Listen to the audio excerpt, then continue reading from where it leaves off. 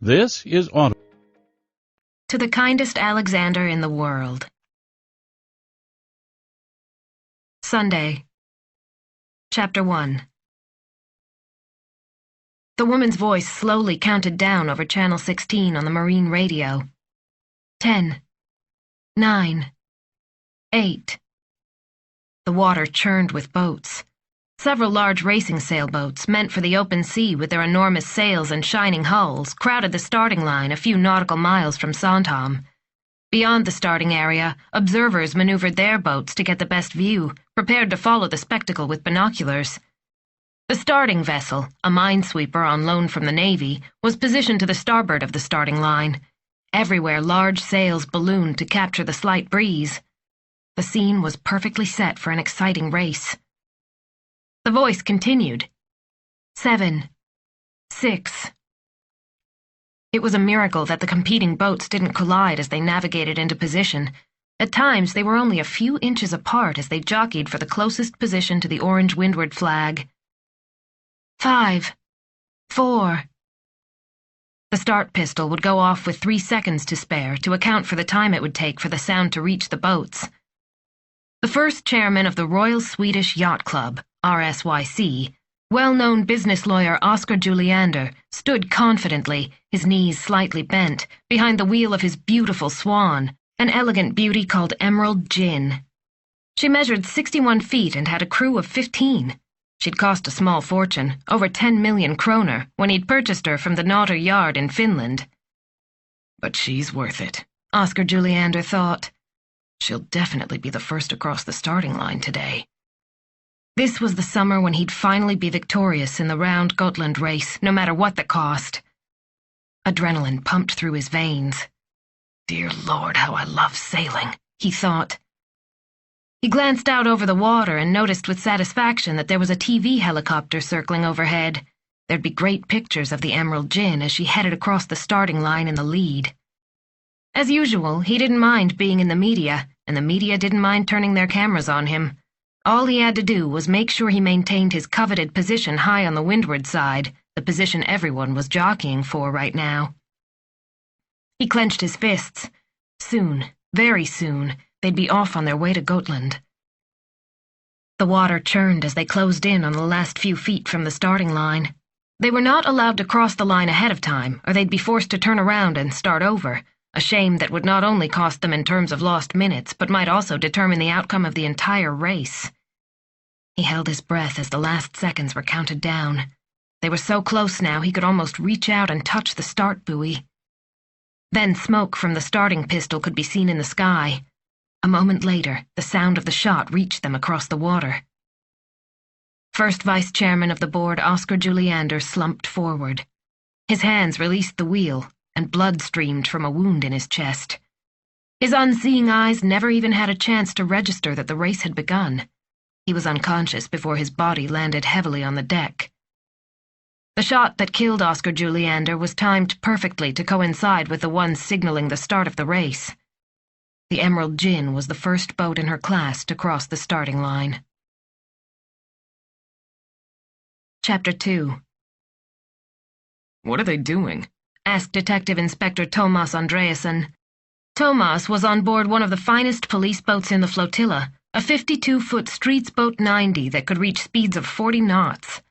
Thomas had been her captain during the years he'd worked with the maritime police, but his best friend, Peter Lagerlöf, commanded her now that Thomas had joined the crime unit at the Nacka police station. When Peter had asked him if he wanted to come watch the start of the round Gotland race, he hadn't hesitated. One never said no to a day on the water, especially when it included Sweden's largest offshore race. Now his trained policeman's eyes noticed that something was going on at the starting line. A magnificent Swan 601, the first in its class, rounded up in the wind and headed away from the starting area. It was a strange and unexpected maneuver when she should be on a straight course toward Almagrundet on her way to Gotland. Hand me the binoculars, he said, his hand already outstretched to receive them. He lifted the black Zeiss binoculars to his eyes and rose to his full height for a better view. The Swan was now headed into the wind just beyond the starting line. She'd lost the lead and was already last in the field, the others sailing swiftly ahead. One of the crew members on deck was waving both arms high over his head, a classic emergency signal on the water. Thomas could see the crew member's desperate face through his binoculars. His stomach churned. Something was seriously wrong on board. "What do you see?" Peter asked, squinting into the sharp sunlight. "Something's happened in the cockpit. There's a crowd standing by the wheel." Thomas focused the binoculars. "Someone seems to be lying on the deck and not moving, but it's hard to tell." Peter turned to his subordinate at the wheel. "Head over to the Swan." His colleagues swiftly changed their course and sheered toward the sailboat.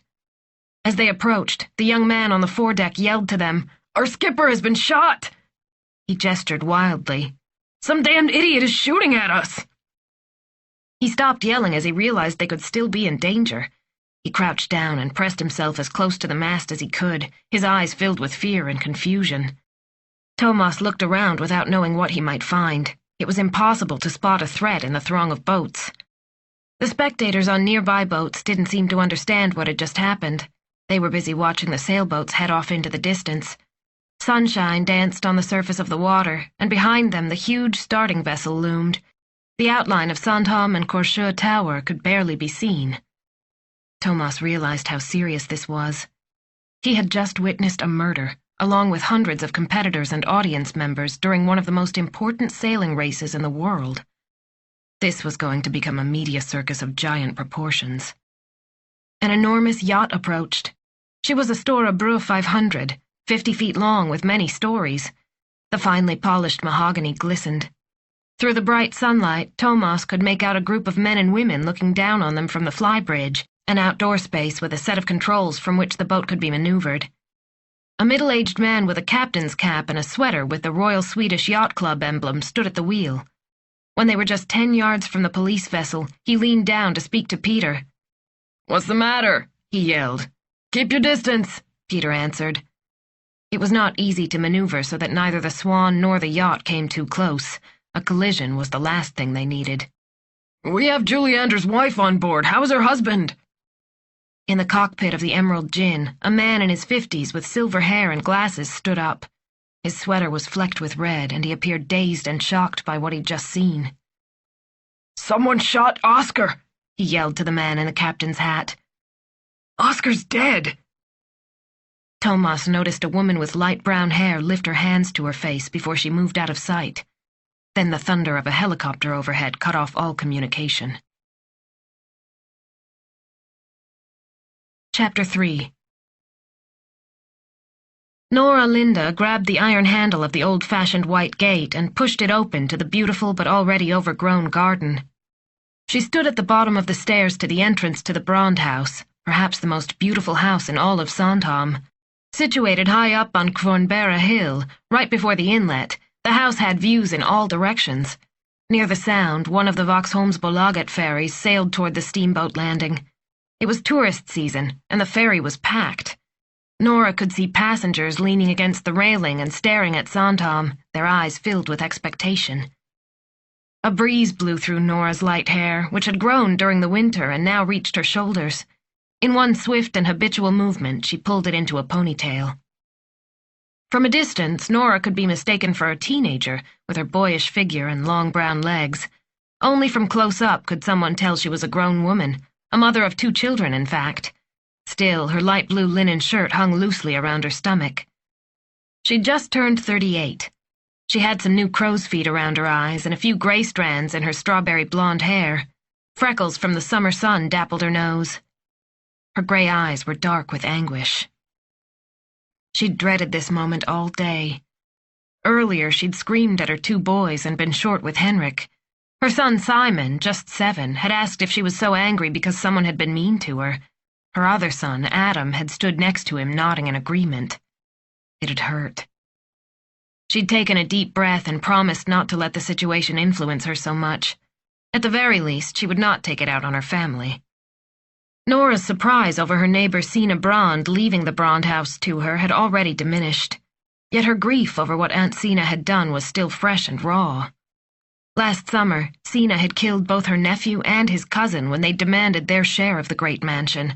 Nora had almost died of insulin shock when Sina, not understanding the danger, had locked her inside Grunschar's lighthouse. If Henrik and her best friend Thomas had not found her, she would have lost her life. Nora shivered. She took a deep breath and tried to calm down. The knot in her stomach wouldn't go away, but it was time to go inside. She would have to decide what she was going to do with the house. Today was as good a day as any. She walked slowly up the few stairs and put the key in the lock. It stuck slightly, which was not unusual for such an old house. Then the door opened, and Nora saw the familiar sights she had enjoyed since she was a girl. The roomy entryway led to a large dining room that overlooked the sea, which was so close one could almost smell it. Beautiful old lace curtains framed the high windows. A dark green Swedish tile oven rested at one end of the dining room. Gold curlicues adorned the tiles. Past the dining room was a large living space with an old-fashioned sofa set, as well as a veranda with transom windows. This was where Aunt Sina had been found unconscious before she died from taking a mixture of morphine and painkillers. The house was completely quiet. Too quiet. Nora realized what was missing: the ticking of the old clock in the dining room. Sina had always been careful to wind this clock. Her grandfather, Alaric Brand, had had it sent to the house at the end of the 19th century. Nora walked over to the grey cabinet in the corner and took out the key. She knew quite well where Sina kept it, the top left drawer. She carefully opened the glass door and wound the clock. Its familiar ticking brought a smile to her face and tears to her eyes. She blinked them away quickly. She had to get through this. The night before, she and Henrik had been close to quarreling. Henrik thought they should sell the Brand house as soon as possible. Then they could get on with their lives. They were lying in bed talking after the boys had gone to sleep. She rested her chin on her elbow as she listened to him. Only one of the nightstand lamps was on, and it cast long shadows on the patterned blue wallpaper. The heat was oppressive despite the open windows. A serious expression came over Henrik's handsome face, and his brown eyes filled with concern. As she watched him, she noticed how good-looking he still was. His thick, dark brown hair held a touch of gray, but it hadn't thinned out the way it had with most of the men they knew. His hair parted in the center, complementing his chiseled features. It still often surprised Nora that such an attractive and extroverted man had fallen for a girl like her. She was introverted, shy even. She had little social confidence, and she admired Henrik's ease in all situations. He was the center of attention, while she just listened in on his lively discussions. Still, she loved standing next to him and watching their friends as they laughed at his jokes and comments. While he spoke, she let her fingers glide along his arm. She breathed in his familiar scent, one she'd known for 15 years. "You almost died, Nora," he said. "If we hadn't broken into the lighthouse, it would have been the end of you. Perhaps you would have suffered permanent brain damage. How could you even think of living in her house after that?" If it were only so simple, Nora thought, bringing herself back to the present. She left the dining room and walked up the stairs. 4 large bedrooms occupied most of the second floor. The original 5th bedroom had been turned into a bathroom with a big clawfoot tub. Sina had lived alone in this house and only used the southernmost bedroom. The others had stood empty for as long as Nora could remember, though they were still decorated with furniture from the early 20th century, when Sina had grown up. The furniture was old-fashioned and heavy, but suited the house. Many pieces were handmade, real works of art. One of the rooms contained a fantastic old Swedish sofa bed, made of delicately carved wood and upholstered in black velvet. Sina had told her once how her brother had almost suffocated in that bed when he'd gone to sleep and it had closed on him. His mother, hearing his desperate shrieks, had found him just in time. Nora stopped in front of a portrait of Sina's parents. They stared straight into the camera with serious expressions typical of the time. Sina's mother wore black and sat in an armchair. Her father stood behind her with an authoritative look. The green Swedish tile oven was visible in the dining room behind them. Nora could not stop her tears any longer. The reason for Sina's death and the aftermath of her passing were unbearable. The loss was a weight on her chest. And she must decide what to do with this house. Chapter 4. Business lawyer Oscar Juliander, who was also the vice chairman of the Royal Swedish Yacht Club, was murdered while participating in the Round Gotland race. The television reporter calmly described the incident as the camera swept over a glittering sea filled with sailboats heading for Gotland. Oscar Juliander was a well-known partner in the law firm Kalling, one of the most important firms in Sweden. Over the years, he made a name for himself as one of Sweden's most trusted bankruptcy lawyers. The screen showed a man in his 60s with a serious expression staring back at the camera. He wore glasses and a dark blue piqué sweater, and his forehead was red and shiny from time spent on the water in harsh sunshine. "We are, of course, extremely shocked," Hans Rusenschö said. According to the box in the corner of the screen, he was the spokesman for the Royal Swedish Yacht Club. "Our thoughts go out to his wife Sylvia and their children in this difficult time." "What can you tell us about the deceased?" the reporter asked. He stuck the microphone uncomfortably close to Rusenschö's nose. Hans Rusenschö appeared to take offense, perhaps finding the question in bad taste. "Oscar was a true competitive sailor and a valuable friend. Those of us in the yacht club mourn his passing." "Do you have any idea who might have killed him?" the reporter asked. "That is the job of the police," Rusenschö said. He clearly wanted to end this conversation. He took a step backward as if he needed to defend himself. "Are you going to cancel the race now?" the reporter asked. He spoke with excitement. "Do you dare continue the race after what has happened? Is there a killer at large on the high seas?" "The race will continue as planned. That is what Oscar would have wanted. I have nothing more to say on the matter." Hans Rusenschö did not bother to hide his irritation anymore. The reporter pointed to the harbor, where motorboats and sailboats were docked side by side. "Right here in the paradise of Stockholm's archipelago, members of the sailing community are wondering if they are risking their lives when they set sail. The police have not yet announced a motive behind the murder, but today, Sandhamn is an island in shock. Speculation is running wild." The camera panned over the water and rested for a moment on Lochholmen, the large island with a great harbor across from Sandhamn. On the left, Telegrafholmen framed the harbor, creating a wind-protected location that made this sailing metropolis famous. The camera continued until it reached Oscar Juliander's Swan, docked alone at one of the pontoons. Its green hull shone in the sun. The emerald gin looked lost and abandoned, like a thoroughbred left in the stables after the race has begun. Blue and white crime scene tape blocked off the edge of the dock. The words "Entry Forbidden" were written on a yellow sheet of paper that also listed the law forbidding curious bystanders from coming any closer. A police vessel bobbed on the waves nearby. With one final panoramic view of the Falu Red clubhouse, where the flag hung at half-mast, the news spot concluded.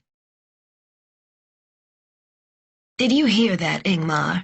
Isabel von Honne asked her husband as they watched the television in their suite in the yacht hotel. "Good old Hans didn't manage the interview very well. That old man needs to learn how to deal with the media." She took in the view beyond the balcony door before she turned off the TV. As usual, her blonde pageboy hairstyle looked flawless, with discreet highlights woven in. On her little finger she wore a ring bearing the yellow and blue crest of her noble Baltic family. She noticed it needed to be cleaned, along with her diamond wedding ring. Then she shrugged and began to flip through a magazine. Ingmar von Honne shook his head.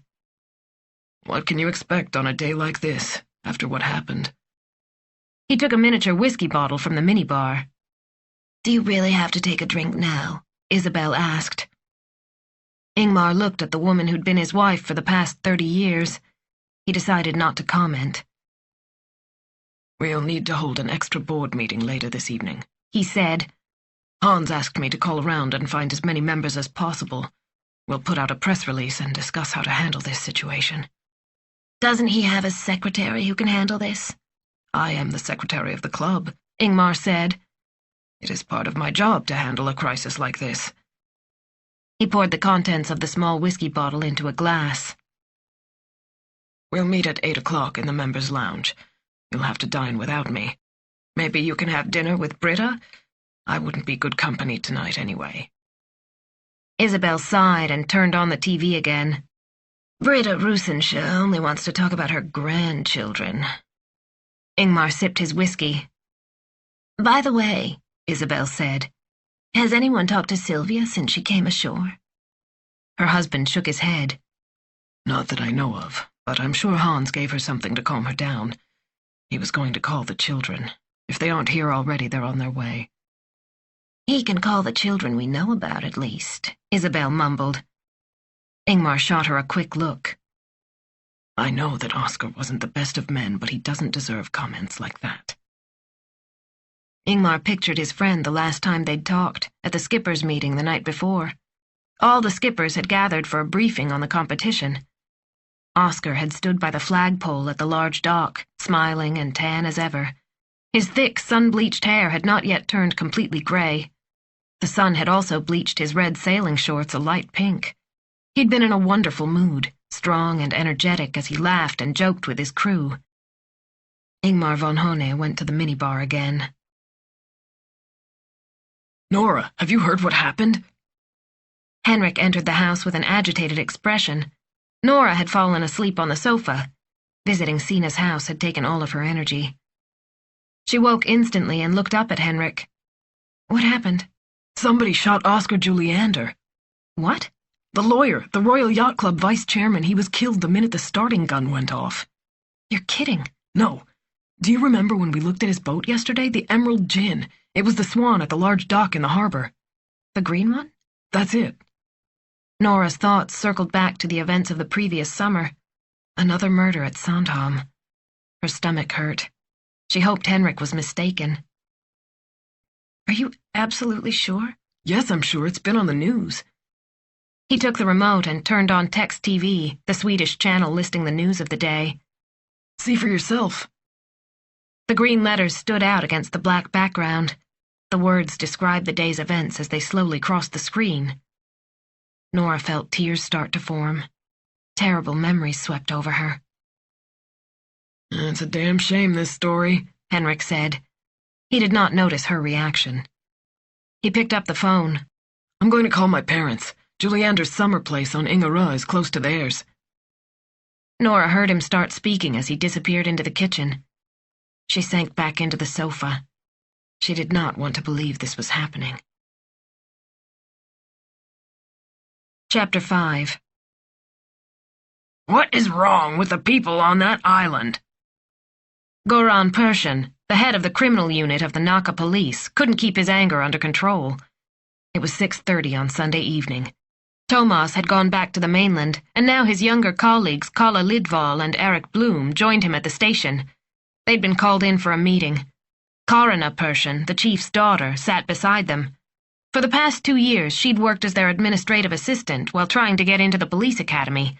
She'd finally been admitted this fall. Last summer, that crazy old lady killed people right and left because of some old house. This summer, somebody shot a sailor on the high seas. Oh, the journalists are going nuts. Do you have any idea how many calls we're getting? Persson's face was red and his forehead sweaty. His body looked too large for his desk chair. A thunderstorm rumbled in the distance, and dark gray clouds covered the sky. Another summer gone straight to hell because some trigger-happy idiot can't control himself. It's not your summer going to hell, Detective Inspector Margit Granqvist thought. She sipped her coffee, which tasted like stale grounds, even though it was fresh from the machine. Last summer's aborted vacation weighed on her mind. She'd had to leave her husband and daughters on the West Coast while she took part in the investigation of the Sandhamn murders. This year, she'd been wise enough to rent a cabin on Jura, just 3/4 of an hour away from the police station in Naka. Keeping her daughters away from the moped gang they'd met down in the province of Halland certainly played a part in her decision. She'd been on vacation for 3 weeks already. A healthy tan softened her narrow features. Years of police work and irregular working hours had left their mark. Her deep eyes were always on alert. Planning her vacation better this year was a small consolation. Thomas, you were at the scene of the crime. What can you tell us? Persson asked. Thomas lifted his gaze from his notebook and looked around. He was also tan, his hair almost white blonde around his temples. The lines at the corners of his eyes were lighter. He wore a light blue shirt with rolled-up sleeves. The back pocket of his jeans showed the imprint of his wallet, a mark made by years of use. Although the murder had transformed a relaxing day on the water into intensive police work, he appeared fresh and rested. He stretched and then tried to summarize what had happened earlier that day. Half the day had passed by the time they'd gotten the Emerald Gin docked and called in doctors and criminal technicians. Oscar Juliander's body had been transported to the forensic laboratory in Solna for an autopsy and further tests. The vessel remained in the Sandhamn harbor, waiting to be moved to the police shipyard for a more thorough examination. Thomas and Peter had secured a conference room at the hotel. There they interviewed a number of eyewitnesses who had been on board the Emerald Gin. Nobody seems to have seen or heard much. According to Friedrich Winberg, the crew member who was standing closest to Juliander, everything happened extremely quickly. 1 second, everyone was focused on crossing the starting line first, and the next moment the victim collapsed right in front of their eyes. "Can Winberg be the killer?" asked Margit. "We can't exclude anyone at this time," Thomas said. "At least 15 people were on board, and many of them were close to the cockpit." "It's hardly possible that one of them could draw a pistol and shoot him in front of the others," Margit said, answering her own question. "It would have been smarter to wait until nightfall or until they'd gone ashore," Eric added. "Why make it harder?" "We've collected all the clothes from the crew of the Emerald Gin. We'll be looking for powder stains and other evidence of a pistol firing at close range," Thomas said. "What are the alternatives?" Margit asked. "Was the killer on another boat? Perhaps one of the other racers?" Thomas nodded. "Well," she said, "that's like looking for a needle in a haystack." Thomas had nothing to say to that. It was physically impossible to check each and every boat in the area. There were hundreds, and the perpetrator could have fired from any one of them. He looked down at his notebook. "Winberg first thought Juliander might have had a stroke," he said, "until he saw the blood. Even then he didn't realize the man had been shot." "What about the boats not in the race?" Margit asked. "Did anyone see what happened?" Thomas shook his head. "Not directly. We spoke to several witnesses. They are RSYC members who were on board a Stora Bru motor yacht. The vessel was close to the starting line at the time of the shooting. We'll question them thoroughly tomorrow. We didn't have time today." He glanced over his notes. "Juliander's wife, Sylvia, was on board with them. We weren't able to speak to her because of her shock. Hans Rusensjö and his wife were also on board." "Isn't he the chairman of the club?" Pershing asked. "That's right. He's a bank director. His wife is Britta. He was watching the sailboats as they approached the starting line, but he was looking at the sails, not the cockpit of Juliander's boat." "Who else was on board?" asked Margit. "Let's see," Thomas said. "Ingmar and Isabel von Hone, another married couple." "Nobility, of course," Pershing muttered. "The guy who owns the Stora Bru is a doctor by the name of Axel Bjering," Thomas continued, as if he hadn't been interrupted. "His wife, Lena, is also a doctor. She was the one who boarded the Emerald Gin and determined that Juliander was dead. Their teenage daughter was on board, too. Judging by the wine glasses, not all of the passengers were entirely sober." "What more do we know about the victim?" asked Margit. "I've seen him on TV a few times. He was quite well known." "According to Winberg, he'd participated in 15 round Gotland races," Thomas said. "This year he put all his money into winning and bought this new Swan from a shipyard in Finland. He was a bigwig in the RSYC, active in the sailing world, and a favorite in this race." "Did he have enemies?" asked Eric. "Any lawyer that well known must have a few enemies," Thomas said. "The question is whether or not one of his enemies did this." "It's still rare that people murder lawyers," Margit said. "And this was a spectacular way to kill someone, I have to say. What a scene." Colin nodded in agreement. "Are there any possible motives?" asked Pershing. Thomas shook his head. "Well, the usual: love, hate, money," Margit said. "When will forensics finish the autopsy?" Pershing asked. "We're in luck." There was a trace of self-satisfaction in Margit's voice. "They can look at him on Tuesday." She glanced at Thomas, who nodded in appreciation. Margit had pressured them to look at the victim quickly. Thomas and Margit had worked seamlessly together since the murders last summer. By now they knew each other well. Thomas would listen patiently as Margit complained about her 2 teenage daughters and their constant arguments. In return, Margit kept an eye on Thomas and made sure he didn't work too many long days in a row. "We must talk to Juliander's wife as soon as she's ready," Thomas said. "We also need to question his colleagues at the firm and the leaders of the RSYC. They are all on Sandhamn at the moment because of the race, so we'll head out there early tomorrow morning." He turned to Karina. Call Swedish television and request their film footage from the start of the race. Perhaps we'll find something useful." "Sure, I'll do it as soon as we're done here." Pershing looked thoughtful, as if he'd just made a decision.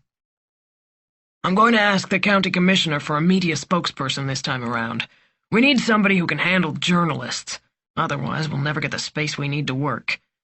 This is a big deal. I'm sure you all realize this already." Nobody said a word. An unpleasant feeling from last summer settled over them. The black headlines broadcasting every development must have influenced Pershing's decision. "Are we going to bring in the National Bureau?" asked Margit. "Let's keep it all in the family for now," Pershing said. "Here's what we'll do. Margit and Thomas, you're in charge of the investigation. Margit will stay in touch with the prosecutor. I don't know who's been awarded that role yet. Kala and Eric, you're backup. It worked well last summer." Pershing's eyes roamed from Margit to Thomas and back again. He smiled and took a deep breath. "I'm sure neither of you has a problem delaying your vacation by a few weeks, just like last year. Another summer investigation at exclusive Sandhamn." Margit had booked a dream trip to the Canary Islands at the end of August in addition to the 3 weeks she'd already taken off. She smiled back at Pershing, unconcerned. Chapter 6. It was already past 8 in the evening, and the heat in the room was still oppressive. Thunder rumbled in the distance. Hans Rusensjö discreetly wiped his forehead with a cotton handkerchief. The back of his polo shirt was damp, even though he'd just showered. To his left, the chair of the first vice-chairman of the board sat glaringly empty. Someone had pushed together several smaller tables to form a larger one. 11 of the 15 board members were present.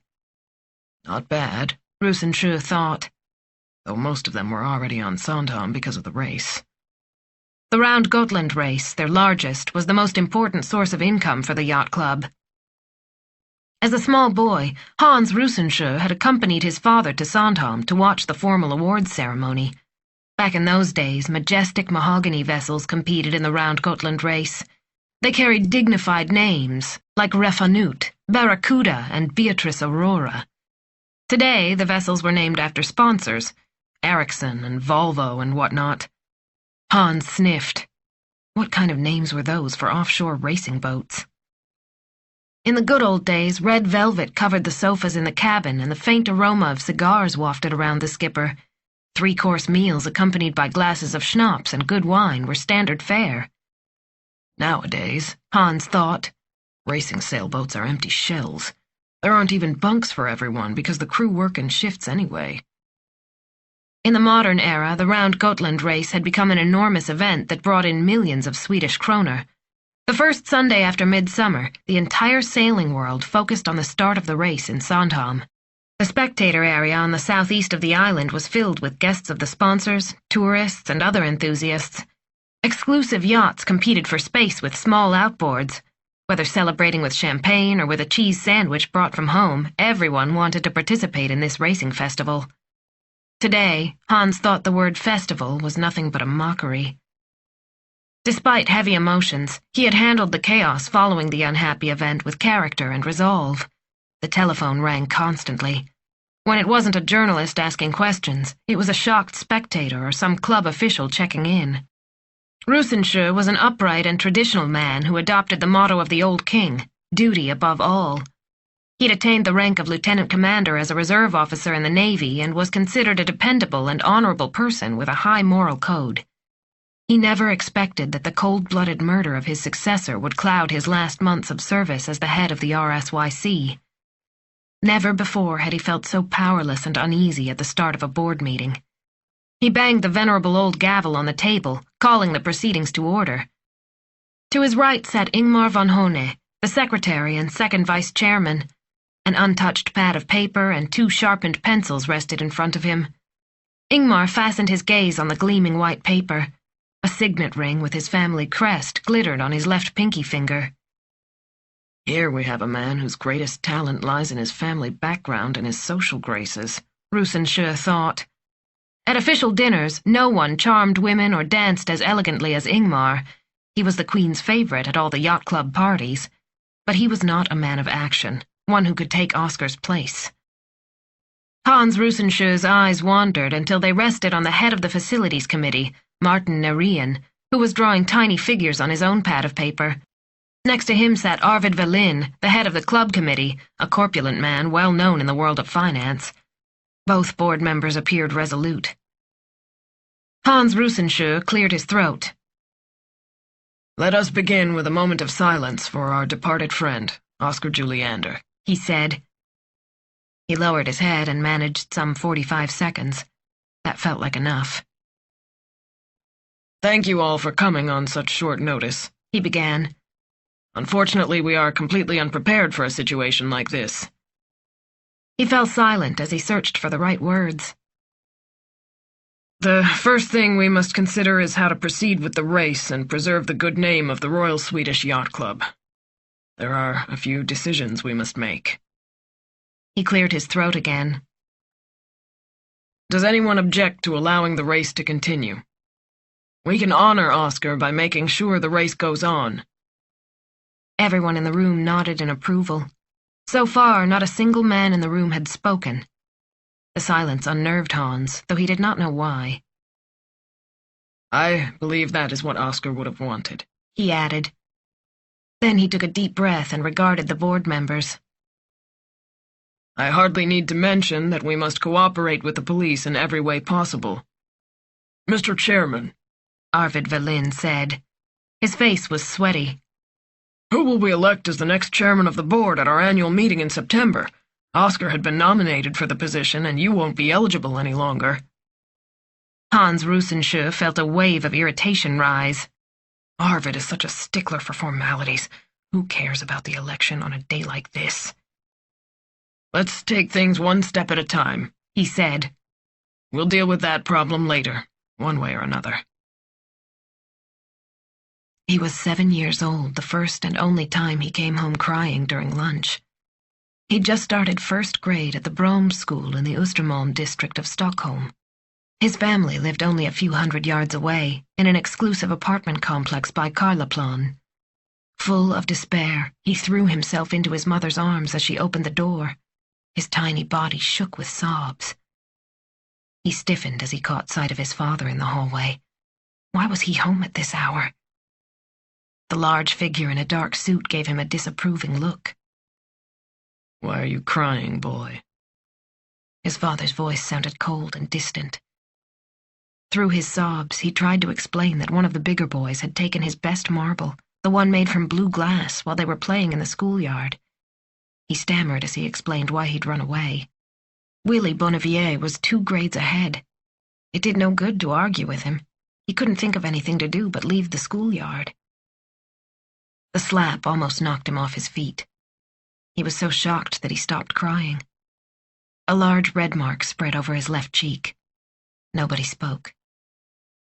He looked at his mother, but she turned away. In the doorway to the kitchen, his beloved nanny, Elsa, stood perfectly still and silent. When the head of the household was in that kind of mood, it was best that everyone kept quiet. Elsa wrung her hands. Her heart ached as she watched the little boy shaking in front of his father. "You will return to school and get your marble back. In our family, we do not accept such treatment. Remember who we are. And stop crying immediately." "Yes, father," he whispered. He bent his head and put his jacket back on, trying in vain to catch his mother's eye. He walked slowly down the green marble steps and out through the heavy front door. He feared his father more than he feared any older schoolmates. Almost sick from anxiety, he demanded his marble back. Willie pressed it into his hand, either surprised that Hans had stood up for himself or simply bored with the new treasure. Hans would never know. When he returned home that evening, his father did not ask about the marble. He wet his bed again that night. Monday, the first week. Chapter 7. The red boat taxi pulled away from the dock in Stavsnäs just as Thomas and Margit came running from the overcrowded parking lot. The skipper saw them coming and brought the ferry in so they could jump on board. "Thanks," Thomas called, nodding to the skipper. They walked down the stairs to the passenger area and found a table in the half-full dining space. Thomas paid the cashier for their tickets. The aroma from the grill made Thomas hungry. "What smells so good?" he asked the pleasant woman behind the cash register. "Grilled sandwiches," she said. "Would you like one? They're pretty good, if I do say so myself." She showed him a sample plate. Easily persuaded, Thomas ordered one for Margit and one for himself. He added 2 bottles of light beer and carried them to Margit along with 2 glasses. He heard a familiar voice behind him. "Well, if it isn't Thomas, how are you doing?" Thomas looked up to find one of his neighbors from Hara. Hasse Pettersson was 70 years old, a weather-beaten man who spent most of his post-retirement time on Hara, where he'd been born and raised. His worn jeans were oil-stained on one thigh. Pettersson knew everything worth knowing about engines. He was the man to turn to in any emergency, and a neighborhood guru anytime something needed fixing. All work done under the table, of course. "Hey there, Pettersson, how are you doing?" Thomas stood up to shake hands. "Just fine. Won't you be going on vacation soon? I ran into your father a few days ago, and he said you were planning to come out." "Not yet." Thomas shook his head. "I'm on my way to Sandhamn right now, on the job. You probably heard about the shooting yesterday. We're heading out to talk to some of the people there." "The great lawyer Oscar Juliander." Pettersson practically spat out the name. "As far as I'm concerned, it's no great loss. He was an ugly bastard, that Juliander." Pettersson nodded emphatically as he packed some snuff under his lip and sat down at their table, holding his cup of coffee. "You've met him?" Margit asked. "Many times. He tried to cheat me out of a lot of money once." As he put his snuff tin into his back pocket, Pettersson snorted to show his displeasure. His right forefinger was stained from nicotine, and a black half-moon of snuff lined his fingernail. "How'd he try to do that?" said Margit. "He wanted to buy a piece of property of mine on Rune Mareux. There were building restrictions on it because of beach protection, so it wasn't that valuable. He got in touch and offered next to nothing." "Did he say why?" "He said he wanted it for timber." "What's that, a tree farm?" Margit asked. "No, it's a piece of property where you can haul away fallen trees and stuff," Thomas explained. "But you can't build any kind of structure on it, not even a shed." "So what happened?" Margit asked. "Let me tell you. It turned out that the district was thinking of redesignating some property as buildable after all because somebody complained to the European Union. If I understand correctly, some stubborn devil wasn't content to own beachfront property if he couldn't build on it." "The district office probably wasn't expecting that," Thomas said. Pettersson dried his mouth with the back of his hand as he shook his head. "With permission to build, that property would be worth a few million, not the measly 150,000 Juliander offered." He turned in his seat and spit the wad of snuff into a nearby garbage can. Without blinking, he pulled out his tin and stuffed another wad behind his lip, then slurped down the last of his coffee. "So did you sell it to him?" asked Thomas. A smile of contentment spread over Pettersson's face. "I had intended to, but my boy thought there was something fishy about the whole deal." "I can see why," said Margit. "Yep." Pettersson chuckled. "Why in the world would a city lawyer want to pick up fallen wood? My boy was suspicious, so he checked with a friend down at the district office who clued him in. After that, I lost interest in selling to Mr. Big Shot Lawyer." "Did he give up?" Pettersson shook his head. "Oh, no. He tried all kinds of tricks. He said we shook hands on it and claimed we had an oral agreement just as binding as a written contract. Finally, he upped his offer to $500,000, but I told him to stick his offer where the sun don't shine. I didn't hear from him again." "And then he was shot," Margit said. The old man flinched. Perhaps he tried to cheat somebody else. Somebody who wasn't as forgiving as me." "Well, here we are again," Margit said. They'd arrived at Sandhamn and were walking down the gangway at the steamboat dock. "Perhaps we should call it a summer rerun?" She looked around the harbor. Sailboats and motorboats crowded into the slips. As usual, a sandwich board displaying the day's headlines stood next to the newsstand. The Round Gotland murder dominated the headlines. Speculations abounded in thick black fonts. Commerce was in full swing despite the threat of rain hanging in the air. Crowds of tourists picked through racks of clothing at a store called the Summer Shop. A few retired folks sat on the 2 park benches, watching people go by. As far back as Thomas could remember, elderly Sandhamn inhabitants had sat on those benches and commented on passers-by. They were as much a part of the surroundings as the white ferry boats. For a moment, time stood still, and Thomas remembered how impatient he'd been as a boy, waiting for his father to finish chatting with some old guys sitting there. "Come on," he said. He headed toward the yacht hotel. "They've arranged for a conference room for us. We might as well get started. It'll take at least the rest of the day to talk to all the people we've lined up." Chapter 8.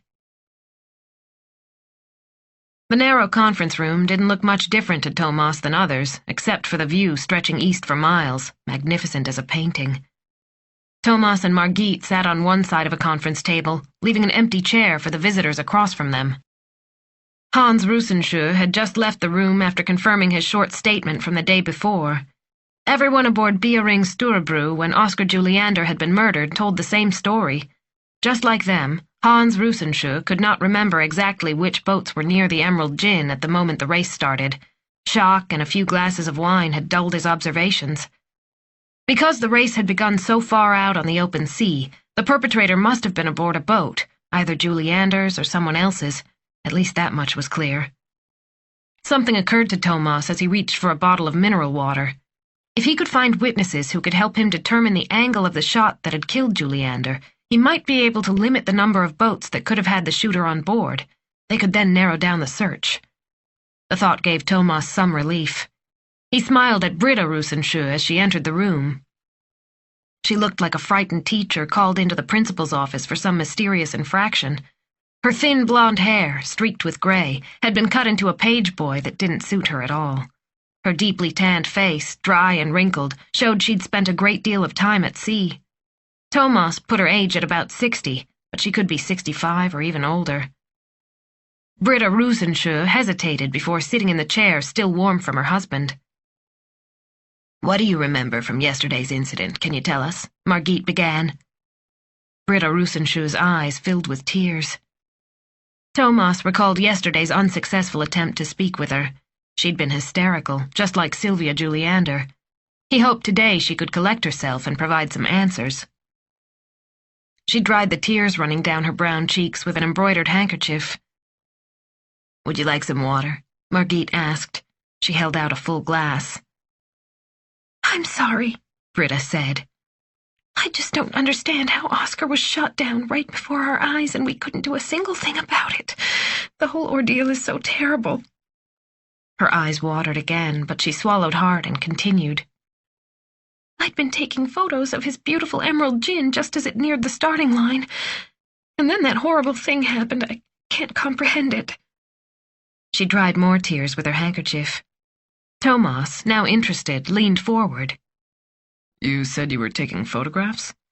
"Yes, I often bring my camera along when I go to these events with Hans. I've got several dozen photo albums at home from the regattas we've attended over the years." "Could we see your photos?" Britta looked unhappy. "I would have brought them with me today, but I must have misplaced my camera." She smiled apologetically. "I'm forgetful sometimes, but it has to be here at the hotel. We're on the 3rd floor in one of the suites facing the harbor. It's probably there with all of our other things." "Britta," Thomas said softly, "we definitely need to borrow your camera for a while. Or I should probably say the memory card as soon as you find it." Britta Rusensjö smiled at them as if begging forgiveness. "I'm sorry, but it's not one of those modern digital ones. It's an old-fashioned camera that uses film. You see, I've never bothered to learn about many of these newfangled technologies." "That's all right, but we do need that film. It could definitely help us. Can you search again as thoroughly as possible?" Britta nodded but didn't say anything. "Was there anything else you took pictures of that day?" asked Margit. "Quite a few of the magnificent racing boats, actually. It's always such a wonderful sight. It was this year, too. Until we realized Oscar was dead." She fell silent and sighed deeply. "I can't stop thinking of poor Sylvia. What is she going to do now? Tears returned as she looked down at her lap, her handkerchief now completely damp. I know Oscar had his faults, but I've known him and Sylvia for 30 years. How was their marriage? Margit asked. They've been married a long time. They have 3 children. Britta's voice died away as she looked out the window. I believe Oscar neglected Sylvia sometimes. Neglected her how? Margit asked.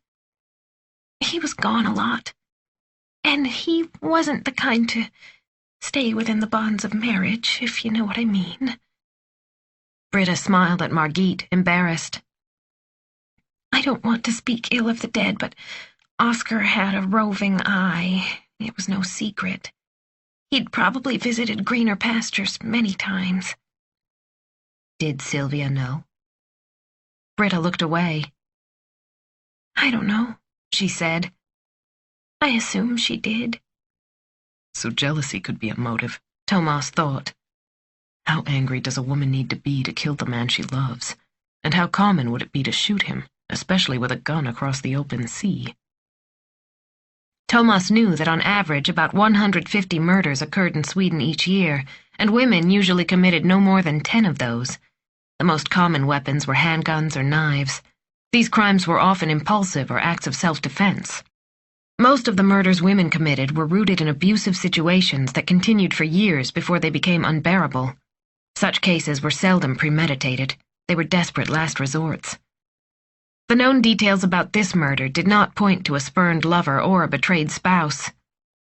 This looks like a well-thought-out operation, Thomas thought. The killer would need a great deal of experience in marksmanship, familiarity with the sea, and access to a boat and a gun.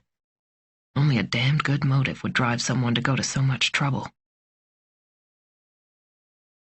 Chapter 9. Thomas vanished for 10 minutes after they'd finished with Britta Rusensjö and returned with a long roll of paper. Where did he go? Margit asked. She looked at the roll of paper. And what's that? It's a nautical chart. Thomas unrolled the blue and yellow chart on the conference table. He took 4 bottles of mineral water and placed one on each corner to keep it from rolling back up. Margit leaned forward for a better look. She wasn't much of a boat person and certainly wasn't familiar with navigational charts. What are we looking at? This is the area where the Round Gotland race began. I got it from the woman down at the harbor. Look here. Thomas pointed to a spot on the upper half of the chart. Here is Sandhamn. Southeast of Sandhamn, we have the lighthouse that marks the shallows on Revenja Grundet. Outside of that, we have the starting line. In the middle of the open sea? That's right. Thomas picked up a pen and drew 2 small crosses. Between these positions, we have the starting line the day Juliander was killed. This left cross is the windward flag, and the right one is the leeward flag. The sailboats try to keep as close as possible to the windward flag at the moment the starting gun goes off. Why is that? Because there they will have the best wind.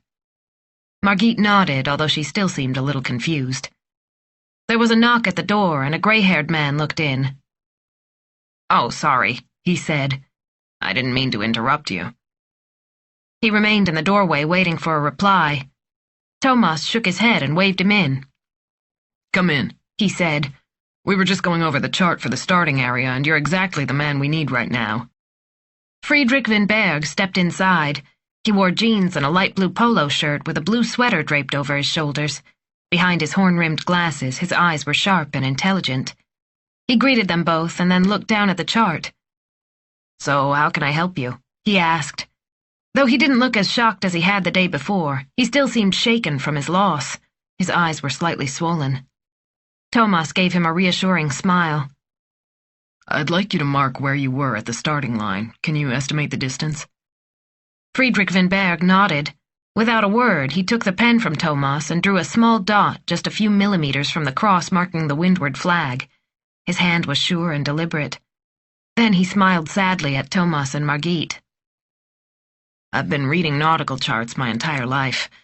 I was the navigator on board the Emerald Gin. That's how we usually worked it. Oscar was the skipper and I was the navigator. I can pin down angles and courses in my sleep if I have to." "Excellent," Thomas said. "Now I need your help with a more difficult task. Where did you stand in relation to Juliander at the moment he was shot?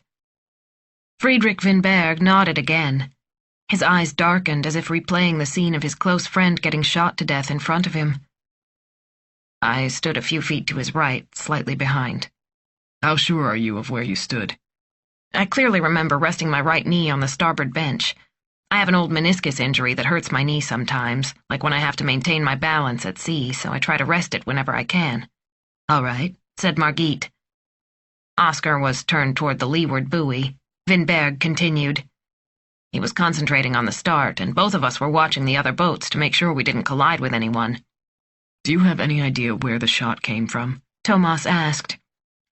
Take your time and think. Can you remember the angle between the starting flag and your own position? That's not so simple, Friedrich Winberg muttered as he studied the chart. I'll do my best, but keep in mind it's just a guess. Anything you can remember will help us, Thomas reassured him. We'll compare your information with the forensic analysis of the direction of the bullet. What you say might help us catch the person who did this. Thomas looked directly into Friedrich Winberg's eyes and then pointed to the chart. We're trying to determine if the shot was fired from another boat. We haven't found anything yet to indicate another possibility. We need to figure out where such a boat might have been in relation to the Emerald Gin. Friedrich Winberg closed his eyes to recreate in his mind those fateful moments between life and death. When he opened his eyes, he studied the chart carefully. Finally, he picked up the pen. With a steady hand, he drew an upside-down pyramid with the point meeting at the dot indicating the position of the Emerald Gin. The base of the pyramid spread to the right, into the area reserved for the spectators. He put down the pen and looked back up at Thomas and Margit. I'm afraid I can't do any better than that, he said. Still, the shot must have come from somewhere to the right. What makes you say that? Thomas asked. I believe I felt the draft of it passing. To port, that is to the left of us, there were only the other participants. I find it hard to believe that the shot came from one of them. Because, Margit encouraged him. How could he have managed it during the start? Winberg countered. In front of his crew? Thomas nodded at Winberg in appreciation. Thanks. If this agrees with what we get from forensics, we can definitely rule out any other participant, along with your own crew. That would reduce the number of suspects considerably. Do you have any other leads? Friedrich Winberg asked. He seemed to relax a bit. We're working as hard as we can, Margit said. By the way, Thomas asked, why did he name his sailboat the Emerald Gin? Friedrich gave a half smile. That was Oscar in a nutshell, he said. He loved dry martinis. No matter what the season, that's what he drank. Do you know the best gin for a martini? Thomas shook his head. He preferred beer. Tanqueray, British, in a green bottle. And? Thomas said. Tanqueray sponsored us. They paid for our sails, green of course, and gave us unlimited bottles of gin. We christened the boat the Emerald Gin and painted the hull green. As a matter of fact, green is Oscar's favorite color. I see, Thomas remarked. Everyone was happy, Winberg said. We must ask you one more question, Margit said. Do you know if Oscar had any enemies? Winberg shook his head.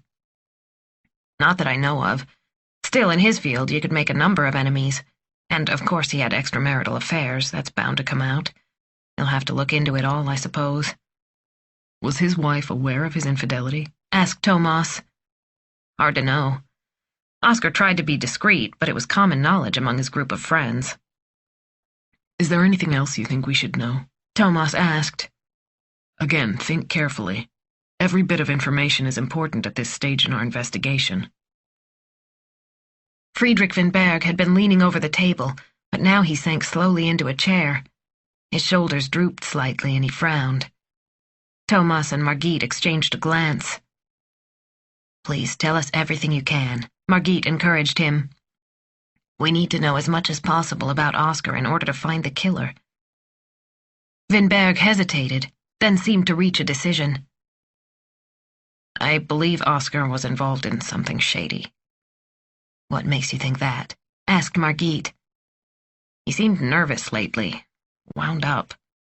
Oscar always had 1,000 irons in the fire, but there was something Something haunted about him that I didn't recognize. I was starting to wonder whether he took?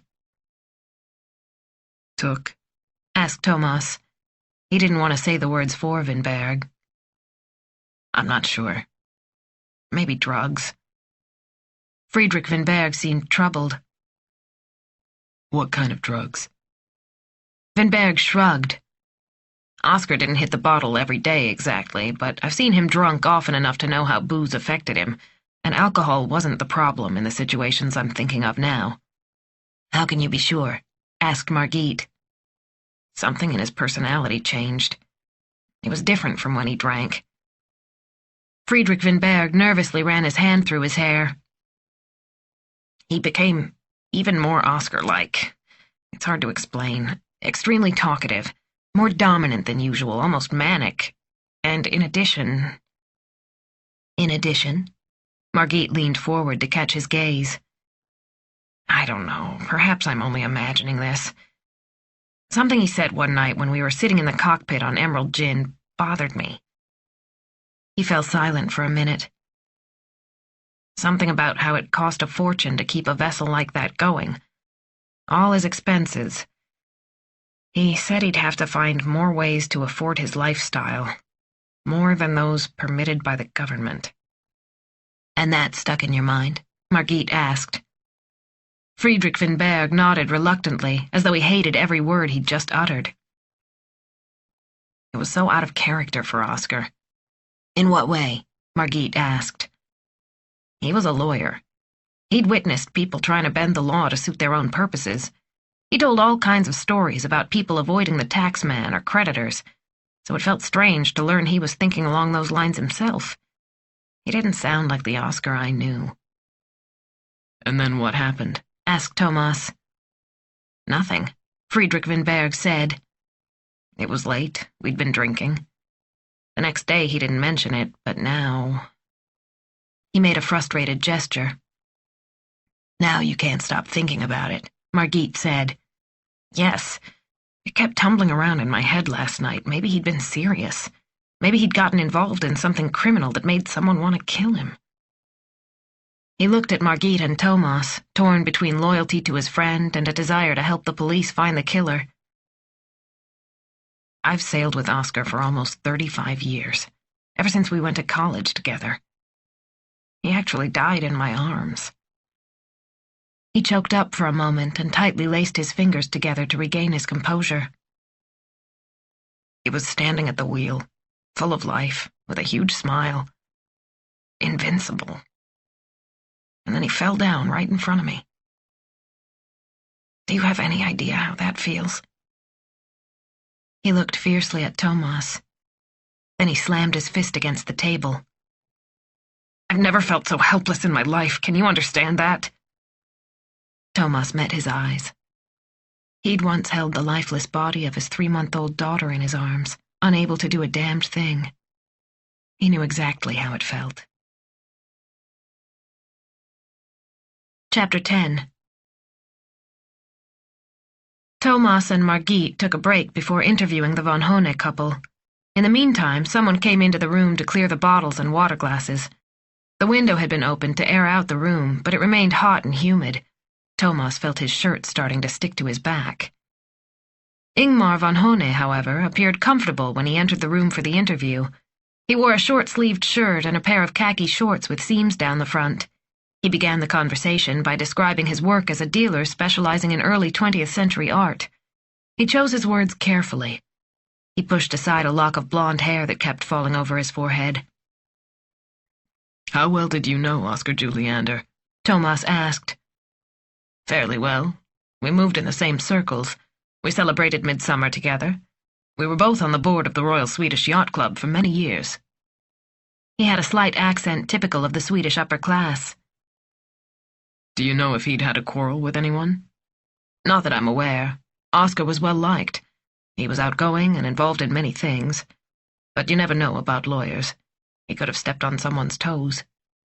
Tell us about your work on the RSYC board, Margit said. Oh, that's a long story, Ingmar said. He flashed a winning smile. My father was vice chairman back in the day and extremely involved in the club. That's back when they wore sailing uniforms and called each other dear old chap." He winked at Margit. "My family always owned sailboats, and I've competed in races since I was a child. It didn't matter how much I threw up in the rough waters, I had to keep on going. My father was not the kind of man to let anyone give up." He paused over this memory and shook his head. "I was asked to join a committee, the club committee, I believe, and I moved up from there. We all have our cross to bear." The last words he said with a disrespectful tone, as if trying to get a rise out of them. "And now you're the secretary and second vice chairman," Margit said. "Oscar was the first vice chairman. So perhaps now you'll be Hans Rusenschü's successor?" Thomas asked. Ingmar von Hone shrugged. "Our annual meeting happens soon. Hans cannot be re-elected as chairman since he's been on the board for as long as they allow. I'm not jockeying for the position, but I won't say no if I'm asked. In this situation, everyone has to pull his weight, right?" He brushed an invisible piece of fluff from his shirt and leaned back in the chair. Isabel von Hone smiled as she entered the conference room. A pair of black sunglasses held her blonde hair back from her face, and a few gold bracelets dangled from her right arm. "She likes expensive things," Thomas thought. "How can I help you?" Isabel asked. She sat in the chair across from them. "Would you like something to drink?" Margit asked. Isabel von Hone nodded, and Margit poured her a glass of water. "Can you tell us about yesterday? You were a spectator on one of the boats closest to Julie Anders when the shot was fired," Margit said. "Yes, what a terrible day. Because Oscar was killed, of course. My husband and I, he's the RSYC secretary, accompanied the Bioring family on their boat. We've done this for so many years that it's tradition. We eat well, drink some wine, and watch the start of the race." She shut her eyes as she realized her description was disrespectful under the circumstances. She'd made a tragic day sound like a charming outing. "And then that horrible thing happened," she added. "What do you remember about the actual start?" Margit asked. Isabel von Hone took a sip from her glass and paused to think. "What I remember from the start? Everyone was focused on the sailboats as they jockeyed for position. I know we hadn't eaten yet since we planned to begin once the large class vessels had started.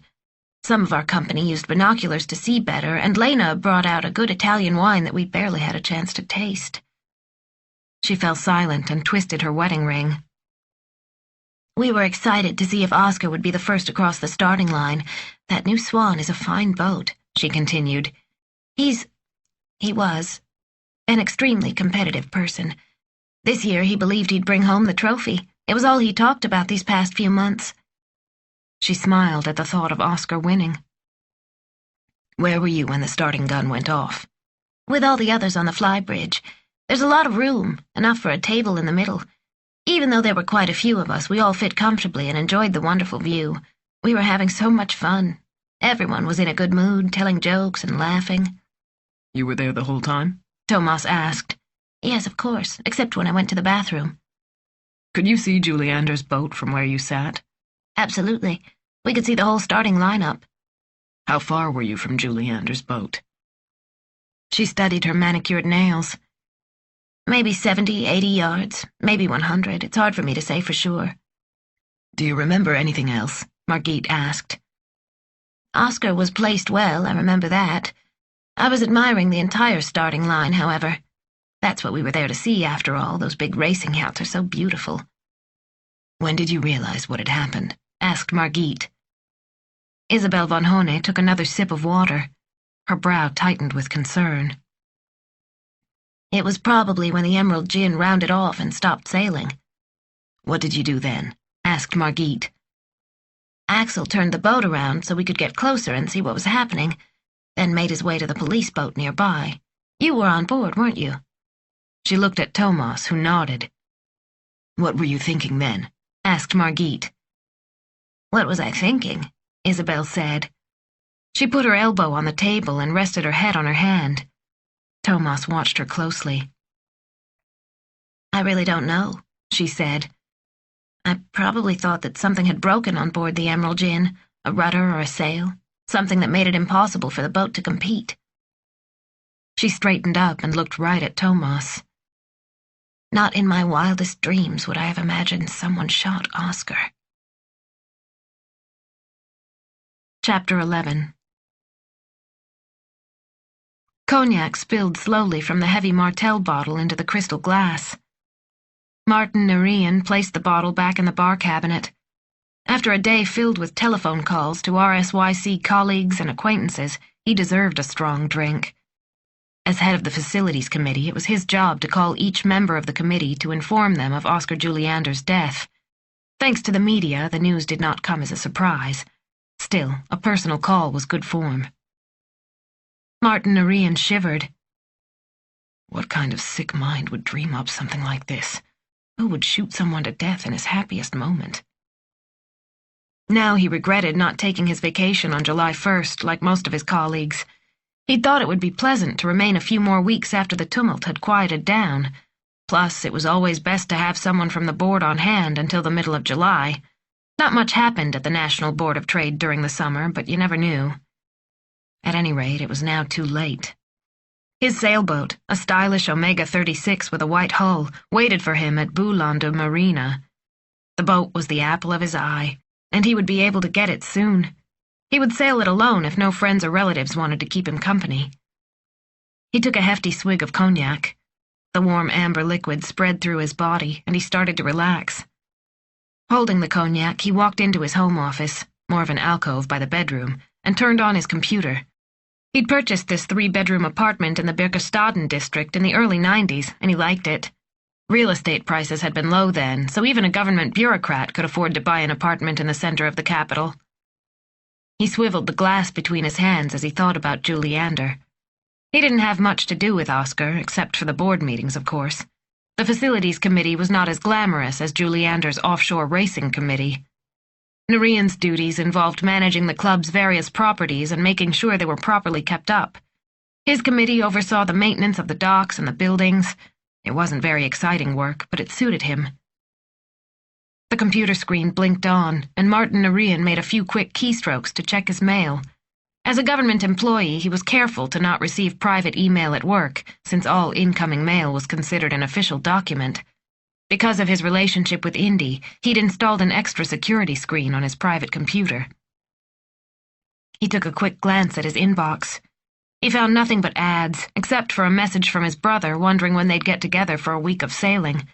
He also read an official memo from the government office telling employees about Oscar's death. He shivered as he thought about the gunshot.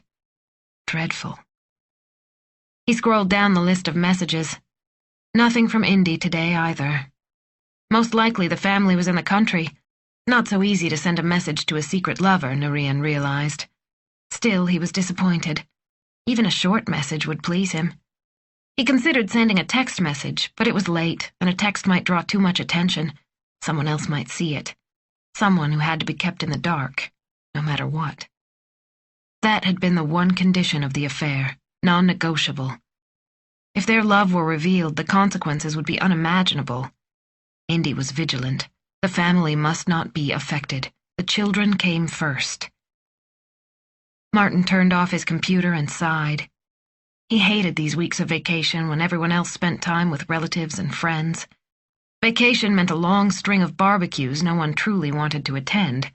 Half of the couples at these events politely lifted their glasses to one another while thinking about someone they were seeing on the side. After observing all these seemingly happy couples, he was glad he'd never married. He'd rather be single for the rest of his life than live a lie. It was better to wait for an honest email than to participate in a hypocritical marriage. He downed his cognac and went to pour himself another glass. Tuesday, the first week. Chapter 12. As soon as his eyes opened, Thomas was wide awake. He lay on the edge of the double bed that dominated the corner of Karina's small studio apartment in Jorlibera, not far from the Naka police station. Karina was rolled up in a tight ball on the left side of the bed. Her dark hair covered half of her face. Her dimples were invisible when she slept. She looked more like a teenager than a 25-year-old woman. They were 14 years apart in age, a gap that seemed much greater at times. The youth and enthusiasm that had first drawn him to her now made him feel old. He was closer to 40 than to 30. Before long, he'd be middle-aged. Looking back, he was no longer sure how this relationship with Karina Persson, the boss's daughter, had begun. He hadn't chased her. In fact, she wasn't really his type, if he had any type at all. His ex-wife Pernilla had been tall and thin like him. They'd met at a pub one evening while he was out with some friends from the police academy. They'd started hanging out after that. She'd studied at Barry's School of Communication and then taken a job as a project leader at an advertising firm.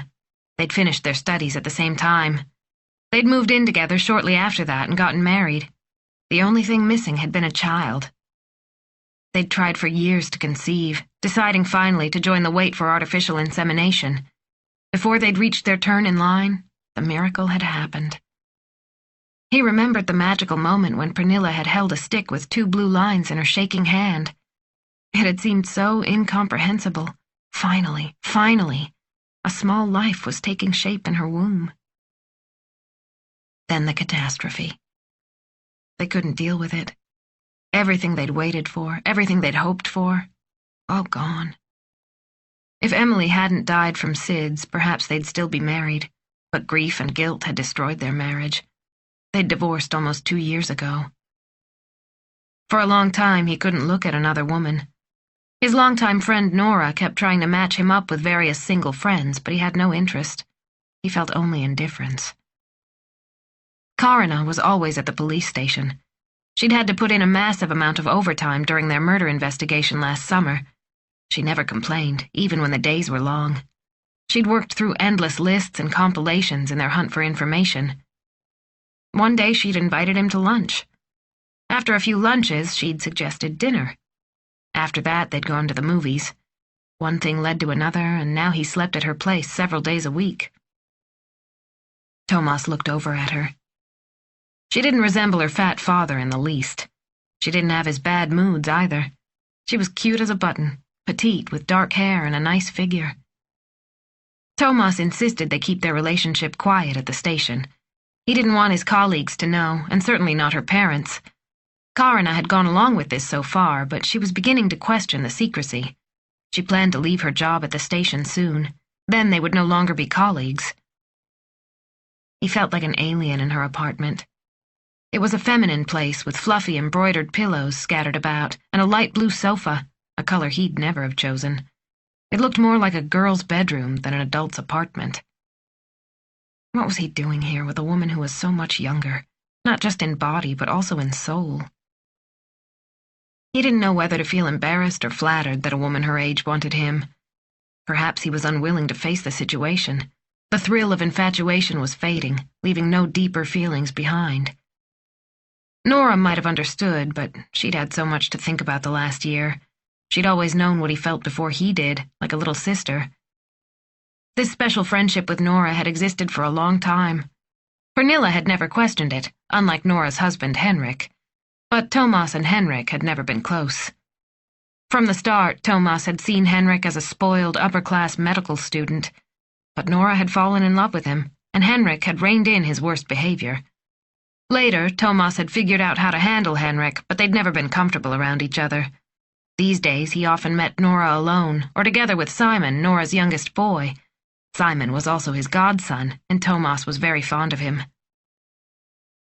Thomas glanced at his alarm clock. It would be 20 minutes before it went off, but it seemed already bright as midday outside. Karina's white curtains let in more light than they kept out. As Thomas rolled onto his back, his thoughts turned to the investigation. Obviously, Oscar Juliander was a strong, virile man who liked the company of women. This meant that both his wife and his lovers had reason to kill him. Or why not some cuckolded husband? Jealousy was a powerful motive. On the other hand, why would a wife get rid of the husband who provided everything for her? Apparently she'd put up with his extramarital affairs for years, so why would she take such drastic revenge on this particular day? Regardless, they needed to talk to his wife as soon as possible. Thomas hoped she'd recovered enough to speak with him. Last Sunday in Sandhamn, she'd not been capable of dealing with anything, and her doctor had not allowed them to interview her. Thomas thought about the client list the law firm had provided. They'd handled hundreds of bankruptcies in the past few years. Juliander must have made a fortune. How he'd found the time to juggle work, women, and sailing was another question. Thomas decided he'd assign Karina to check Juliander's bank accounts. Money often revealed motive. He wondered if lawyers were generally honest, or if they simply hid illegal funds better since they knew how to work the system. Thomas glanced at his alarm clock again. Time to get out of bed and take a shower. First on today's list, a visit to the Kaling law firm. Chapter 13. Nora stared at her cell phone. The message in her voicemail was painfully clear, yet she didn't want to admit what it meant. The man from the Outer Islands real estate agency said he would be in Sandhamn the next day to appraise the property. Would someone be there to meet him on the steamboat landing? The property had to be the Brond house. Henrik must have gone behind her back and contacted an agent without speaking to her first. She didn't want to believe that, but who else could have arranged such a meeting? Nora sank into her wicker chair on the glass-enclosed veranda. The Moorbacka geraniums crowded the windowsill, though the pots were dry. The sun had shined on them all morning and they needed watering. How could Henrik do such a thing? She let her gaze drift out the windows toward the Brond house. The building towered over theirs, standing on the hill just a stone's throw away. She could almost smell the roses growing along the outer wall. Aunt Sina had loved those roses like children. Last fall, Nora had declined a dream job in Malmö as the bank's regional lawyer. Henrik did not want to leave Stockholm. After what she'd been through last summer, it hadn't been difficult to refuse the offer. She'd felt fragile and depressed. Henrik had even urged her to keep her old job at the bank's central law office. "You're not up to a big change right now," he'd said. "You need rest first." As she slowly began to regain her balance during the winter, she wondered why Henrik assumed his job was more important and that the family should remain in Stockholm. Couldn't he follow her for once? Why was there so little room for her own ambitions? If Henrik had been offered an exciting position in another city, moving vans would be pulling up to the door. Declining the job had left a thorn inside her that wouldn't go away. It pricked at her. No matter how much she tried to reason with herself, neither facts nor logic eased her discontent. It was difficult to accept remaining at the same job with the same overbearing, incompetent boss, a constant reminder why the job offer in Malmö had made her so happy. She stood up and plucked a few yellowing leaves from the geraniums. She couldn't avoid confronting Henrik about this message. She already dreaded asking the question. She went into the kitchen to prepare lunch for the boys. Swedish cultured sour milk, cornflakes, and cheese sandwiches. She didn't have the energy to make anything else. Sometimes it seemed that summer vacation was nothing more than a food preparation marathon. Between making breakfast, lunch, dinner, and snacks, there was not much time left for her to enjoy vacation. As usual, Henrik was down at the docks working on his boat, a 6-meter class that he raced at every opportunity during the summer. It would be hours before he'd be home. Nora decided to bring up the question in a quiet moment. They'd already fought a lot this past winter, and she had no desire to start their vacation with another quarrel. She would be neutral, not aggressive. There must be a reasonable explanation. Henrik deserved the chance to explain before she accused him of deception. She put the thought out of her mind for the moment and walked outside to call the boys in for lunch. Chapter 14. The entrance door to the Fin de Siècle building at the center of Norrmalm Square opened more easily than Thomas had expected. The door squeaked a bit as it opened. On the wall inside, a brass plaque informed Thomas and Margit that the Kaling law firm had offices on all floors, but the reception was on the 3rd floor. A red carpet led to the elevator. From behind an expensive dark wood reception desk, a cute girl in a modest white blouse and blue skirt greeted them. She asked how she could help them. They explained their business, and a few minutes later a well-dressed woman in her 50s approached them. "Mr. Helene, our managing partner, can see you now," she said. "Please follow me." She led them through the hallway to a conference room with a large mahogany table. In the middle sat a row of sparkling waters in several flavors and a tray with coffee cups in blue and white Danish porcelain next to a plate of cookies and a bowl of expensive dark chocolate. "Are they inviting us for coffee?" Margit whispered to Thomas. The middle-aged man who entered the room matched every one of their prejudices about lawyers. He wore a dark, custom-made suit with thin, chalk-white stripes. His breast pocket held a light blue silk handkerchief that matched his tie, and his white shirt had been perfectly pressed. What a terrible incident, Ivar Helene said. He shook hands with Thomas and Margit. Absolutely dreadful. Oscar was an esteemed colleague here in our firm. He took our big cases. He was much in demand and generated substantial business. He gestured to them to take a seat. Did Juliander have any conflicts with any clients? Asked Thomas. Helene turned the question over in his mind. Not that I'm aware of, he said. He's a bankruptcy lawyer, so there is little chance of conflict with clients. The company is already insolvent, if you get my drift. The bankruptcy administrator is a neutral party called in once bankruptcy has become a reality. Was Oscar Juliander popular here at the firm? Asked Margit. Helene took his time before answering. He pressed his palms together and looked down at the table before he began to speak. Popular is probably not the right word. He was respected and valued as a lawyer. Still, he was a bit of a prima donna. He was always happy in the spotlight, no matter what the occasion. The lawyer fell silent for a moment before continuing. Some people thought he took credit for himself at the expense of the firm. He put in many hours and ruled the associates with an iron fist.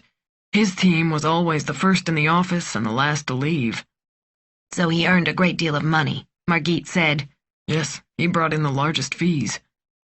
How do you share the profits here? Thomas asked. We have a true partnership.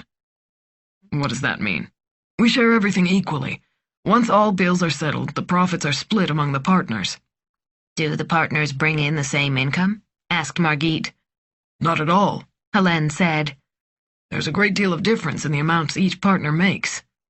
If that's the case, why do you have an even split? Helene shrugged. That's a good question. The point of a true partnership is that lawyers don't compete for clients so that they can maximize their personal profit.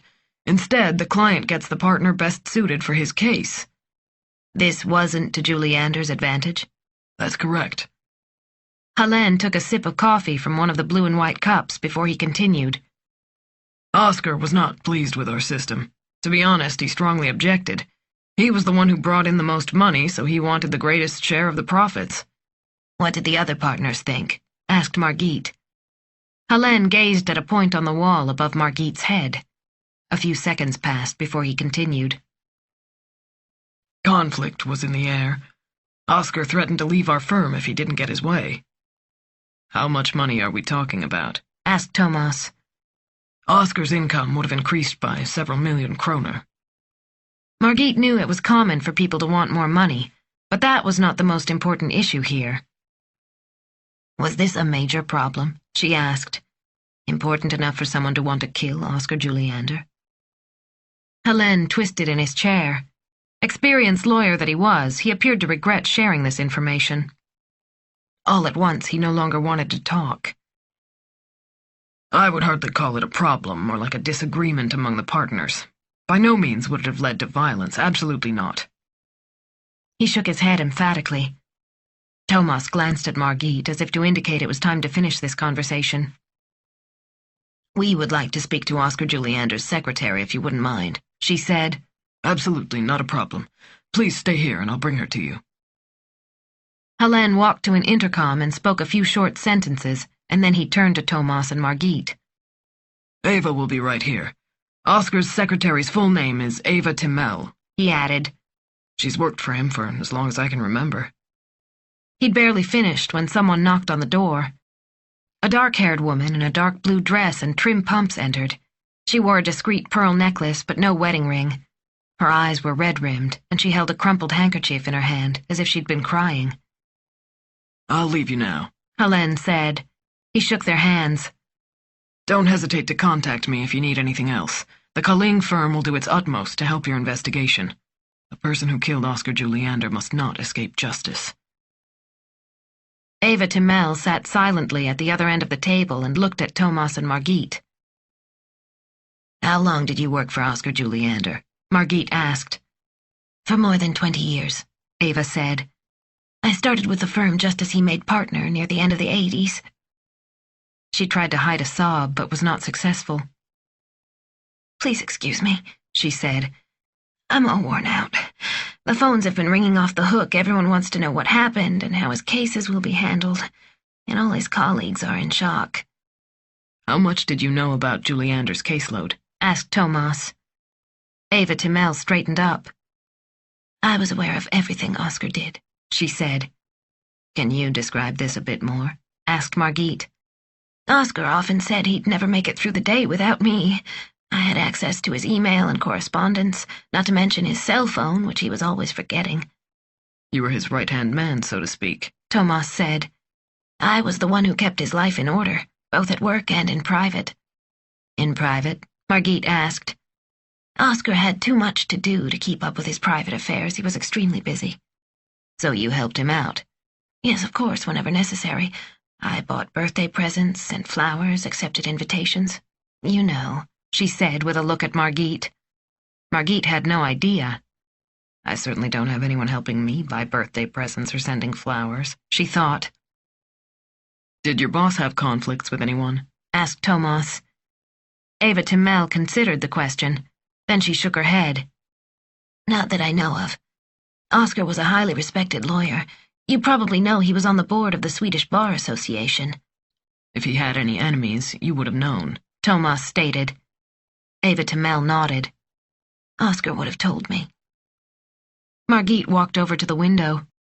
Norrmalm Square spread out before her, alive with tourists and office workers walking among the flower shops and cafes. In one corner of the square, she saw an ice cream shop with a long line.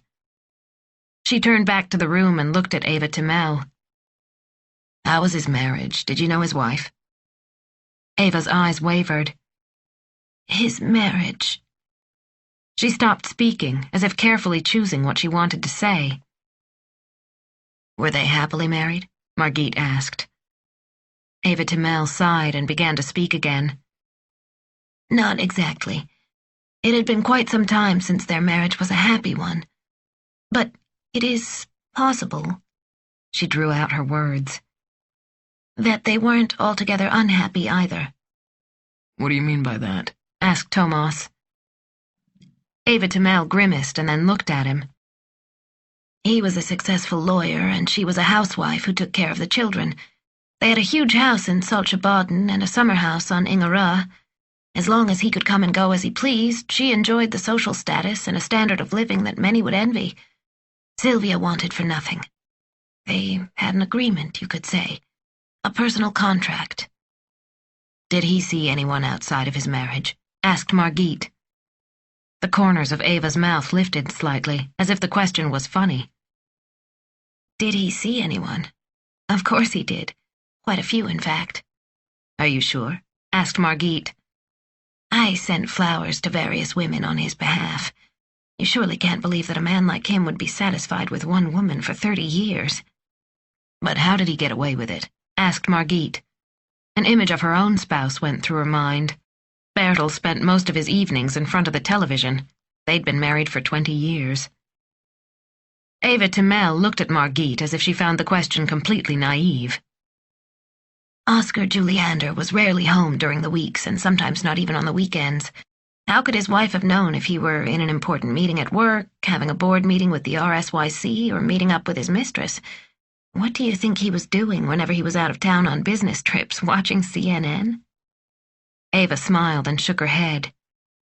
"He also raced extensively. Morals go out the window when you make it back to port.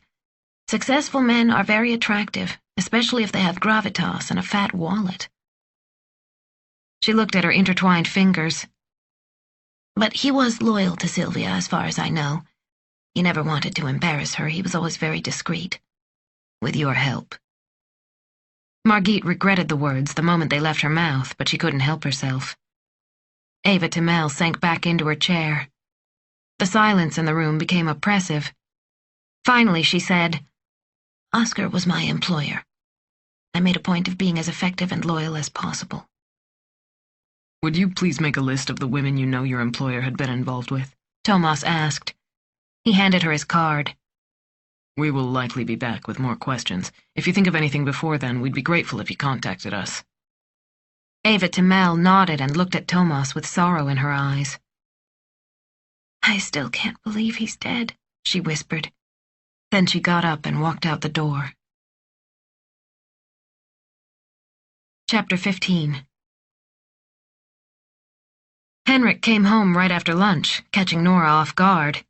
Before she could mention the phone message, he smiled and told her he'd made an appointment with a real estate agent for the next day. The realization made her cold inside. Did he not know how she felt, or did he not want to understand? While she tried to form a response, she realized he was looking for praise besides. It wasn't that easy, believe me, right in the middle of the summer and all, he said. He looked pleased. Especially if you're looking for a really good guy. But shouldn't you have asked me first, at least? Nora said. They were standing in the kitchen. The boys had already run into the yard. Nora began wiping down the counters forcefully so she wouldn't have to look at him. Henrik seemed surprised. Then anger flooded his face. I thought you'd be happy, he said. It's hard to know what you want these days. I'm trying, I really am. He opened his mouth as if he wanted to say more, but then he shut it again. Nora smiled in an attempt to pacify him. I was just a little surprised, she said. She put down the gray dish rag. It was on its last legs, and she made a mental note to pick up more at Vesterberg's grocery store the next time she had to go shopping. Perhaps it's not a bad idea to get a professional opinion, as long as he won't feel we're wasting his time. Henrik looked at her. What do you mean by that? We haven't decided whether we're going to sell. We've only made a few offhand remarks about it. You can't be serious about us moving in there, he said. Do you really want to live in a house that belonged to a murderer? He crossed his arms over his chest and leaned against the countertop. Nora felt her body go rigid. Through the window, she saw a guide leading a group of tourists through the village. He was likely telling them Sandhamn's history and how the population used to live long ago. She wondered if life was easier then. Probably not. Just different. Her instinct was to become defensive. Don't call her a murderer. Aunt Sina was a fine person. She spoke more sharply than she'd intended. She didn't will the property to me to sell it. She wanted me to take care of it. She loved the Brond house more than anything else. Get a grip, Henrik said. She killed 2 people, or have you forgotten that? Don't be so goddamn loyal. 2 people are dead because she didn't want to share her property. Henrik could not hide his frustration. Nora shot him an unhappy look. She felt torn between her loyalty to Aunt Sina and keeping the peace at home. She didn't want to quarrel with Henrik again. Sweetheart, she said, let's not argue about this. Let's meet the agent and see what he has to say. She snuggled close to him and tried to relax. He smelled like coffee and cologne, a familiar scent that made her feel better immediately. She buried her face in the crook of his neck and felt him soften as well. That's just what I've already said. You'll see this is the right thing, Nora. He stroked her hair as he spoke. All I want is what's best for us and for the children. Can't you understand that? Chapter 16. Thomas drummed his fingers impatiently on the green fence surrounding the entrance to the Department of Medical Forensics in Solna. They'd driven there right after visiting the Kalling law firm. The department was just north of Stockholm, on the campus of Karolinska University Hospital. The red brick building looked like any other in the area. Students sauntered across the lawns, presumably taking summer courses. How long can it take to open the door? Asked Thomas. He didn't expect an answer. About as long as it takes to walk the length of the place, Margit said. The autopsy rooms were on the other side of the building. He'll be here any minute. Just be glad that he took our case first, so we don't have to wait until the end of the week for results. Thomas didn't reply, but he stopped drumming his fingers. Behind the glass door's white ruffled curtain, a shadow appeared shortly before Dr. Oscar Henrik Saxon emerged. Sorry it took me so long, he said. There's no one around to open the door in July. Margit and Thomas followed him through the long hallway, down a spiral staircase, and into another long hallway. Finally, they arrived at a collection of silent, neutral spaces where the pale linoleum matched the gray walls, the autopsy rooms.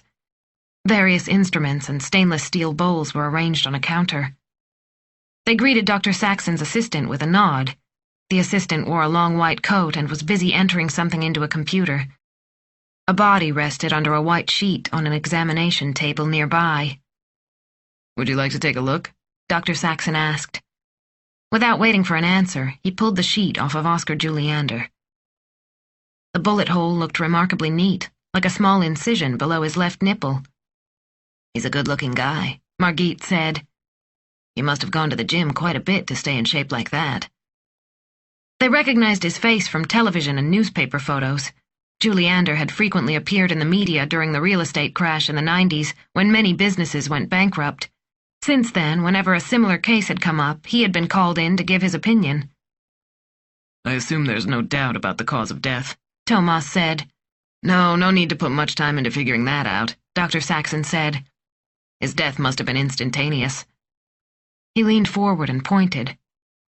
The bullet went straight through the heart's right ventricle, although the shot was not direct. The bullet's trajectory indicates it entered the victim's body from the front right. Thomas remembered Friedrich Winberg's statement. With a pair of tweezers, Dr. Saxon picked up an object less than a centimeter long and 5 millimeters in diameter. Here's the bullet. It appears to be from a rifle, half-jacketed, and it matches the wound. So not a handgun, Margit said. Dr. Saxon shook his head. I don't believe so. A handgun would have left more residue by the entrance wound. Still, we'll have to wait for the ballistic analysis to say for sure. Did you find any cartridges at the scene? No, nothing, Thomas said. Is there any other evidence it was a rifle? The shot was fired from a distance, Dr. Saxon said. Otherwise, the area around the wound would have been more torn. Margit studied the object after Dr. Saxon set it down in a bowl. It's a small caliber bullet, Dr. Saxon said. Most likely a .22. What does that tell us? Margit asked. Well, I'm not a ballistics expert, but I've brought down a deer or two. These bullets are often used in hunting. Why is that? These bullets expand when they enter the body. That's why it has this mushroom appearance at the top. To cause more damage, Margit muttered to herself. It's also unusual to use lead-tipped ammunition in a handgun, Dr. Saxon continued, which would further indicate a rifle. Dr. Saxon picked up the bullet again so they could study it more carefully. Look here, here's the lead tip. Only the casing is copper. Typical hunting ammunition. The bullet stays in the body and causes the maximum injury possible, just as you said, Margit. He slowly set the bullet down. If I were you, I would look for a rifle designed to hunt small animals.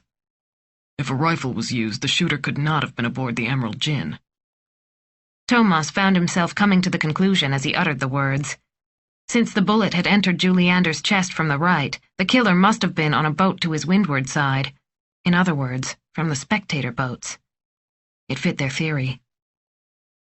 He closed his eyes to better visualize the start of the race. The police boat was behind the starting line, with the big starting vessel right in front of them. There were hundreds of spectators. At least 2 people must have been involved. Thomas started to think out loud. One steering the boat and the other taking the shot. It would be too difficult to do both at once, especially since the shot was so precise. Is it even possible to shoot accurately from a moving boat? Asked Margit. You'd have to be very good to hit such a target, Dr. Saxon said. But in the right position, with the right weapon, it could be done. What was the weather like that day? Very calm, Thomas said. A light breeze, an ideal summer day. Perfect circumstances for aiming a rifle accurately, Dr. Saxon said. You could do it from any deck. Someone should have heard the shot. Margit looked skeptical. Not if the sound of the starting gun masked it, Thomas said. That's a loud bang, believe me. But how could someone time it so well? It's less than a second. A real ace could manage it, Dr. Saxon said. Perhaps he used a silencer, Margit said. That sound wouldn't have carried far. Thomas nodded. Especially if he synchronized it with the starting gun. Even if someone else heard, they might have thought it was just an echo. A silencer works well with small caliber ammunition, Dr. Saxon said. But it's harder with larger calibers. You can't dampen the sound so well. With a .22, there's nothing but a dull thud. Hardly noticeable at sea, Thomas said. Again, he remembered Juliander on the deck after the race began, and the confusion that broke out when the crew realized their skipper was dead. Thomas took one final look at the bluish-white body on the examination table. We're dealing with a cold-blooded killer, he said. Chapter 17. The drive from Solna to Sandhamn usually took about 30 minutes if it wasn't rush hour. Thomas drove while Margit sank into thought. They passed Fisksatra, a crowded group of shabby apartment buildings built in the 70s. They stood in stark contrast to the fashionable houses in Saltaduvnes and Saltsjöbaden. A few minutes later, they reached Saltsjö Square and turned west toward Nyglinga.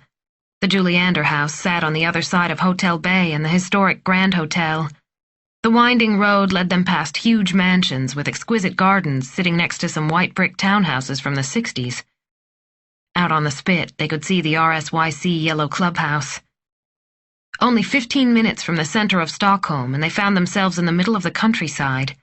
The water sparkled in this lush landscape. Some houses were completely covered in ivy. 100-year-old oaks stood in many of the yards, a clear indication that Saltsjöbaden was one of the first suburbs of Stockholm. The industrial Wallenberg family had founded it, and their influence was still felt throughout the area. Thomas turned onto Amirosvägen, and soon they caught sight of the large grey mansion. It had a fantastic view of Saltsjö Lake.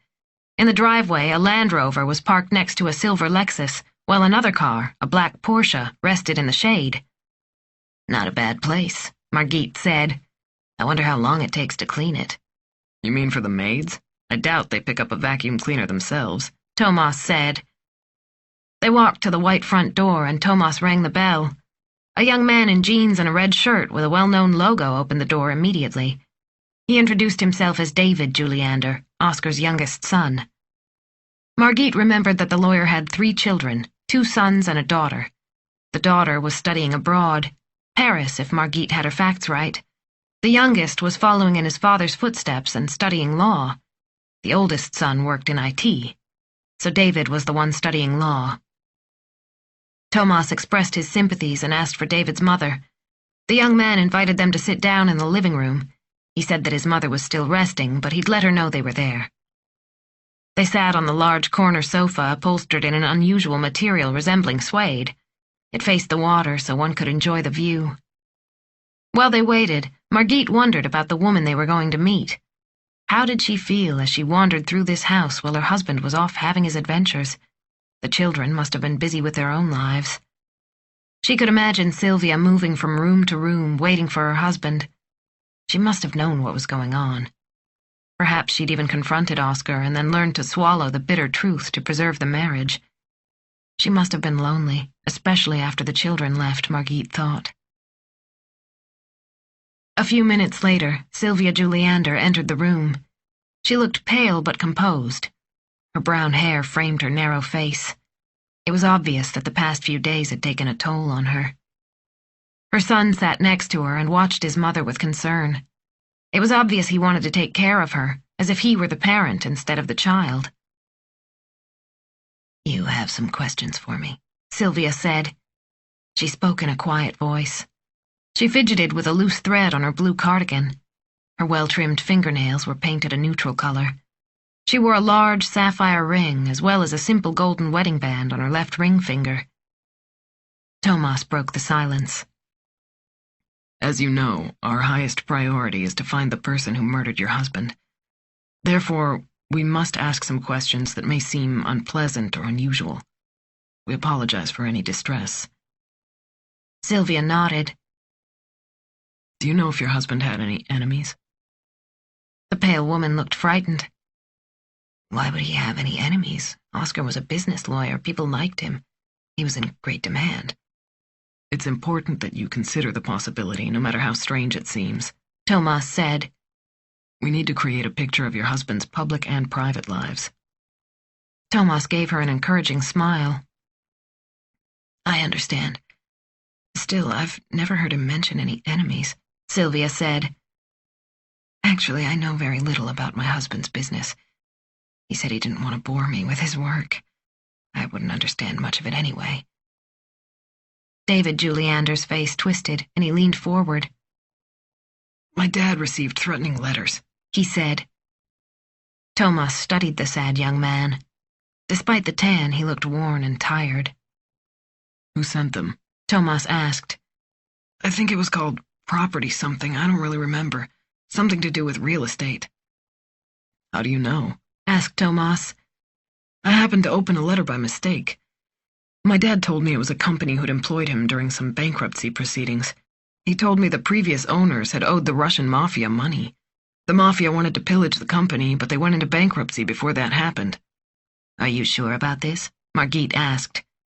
David seemed to hesitate. He's just a boy who's recently lost his father, Thomas thought. Pretty sure. When they found out about the court proceedings, they told my dad to stop the bankruptcy case, but the court had already ruled on the matter. The young man was familiar with legal terms. He clearly went to law school. What happened to the letters? Margit asked. He said he'd given them to the police. David seemed unsure. I don't remember that well. It was last year, or maybe even the year before. My dad told me not to worry about them. He cleared his throat and went on.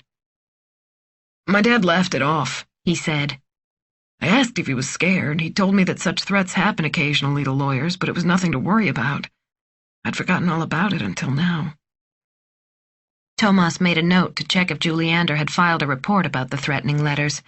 He also noted that the letters had been sent to the home address, even though the family had an unlisted telephone number. Margit turned to Sylvia and asked, How was your relationship with your husband? Were you happily married? Sylvia appeared insulted by such a private question. We've been married for almost 30 years. We have 3 children.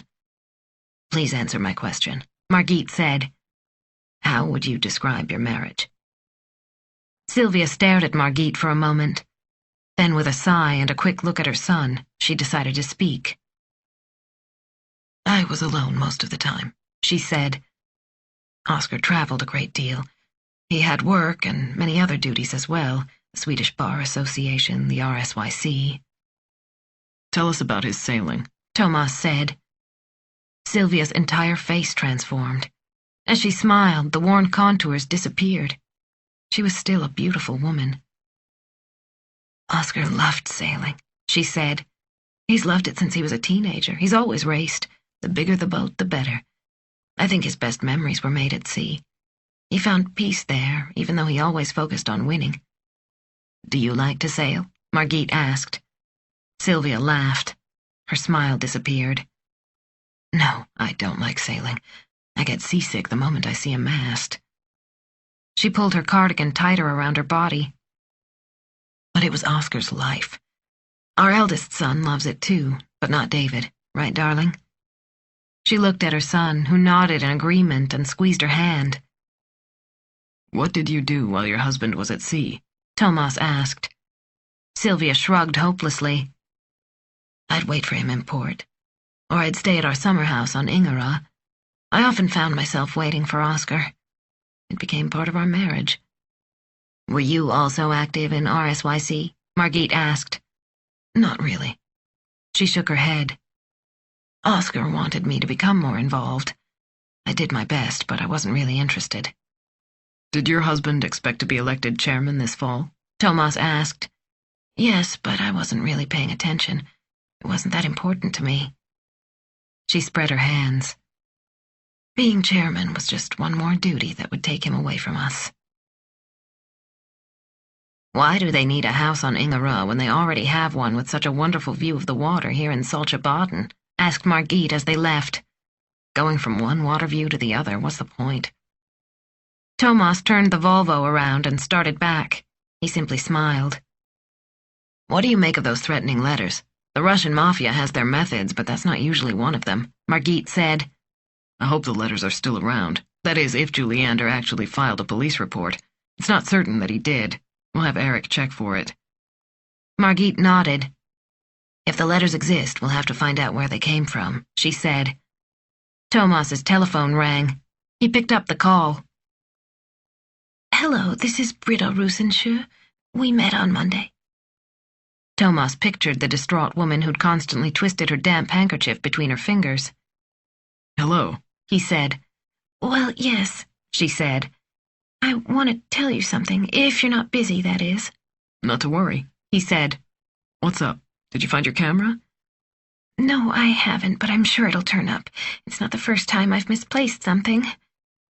She fell silent for a few moments. The thing is, I think someone broke into our hotel room. Hans says I'm imagining it, but I still wanted to call and tell you. A break-in? Thomas asked. Yes, that's right. It looks like someone was in the room. Is anything missing? Not a thing, but it's not the way I left it. Do you think the cleaning lady might have moved things around? Thomas asked. That could be it. She hesitated for a moment. But still, it feels like someone has been in our room. I can't shake that feeling. But nothing is missing, you say? That's right. Perhaps it's nothing to worry about. If you find something more, that something has gone missing, give me a call. Thomas hung up and told Margit about Britta's concerns. What do you think? I think it probably has nothing to do with the investigation. She seemed a bit confused last Monday, and she's still pretty shaken by what happened. Margit looked out the window. They passed the square and were heading back to the highway. I'm sure you're right. Just a cleaning lady moving things. Chapter 18. A strange feeling came over Martin Narian when he opened the front door. He stood in the hallway and looked around. The long, blue-patterned Persian runner was still in place. On the hall table, beneath the Balinese mirror he'd bought on a trip to Asia, everything was in its proper place. Below the mail slot, a few white envelopes and ads lay on the floor. Still, something made him hesitate. He walked into his living room without taking off his shoes. His beautiful Italian leather sofa was there, and the windows were properly shut.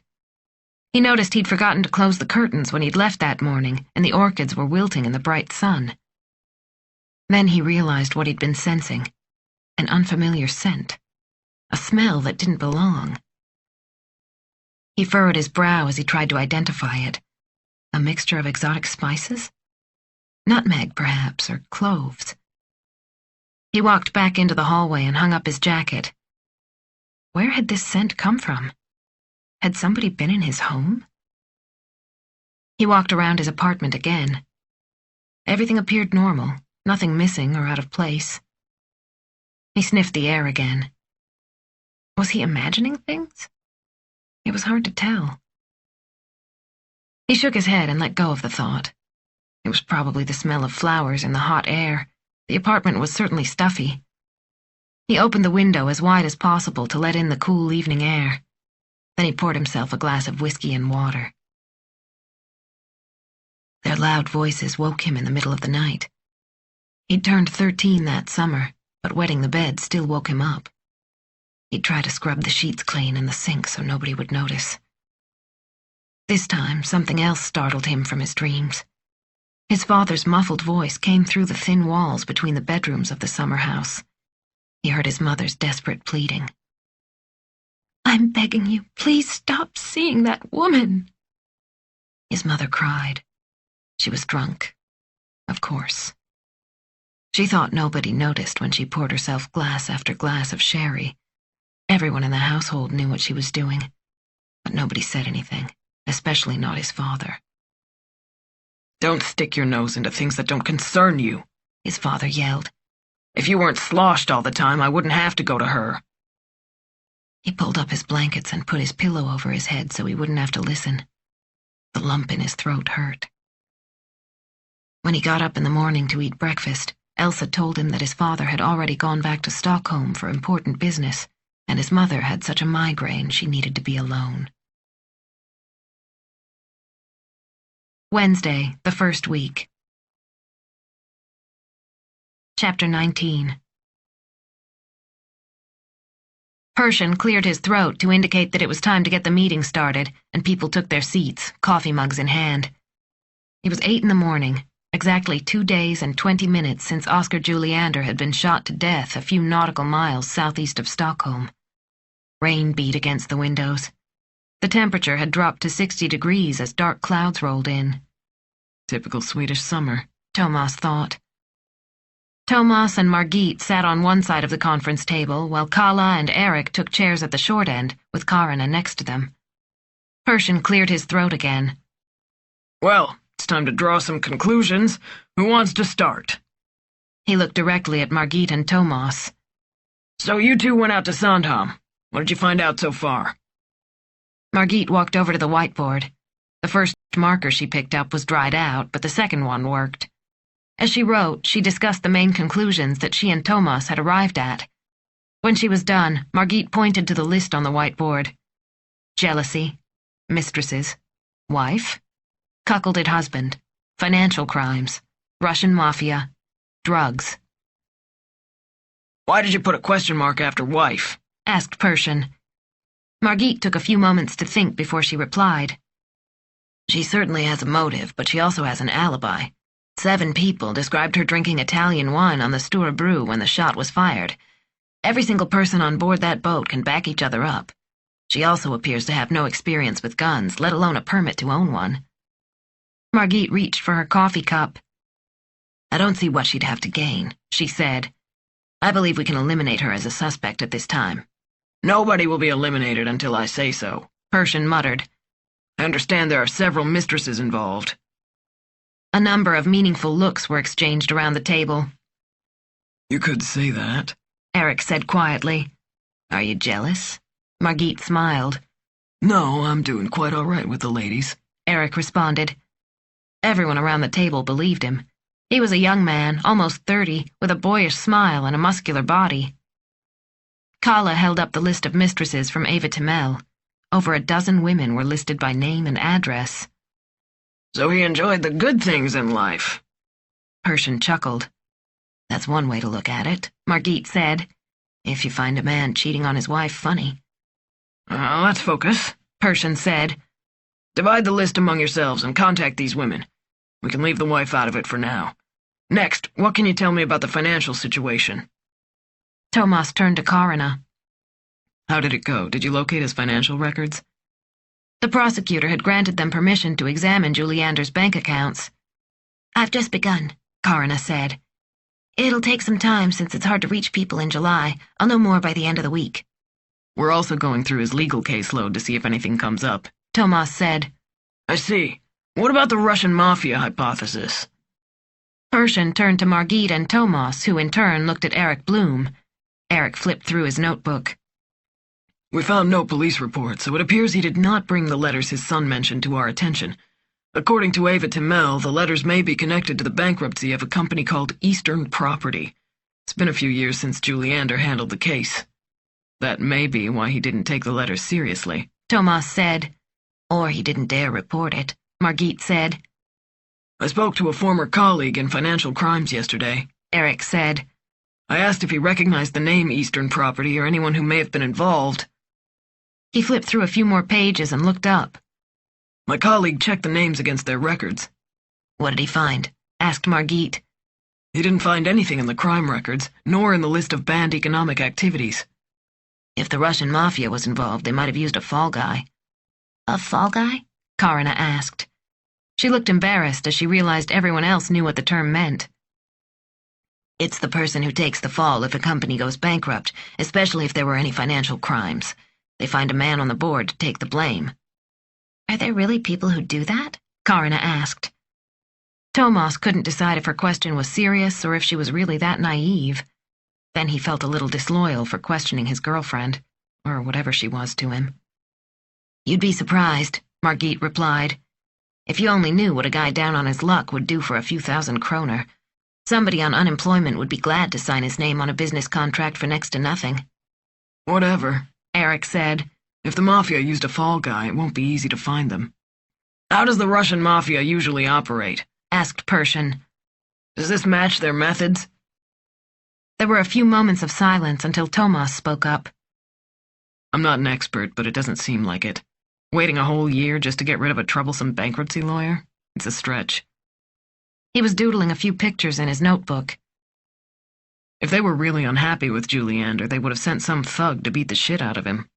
They would have had many ways to get rid of him, Margit agreed. A car crash, a shot in the night, a knife in the back in a dark place, take your pick. She leaned over the table. This was a sophisticated murder that required care and planning. Our Russian friends are not known for their finesse. Why go all the way to the seafront when it's easy enough to take him out after work some dark night? She sank back into her chair and crossed her arms. She looked like an angry wasp with her short dyed red hair. It wasn't pretty, but it inspired a certain respect. Maybe they wanted to send a message, Pershing speculated. So long after the letters? Margit raised an eyebrow. Who would they be targeting? All the bankruptcy lawyers in Sweden? Those gangs tend to keep to their own kind. They avoid lawyers and the courts. It's a bad idea to draw attention by attacking the judicial system. I can buy that, Pershing said. So let's put the Russian connection to the side for now. He rocked in his chair, which creaked under his weight. In my opinion, Thomas said, how Juliander was killed is as important as the fact that he was killed. Pershing turned toward Thomas. Go on. As Margit mentioned, this murder was very carefully planned. So I believe the way he was killed is important. It had a purpose. Juliander was taken down in a moment of triumph. Yes, Margit said. It was almost an execution if you think about it. That's right, said Thomas. Would a scorned woman go to so much trouble to kill her lover? Asked Pershing. Doubtful. But what about a jealous husband? Thomas asked. A competitive sailor, perhaps active in RSYC, who would be at the start of the race anyway. Someone who had access to both a boat and a rifle. That's worth looking into, said Pershing. Keep following that lead. He changed the subject. Drugs. What can we say about that?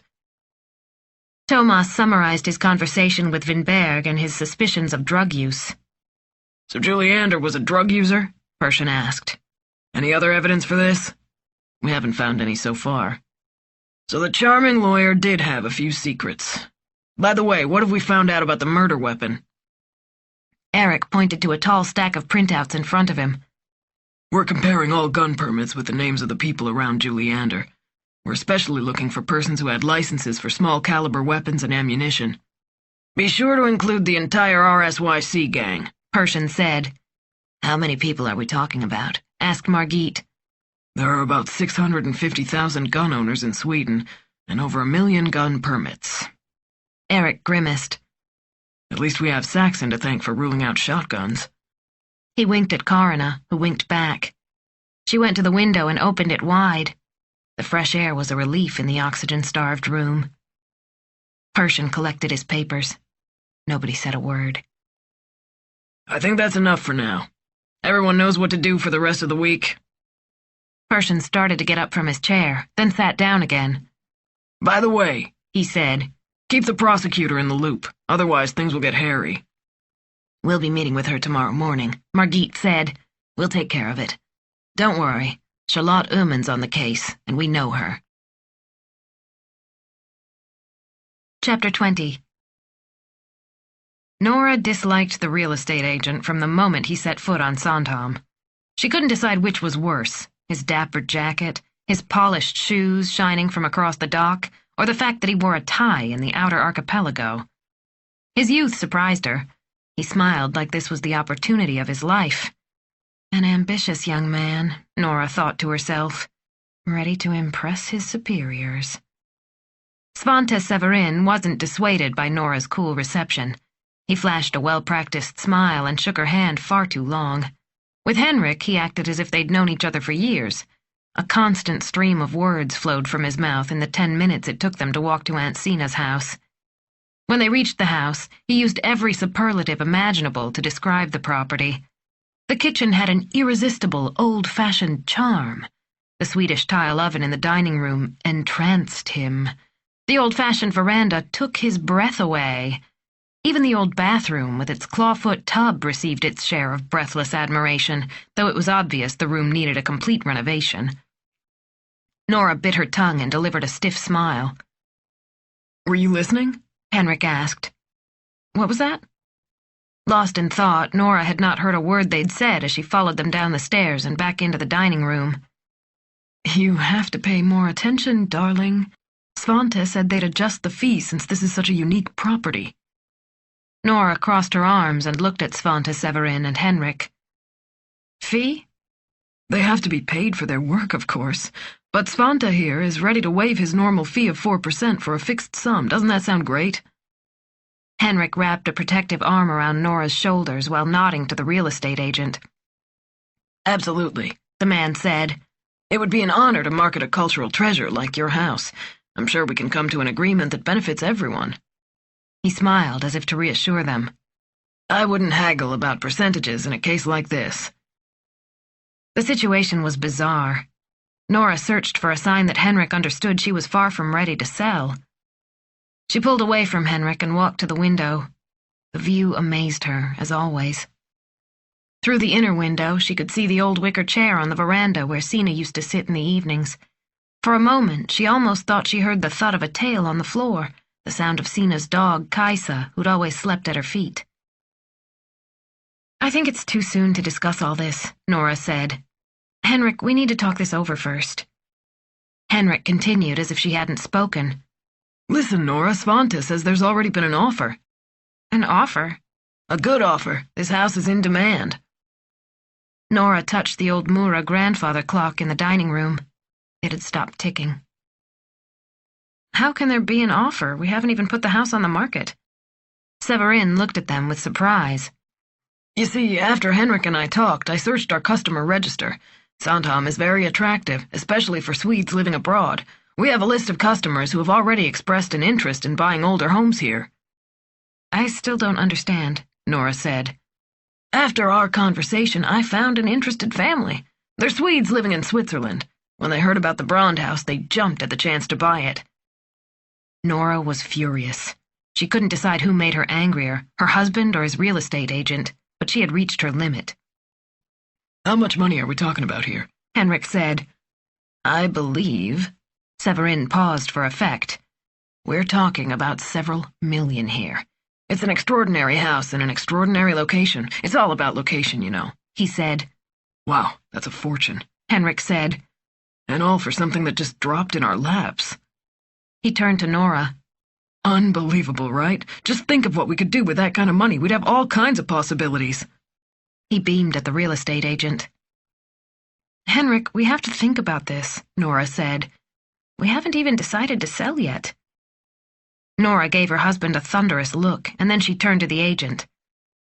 "Thank you for taking the time to come to the island. We really have to think about this. Both of us." She glared again at her husband, but he seemed lost in thought about the money. She led the agent to the door.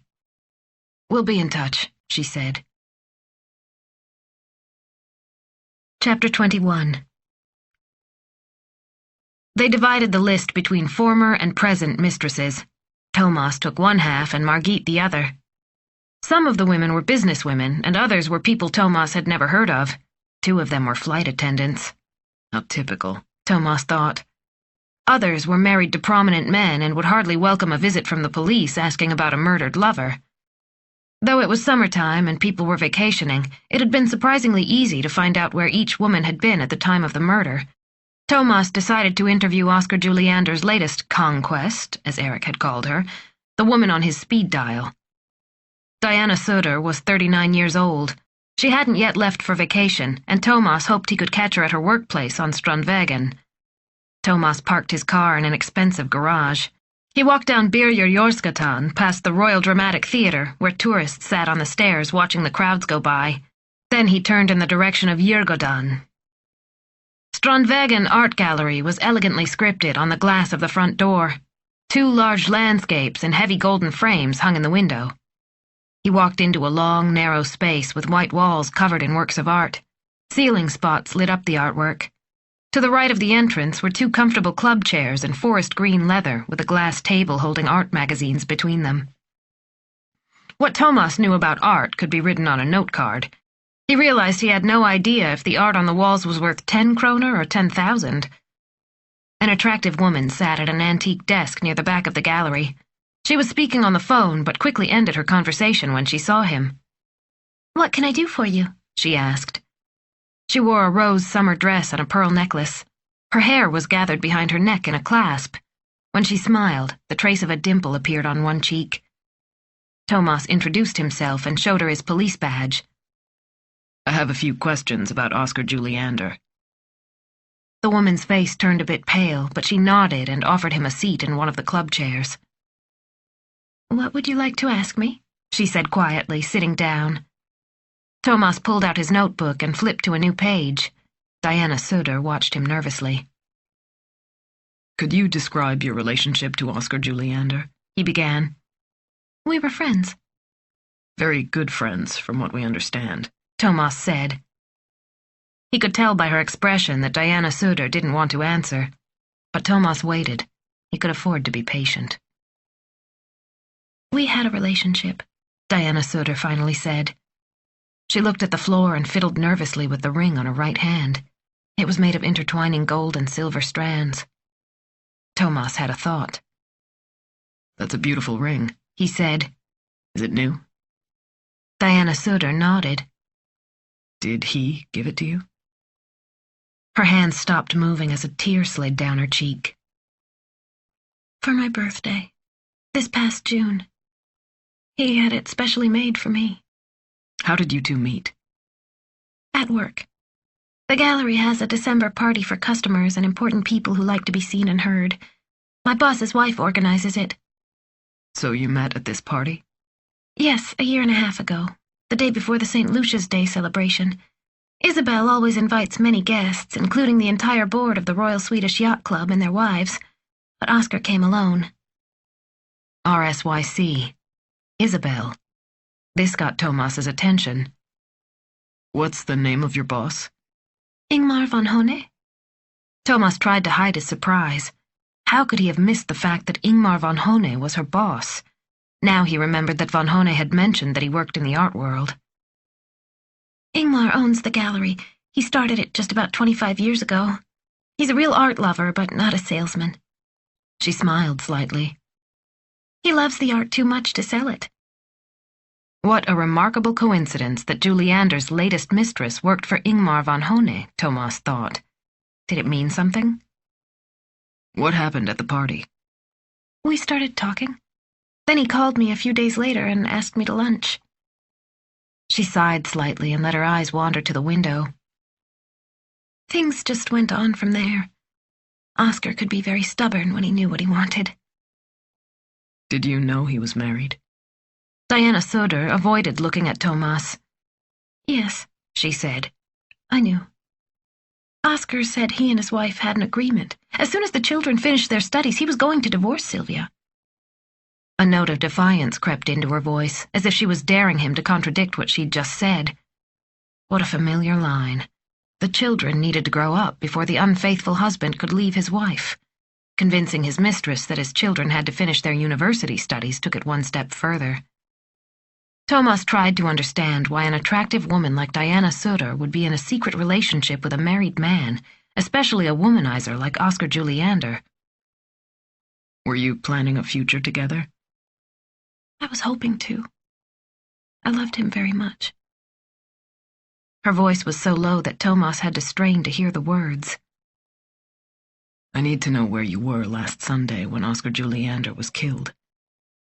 She clasped her hands in her lap before she answered, almost like she was praying. I was with my brother and his family at their summer place on Scarpö.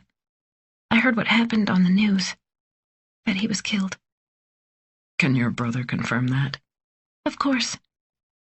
It was horrible finding out about it on TV. Her eyes filled with tears, and she tried to hide them by running her forefinger beneath each lid. Why would anybody want to kill Oscar? It's incomprehensible, she said. That's what we're trying to find out, Thomas said. He leaned toward Diana Söder. Was Oscar acting any differently lately? She thought about it for a moment. He seemed harried, stressed. I thought he just had a great deal to do at work, but all through this past spring he was more moody. Do you know if he had any financial trouble? She shook her head. Not anything he discussed with me. In fact, he was always generous whenever we met. We took trips together and always stayed at elegant hotels. She fell silent for a moment and then asked Thomas, Do you think this is all about money? I don't know, and I can't discuss the investigation. Diana Söder sank back into her chair. Her eyes were shiny with tears. Do you know if Oscar Juliander used drugs? Thomas asked. He kept his voice as calm as possible. He didn't want to frighten Diana. It was so quiet in the room that they could hear a woman with a baby carriage walking by on the street outside. They could even hear the pinging of the rattle hanging from the carriage. Yes, sometimes, Diana said.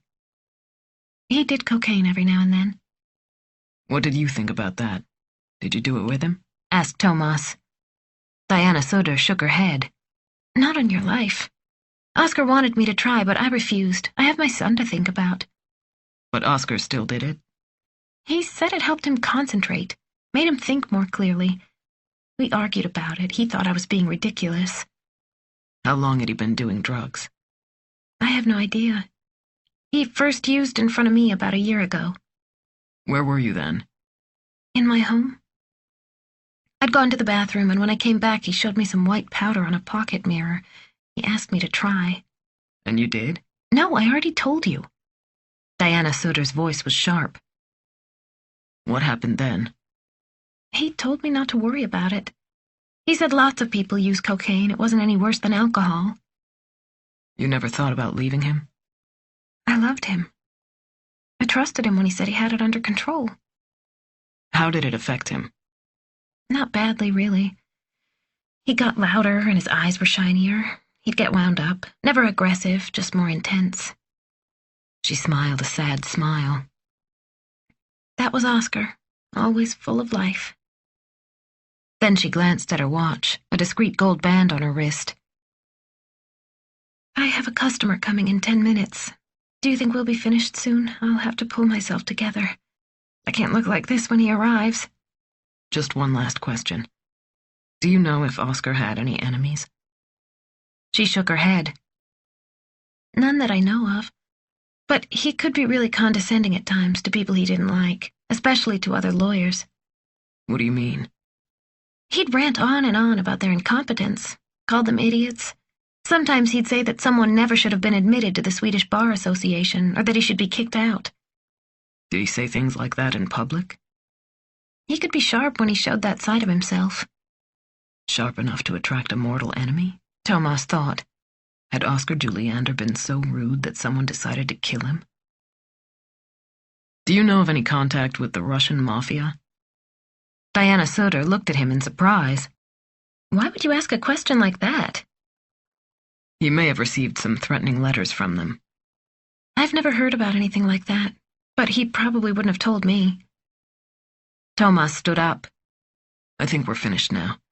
Thank you for taking the time to talk to me. I'm sorry for your loss. Diana Sutter tried to smile as she said goodbye, but her expression looked more like a grimace. As Thomas closed the door behind him, she disappeared into a room at the back of the gallery. He thought he heard a muffled sob as he stepped outside. Chapter 22. This must be the first time we awarded the Round Gotland Prize with flags flying at half-mast, Hans Rusenschö thought. The stage had been erected between the harbor office and the large dock. Hans stood next to Ingmar von Hone, waiting for the ceremony to begin. A large table with a blue velvet tablecloth bearing the club's emblem held the prizes. Rows of silver trophies stood beside magnums of champagne and plaques for the second and third place winners.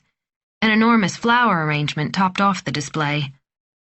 Hans Rusenschö, as chairman, would award the prizes. The race coordinator and Ingmar's sweet daughter Emma would help him. It was always pleasant to have a female participate, especially since men dominated the competition by 90%. But the atmosphere was not festive given the circumstances. The yacht club's restaurant was usually fully booked, but they'd received a stream of cancellations. This displeased the maitre d'. They'd had to rearrange the tables to make the restaurant look less empty. Hans Rusenschö wished he could have stayed away too. But since they'd decided that the race would continue, they had to go through the formalities, the awards ceremony, the exclusive dinner, the whole bit. They owed that much to the other participants who'd completed the race. Hans glanced at his watch. 10 more minutes until the official gunshot went off, indicating the beginning of the awards ceremony. Britta Rusenschö was chatting with Isabel von Hone and a few others, and as usual, Isabel dominated the conversation. Britta sipped her champagne. Where does Isabel get all her energy? How does she keep up with all these committees and volunteer organizations? The woman needs a real job. But that wouldn't have been acceptable in her upper-class family, Britta realized.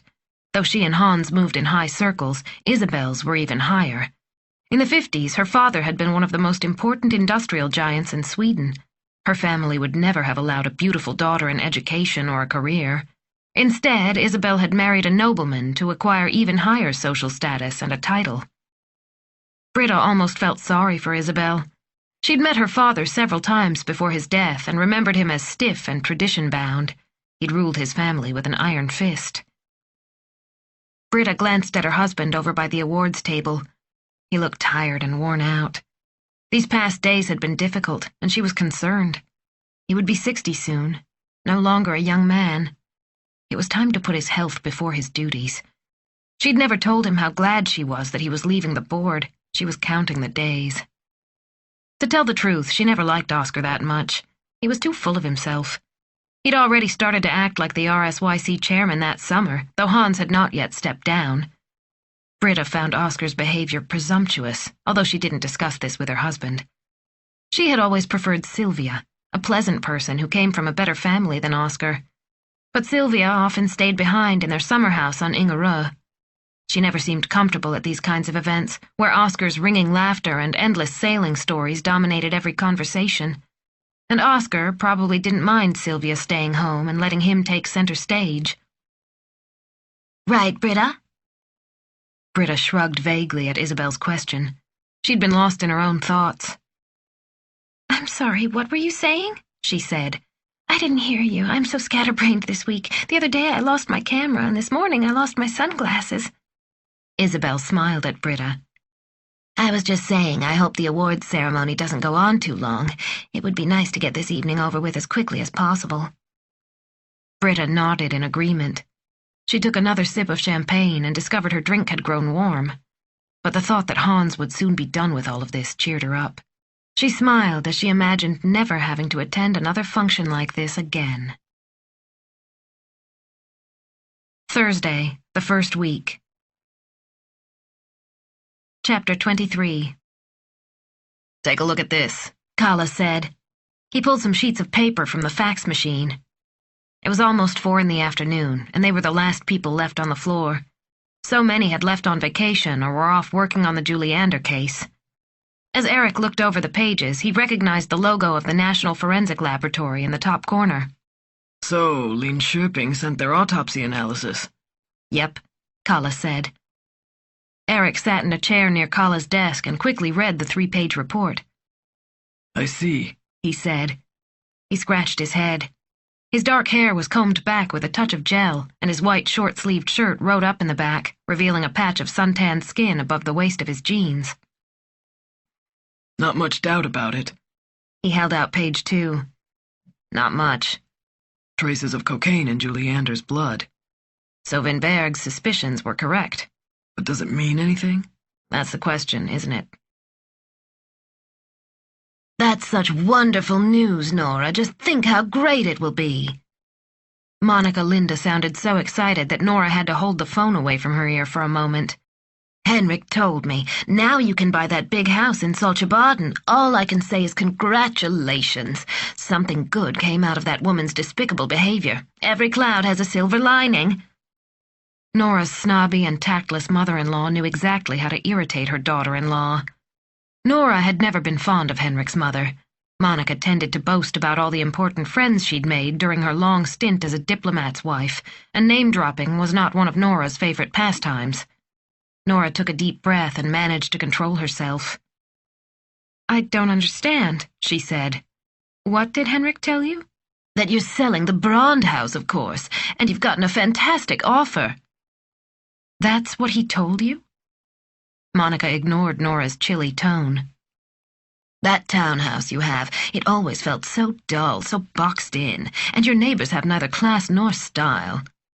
Monica paused to catch her breath. Henrik has always enjoyed spacious living quarters ever since he was a child. I could never understand how he deals with that little house of yours. It's absolutely wonderful that you can buy something bigger now. We like where we live just fine, Nora said. She wanted to end the call, but she'd hear about it for years if she hung up on her mother-in-law. She considered pretending her battery was dying. I'm so upset about Oscar's death, Monica continued, So upset. What's this world coming to? Have you seen the evening papers? Yes, I have. How can such a handsome man be killed like that? It's incomprehensible. And the police aren't doing a thing about it, of course. No matter how much tax money they spend, they're so incompetent. Her son Simon came running through the doorway, and Nora seized her chance to escape. "Simon wants to say hi to you," she said. She pushed the phone into her son's hand without saying goodbye. After he'd hung up, Nora gave her son a quick peck on the forehead to thank him for being patient with his grandmother. She knew she needed to talk to someone besides Henrik about selling the Brand house, and she needed someone who would understand. Thomas. He knew the whole story of the house and Aunt Sina. Nora wrote a text message. "Call me when you have a chance to talk." He responded right away. "On Sandhamn already. Something happened?" Nora smiled. Quick and efficient. Typical Thomas. "How about a beer at the Divers Bar at 6? She clicked send. The reply was immediate. "Okay, tea." Chapter 24. "So how are things going?" Nora asked. Thomas set down his beer. He'd drunk half of it in one fell swoop, and now he let out a discreet burp. "What do you want to know?" "You know I'm curious. All of Sandhamn is wondering who killed Oscar Juliander. It's been in all the papers the last few days." "You think I'm going to spill the beans about an investigation just because you're curious?" Thomas smiled half-heartedly. He was tired after interviewing witnesses all day with Margit. Nora looked better rested than she had for a while. Thomas noticed she wasn't as thin as she'd been the past winter. A few freckles were sprinkled across her perky nose, and the dark rings under her eyes had mostly vanished. Her slightly longer hairstyle gave her a softer look. "Come on," Nora said. "You don't have to say anything, but Juliander was so well known, why wouldn't I want to ask about it?" "Did you know him?" Thomas snacked on some peanuts the waitress set before them. He'd ordered a club sandwich that had not yet arrived. Nora sipped her beer. She'd invited Thomas to eat dinner with her family, but he'd declined. He had to catch the last ferry to Staffsness at 7:30. "I've met him a few times. He was a real bigwig in RSYC. Henrik's parents knew him." "Did you ever work with him?" "No, but he was well established in the elite Stockholm judicial circles," she said. "Kalling is a well-known old firm, and Oscar Juliander was one of Sweden's leading bankruptcy lawyers." "Explain to me what a bankruptcy lawyer really does," Thomas said. The waitress brought his order. He grabbed the ketchup and poured a healthy portion onto his plate. "A bankruptcy lawyer," Nora said as she swiveled her glass between her palms. "He's the person who takes over the operation when a company declares bankruptcy." "I understand that, but what does he do?" "After a bankruptcy, the board or the management has no more access to the operation. They've lost the right to dispose of the assets." Thomas looked at Nora, and she saw the fatigue in his eyes. Sometimes lawyers used jargon without realizing it was gibberish to outsiders. "Can you speak in normal Swedish, please? What did you just say?" Nora smiled. "The courts kick out the president, and the board puts a lawyer in his place. This lawyer's job is to close down the company and settle assets and liabilities." "How does he manage that?" "It varies. Sometimes the assets are sold one by one. Sometimes the whole company is sold. Sometimes the former owners buy back the company from the bankruptcy court and start over." "Is that allowed?" "Why not? The goal is to pay back the creditors as much as possible. If you can get a better price by selling to the former owners, so be it. It's not forbidden, though it may be considered immoral." Thomas looked at her. This sounded like something that should be declared illegal, but then he wasn't a trained lawyer. "So Oscar Juliander became a kind of temporary company executive for a number of businesses." "Yes, that's what he did, more or less." "Have you ever heard anything unfavorable about him? Something out of line with his public image?" Nora leaned back in her chair. She thought about all the gossip in Stockholm. He'd definitely been a womanizer. At the Swedish Bar Association parties, he'd always flirt with the young female lawyers. But what else had she heard about Oscar Juliander? She shook her head. Actually, he had a pretty good reputation. And lots of money, I think. "You should have seen their house in Saltsjöbaden. 3 cars in the driveway." "That swan boat, the Emerald Gin, must have cost a small fortune," Nora continued. "And their place on Ingarö is very nice, and not so far from my dear parents-in-law's place." She winked at Thomas. He was well acquainted with Harold and Monica Linda and knew exactly what she meant. But I assume lawyers at a firm like Kaling already earn good salaries? Thomas asked. He stabbed his fork into his French fries. We met their managing partner, or whatever he's called. He spoke of making millions. That should go pretty far. Maybe so, Nora said. But Juliander must have logged some serious hours to earn so much. Do you know the saying about competitive racing? Thomas shook his head. No, what? Competing in sailing is like standing in the shower and ripping up 1,000-krona bills. Thomas grinned. I heard an Air Force general come up with that line in the 70s, Nora explained. Competitive sailing is incredibly expensive. I know how much money Henrik and his crew put into their 6-foot sailing boat, and they only race in Sweden. What kind of money are we talking about? I imagine a swan like that would cost 10 to 12 million kroner, not to mention the sails, fees, and transportation if you're competing abroad. Just the round Gotland race probably cost 100,000 kroner. You're kidding. And he probably had to hire a few professionals for his crew. Then you have food, matching uniforms embroidered with the name of the boat, the cost of the awards dinner. The skipper pays for everything. That's the tradition. She took a sip of beer and looked out over the harbor. The orange pilot boat came into the toll dock. Her son Simon had just learned to read and thought it was odd that the word pilot was painted in big letters on the hull. He insisted that a pilot flew an airplane and was not someone who captained a boat. It didn't help when Nora tried to explain that the word pilot was English. He still thought it was ridiculous. So how's it going with the investigation? She asked. Thomas shrugged. We haven't brought the case into home port, so to speak. He couldn't help grinning. We still have too many loose threads and not a single suspect. Did you find anything unusual about his legal work? Nora asked. Anything sticking out? Do you know the case he was working on recently? Take a look for yourself. You're a lawyer. Thomas reached for his briefcase and took out a sheaf of papers clipped together. He handed them to Nora. She began to flip through them. What about this one? She asked. She offered him the paper. Keep it. If you find anything interesting, give us a call. He held up his palm defensively. The answer to your unasked question is yes, we have begun looking into it all, but we don't have enough personnel. We need more help from the Financial Crimes Unit, but it's the middle of July. You know how things are when it's vacation time in Sweden. He fell silent and hesitated a moment. Anything special we should be on the lookout for? He asked. Nora picked up the document and studied it more thoroughly. Run all the board members against the Swedish Company Registration Office to see if any have been banned from carrying out business under the Trading Prohibition Act, if you haven't already done so.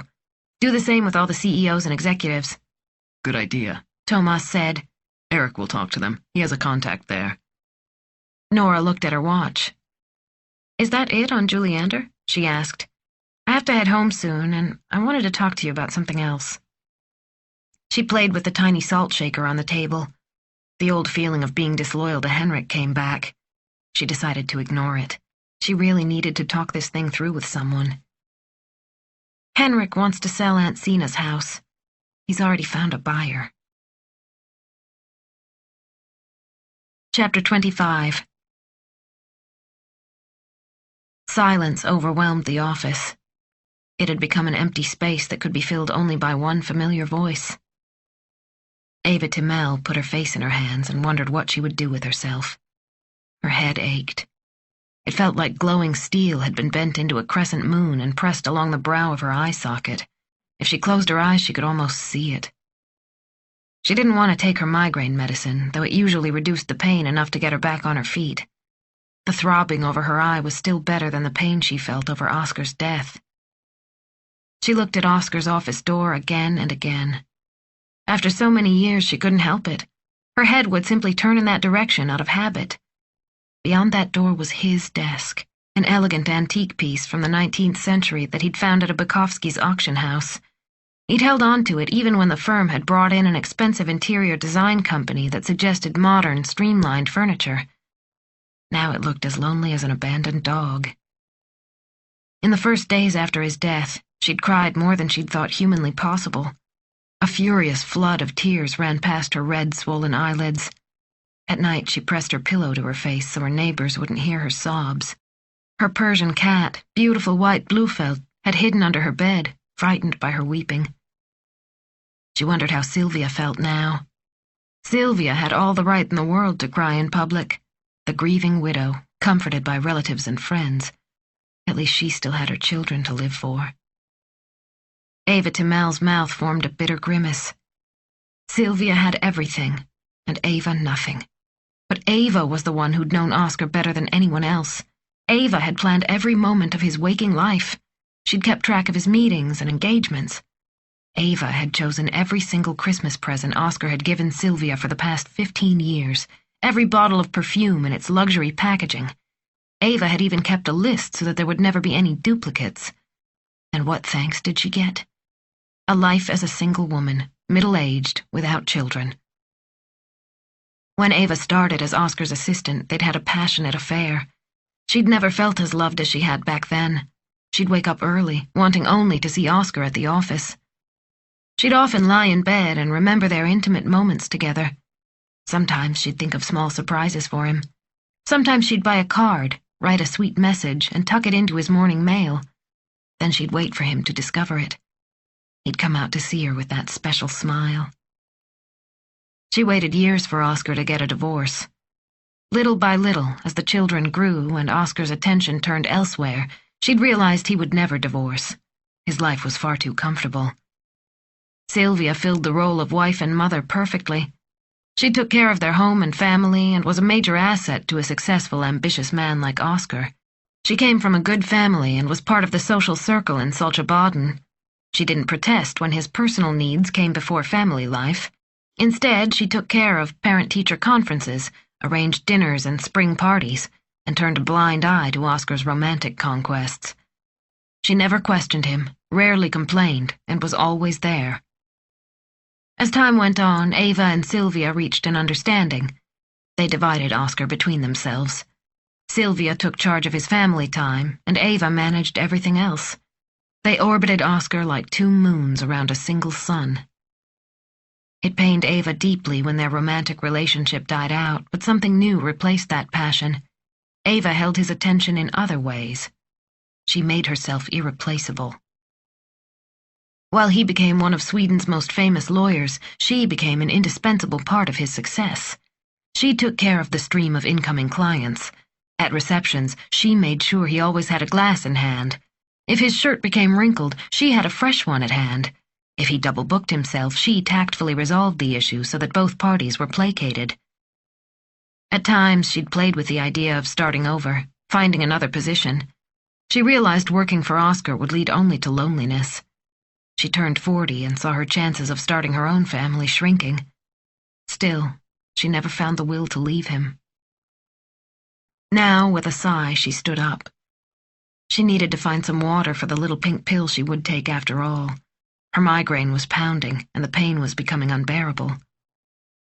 Ava Timel walked to the kitchen 10 yards down the hall to get a mineral water from the refrigerator. She then turned on her computer to address the flow of messages that had come in as the news of Oscar's murder had spread. She hadn't had the energy to go to work those first few days, but it was time to pull herself together and sort through the mail. Going through her personal inbox took some time. Many people who had known Oscar also knew her, and they'd sent their condolences directly to her, perhaps to avoid disturbing Sylvia. Next, she started on Oscar's inbox. After 30 messages, she came across one different from the rest. The address was a collection of letters and numbers that did not reveal the sender's identity. acv91@hotmail.com. No subject. She clicked on it. The text came up on the screen and she scanned the few lines. Oscar, you promised the money would be deposited today at the latest. I can't wait any longer. Benny.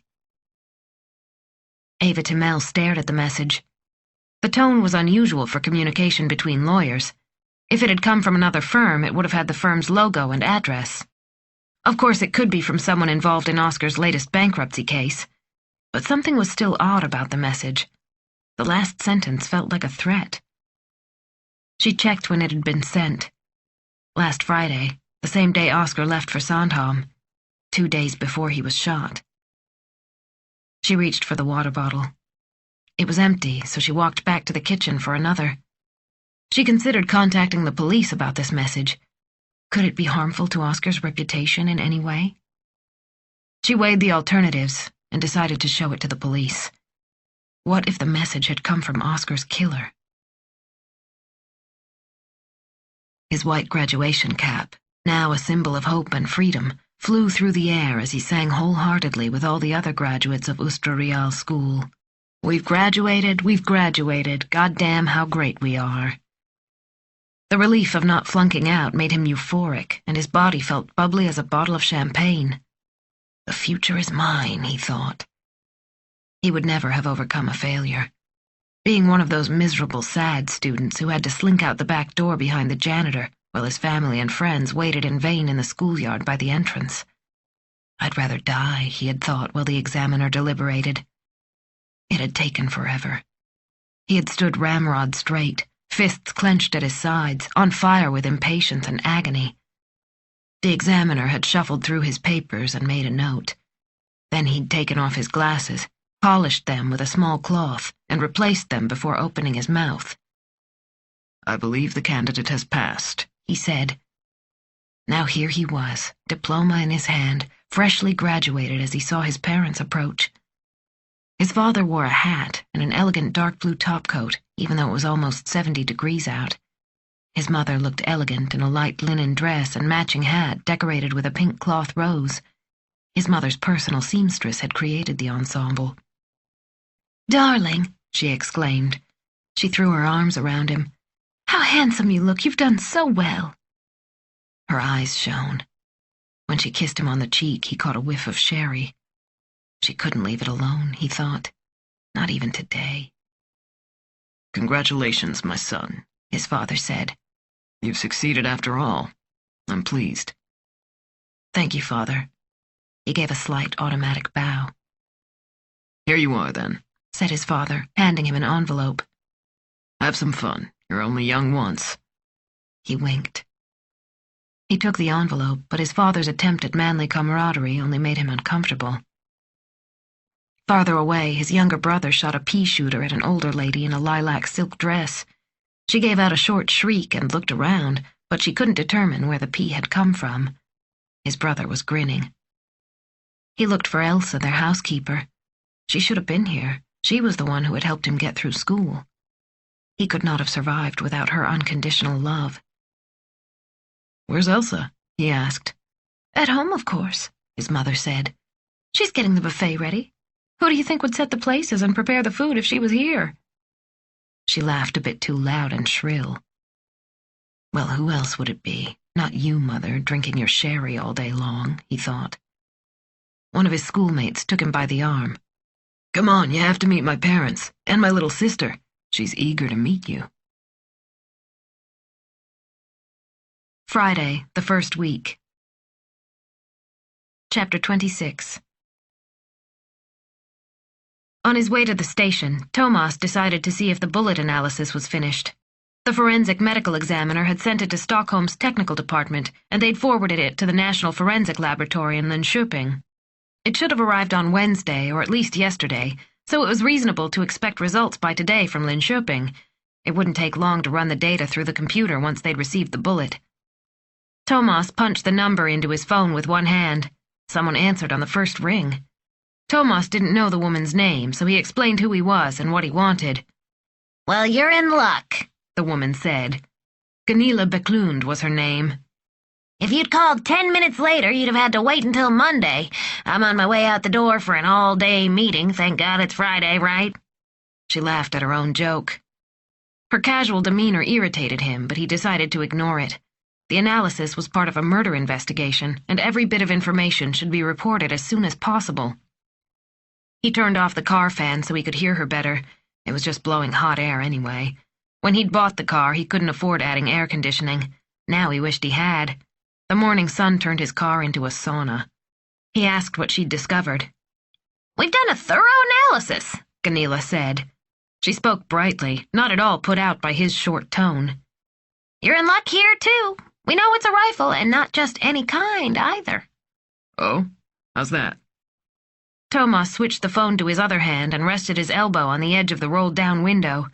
It was as hot outside as inside the car, and he felt sweat starting to slide down his back. He squinted against the bright light and wished he hadn't left his sunglasses at the station. As you probably know, the grooves and lands in the barrel of a weapon imprint every bullet, she said. You can scan the number and direction of the lands depending on whether the gun barrel has left or right twisting grooves. She reminded Thomas of one of the lecturers at the police academy who was enthusiastic even though her listeners were bored out of their minds. He realized this conversation would take a great deal of patience. I understand, he said. Gunilla Bäcklund would not let herself be rushed. Most weapons, even handguns, have 5 to 8 grooves of varying widths. They can be used to identify a weapon since they are specific to the weapon and its maker. Yes, I see, said Thomas. In addition, the FBI has created a huge database of land and groove data from almost all the rifles in the world. They call it the General Rifling Characteristics File, though everyone just says the GRC. That's much easier. She paused to take a breath and continued before Thomas could respond. It's a wonderful tool. All the police forces in the EU use it. Between that and the German database, we have all types of guns covered. All right, Thomas said. So, what have you found out about this exact bullet? He tried to stay calm, but he couldn't help honking at the car in front of him that was lingering despite the green light. The driver flipped him the bird. If a bullet comes from a weapon with a common groove system, it's almost impossible to identify the exact type of rifle, she said. She paused to increase the effect of what she was about to say. But this bullet, you see, comes from a special rifle. You wouldn't mind telling me what kind, would you? Not at all, Gunilla Bäcklund said happily. This bullet wasn't shot from a rifle with 5 to 6 right-twisted grooves. It comes from one with 20. It was clear to Thomas that Gunilla Bäcklund expected him to respond with surprise. She waited in silence. Thomas worked up as much enthusiasm as he could. That's very exciting, he said. But what does it mean? Bäcklund giggled. It means we know both the exact kind of rifle and its manufacturer. Thomas couldn't help smiling. This was good news, really good news. And what is it, if I may ask? It's a Marlin. A Marlin, Thomas repeated. The name sounded familiar, but he couldn't place it. Oh, it's a very popular American rifle, Gunilla Bäcklund continued. It's cheap and dependable. It uses micro-groove landing for its .22. Excellent for us as an identification mark. You ought to thank your lucky stars that your suspect didn't use a common Winchester. Thomas gave it some thought. Could you put a telescopic sight on a Marlin? He asked. Sure, easily. Theirs is specially made for quick shots, kind of like that express sight on a British gun. What about a silencer? Can you use one? Definitely. That's why nobody had heard a second shot. Dr. Saxon's theory was most likely correct. Thanks, Gunilla. That was very helpful, Thomas said before hanging up on the long-winded Miss Bäcklund. He tried to imagine how many registered Marlin owners there were in Sweden. 500? 1,000? They could probably find out through the Central Gun Registry. This had to be checked out as soon as possible. Chapter 27. Henrik whistled as he cleaned the nets from the morning's fishing trip. He'd gotten 4 perch, 1 fine turbot, and 5 flounder. He stood at the edge of the water where he'd hung the nets on 4 tall spikes down by the dock. He folded them carefully to avoid tangles. Tangled nets were the worst, especially if you discovered your mistake when you were already out to sea. He opened the door to the Falu Red boathouse at the base of the dock. It was barely 2 yards long by 1.5 yards wide, but it was tall with enough room for the nets and the tools. Everything hung neatly from black iron hooks. Henrik walked back to the dock and opened the fish keep. You could store caught fish there for a few days so they were fresh when you wanted to eat them. He picked up the perch and tossed 3 of them into a bucket of water. He set the 4th fish on the makeshift cleaning table he'd put together himself. The sun was already hot, and he felt sweat on his back.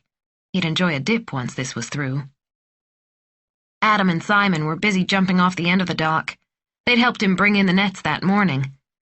"Cannonball!" yelled Adam as he leaped off the dock. Water splashed in all directions, and his brother choked with laughter.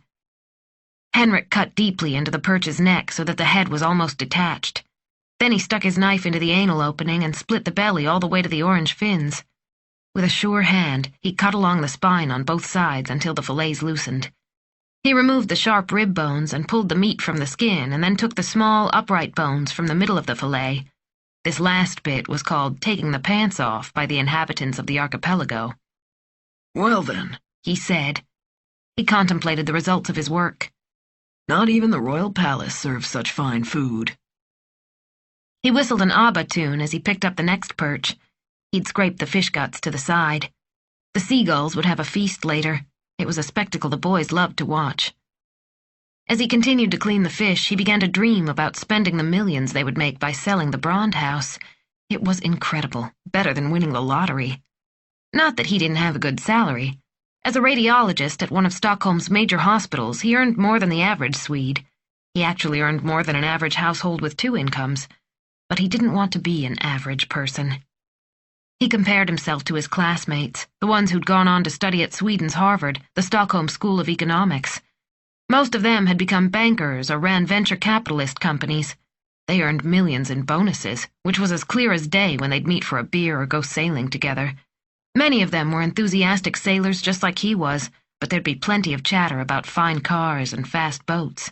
They would gossip about who'd bought what exclusive mansion or who'd earned what tidy sum on an IPO. His own employer, a state-run hospital, could not even spell the word bonus, that much was clear. If he wanted to earn as much as his friends, he'd have to change professions. But Henrik had not become a doctor just for the income. He'd dreamed of being a doctor since he was in secondary school. He didn't really know why. No one in the family worked in the medical field. He was an only child, so no sibling inspired him. His father had always been in the diplomatic corps and finished his career as an ambassador. His mother had put aside her own ambitions to help her husband achieve his goals. When Henrik began med school, he'd planned on becoming an outstanding orthopedic surgeon who repaired broken bones and shattered spines. After his studies were complete, he spent some time in the radiology department while waiting for a residency. Something about the role of a radiologist appealed to him. Perhaps it was the ability to understand and decipher something other doctors saw only as shadows and light, the thrill of finding the missing piece to a puzzle in a hazy picture. When he stood at the podium and explained the X-rays to the surgeons, his interpretation was the difference between life and death. Secretly, he was also proud of his reputation as a nice and well-liked specialist doctor. He was especially popular among the nurses, who always seemed to gather around him when he was on a coffee break, and he did nothing to dissuade them. Still, his profession would never lead to lots of money. Henrik understood the value of economic freedom. It was important to him to live the kind of life he'd enjoyed growing up.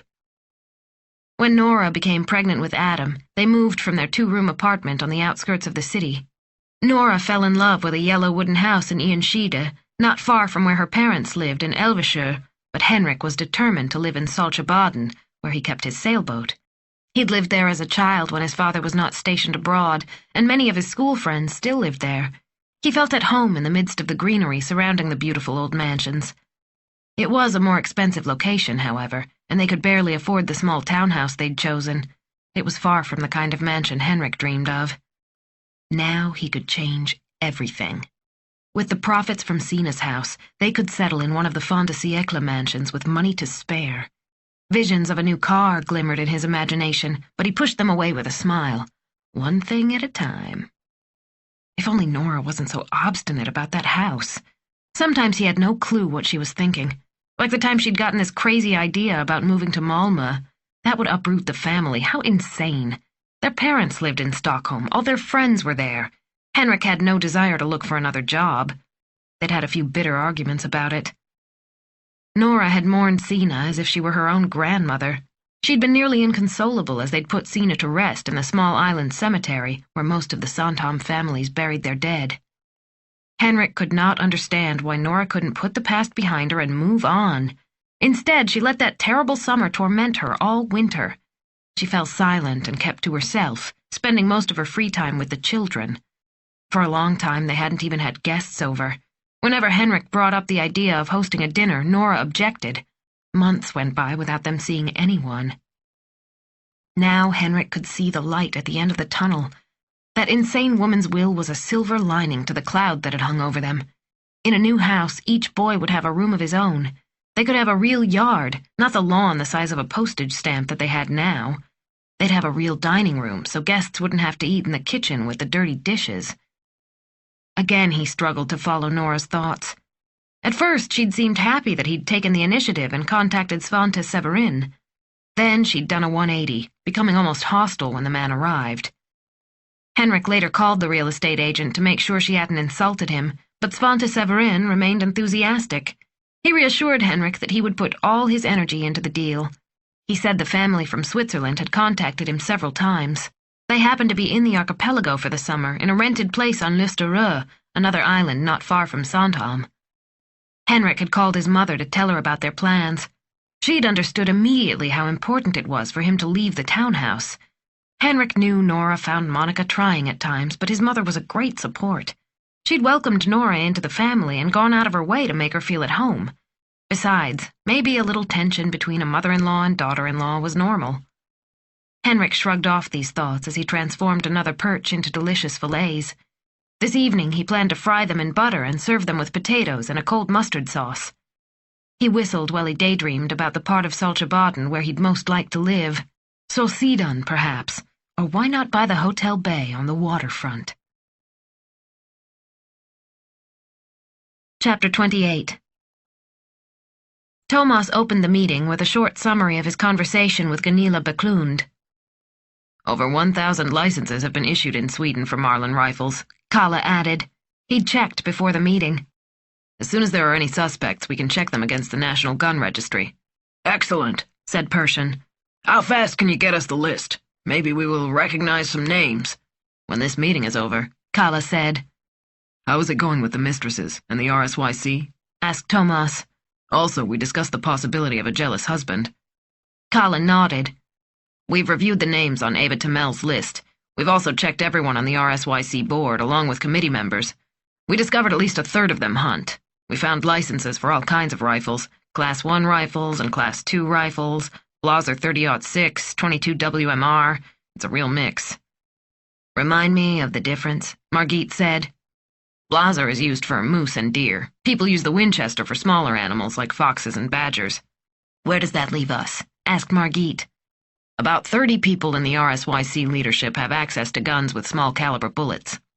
Anyone own a Marlin? We'll check on that as soon as we're done here. Kalle nodded. And the mistresses? Thomas said. Nothing. Margit held up an email printout. This is a message sent to Juliander. His secretary contacted us. Margit passed the piece of paper around the table. Perhaps an extortion attempt. No identifiable sender, of course. You can take this on, Karina, Persson said. He looked at his daughter, who sat the farthest from him. See how far you get. We can always bring in the computer squad from Kronoberg to help. The computer squad from Kronoberg belonged to a special unit of the National Bureau who knew how to access someone's computer or reconstruct a hard drive in the blink of an eye. They were often ridiculously young men with long, stringy hair and pale skin who spent their free time playing computer games, but if they secluded themselves with a trashed or locked computer for a day or two, they could work miracles. But Karina was also pretty skilled at uncovering such information. Okay, she said. She tried in vain to catch Thomas's eye. Yesterday evening she'd texted him about plans for the upcoming weekend, but he hadn't replied. He's probably too busy with this case, Karina thought.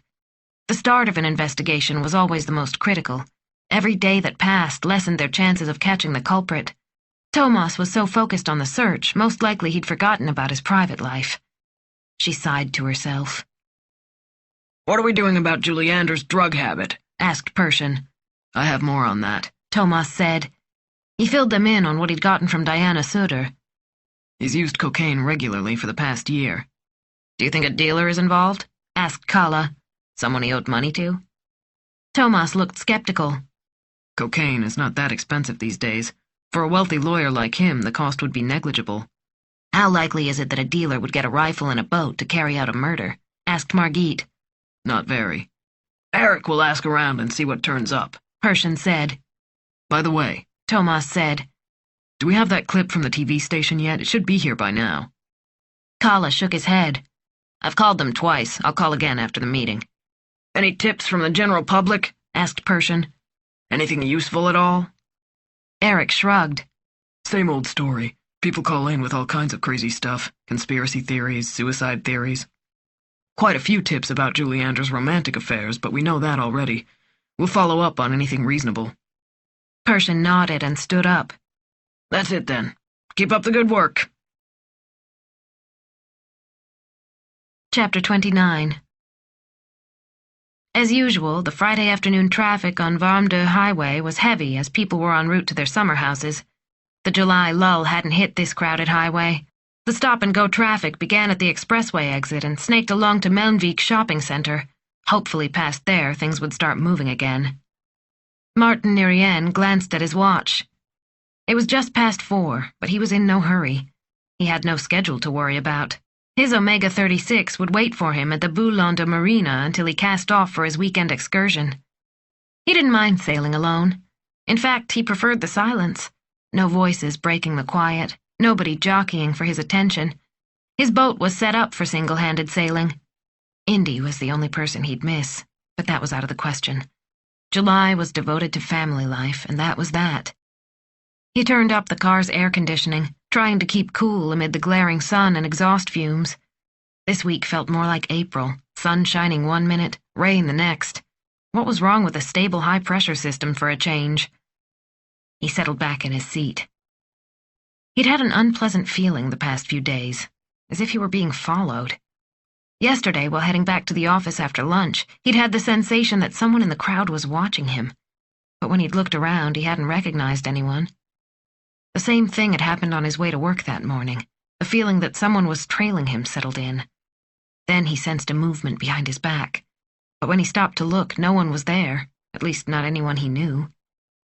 He'd even paused in front of a display window to see if he could spot someone behind him in the reflection. Nobody was there, and he'd felt like an idiot.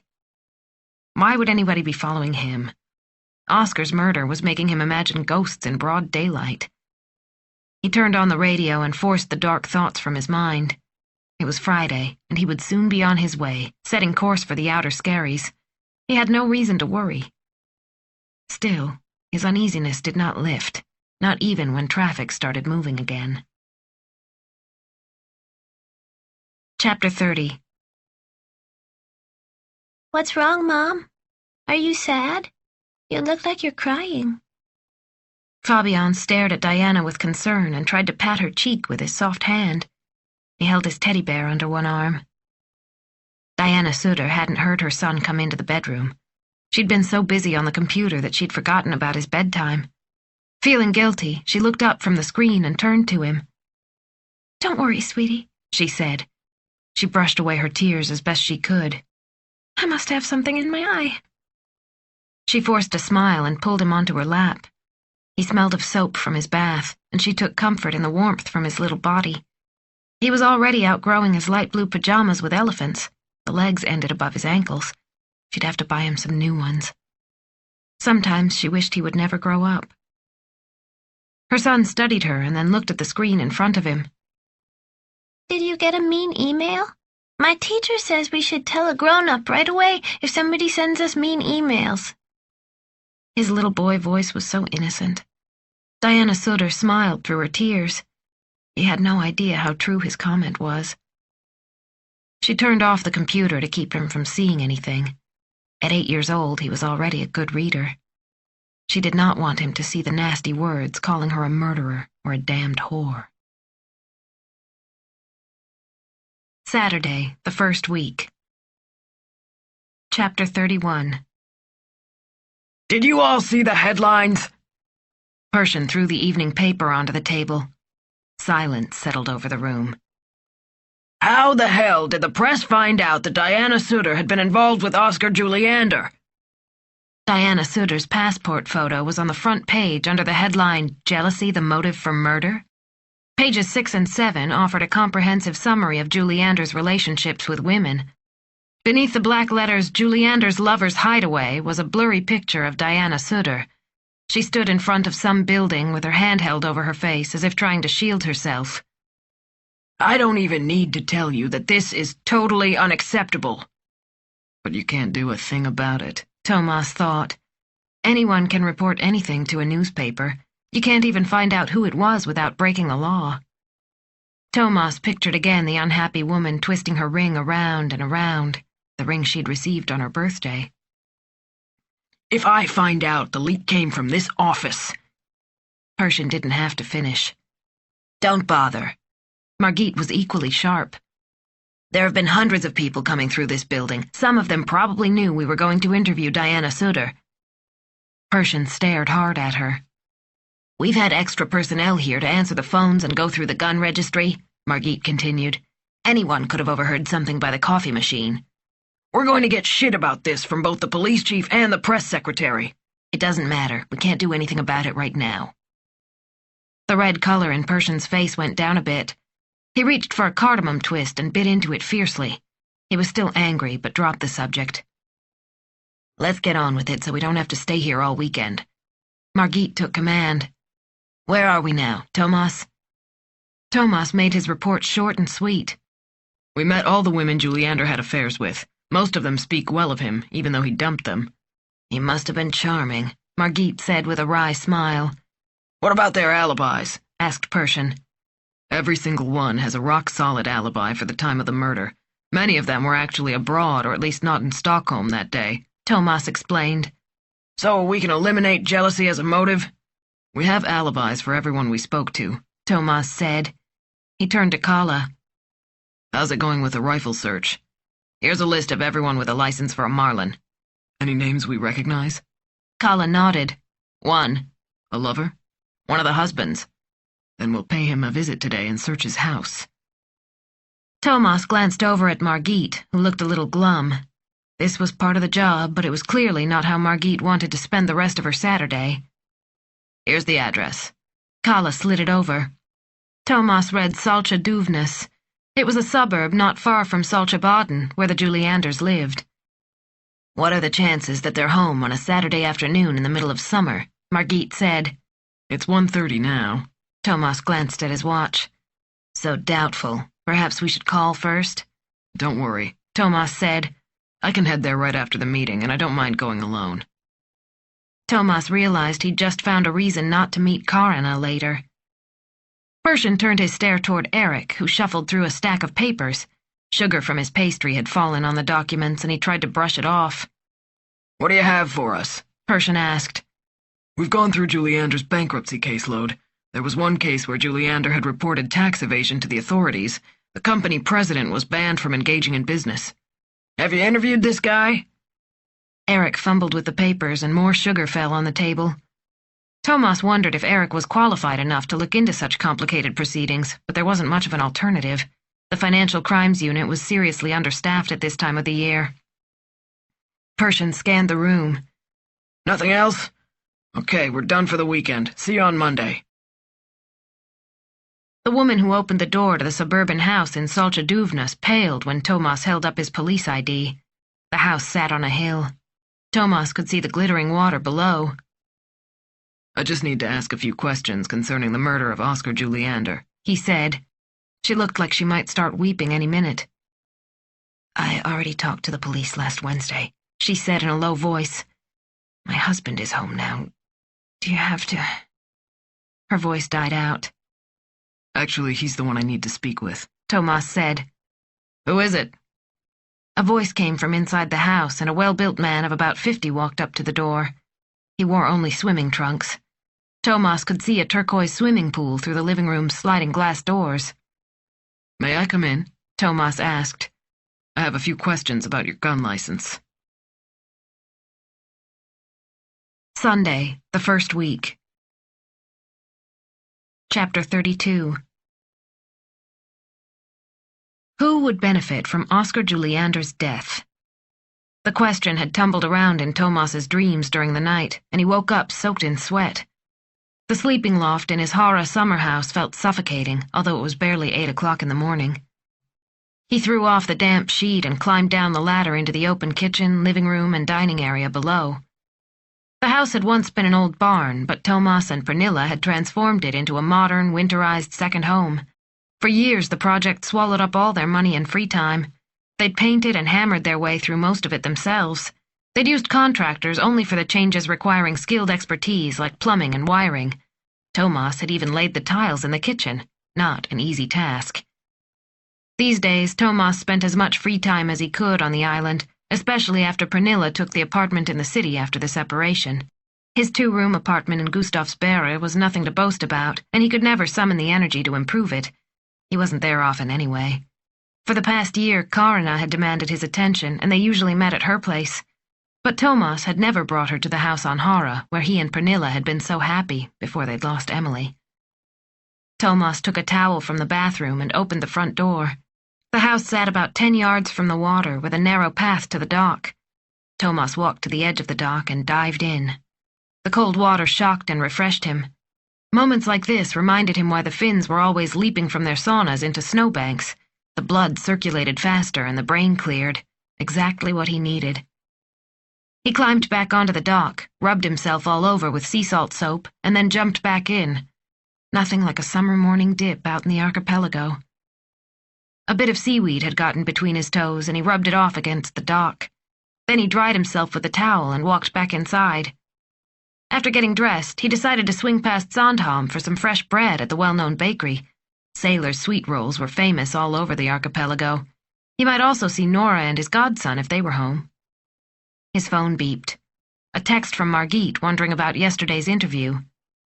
The man in Salcha Duvnas had been surprised, but had not hesitated to explain about his weapons, 2 rifles, one of which was a Marlin. The Marlin was broken, however, and he'd sent it in for repairs. He showed Thomas the receipt and then brought Thomas to his locked gun cabinet in the basement where the guns usually were kept. He seemed like a responsible person. The weekend Juliander was shot, the man and his wife were in the south of Sweden, visiting his sister and brother-in-law. He gave Thomas their number so he could check the alibi. Only when the man began to question why Thomas was checking up on him did things get awkward. You should talk to your wife about that, he said. She and Juliander were well acquainted a few years back. Before the man could ask anything else, Thomas left. He did not want to participate in the discussion that was bound to follow. By then, it was so late he had a good excuse not to see Karina that night. Karina. He'd have to do something about this whole situation, but not right now. He texted a reply to Margit and then texted Karina. In a lame attempt to make her happy, he suggested they catch a movie Sunday evening. Then he pushed all thoughts of her to the back of his mind. As he sat in the sunshine by the window with a cup of coffee in hand, his thoughts returned to the question that had troubled his dreams. Who would benefit from Oscar Juliander's death? Perhaps the answer lay in Juliander's profession. Perhaps he'd stumbled across something shady in a bankruptcy case. Thomas decided to speak with Nora when he got to Sandhamn. After all, she was a lawyer with one of the major banks. She knew about these things. Ask his secretary, Nora said. She took a big bite of the roll Thomas had brought from the Sandhamn bakery. They sat on the dock enjoying the fine day. A line of light gray clouds hung over the treetops of Ikno Sound, closer to the mainland, indicating bad weather on its way. But for now, the sun was shining. The boys had eaten their breakfast rolls quickly and were busy jumping off the dock, their favorite activity on a day like this. Henrik was on his way into the city. He'd been on call, and there was an emergency at the hospital. Thomas pictured the pale, unhappy face of Eva Timell. She'd been a great help to the investigation. He crumpled up the sticky paper from his roll and set it on the tray. Wouldn't you like a job as a police investigator? He asked. You always have good ideas, and you'd get away from that boss you're always complaining about. Nora gave him a resentful look. I don't always complain, but he really is an idiot. Why they let him get away with the stunts he pulls is beyond me. Simon ran toward them, dripping water everywhere. In one hand he carried a full bucket. His intentions were clear. Just before he reached Thomas, Simon took the bucket in both hands, but before he could lift it, Thomas picked him up and turned him upside down. You weren't really planning to dump a bucket of water over a cop, were you? He said. He used a stern voice and frowned. Simon wasn't the least bit afraid. Put me down, he yelled. Then he begged Nora for help. Oh, no, Nora said. Get out of this one on your own. You tried to soak your godfather. You have only yourself to blame. Thomas lugged Simon to the edge of the dock, swung him back and forth, and threw him into the water. Adam laughed so hard he almost fell in himself. Thomas walked toward him with open arms. Adam, still laughing, leaped into the water before Thomas could grab hold of him. "You can't get us! You can't get us!" the boys called out. Thomas pretended to reach for them again before walking back to Nora. Nora looked at him and shook her head. "How did you become so good with children, Thomas Andreasson?" she asked. "How did that happen?" Thomas shrugged, an embarrassed smile on his face. Please don't tell anybody. He reached for his coffee cup and took the last sip. "Do you have time to look over Sina's house with me before you go back?" asked Nora. The afternoon sun lit up Nora's white kitchen as she loaded the dishwasher. Thomas was heading back to Hara and then taking the ferry to the city. Sure, Thomas said. I'm not in a rush. "Boys," Nora said, "you'll be on your own for a few minutes. I just want to show Thomas something." They walked to the Brond house together, and Nora unlocked the front door to let them in. The house smelled stuffy, abandoned. Nora led them to the veranda. In an attempt to recreate the former atmosphere, she'd set out a few Morbecca geraniums, but they'd wilted in the heat, making the space look even more forlorn. "The real estate agent called again and wants to bring that family from Switzerland here. They are positive they want to buy the house, he says." Nora sank into one of the wicker chairs and looked out to sea. The clouds had come closer, and they would soon swallow up the sun. She stroked the knitted throw lying over the arm. It still held some dark strands of dog hair from Sina's Labrador. "I don't know what to do. Henrik is completely obsessed with the idea of selling. The only thing he cares about is how much money we're going to get. I hardly even recognize him." Is it really that bad? "He wants us to buy some huge place in Solchebaden, something that fits his parents' ideals." She sighed and leaned back in the chair. Thomas didn't know what to say. He could understand why Henrik would be eager to unload Sina's house for a better home for his family. The Brond house was certainly a fine old merchant house, but it needed a great deal of work. At the same time, he understood Nora's dilemma. He'd also known Sina and understood why she'd made Nora her heir. Wouldn't you be happier with something larger in Solchebaden rather than 2 houses out here? He chose his words carefully. Nora's eyes flared with anger. "Whose side are you on?" she asked. Thomas tried again. Nora, look at the whole situation. Who is going to take care of this huge place? You already have a nice summer house here in Sandhamn. You work full-time and Henrik's a doctor. Wouldn't it be better to invest in a permanent home instead?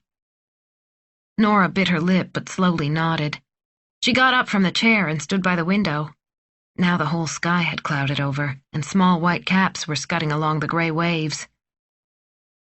"If it was yours, what would you do?" she asked. I can't tell you that, Thomas replied. It's your decision.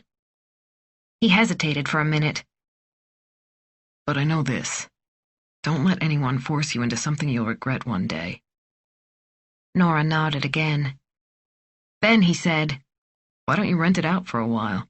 You don't have to make a decision right this minute. Take your time. Rent it out?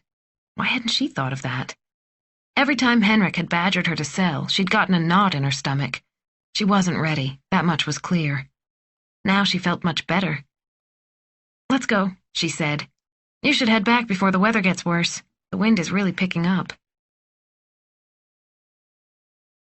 Monday, the second week.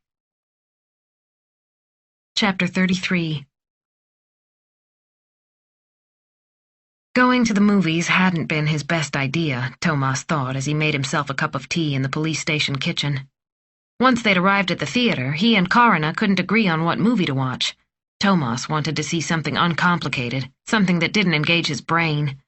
Karina, on the other hand, wanted to see a romantic drama with a famous American actress Thomas couldn't stand.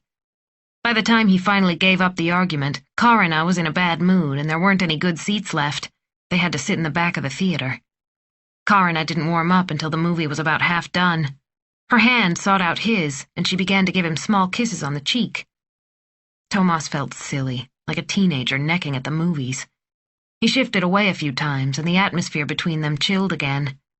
After the movie, she said she wanted to go home. Thomas understood how he'd messed things up. Now he walked to Margit's office and sat in her visitor's chair with a heavy sigh. She continued working on her computer for a few minutes before she hit save and looked up. "You look like something the cat dragged in," she said. Thomas dismissed her comment with a wave. "A fight with Karina?" Margit asked. She closed a folder on her desk and set it on the bookshelf. Thomas looked at her, surprised. "What does Karina have to do with it?" Margit looked at him as if he were dim. "First, Karina comes to work looking overcast, and then you come in 20 minutes later looking even worse. Did you see yourself in the mirror this morning?" Thomas agreed that she had a point. He was tired and worn out, and it showed, but he still didn't want any connection with Karina at work. "What Karina does on her own time is her business," he said. "Cut it out, Thomas." Margit sounded impatient. "The whole station knows you two have been dating for a while." "Is it that obvious?" "Our job is to investigate and draw conclusions from the evidence. Did you think we'd all gone blind or something?" "Of course not." "Pershing is probably the only one who's clueless, without doubt because he doesn't want to know." Margit gave Thomas a stern look, but then she smiled. "Isn't she a bit young for you?" Thomas hung his head. That was the problem in a nutshell. "I thought I'd feel a little younger when I was with her," he admitted. "Instead, I feel old, worn out." "Then perhaps it's time you did something about it," Margit said. She sounded like a schoolteacher. She picked up a piece of paper that had escaped her wastebasket. Then she met his eyes. "She is very much in love with you. Anyone can see that," she said. "And I don't want her to get hurt." Thomas agreed. He promised himself he'd deal with Karina as soon as the investigation ended. "By the way, I talked to Sylvia Juliander again, this time about her husband's drug use," Margit said. "Did she know about it?" "Not one bit. She was shocked. Told me there had to be some mistake." Another unpleasant surprise for her. "She's getting a lot of unhappy information about her husband after his death," Margit said. "First all his mistresses, and now the drugs." "She must have had some idea." "Perhaps, but that's not the same thing as knowing it for sure. Not to mention reading it in the headlines. I don't envy her one bit." Thomas got up. "See you at the meeting in 5. "Karina has located the sender of the email Ava Timmel forwarded to us," Pershing began. Thomas could see a hint of fatherly pride in Pershing's eyes. "The message came from an accountant who'd performed some bookkeeping work for one of Juliander's bankruptcies," Karina added. "Why was his address so strange?" asked Thomas. Karina gave him a cold look. "The man was in the country without access to his work account, so he used his teenage daughter's Hotmail address." "Why such a hurry?" asked Kala. "You seem desperate." "He needed payment before the end of the fiscal year," Karina said. "They wanted to finish up by midsummer, but Juliander had forgotten to pay." "He had other things on his mind, I guess, like his upcoming race," Margit said. "Perhaps. The accounting firm's financial department had phoned to tell this guy to contact the client immediately to get payment, so he sent the message." "And Ava Timmel interpreted it all wrong," Margit said. "A misunderstanding," Karina added. "How did you figure all this out?" "I talked to the accountant, and then I called the company's financial department to be sure. That's it." "That's it for that line of investigation, too," Thomas stated. "Anything else?" Thomas looked at Karina. She refused to look back. Instead, she held up a bundle of paper. "I've gone through much of his financial information," she said. "Your conclusions?" asked Pershing. "I know why he stayed married." "Let's hear it," Margit said. "The Julianders had no prenuptial agreement." Well, Margit said. "The houses, the cars, even the boats, everything belonged to both of them." "So if he wanted a divorce, half of everything would go to her," Margit said. "That would be worth millions." "Was there a great deal of debt?" asked Thomas. "The houses carry high mortgages, but he was able to make the payments, interest included," Karina said. "He earned a high salary." "Any insurance?" asked Margit. "One life insurance policy, and a great deal of retirement savings. His widow and children will certainly not starve." "His wife could still have killed him for the money," Kala said. "She might have tired of all his women and decided to put a stop to the spending." Karina looked doubtful. "All the partners in the firm had identical pensions," she continued. "I checked." No life insurance policies taken out recently? Asked Margit. No, he's had the same one for years, all through the law firm. She could have simply asked for a divorce, Margit stated. She would certainly have been awarded a huge amount of money. There's only one thing that looks odd, Karina said. What's that? Asked Persian. I can't figure out where he got the money for the emerald gin. His boat? Asked Margit. It was brand new, right? Yes, Margit said. He didn't take out a loan, and it must have cost a great deal. Where did the money come from? He already had a racing sailboat, Thomas said. He probably sold it. For 12 million kroner? Karina replied. Chapter 34. Is Margit in? Thomas called out as soon as he opened the door to the department floor. He wore his leather jacket since the weather had shifted again. Outside, rain fell steadily. According to the weather report, it would clear up by evening. Margit, he yelled. Come here for a minute. Margit stuck her head out of a doorway. Her short hair was more wild than usual. What's going on? She asked. Why are you yelling? She yawned as she walked to the coffee machine for another cup of plain black coffee. Check this out, Thomas said, and ripped open a yellow padded envelope bearing the logo of Swedish state television. He pulled out a DVD and held it up. What's that? The video taken by the TV crew the day Juliander was killed. Kalla's been bugging them for days to get it, but every time he called, they said they'd forgotten to mail it. So I picked it up myself. Let's have a look. They headed for one of the conference rooms equipped with a TV screen and DVD player. Thomas put in the disc and found the remote before he yelled for the others. Kalla was still at lunch, but Eric and Karina came at once. The screen filled with a panoramic view of the glittering sea. Thomas remembered the feeling of that day. Sunny weather. The water had been packed with boats, and everyone expected a beautiful start to the race. A perfect day for sailing. The DVD continued with a number of close-ups of the large racing boats. They would all start at the same time, 12 noon.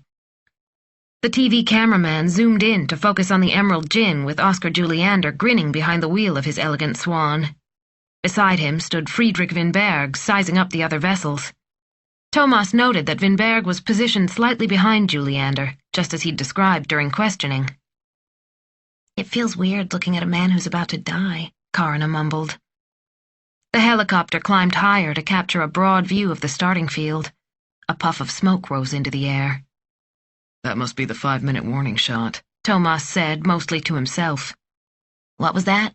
Asked Margit. That's the 5-minute warning shot, Thomas replied. They fire a warning from the starting vessel at 10 minutes and then at 5 minutes before the race. It's to allow the participants time to position themselves. They also do a countdown on the radio. They kept watching one boat after another. Thomas glanced at his watch. About 5 minutes had passed since the warning shot. It was time for the race to begin. The helicopter flew closer to the starting line, making it easy to identify the participants. They formed a moving line between the two orange flags. Thomas could see the emerald gin closest to windward. He watched the exact moment when Oscar Juliander jerked and fell. But was he sure? Did you see that? Eric exclaimed. Did you see how they caught that? That wasn't on the news. There's something called consideration for the family of the deceased, Margit said. I assume you've heard of it? Eric looked down. Thomas stepped closer to the screen to study the events as they unfolded. While the other boats swept forward, the emerald gin rounded up uncertainly, lost momentum, and finally stopped sailing. The camera swung away to follow the other competitors on their course toward the lighthouse at Almagrundet. Thomas used the remote to reverse the action. Then he hit play. As the DVD started, they could see all the sailboats at the starting line again. Thomas concentrated on the screen. They could see the competing sailboats as well as a good part of the spectator craft. He could clearly spot the Bering Storebro. About 20 more boats were nearby. To be on the safe side, he watched the scene again. We need to print enlargements of these, he said.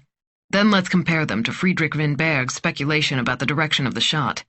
Dr. Saxon from Forensic Medicine said the bullet entered the chest from the right and slightly forward, which gives another indication of the direction. A determined look came over his face. Now we are going to put the puzzle together, he said. This is how we'll catch the devil that shot Juliander.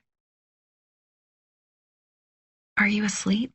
Nora whispered to Henrik.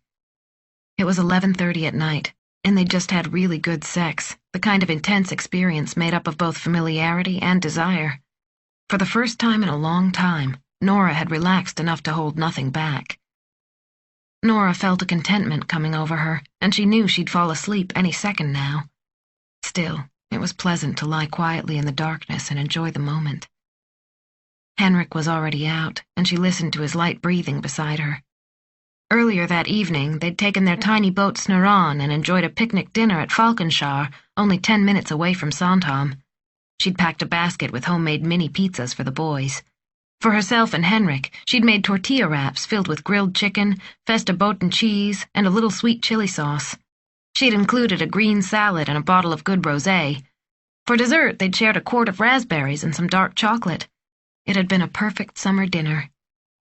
They'd sat on the warm, smooth rocks as they'd eaten. The silhouette of Sandhamn was barely visible to the north. The water was so still that even the seaweed didn't move, and the only sound came from the small, wayward waves gently rolling against the beach. As twilight fell, they lit some tea lights that burned brightly against the dark blue sky.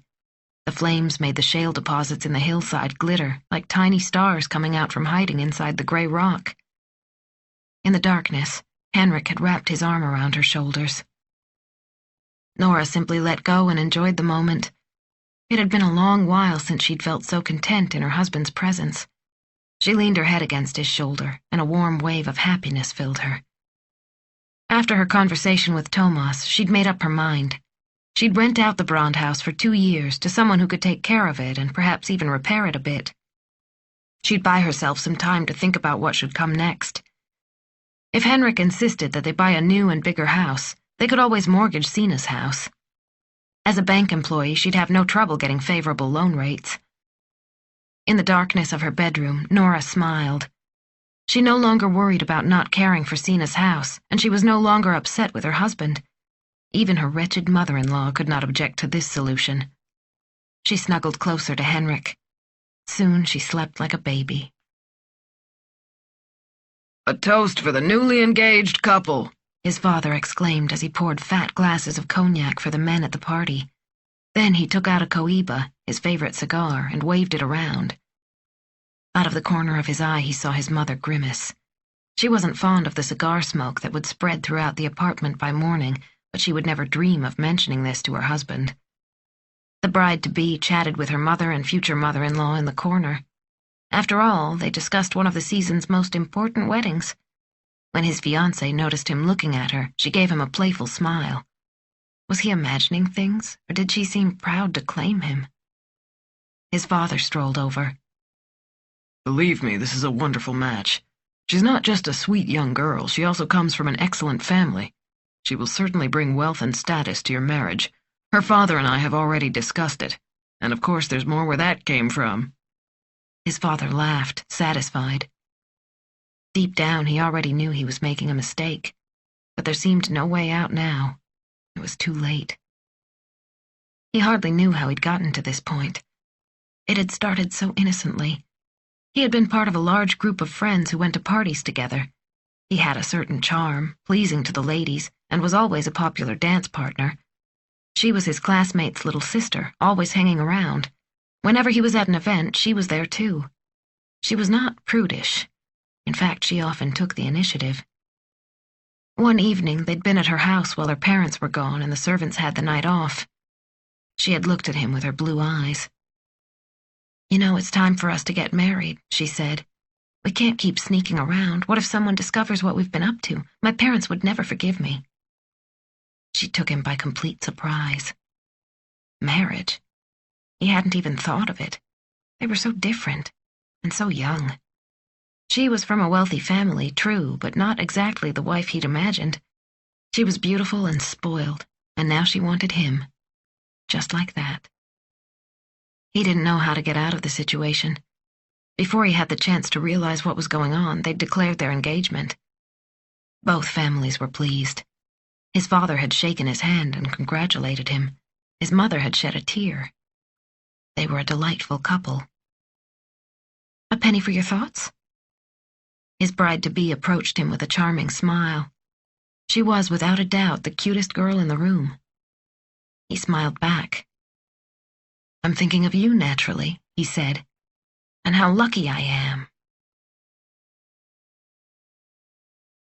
Tuesday, the second week.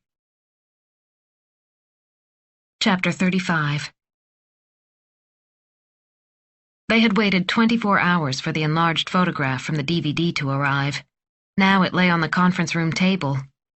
It was worth it, Thomas thought. Thomas had drawn in the longitudes and latitudes and had reproduced Friedrich Winberg's markings from the sea chart.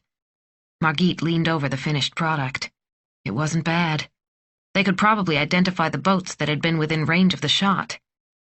"This looks good," she told Thomas. "Have you taken a course in blueprint drawing?" Thomas grinned without interrupting his inspection of the photograph. If Winberg is right, there are approximately 28 boats within shooting range. I'm including Beering's Sturabru, which we already know about, he said. "A golden triangle, you think?" "Look over here," Thomas said. "Even if we enlarge the area to be on the safe side, we only have 7 more boats to check. 35, that's a reasonable number." Margit studied the layout more closely. The sea spread from the starting line. The closest island was far away. "What are the odds the shot came from a cockpit bench?" Margit asked.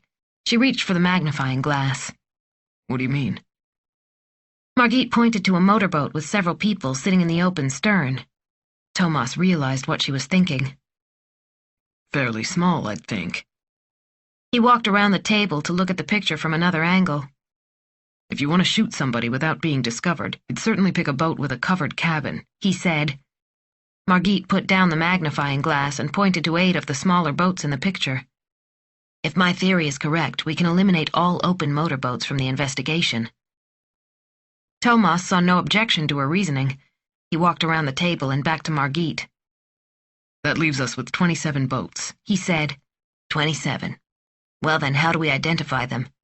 "Keep on doing what we're doing. Look for clues." Thomas brought the magnifying glass as close to one of the boats as he could. "You can see a logo on the hull of this one.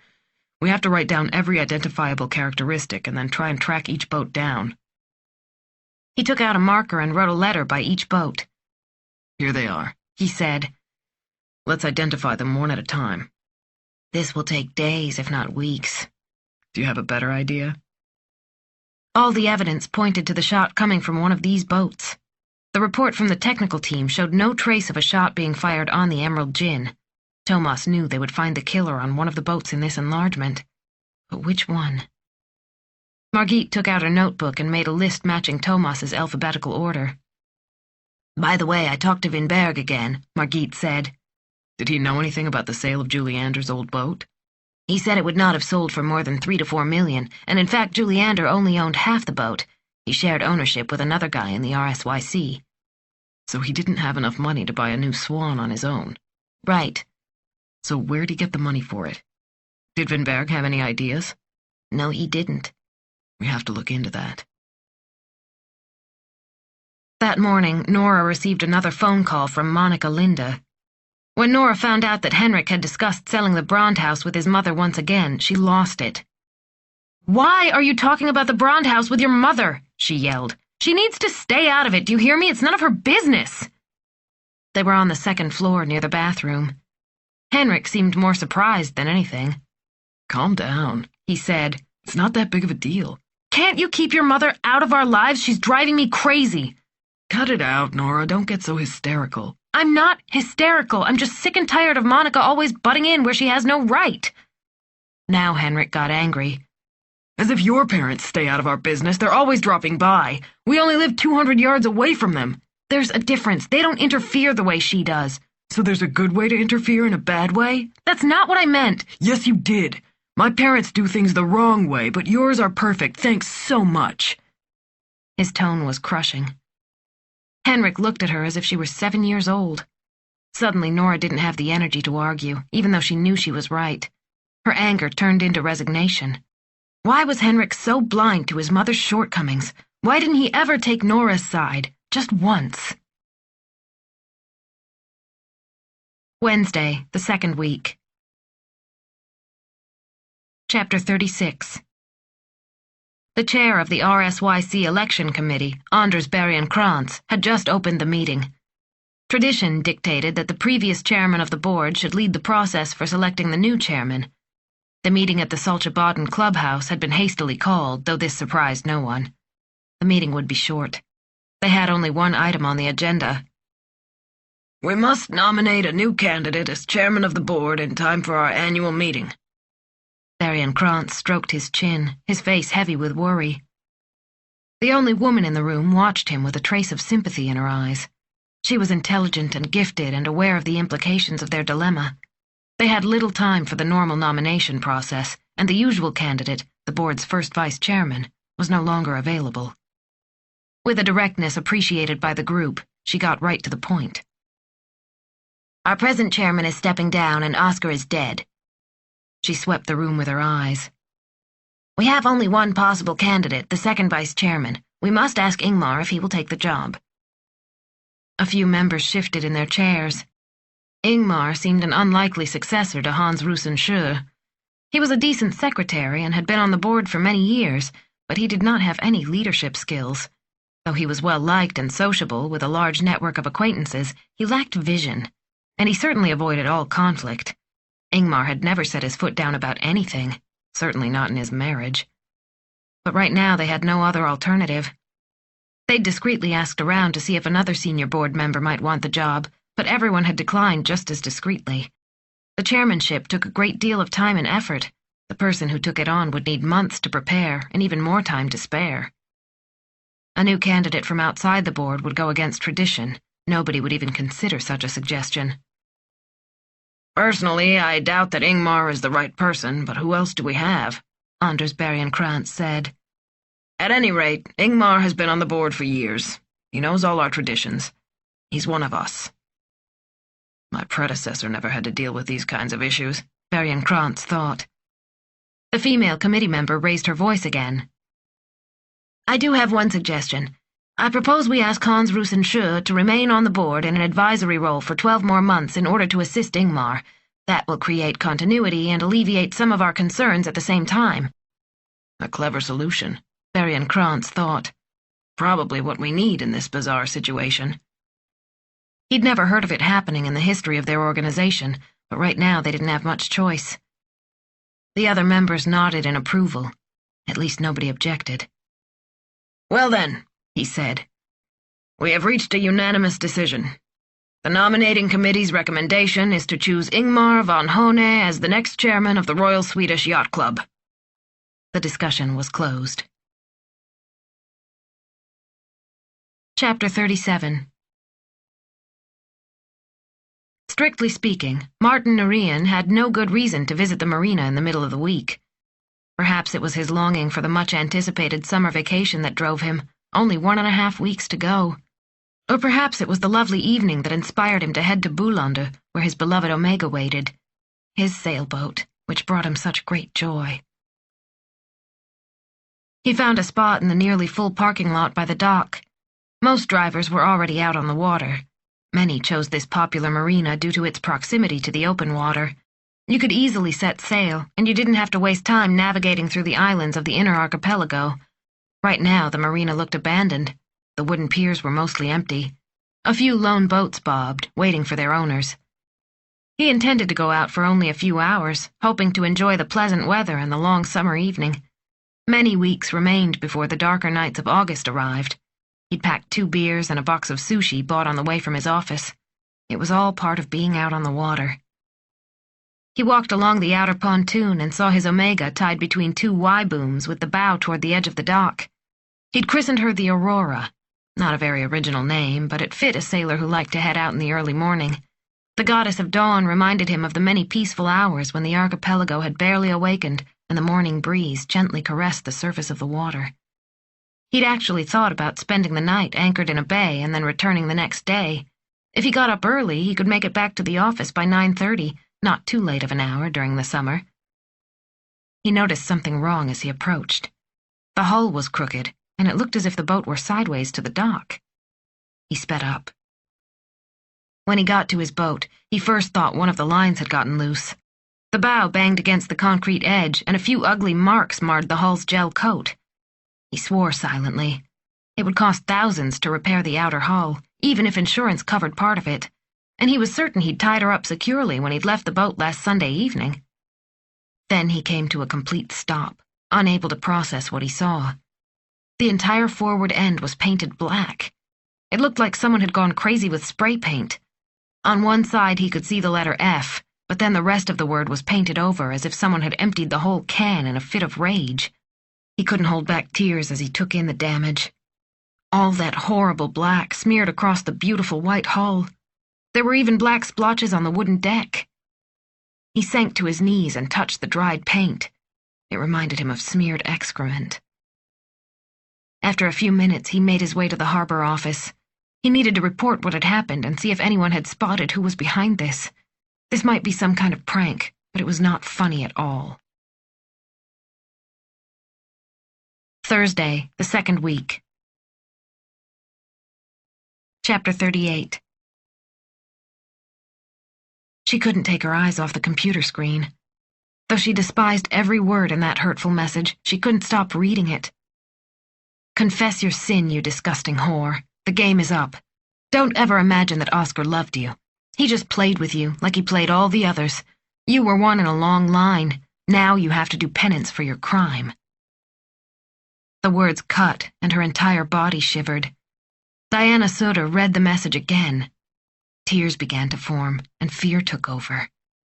Who sent this awful message? How had they found her personal email address? And how did the sender know so much about her relationship with Oscar? She leaned forward and rested her head on the desk. The surface grew wet, but she didn't care. She was alone in the gallery. She'd had no bad intentions when she'd met Oscar. He reassured her that his marriage was dead. He and Sylvia were just waiting until the children finished their university educations, and then they'd divorce. He told her this again and again. She trusted him, believed his reassurances. Why shouldn't she? She'd never loved anybody the way she loved Oscar. He was the love of her life. And he'd been wonderful with her son. They'd been like a little family, and she'd started to dream of a second child. A child together. She wasn't 40 yet. It could still happen. She imagined growing old together, as soon as he got divorced. If she would just be patient, if she would wait for him. She could have waited as long as it took. Her time with Oscar had been the happiest in her life. Suddenly she sat up and pounded the key to delete the horrible email. She deleted it from the trash folder as well. Then she closed her eyes and tried to focus on something positive, something happy. But she could think only about Oscar. She took a sip of water to calm the sobs rising in her throat. Then she shut off the computer. Surely this must be somebody's idea of a joke. Someone with a sick sense of humor. That's what it had to be. How long have we been working here? Asked Margit. She rubbed her eyes. It was almost 8 at night. They were still in the conference room where they'd taped the enlargement to the table. They'd taken a short break to grab a sandwich wrap, the only food they'd had since lunch. Margit looked in disgust at the discarded food in the garbage. That's one way to diet, she muttered. Thomas looked up from the magnifying glass. Perhaps we should quit, he said. I'm beginning to get cross-eyed. He rubbed his neck as he studied the list of the distinctive features on the boats. They'd scrutinized the photograph from every angle, but there were many boats still not identified. Each time they found something distinctive, they handed it off to Kala, who compared the details with known boat models and then checked with insurance agencies to find possible owners. A few additional people had come in to help search the internet and make phone calls. Thomas considered it a different way of knocking on doors, knocking via the phone, so to speak. Still, it was slow and detailed work. Any information we turn up will help, he thought. For a moment, he wondered if they were simply chasing a red herring. Either way, what alternative did they have? The right boat would lead them to the person who'd fired the killing shot. Friday, the second week. Chapter 39. It was Friday afternoon, and the homicide unit was about to break for the weekend. They needed some time to rest and recover. The faces around the table looked tired and irritated, worn down from the tedious work of identifying spectator boats. 12 days had passed since Juliander had been killed. In a well-meaning attempt to provide her colleagues with energy, Karina had bought cinnamon buns to go with their coffee. She looked content in a room overtaken by low morale. She hummed under her breath despite her colleagues' long faces. Persian took his place at the head of the table, his face blank, lips pressed tightly together. He looked discouraged by the lack of a breakthrough in the case. "Let's get going," he said. "First, Juliander's finances." He turned toward his daughter. "Have you found anything to explain how Juliander could have purchased that swan?" Not by making any money on the stock exchange, Karina said. But I found something very interesting, well worth exploring. For effect, she fell silent, still flipping through the papers in front of her. "Spit it out, Karina," Eric said. Karina smiled and raised her eyebrows teasingly. She gave herself a few more seconds to enjoy the attention. Then she couldn't hold back any longer. I've got Juliander's wallet, and I've gone through it thoroughly. Forensic medicine sent it over today, and I found a credit card. "A credit card," Persian said. "Everybody has credit cards." Not one like this. This is a personal platinum card from a bank in Liechtenstein. Vaduz Verwaltungsbank. "Where's Liechtenstein again?" asked Kala. 1.5 hours away from Zurich, Margit said. It's a tax haven. The OECD blacklisted it. "Why's that?" asked Kala. Money laundering. They work with neither the police nor tax authorities from other countries. "So how does this credit card fit in?" asked Kala. "And what's a platinum card?" Karina smiled at his question and sneaked a glance at Thomas. It's a very nice card with no credit limit at all. You can buy whatever you want. "I'd sure like one of those," Kala said. Me too.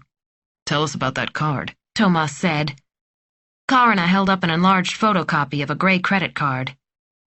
You usually get credit cards through your bank. It's either directly tied to your account so that the money is pulled from it immediately, or you pay your bill once a month. "Yes, we know how credit cards work," Eric said. But there's something special about this one, Karina continued. With a Swedish credit card, the bank has to report the activity to the tax authorities every year, and you have to make sure those figures correspond with your income tax report. "But you said Juliander's card was not from a Swedish bank," Thomas noted. Exactly, Karina said. Hours of surfing the net and putting the pieces together had paid off. She felt like a real investigator. Thomas had been chilly toward her the past few weeks. It made her feel insecure. But she'd swallowed her anger and decided to show him just how good she was. She would impress him with some serious police work, and he'd look at her the same way he had last summer. She was so much in love with him it hurt. She longed for him all the time. She'd accepted having to keep quiet about their relationship over the past year, but she was not about to get dumped in secret. She had no intention of letting him go. This is how it works, she said. If someone has a foreign credit card, he or she also ought to have a bank account in a foreign bank. In this case, it must be in a country outside the EU that does not report Swedish citizens' finances to the Swedish government. Do you think we're talking about money laundering? Margit asked. She leaned forward and put her chin in one hand.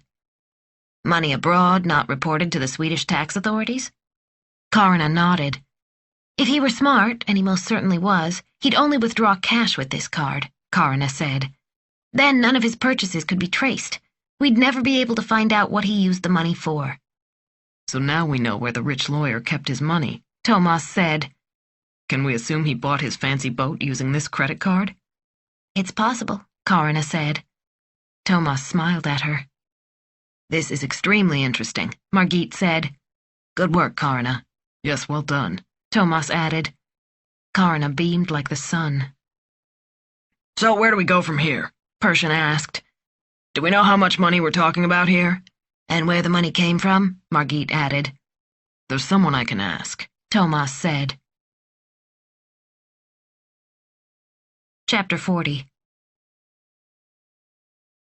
Nora stood in front of the ice cream shop in the middle of the Sandhamn boardwalk, waiting to buy ice cream for the boys.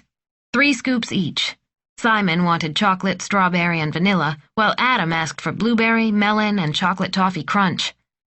The girl behind the counter put bright red raspberry jelly on top of each cone. They looked so good that Nora bought a small one for herself, a rare indulgence because of her diabetes. It was already 5 in the evening, so they'd have a late dinner. again, as they often did during summers at Sandhamn. They found a bench where they could see various boats tied close to the dock and tourists strolling up and down admiring them. Henrik immersed himself in the evening paper. As Simon sat down, the raspberry jelly fell onto the sand. His mouth opened to let out a wail, but Nora stopped it by reassuring him that they could get another one. She walked back to the ice cream shop with the cone, and they fixed it right away. Simon gave her a big hug. "You're the best mom in the world," he said. He held out his ice cream and offered her a lick, but she declined. "Thanks, sweetie, but I have one of my own." Her phone rang. She fished her phone from the pocket of her red shorts with her free hand. It was Thomas. "Hi there," she said. "How's it going back in the city? How's the investigation?" "It's going slowly," Thomas said. "Very slowly." Nora licked the already melting ice cream.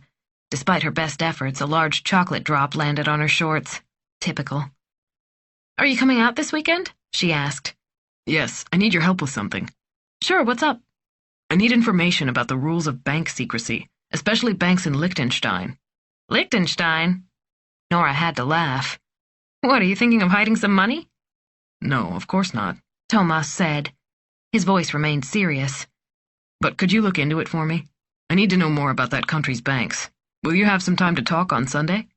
"Sunday," Nora said. "Just a sec." She turned to Henrik, who was now lost in the sports pages. "What are we doing the day after tomorrow?" "Nothing in particular," he said. "Thomas wonders if I can help him with something for an hour or two. Is that all right, or are you planning to go sailing?" Henrik shook his head and looked up at her, squinting in the bright sunlight. "Nope." He disappeared back into the world of sports. She put the phone back to her ear. "Sunday's fine."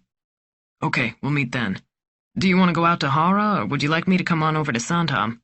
"Here is easier. Then I won't have to lug my computer on the ferry. What time?" "Around 3? "Sure, see you then." Nora hung up and slid her phone back in her pocket. Liechtenstein. A place often tied to illegal cash transfers. What did this have to do with the murder of Oscar Juliander? She frowned at her ice cream, now a sloppy mess between the paper and the cone. She looked down at her shorts and took a moment to appreciate her washing machine, a mother's best friend. She remembered her own mother washing clothes at the end of the dock. Not until the late 60s did they have a laundromat in the area. She inspected her shorts again and sighed. She'd have to change when they got home. Saturday, the second week. Chapter 41. Martin Norian realized he'd made a mistake as soon as he arrived at the barbecue. Actually, he knew going there would be a mistake, but he couldn't stay away. It was one of few chances to see Indy during the long month of July, and people might notice if he declined the invitation. They had an easier time meeting in town. They could blame work or a late meeting to allow them to sneak away without raising suspicion. Out here, there were no excuses, just the long wait until summer ended. He regarded the scene before him. A large party tent stood in front of the house. Through an opening, he saw a long table covered with a checkered cloth. 2 enormous speakers were set up on each side, probably to supply music for the dance later. 2 large grills occupied one corner of the lawn. 2 men in chef's hats and aprons watched over some kind of meat, possibly lamb, rotating on a spit over red coals. Martin enjoyed grilled lamb, but he found that a meager comfort. His desire to leave kept growing, though he resisted the temptation to sneak away. The past weeks had been torture. There was still no progress on Oscar's murder, and the vandalism to his Omega weighed on him. In addition, the unpleasant feeling that someone was watching him continued. People wandered around the lawn laughing and holding glasses in their hands. A cute girl poured drinks for everyone at a temporary bar in the middle of the yard. Martin walked over and she ladled something from the punch bowl into a glass for him. "It's sangria," she said. "We're having a Spanish theme tonight. Here you go."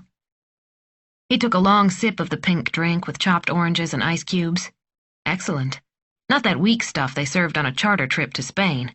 This was full-bodied and strong. As he took another sip, he understood why the Spanish were so fond of their national drink. He hoped the drink might help him conjure up a spark of party spirit. Drink in hand, he looked around the party. To his left was his host's summer house, a modern white building with a beautiful view. A wide veranda with dining furniture and lawn chairs covered the south wall. He imagined his hosts lounging on their wooden deck during these lazy summer days, enclosed by a white railing with crossed slats. It reminded him of signal flags used at sea. Rows of tall pines bordered the property on both sides. Toward the road, huge lilac bushes did the same. A jet ski was tied to the dock. Martin Arian detested the machines, and deep down he missed the days when jet skis were not allowed on the water. They were expensive playthings for people with money to burn and served no purpose beyond making noise. He had a fair idea of why it was sitting there. With teenagers in the house, there would be a lot of pressure on the parents to get the latest model. A small, tarred skiff was docked next to the jet ski. The pair looked like a study in opposites. Martin imagined himself rowing the boat out on a peaceful, windless day and then allowing the current to pull him along. In one corner of the party tent, Hans Rusenschö stood with other board members and their wives. Martin sauntered over to say hello. It would be awkward to leave now. He should stay for dinner at least. He arranged his face into something resembling a smile and approached the group.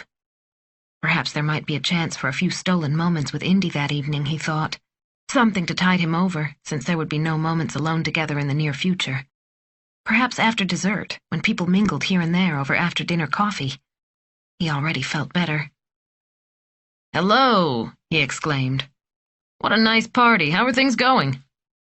Friendly smiles returned his greeting.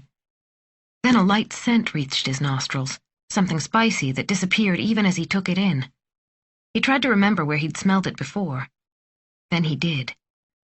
In his apartment the evening he'd thought someone was inside. But even as he tried to capture the scent, it vanished. Sunday, the second week. Chapter 42. Thomas and Nora went into her kitchen as soon as he arrived. Her home felt unusually peaceful. That morning, Adam had left for Lacolman for a week-long sailing camp run by RSYC. He'd return the following Saturday. Henrik had taken Simon to jig for herring. "I assume you'd like a cup of tea?" Nora said. She pulled down 2 mugs from the shelf without waiting for an answer. "The usual Earl Grey or vanilla-flavored?" She took milk from the refrigerator and opened the cupboard to get the honey. Earl Grey is fine, Thomas said. He opened a drawer and took out 2 spoons. Nora's kitchen felt like home after all their years of friendship. "Would you like something with it?" Nora asked. She looked at the bread box. Thomas shook his head. I'm fine. I've had several cinnamon buns already. He patted his stomach, and Nora raised her eyebrows. She didn't think Thomas had changed at all since his days as a handball player 15 years ago. They sat down at the kitchen table, and Nora served the piping hot tea. How are things going for you? Thomas asked. Nora had already opened her laptop. "Look," she said, and pointed at the material she'd put together along with her conclusions. "You can read it for yourself." Thomas leaned forward to see better. In her write-up, Nora thoroughly explained the concept of bank secrecy and what it meant. Thomas could see that it had been around as long as there had been banks, and that it essentially meant that banks were not required to reveal any information about their customers. In many countries, this was set in stone. But increased financial crimes over the past few years, especially those connected to international terrorism, had put pressure on the tax havens. Both the United States and the European Union wanted these countries to release information to criminal investigators. Where did you get all this? Judicial databases. Some of them specialize in international law, especially in these types of cases. Amazing. I take it that Juliander must have stashed some kind of fortune abroad? Nora asked. He nodded. This is totally confidential. We don't want any of this made public. Thanks for trusting me, Nora said. I do understand.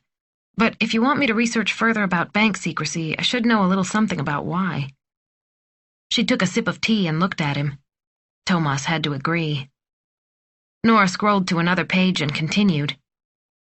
It appears that Liechtenstein is a really secure tax haven. No access is granted to any authority in any other country. Which must create some international tensions? Yes, indeed. The EU has been leaning on Switzerland, who is more than willing to help them in cases concerning drug money and secret bank accounts. Thomas studied the text on the screen. How can we shake loose information on Juliander's accounts? That's pretty hard. Only in cases of terrorism and drugs has anyone broken through the secrecy. She paused and turned to him. Now you really have to explain what this is all about, or I won't be much help, Thomas felt uncomfortable about sharing information gathered by his team. On the other hand, Nora's knowledge could speed up the investigation. Other channels would cost them time, and he had to consider the lack of financial competence in the Naka Police Department. "Well?" asked Nora. A wrinkle of irritation appeared on her forehead. "If I don't understand the question, I can't give you a reasonable answer." She reached for the teapot, half-filled her mug, and then held the teapot toward Thomas, who nodded for more. "You're right," he said. "Let me explain." He told her about Juliander's foreign credit card. Nora listened with concentration. When he got to the theory that Juliander had stashed wealth abroad to back up the card, she looked worried. "You've got a problem, then," she said. "Explain it to me." "See for yourself." Nora scrolled down the screen. "You must have a strong suspicion of a crime before the bank officers will even consider working with you." "But we have it," Thomas said. "In their eyes, having a foreign credit card and a secret bank account is not criminal. They don't even think tax evasion is serious. A conviction would be a misdemeanor that carries a punishment of 6 months in jail at the most. That's not enough to waive bank secrecy." "Where does that leave us?" Nora's words made Thomas feel anxious. "It will be very, very difficult for you to get information about Juliander's financial situation abroad." "So what should I do?" Nora took a sip of tea as she thought. "Perhaps someone in your financial crimes unit has experience dealing with Liechtenstein?" Thomas grimaced as Nora studied her screen, searching for an answer. "There's another thing to consider," Nora said. "The amount of time it will take to get information from Liechtenstein." "How long do you think?" "Years. It goes like this. First, someone in our Justice Department contacts his or her equivalent in Liechtenstein to make a formal plea. And then? Then the Liechtenstein Judicial Department contacts the appropriate authorities in their country. After that, you need a decision from their Landgericht, which is the equivalent of our district court, to access the material. Any ruling can be appealed 3 times. Thomas whistled. Then they need a specific ruling in order to seize the material. Unfortunately, this decision can also be appealed 3 times.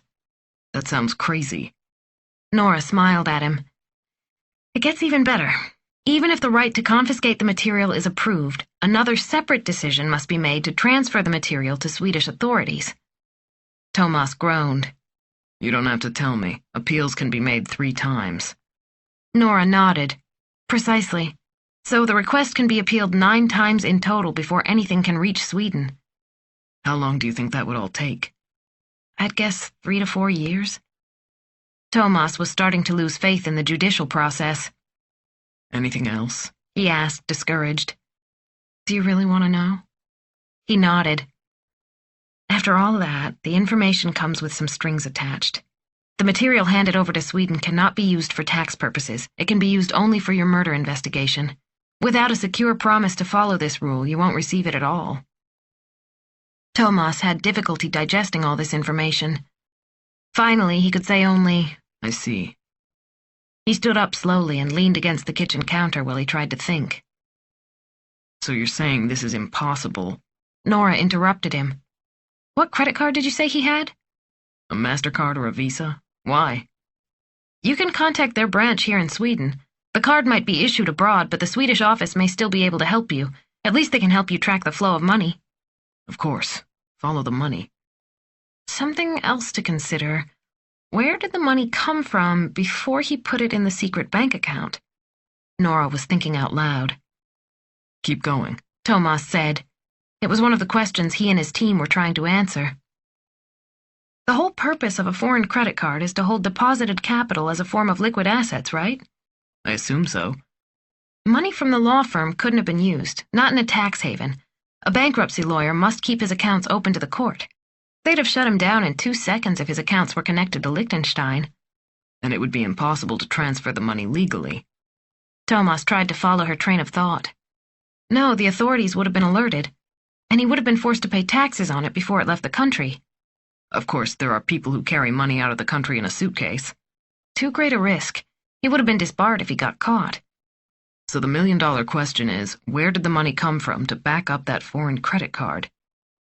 Thomas sat back down and drank the last of the tea. It was cold. The credit card had no limit, he said. Nora whistled. Then it must have been a tremendous amount Juliander kept over there. On his way back to Hara, Thomas wondered about the mysterious Oscar Juliander.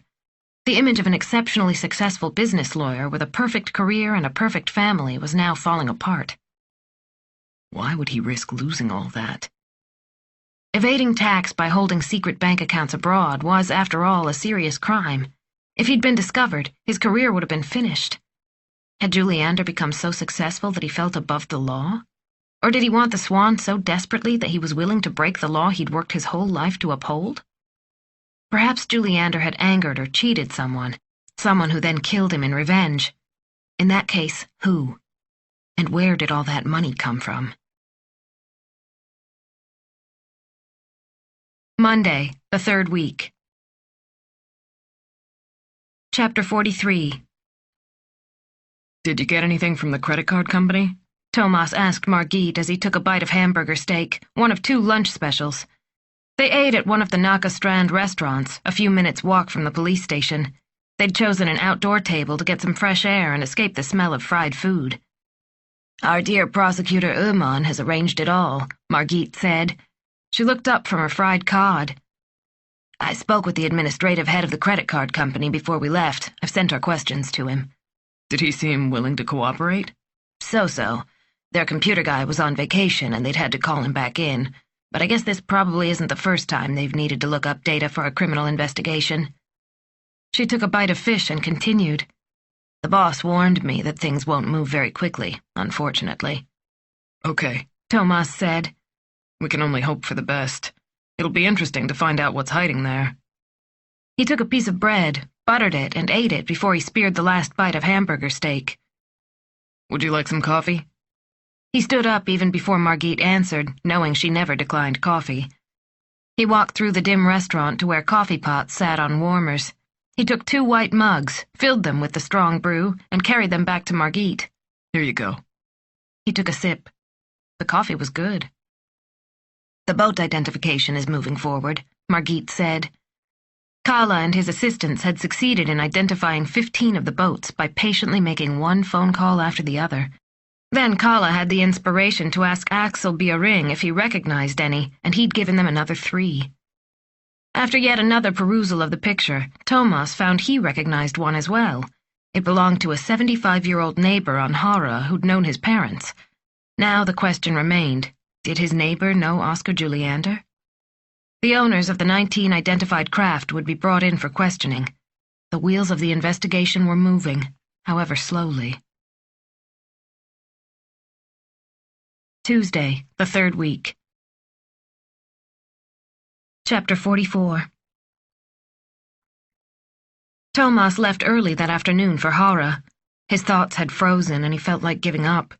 He abandoned all the printouts and reports on his desk. He needed to clear his mind. His breathing relaxed as soon as he got on the ferry. When he made it to his house, he prepared a simple meal, filled a thermos with coffee, packed it all into a watertight cooler, and walked down to the dock. He lifted his kayak from its wooden rack and set it gently into the water. He stowed the food at the front of the kayak, put on his life vest, and took a deep breath as he sat down. He lifted the paddle. At first he thought he'd go past Sandhamn and then in a wide curve toward Stura Heshir, an island a little south of Sandhamn. For years it had been used as a radar installation by the military. All landings on the island had been forbidden, so no one could visit. Though the military had abandoned the station a few years ago, people were in the habit of avoiding the island. It would probably be vacant. Which is exactly what Thomas wanted. Room to breathe. With skillful strokes, he paddled toward the southeast. The paddle was over 8 feet long, and he made good speed in the calm water. There was hardly any wind. It felt like moving through silk. He enjoyed the stillness. Finding himself in the middle of the Baltic Sea in such a small vessel humbled him, in a good way. He could see nature close up, almost eye level with the surface. Kayaking offered a completely different view than a regular boat. As he neared the channel that led to Sandhamn, he looked at the Linda family's dock out of habit. It was just about 7 in the evening, and Nora and her family were probably still eating dinner. He smiled as he thought about Simon. He always enjoyed talking to his godson. Simon reasoned about this and that, revealing the many deep thoughts he carried around in that little head. For the sake of the boys, Thomas hoped that Nora and Henrik would come to an agreement about the Brand house. Bitter arguments like that weren't good for anyone. Thomas did not know Henrik well enough to understand his reasoning, but the man's ideas were far from his own. Nora's husband measured success through others' eyes. Who you knew and who your friends were mattered most to him. Thomas still found it surprising that Nora had fallen for a man so different from her. An inward sense of right and wrong had always motivated his childhood friend. She would never imagine resting her self-esteem on wealth or social connections. A gap was obviously opening between Nora and Henrik, exacerbated by the conservative values of Henrik's parents. His upbringing and family traditions were overtaking him, while Nora was becoming more and more unhappy. But Thomas also knew Nora to be amazingly stubborn. She would fight to save her marriage, even if only for the boys. Nora was one of the most loyal people Thomas knew, and she never made a promise she did not intend to keep. It was obvious that the conflict between Sina's last will and Henrik's demands was torturing her. In the middle of a paddle stroke, Thomas caught a glimpse of movement from the corner of his eye. He saw a school of fish just below the surface of the water. What a beautiful sight, all the shimmering silver fish swimming to the side of his prow. When he reached Heshir, he pulled his kayak into a tiny bay edged by clumps of reeds. He got out his food and ate it quickly. Then he unrolled his towel and stretched out. He closed his eyes and fell instantly asleep, bathed in the evening sun. An hour later, he woke up. His right arm, propped behind his head, had fallen asleep. He massaged it to get the blood moving again. Still sleepy, he reached for his bottle of water and took a few large swallows. He dreamed about the start of the Round Gotland race. Thomas drew his hand through his hair and tried to recall the dream. He'd been at sea in a small boat, surrounded by other spectators. Everyone was deeply concentrating on the start, looking at the gray starting vessel towering over the horizon. In his dream, he stood on the foredeck, legs firmly planted, holding a rifle. The Emerald Djinn sailed past him. He was about 50 yards from the beautiful Swan. Its hull shone in the sun. With icy calculation, he aimed directly at Oscar Juliander standing behind the steering wheel. He could clearly see Juliander's wide smile and Friedrich Winberg behind him. Just as Thomas aimed, a large wave lifted the hull of his boat and it swayed. He lost his balance. He fired the shot but missed the target by several yards. With one hand on the railing, he watched Juliander disappear against the horizon. It had been an unpleasant dream with strangely realistic details. He could still feel how the swaying deck threw off his aim. He realized something else. The shooter must have been on a large, stable boat. They'd paid attention to the wrong thing. Because the water was unusually calm and the breeze light on the day of the murder, they'd reasoned that the shot could have come from any boat at all. He remembered discussing the movements of the waves with Dr. Saxon at the autopsy, but they hadn't considered that so many boats in a small area could create localized chop, even without much wind. It would have affected a smaller boat much more. A smaller craft, in fact, could not have been the platform for a successful shot. There was no guarantee of accuracy. But on a large yacht with a deep keel, chop wouldn't matter. The killer could have aimed and fired without losing balance. Thomas felt a wave of excitement. How many yachts had been in the Golden Triangle, as Margit called it? Probably not many, certainly not 27. If he were right, they could eliminate many of the boats in the photograph. As soon as he was back at the station, he'd take another look. Tomorrow morning, he'd take the first ferry from Hara. Wednesday, the 3rd week. Chapter 45. The investigators filed into the large conference room at the police station. The room was sparsely furnished, 1 oblong table and 8 chairs, a flip chart on an easel, and on one of the short walls a whiteboard. The only beautiful thing about the room was the view of the water. In the daylight, they could see large ferry boats bringing tourists to the Venice of the North. The enlargement hung on one wall. Thomas stood next to it, pointing out the vessels carrying spectators. There are only 3 large yachts near the starting line. One of them belongs to Axel Bjering. He had many RSYC members on board, and we've spoken to all of them. They give each other alibis. Then he pointed slightly to the right. Here are 2 other yachts in range. One is a Princess 47, and the other is a 42-foot Riva Malibu. He explained his new idea about the shot most likely coming from a larger craft. Not bad, Margit agreed. We've identified both owners, and Kala already interviewed them. Kala, Persian said. Tell us what Holger Al-Singh had to say. Kala said that Al-Singh, the owner of the Princess, seemed like a happy person.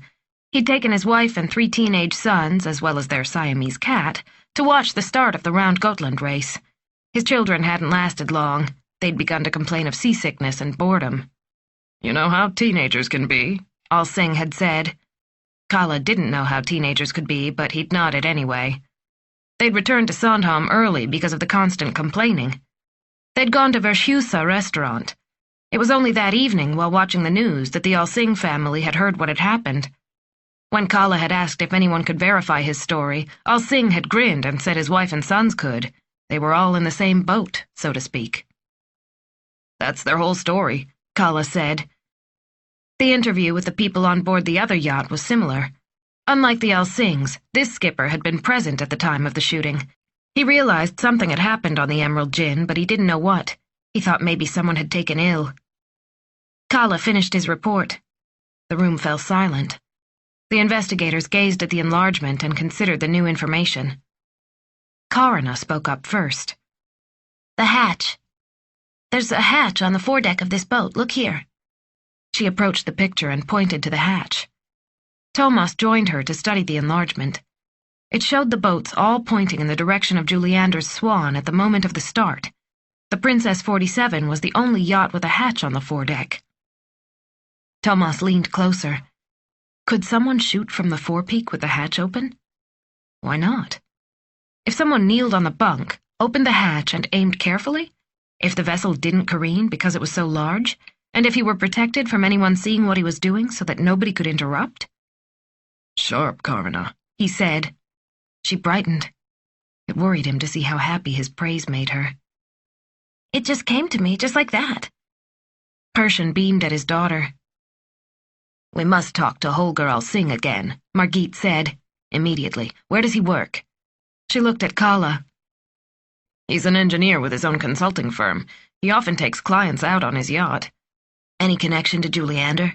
He claimed he'd never met him. Interesting, Thomas said. Very interesting, Kala agreed. Does he have a gun license for a rifle? Like a Marlin? We'll check right away. Thomas nodded, studying the lineup again. Had they really found a suspect? And all those other lines of investigation, the many affairs, the Russian mafia, the drugs, the crooked credit card, were they simply red herrings?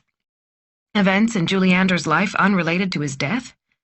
Could the answer to this riddle be on board the Princess 47, right in front of their eyes? Al-Singh's only alibi was his word that he'd spent the day with his wife and sons. Could that be a lie? They'd check with his family. And what might be Al-Singh's motive? We have a bit of a problem, Kala said. What? Persian furrowed his eyebrows as he drank the last bit of coffee. Kala looked unhappy. He's not in Sweden. He? You mean Al-Singh? Asked Thomas. Why not? Asked Margit. He left the country this morning, Kala said. He and his family went to Mallorca for a 2-week vacation. Kala hung his head as if he felt personally responsible. Thomas and Margit looked at each other. Should we try a phone call? Asked Thomas. The risk is that we'd warn him unnecessarily, Persian said. We have no proof, no reason to have him arrested and held while abroad. Thomas agreed. They needed a great deal more evidence to get someone extradited. He could already hear Uman, the prosecutor, explaining it to him. So when did you say he's supposed to return? Asked Margit. 2 weeks, said Kala. We'll bring him in for questioning then, Margit said, once he's back on Swedish soil. Until then, find out everything you can about this guy, Persian said. More on his job, his financial situation, his gun licenses, and so on. Somewhere we'll find a connection to Juliander, Margit said. We'll be ready when he comes back to Sweden. The music was deafening. He was drunker than he'd ever been before, but he liked it. He enjoyed the feeling of freedom that alcohol gave him. Here there is no sorrow, he thought, as if he were a young man at a college party again. They'd gone to Alexandra's, a nightclub catering to the most elegant people in Stockholm, the place everyone who was anyone went, even the king. His bachelor party had begun with a tour of the central baths, where he'd gotten a massage from a scantily clad young woman. Then they continued to the Restaurant Riche, where they enjoyed an expensive dinner and many glasses of schnapps, followed by a hearty burgundy. They finished with cognac and coffee. His closest friend, Reuter, whose real name was Rudolph, delivered a heartfelt speech. Reuter would be his best man on Saturday. He told funny stories until they were all laughing and crying at the same time. He barely made it from the restaurant to Alexandra's. His good friend the Count held his arm to help steer him. The beautiful owner escorted them to a private corner where glasses and bottles waited. People danced wildly around them to the blaring sounds of the pop group Sweet. Beautiful women in short dresses and young men with sideburns and velvet jackets surrounded him. Someone put a gin and tonic in his hand, though he hardly needed another drink. In 1 week, it would be time. The ceremony would happen at 3 in the afternoon, at Oscar's church in the center of Östermalm. For a long while, he'd ignored the wedding preparations. The unending stream of decisions made him dizzy, from the design of the wedding cake to the seating arrangement at the table of honor.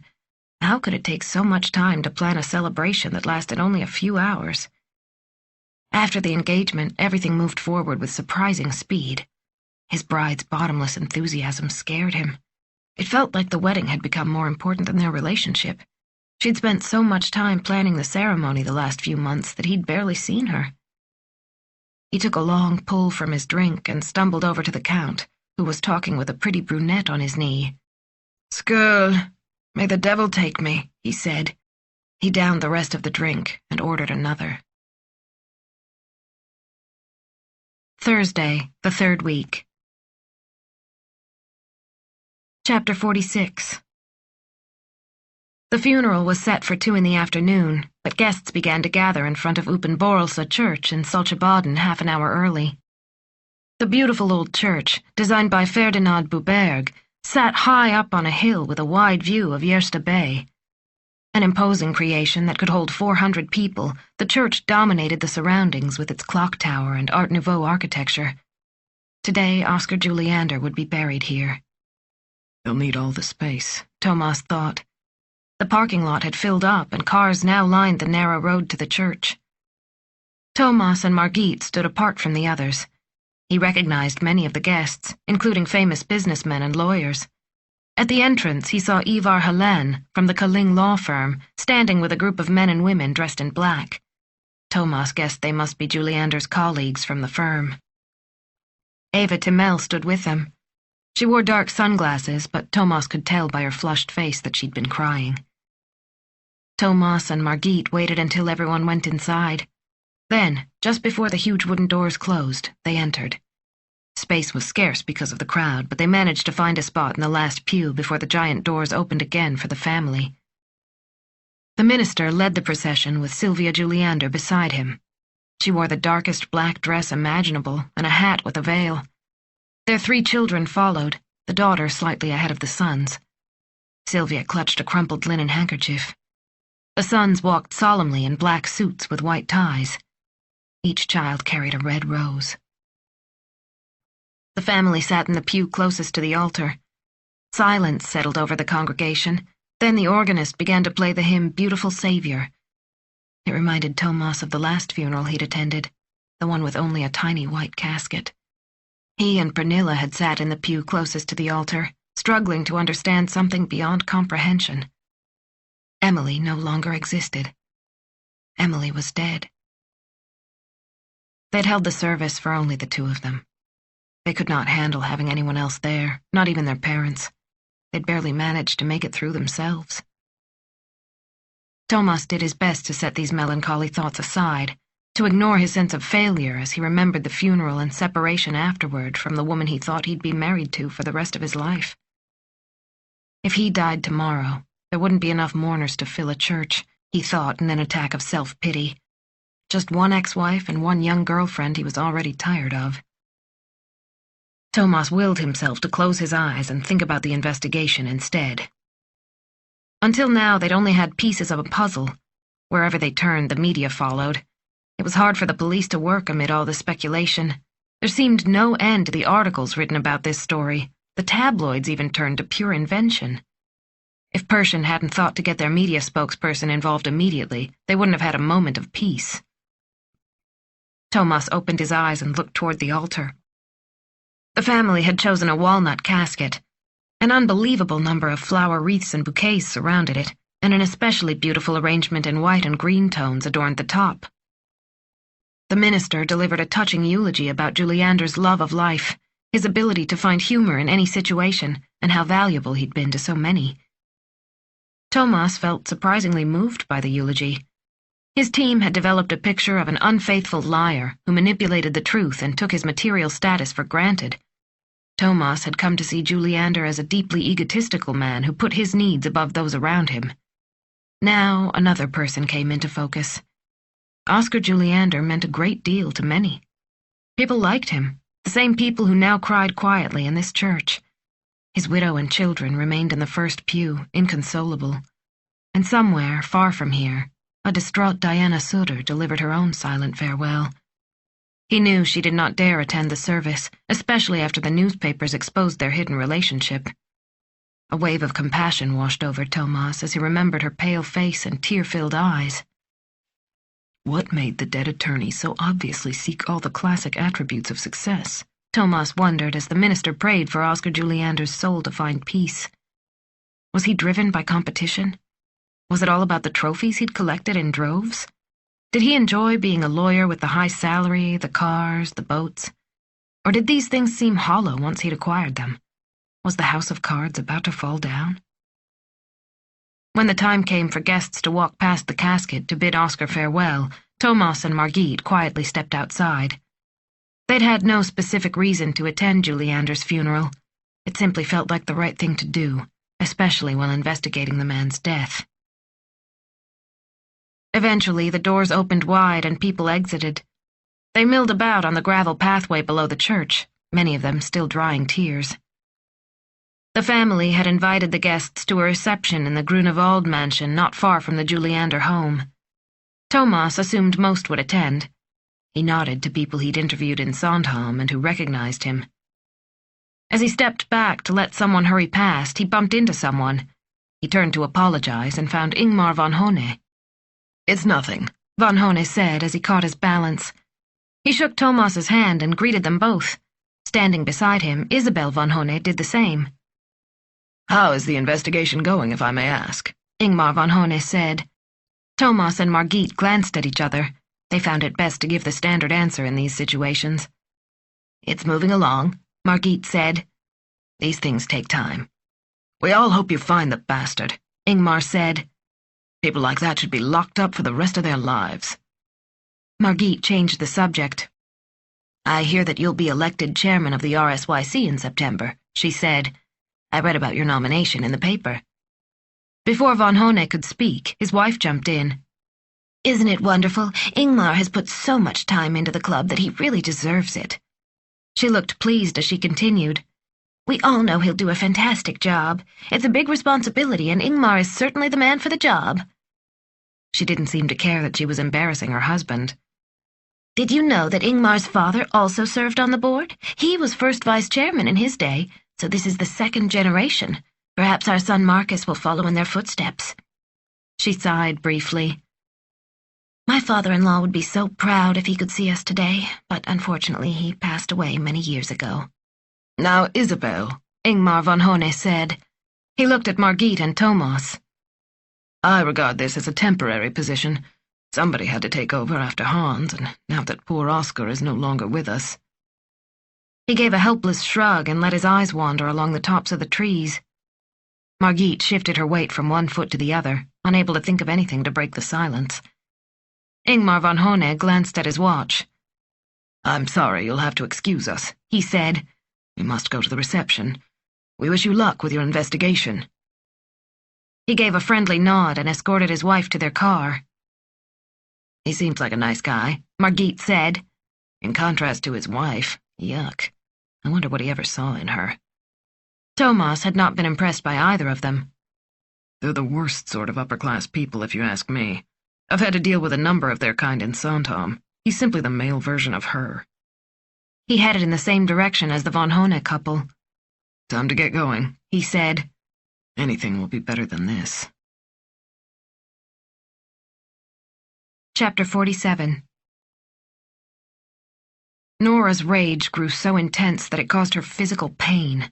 She felt her body shaking and her breathing become labored. How could he?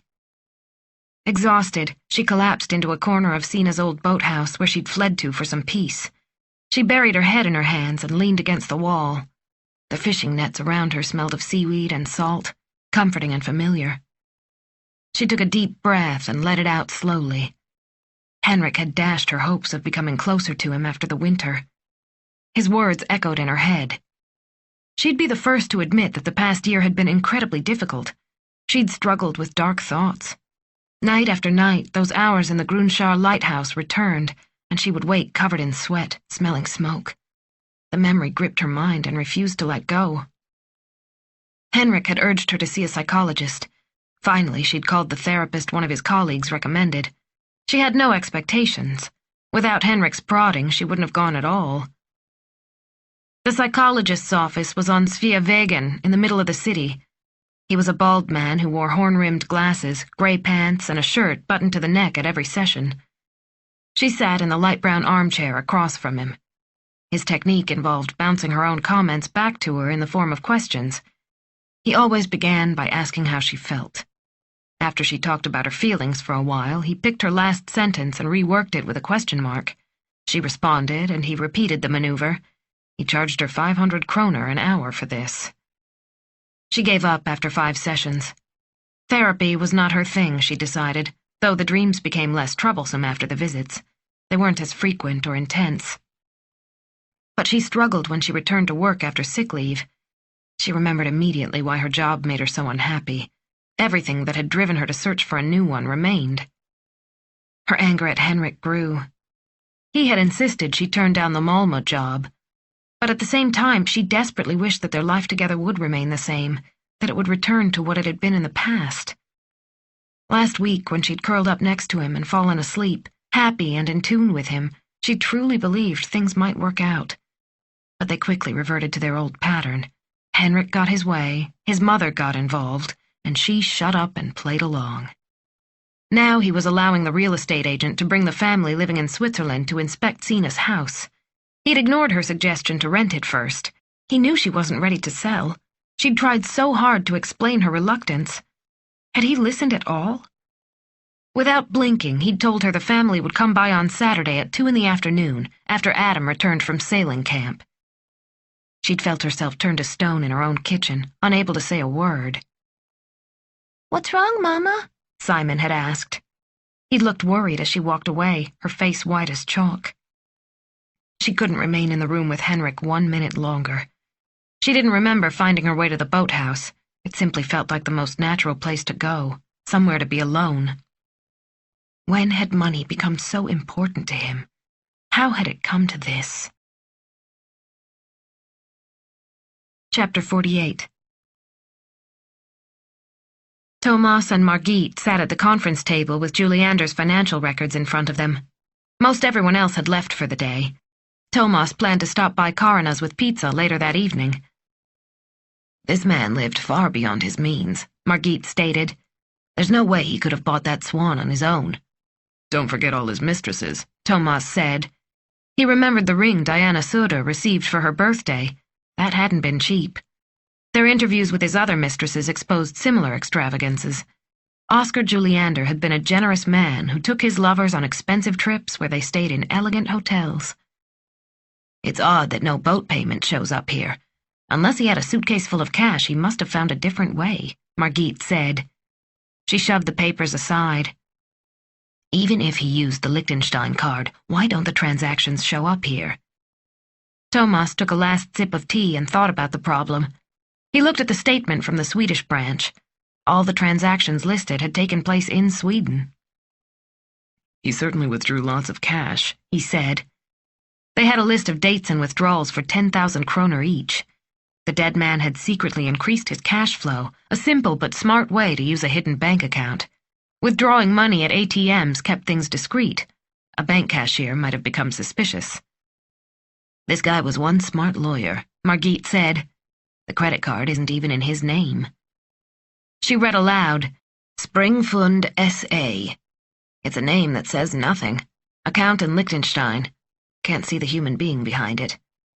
So the withdrawals are impossible to trace directly back to him. Without the murder investigation, they'd never have been able to get these financial records. Nobody would have connected the card to the owner, Thomas thought.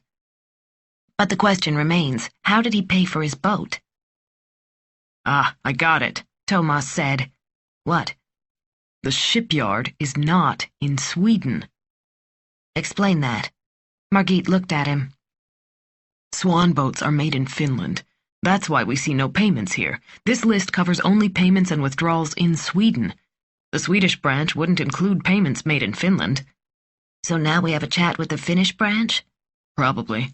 Since the Swedish company only deals with Swedish transactions, I assume that the Finnish company does the same in Finland. Margit sighed. So we contact the Finnish police to help us get the same information from Finland that we got from the Swedish company. We'll need another court order from Prosecutor Öhman. More wasted time, Thomas thought. Well, it's one reasonable explanation for how Juliander bought his swan. With a foreign credit card that flew under the radar here in Sweden and probably did the same in other countries. Elegant reasoning, Margit said, even if it's illegal. We still don't know where his money came from. No, we don't. Did he have any dealings with this Alsing guy? Something that wasn't exactly clean? We'll have to figure that one out. Friday, the 3rd week. Chapter 49. Martin Arian whistled happily to himself as he thought about Indy's latest text message. Coming to town Sunday evening, longing for you, Indy. Finally. Hiding his feelings for Indy at the funeral had tortured him. He'd gotten a seat right behind her, so close he could almost touch his love. He wanted to provide comfort in that heavy place filled with muffled cries. A couple times they'd made eye contact, but only for a moment. He kept reminding himself to remain discreet. As the congregation sang the final hymn, he lost himself in the memory of their last meeting, one of the few times they'd enjoyed an entire night together. Indy's family had been away. They were able to wake up together without making elaborate plans. He'd hardly wanted to waste time sleeping. He dozed lightly and woke often to reach over and reassure himself that he was not alone. The sound of light breathing filled him with joy. What if they could always be like this? He would sacrifice anything to make that dream come true. It had been a wonderful evening and night, in contrast to yesterday's service at Upenborlsa Church. What a tragic piece of business. Martin Arian hated funerals. An older person's service, however, seemed natural. Someone who'd lived a long life would eventually die. But sitting in a pew and watching Oscar's children grieve had hurt his heart. The girls' sobs had competed with the organ music, while the sons had acted more reserved. But when it came time for them to approach the casket, they'd broken down and wept. The only person who did not shed a tear was Sylvia. She'd sat still as stone during the service, but then she'd received one shock after another the past few weeks. Probably she'd taken a tranquilizer. She handled the reception with grace. She conversed politely with the guests and acted like the perfect hostess. So typical of Sylvia. Martin Arian shook off the memories of the funeral. He began to page through a cookbook, wondering what he would make on Sunday evening. He wanted something especially fine for his dinner with Indy. Duck breast with orange slices and red wine sauce sounded good, or perhaps scallops in lobster sauce? He'd find a fine wine at the state liquor store, or maybe a bottle of champagne. Yes, champagne would be best, and only the best was good enough for his beloved. Chapter 50. Will you take the weekend off? Asked Margit. She set her coffee mug on the table. It was nearly 4:30 in the afternoon. They spoke in the kitchen of the police station after a long day of follow-up questioning. Maybe I'll swing out to Hara. Then tomorrow I can sort through our material in peace and quiet. I'll come in then, too. Margit sounded tired, and Thomas shook his head. No need for that. Spend the weekend with your family.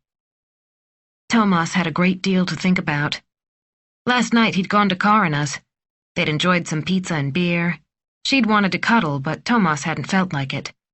The atmosphere became frosty, and Karina went from unhappy to angry. They had a discussion in which she delivered a long monologue critiquing his behavior.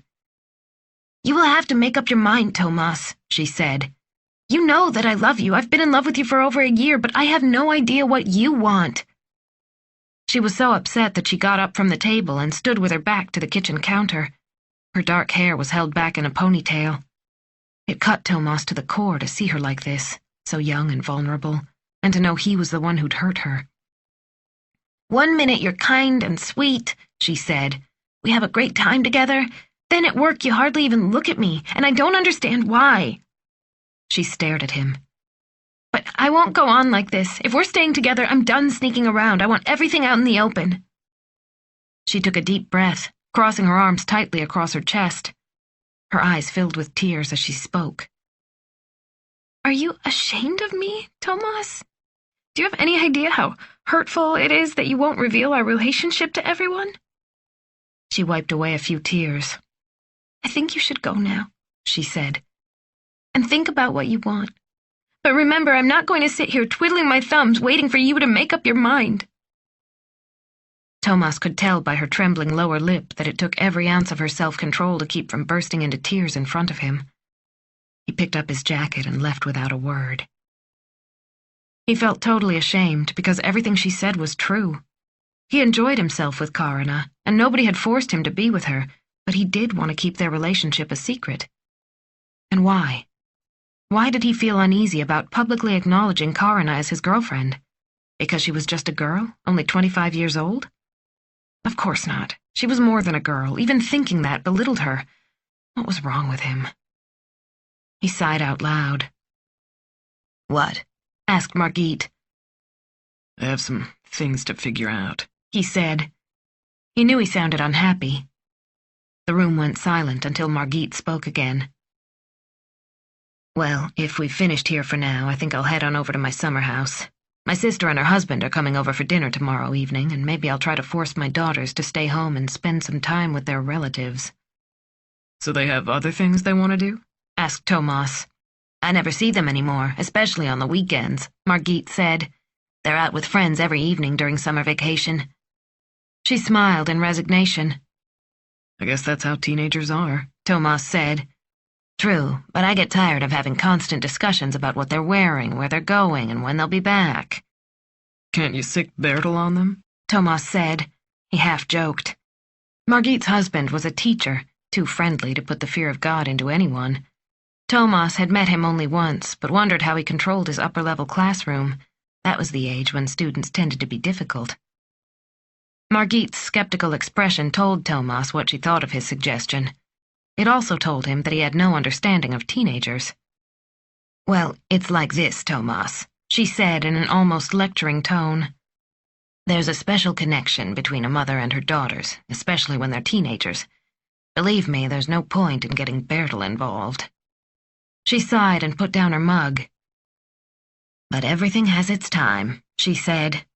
"On the other side of their 18th birthdays, they'll become normal people. At least I hope so." Chapter 51. Ava Timmel lay awake in bed. Her eyes were closed, but sleep refused to come. She missed him so much, and she was so angry. At the funeral, she and Sylvia had stood only a few yards apart. She'd almost gone over to say, "All day he was mine, and you had no idea where he spent his nights. He was never yours alone, just so you know." But funeral guests surrounded Sylvia, offering their condolences. Ava lost her courage. And what purpose would it serve to create a scandal? It wouldn't bring Oscar back. So she didn't make a scene. Instead, she went to the reception and acted like everyone else. She conversed politely and tried to say as little as possible. As soon as she could, she went straight home. She poured a glass of wine and curled up on the sofa with her cat, Blufeld. She spent hours reliving memories of Oscar and their time together. Finally, she took a long bath and went to bed. Exhausted, she slept for 9 hours. But tonight, sleep refused to come. That's how it had been ever since Oscar's death. Almost every evening it took half a bottle of wine to make her feel sleepy. Then she'd wake up early with the need to cry and a bad headache, unable to go back to sleep, though she knew how tired she'd be the next day. Now she tried to relax. She tensed her leg and arm muscles for 10 seconds, holding her breath. Then she breathed out and let them relax. She did this exercise 3 times. She inhaled deeply to calm her body and trick it into sleeping. Sometimes the exercise worked, but not now. She found herself full of anger, unhappiness, and disappointment at how her life had turned out. She feared she might never feel sleepy again. She'd sacrificed so much over the years for his sake. All that time she'd waited and hoped. And here she was, with no family of her own and only a white cat for company. "What's left for me?" she thought with a bitter taste in her mouth. "Who is going to take care of me now, Oscar? Who will look after me?" Saturday, the 3rd week. Chapter 52. Why did she agree to this? Would she do anything to keep the family peace? How else could she explain why she stood here waiting to show the Brond house to Mr. and Mrs. Swiss Cheese? Their real names were Ivar and Ella Bormann, but in her imagination she'd already renamed them. She disliked them as much as she disliked that overambitious real estate agent Severin. Mrs. Swiss Cheese was now strolling through the ground floor inspecting all the rooms. She'd already seen the kitchen and declared her intentions. "It's pleasingly old-fashioned," she said, "but just think how much more pleasant it would be if that wall were knocked out to allow a view of the Baltic." Be my guest, Nora thought as she leaned against the dining room wall, arms crossed over her chest. Go buy yourself a unique old mansion and wrench it into a modern house with an open floor plan. Why keep a classic dining room when you can make it look like a page from a magazine? You can't think for yourself. She glared at the woman, who was now evaluating Sina's beautiful antique furniture. A snort came out before she could stop it. "Excuse me," Ella Bormann said. "Did you say something?" "Sorry," Nora said. "Something must be stuck in my throat." She pretended to pick up a scrap of paper she found near a windowsill. "Is the furniture included in the sale?" asked Ella Bormann. She pinched the lace curtains, and then she plopped down on one of the dining room chairs and surveyed the table as if she already owned it. "We hadn't discussed it," Nora said. "Most of this stuff is trash," the woman said, "but a piece or two can be salvaged. For instance, that cupboard in the corner. It can be made into something fun with a dash of color." Nora gave a pained smile. How dare this woman refer to Sina's belongings as garbage? Sina had loved her furniture. Her father and her grandfather had furnished this house, and each piece had stood in its place for as long as Nora could remember. Now, in the eyes of this woman, it became trash. Henrik escorted the real estate agent and the slightly overweight Swiss Swede down the stairs. Severin shone like the sun. He kept pointing out the many advantages of the house. The enormous sums being mentioned were not lost on Nora. "What day can we take possession?" Severin asked. "We haven't decided about selling yet," Nora said. Henrik shot her a look, then smiled at the potential buyers. "We can certainly talk about it," he said. "We'll come to an agreement that suits everyone." "Look at this spectacular view," Severin said. He clearly wanted to change the subject. "You can see all the way to Rune Moreau in good weather. And the Vaxholmsbolaget ferries pass by every day. What a colorful contribution to the scenery. And sometimes the old ship Norshire passes by. It's one of the very last steamships that traverses the archipelago. If you want a really good beef dinner, take a trip on her." He patted his stomach to emphasize his words. "Why don't we look at the dock? Very few properties in Sandhamn can boast such a large anchorage. You can tie up any kind of vessel you please." "That sounds great," said Ivar Bormann. "We have a fair line at 40 feet that we'll need to dock here." "And think of all the guests we could have," his wife said. "We have many acquaintances in the archipelago, and there'll be room for them all to come by boat. We're counting on having a lot of visitors." She pushed her sunglasses onto the top of her head to hold back her hair. Nora felt something shrivel inside her. How could Henrik not notice how soulless these people were? Sina would roll over in her grave if she knew this horrible couple intended to buy her beloved home. But Henrik simply stood back and smiled as if everything were right with the world. Had she any right to fight him on this? Even her own parents had bowed out of the discussion. "You will have to make up your own mind, Nora," her mother had told her when she'd tried to talk about her conflicting feelings. "You'll have to decide what's best." Her father had agreed. Nora would have to decide, but no matter what, they would support her. They felt they were not in the position to give her advice. Even Thomas had not taken her side. He'd only reminded her how much it would take to care for the Brand house. Nora felt deflated as a punctured balloon. Her legs started to tremble. She wanted to get away, go home, pull the covers over her head, and pretend this house viewing had never happened. "Here are the keys to the boathouse," she said. "You might as well take a look as long as you're here."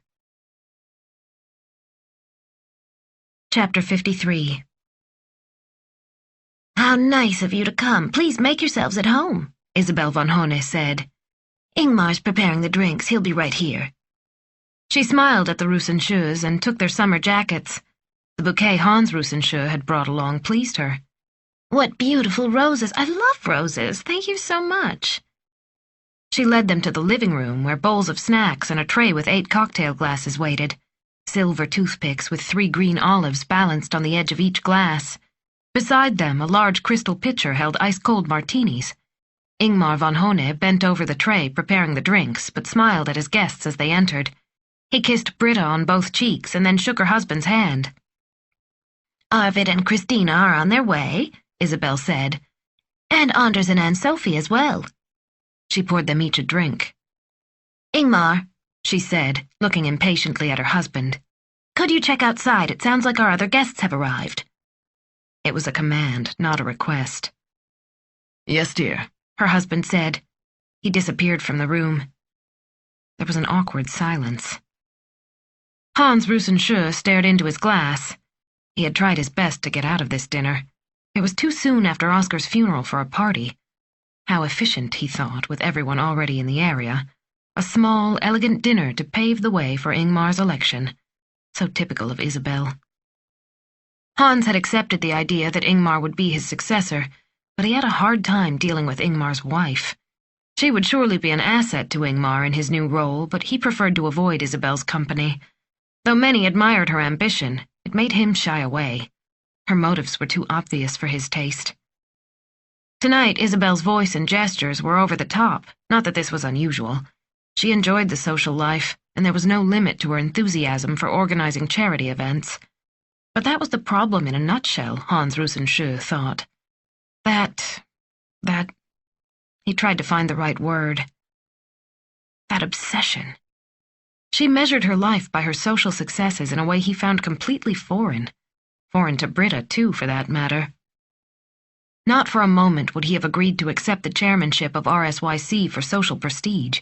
It was his duty if asked, and he understood the responsibilities. He had no doubt that Isabel would enjoy standing beside her husband as an unofficial representative, something Britta never wanted. But all of this would not be his concern much longer. Ingmar had chosen Isabel. Now he'd have to endure her constant social climbing. Hans looked at his own wife with appreciation. Britta had filled out over the years and was now mostly interested in the grandchildren, but she would never treat him the way Isabel treated Ingmar. She'd sent him out like a dog to fetch the other guests. What nerve.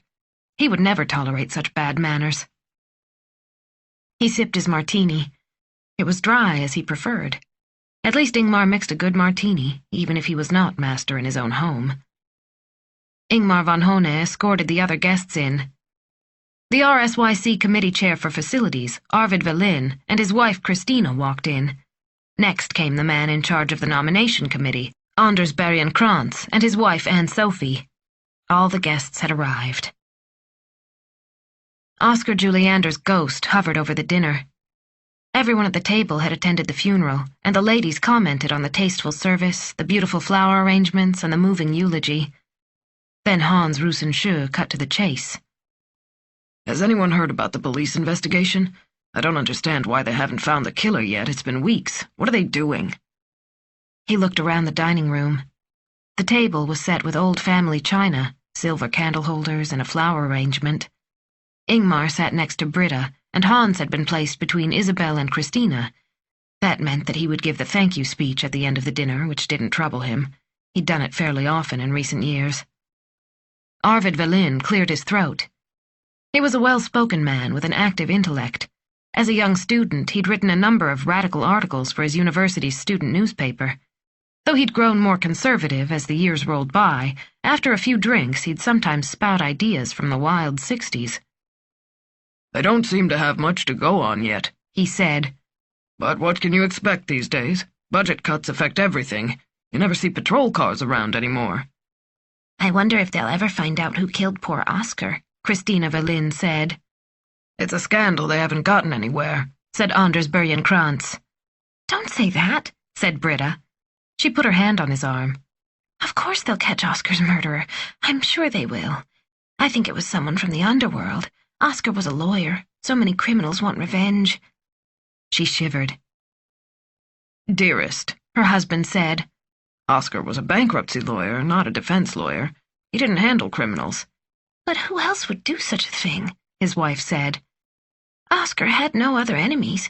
And think about dear Sylvia. My heart breaks for her. What a tragedy. What if it was all a mistake? Anne-Sophie Bergenkrantz said. Her slight double chin quivered. She smoothed an imaginary wrinkle from her dress. I read about a man who was shot to death moose hunting, she continued.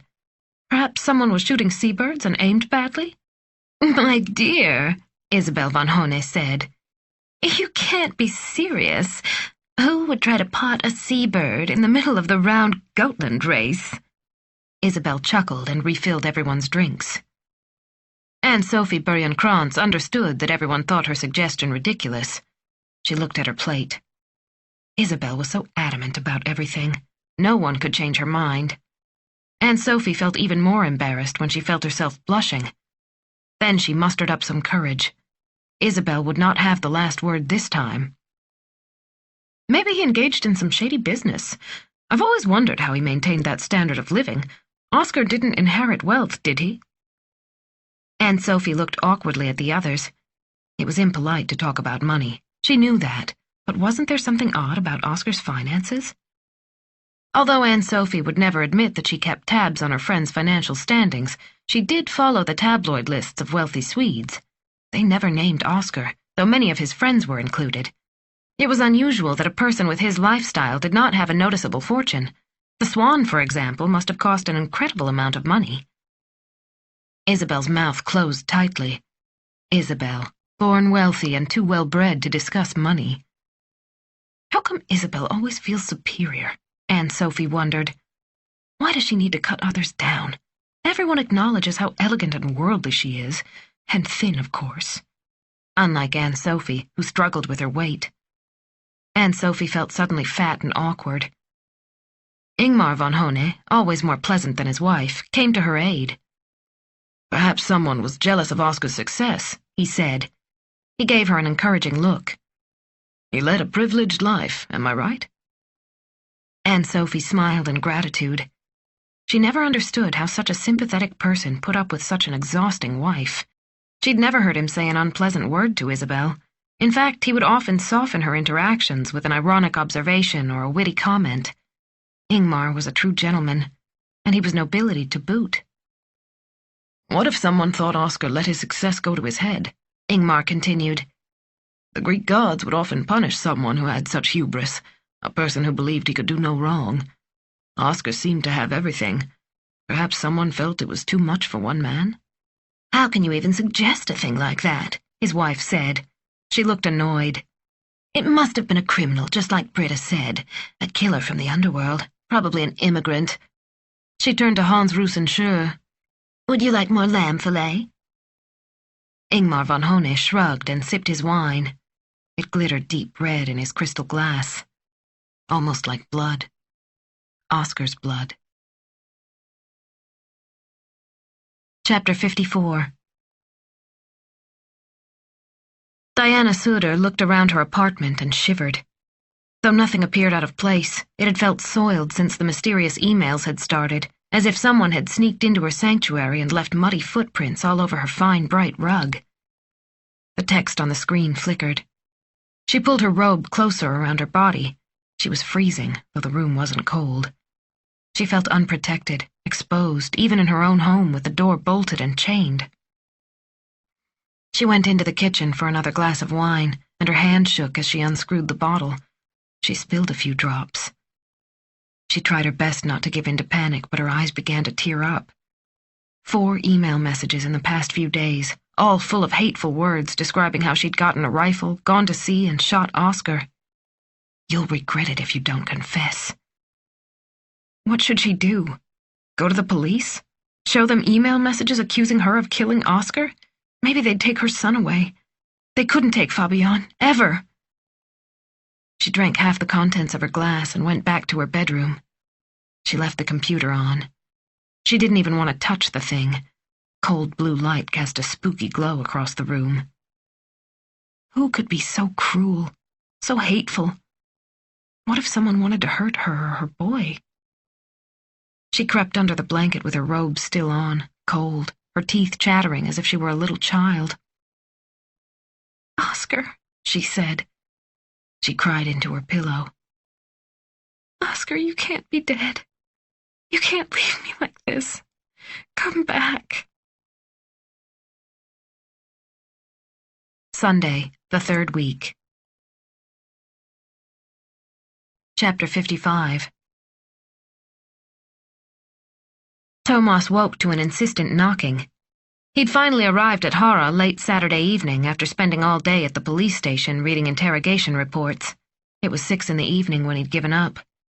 Once he arrived, he had 2 sandwiches and a beer and then fell asleep so quickly it felt like someone had pressed an off button. The glass of whiskey on his nightstand sat untouched. It was almost 10 in the morning now, which meant he'd been out for over 11 hours. The knocking continued, and someone called his name. It was a child's voice. He pulled on some underwear and climbed down from the sleeping loft. When he opened the front door, he found Nora with Simon and Adam. Thomas looked at them in surprise. "Hi, Thomas," Simon said. He gave his godfather a big hug. Simon's head barely reached Thomas's waist. Adam, 4 years older, considered himself too big to hug anyone. He nodded a greeting. "What's going on?" Thomas asked. He opened the door to let them in. Nora's face made it clear this was more than a friendly visit. She gave an unhappy smile as she held out a bag from the Sandhamn bakery. It smelled like freshly baked bread. "Mom said we should surprise you." Simon scurried inside underneath Thomas's outstretched arm. "Do you have any juice, especially orange juice? I don't like that red stuff we get at day camp." Simon opened the refrigerator to see what he could find. Thomas moved aside so Nora and Adam could come in. "I'm sorry, Simon," he said. "No juice. But how about a glass of milk? If you want to grow big and strong like me, you'll have to drink a lot of milk." He winked at the boys as he flexed his muscles. "Just let me get some clothes on," he said. "You two can find something to drink while your mother and I have coffee." He turned to Nora. "How did you get here from Sandhamn? Did you take the Snoran?" He meant the 15-foot-long motorboat the Linda family used to get to beaches for swimming. She nodded. "I tied it up next to your buster. I'll start the coffee while you get dressed. I thought you would already be up. It's not like you to sleep in." Thomas disappeared into the bathroom to get ready for the day. He wondered what had happened. Nora's red eyes made it obvious she'd been crying. It probably had something to do with that house. Maybe it would have been better if she'd never inherited it. Too late for that now. Thomas could imagine how Henrik and his witch of a mother were leaning on Nora. He thought Henrik's father, Harald, was a pretty decent guy. At the wedding so many years ago, they'd shared a bottle of whiskey, and the alcohol had loosened him up. By the time dawn had begun to arrive, Harald had revealed a more human side. They'd shared interesting conversation about the Swedish national hockey team's chances of becoming world champions again. But Henrik's mother was a real devil, and her son seemed blind to her faults. Nora and Henrik had been married for over 13 years now, and Thomas suspected Henrik always took his mother's side over Nora's. Henrik grew up an only child, extremely sheltered. He didn't see how overbearing Monica could be, not to mention how she treated her daughter-in-law. Thomas liked his own mother, but he would have said something if she'd ever treated Pernilla the way Monica treated Nora. Thomas came out of the bathroom to find Nora had set the rolls on a plate on the table. The boys sat waiting to eat. The moment Thomas nodded, they launched into action. Nora poured 2 cups of coffee. "Boys," Thomas said, "you can take your plates outside and sit in the sunshine if you'd like. Then you don't have to hear our boring talk, okay?" They ran outside at once. Thomas looked at Nora with compassion. "Now tell me what's going on." Nora's eyes filled with tears the moment he asked the question. She looked more distraught than she had in a long time. "What's the deal?" Thomas thought to himself. "Wherever I go, women start crying." He walked around the table and gave her a hug. Once she'd had a good cry, he offered her a paper towel to dry her eyes and blow her nose. "What happened?" Thomas asked. "It's Henrik, right? Did you have a fight?" Nora nodded and blew her nose again. It was awful. The worst fight we've ever had. Henrik insists we sell Sina's house. He said I was egotistical and thought only about myself." She paused to catch her breath. "He said my sentimental streak shouldn't keep him and the boys from living in a real house in the city, and then he said—" She stopped for a minute and looked like a scolded puppy. "He said my behavior made him ashamed." "Why?" "That couple from Switzerland came to look at the house yesterday. They acted like they'd already bought it. They showed no respect at all." Nora described the walkthrough and what had happened afterward, how angry Henrik had looked as he stood in the kitchen and pounded the counter in absolute rage. Hurtful words had flown from his mouth, a stream of viciousness that seemed endless. "How could he say such things to me? He's never said anything like that before. I can't understand why he demands we sell the house, even after we discussed renting it." Tears ran down her flushed face again. There, Thomas said. He patted her shoulder in a vain attempt to comfort her. It didn't seem to help much. Nora tried to smile, but failed. "I'm so sorry I woke you. I really needed someone to talk to. Henrik went into the city on the first morning ferry." "Do the boys know about it all?" "No, I told them he got called into the hospital. I had to tell them something." Thomas fought an irrational impulse to call Henrik and give him an earful. Nora had suffered so much this past year. He knew they'd had troubles in their relationship, but Thomas thought they'd worked things out after what had happened on Grunskär. Why Henrik pressed her so hard now, he didn't understand. But he said nothing. He needed to help Nora calm down. It wouldn't help to get angry, especially not with the boys around. He handed Nora another paper towel. "You won't have anything left to clean up messes if I keep going like this." "It's nothing to worry about. You know, Nora, maybe it's good that Henrik left for the day. When he's had the chance to calm down, he'll see he overreacted." "Do you think so?" "He can't force a sale if you refuse. You know that. And he loves you. In the heat of the moment, people sometimes say things they don't mean." "I hope so." Nora's voice trembled. She pushed the reddish-blonde strands of hair from her face and wiped her eyes again. They were swollen, but she looked more hopeful than when she'd come. She rolled up the sleeves of her pale blue sweater and blew her nose one last time. "We both know how Henrik is," Thomas said. "He can be hot-headed, but he would never want to hurt you." Thomas wasn't certain those words were true. Henrik had an egotistical side Thomas also saw in Monica Linda, but now wasn't the time to add another stone to Nora's burden. "Take your mind off things, Nora. Get a little perspective. Things will work out. Henrik will come to his senses." Thomas hugged her again. Nora did her best to pull herself together. "So I'm not a selfish monster. It's not all my fault. One day the boys might like a house in Sandhamn. I'm thinking of their future, too." She took another sip of coffee before she continued. "Just thinking of those pretentious Swiss people makes my blood boil. I can't imagine seeing them through my kitchen window every day." "Are they really that bad?" "They are. There's not enough money in the world to make me deal with them." Nora was a fighter, no doubt about that. She'd get through this too, Thomas thought. "You've been incredibly kind," Nora said. "I woke up so unhappy this morning, but I knew I could talk to you." She looked down at the kitchen table, noticing she'd been tracing figure eights with her finger. Then she glanced at the clock and stood up. "I should see what the boys are up to. We've been talking for a while."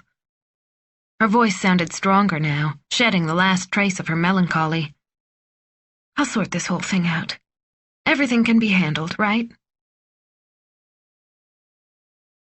Chapter 56.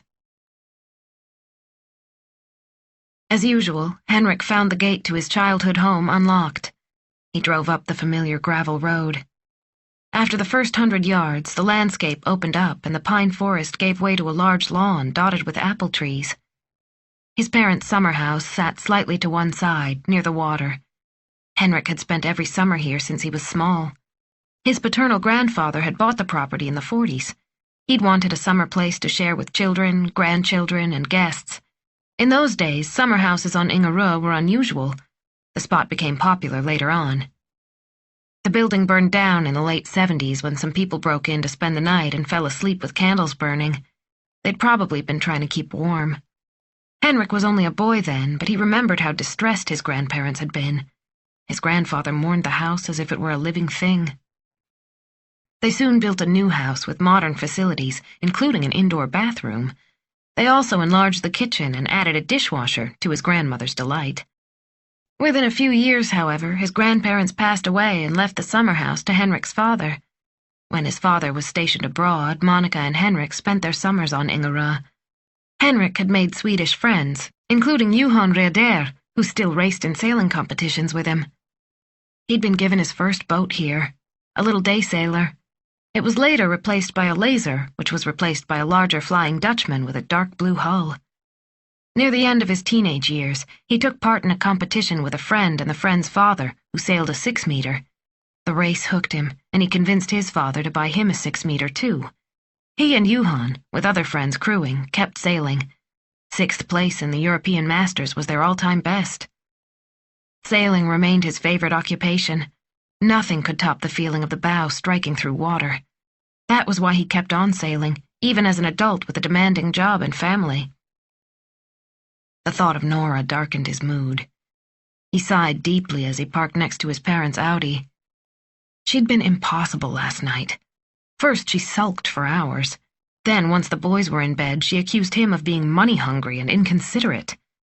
Henrik had tried his best to stay calm. He hated it when Nora got so emotional.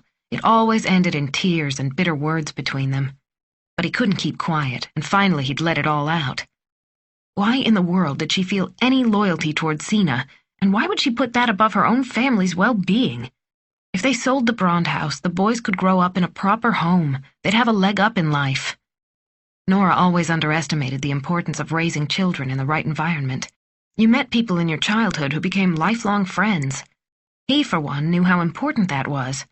He had seen his father move in diplomatic circles where success revolved around personal relationships. You have to know the right people or you get left behind. In this big bad world, social connections counted. One of his father's friends, a professor at Danderyd Hospital, had put in a good word for Henrik. Without that help, he would have had to wait much longer for a permanent position. His boys shouldn't miss out on opportunities because they lived in that pathetic little townhouse. But when he tried to explain all this to Nora, his words fell on deaf ears. "How selfish can you be?" He'd yelled at her. "Can't you think about someone besides yourself for once? What kind of a mother are you?" They'd stood at either end of the kitchen table, like roosters in a cockfight, as vicious words flew through the air. When she began crying, he didn't care. "I can't believe how you behaved in front of the real estate agent. I'm ashamed of you. Standing there sighing and carrying on. You could have at least acted like a reasonable human being." He was exhausted by the time they finally went to bed. He fell into an immediate but restless sleep. When he woke 6 hours later, he decided to leave. He couldn't deal with her outbursts. Perhaps if he left for a few days, she'd come to her senses. He took the overnight case he'd quickly packed out of the trunk. His mother appeared before he'd reached the front door. "Henrik, my dear boy." She kissed him on both cheeks. "Hi, Mom." He stepped inside, carrying his suitcase. "I have coffee ready. Sit down and I'll bring everything. Have you eaten? Do you want a sandwich?" Her mouth didn't stop moving, and her hands fluttered in small, well-meaning gestures, fast as a hummingbird as she circled her son. How are you, my sweet boy? I'm so glad you came so I can spoil you for a while. I really can't understand Nora. She's so... She tried to find the word. She's so irrational. Yes, that's it. And selfish. She only thinks of herself. Henrik had phoned his mother earlier to tell her he was coming. He'd given her a brief explanation about what had happened between him and Nora. As always, she took his side without reservation. Of course he'd be welcome to spend a few days at Ingerö to rest up. Henrik walked into the living room and relaxed on the striped sofa. He'd always found this room pleasant. It faced southwest and was often filled with light and sun. In addition to the oversized sofa, the room held 2 comfortable armchairs with matching footstools. As his mother puttered around the kitchen, he turned on the TV. His mother carried a tray into the room. You don't need that on, Henrik, she said. Your father leaves the TV on constantly these days, on and on without a break. Where is Dad, by the way? Henrik asked. He kept his eyes on the screen. He's at the neighbor's. He'll be back soon. In the meantime, let's have a little chat. His mother set 2 cups on the table and handed him a plate with several liver pâté and cheese sandwiches. Help yourself, she said. I'll get the sugar and be right back. She returned to the kitchen, and Henrik took a bite of a sandwich while surfing through channels. When his mother came back, he turned the TV off to please her. Now tell me all about it, my son, Monica Linda said. She looked at him tenderly and held out a plate of cookies. Tell me how things are really going. I love you, he whispered in wonder. Those words came so easily. He hadn't even believed himself capable of love after all the years and all the lies. But there the words were, perfectly clear, as if they had lives of their own. Gratitude washed over him. This is how it feels to love and be loved. How had he ever forgotten? He longingly gazed into the face before him. With the back of his hand, he traced the line of his beloved's chin, throat, and chest. How could skin feel so soft and smell so good? Thank God you exist, he whispered. I love you so much. What would I ever do without you? I love you too. The voice sounded gentle as a caress. They kissed, and desire filled his body, making him dizzy. I will never let you go, he said.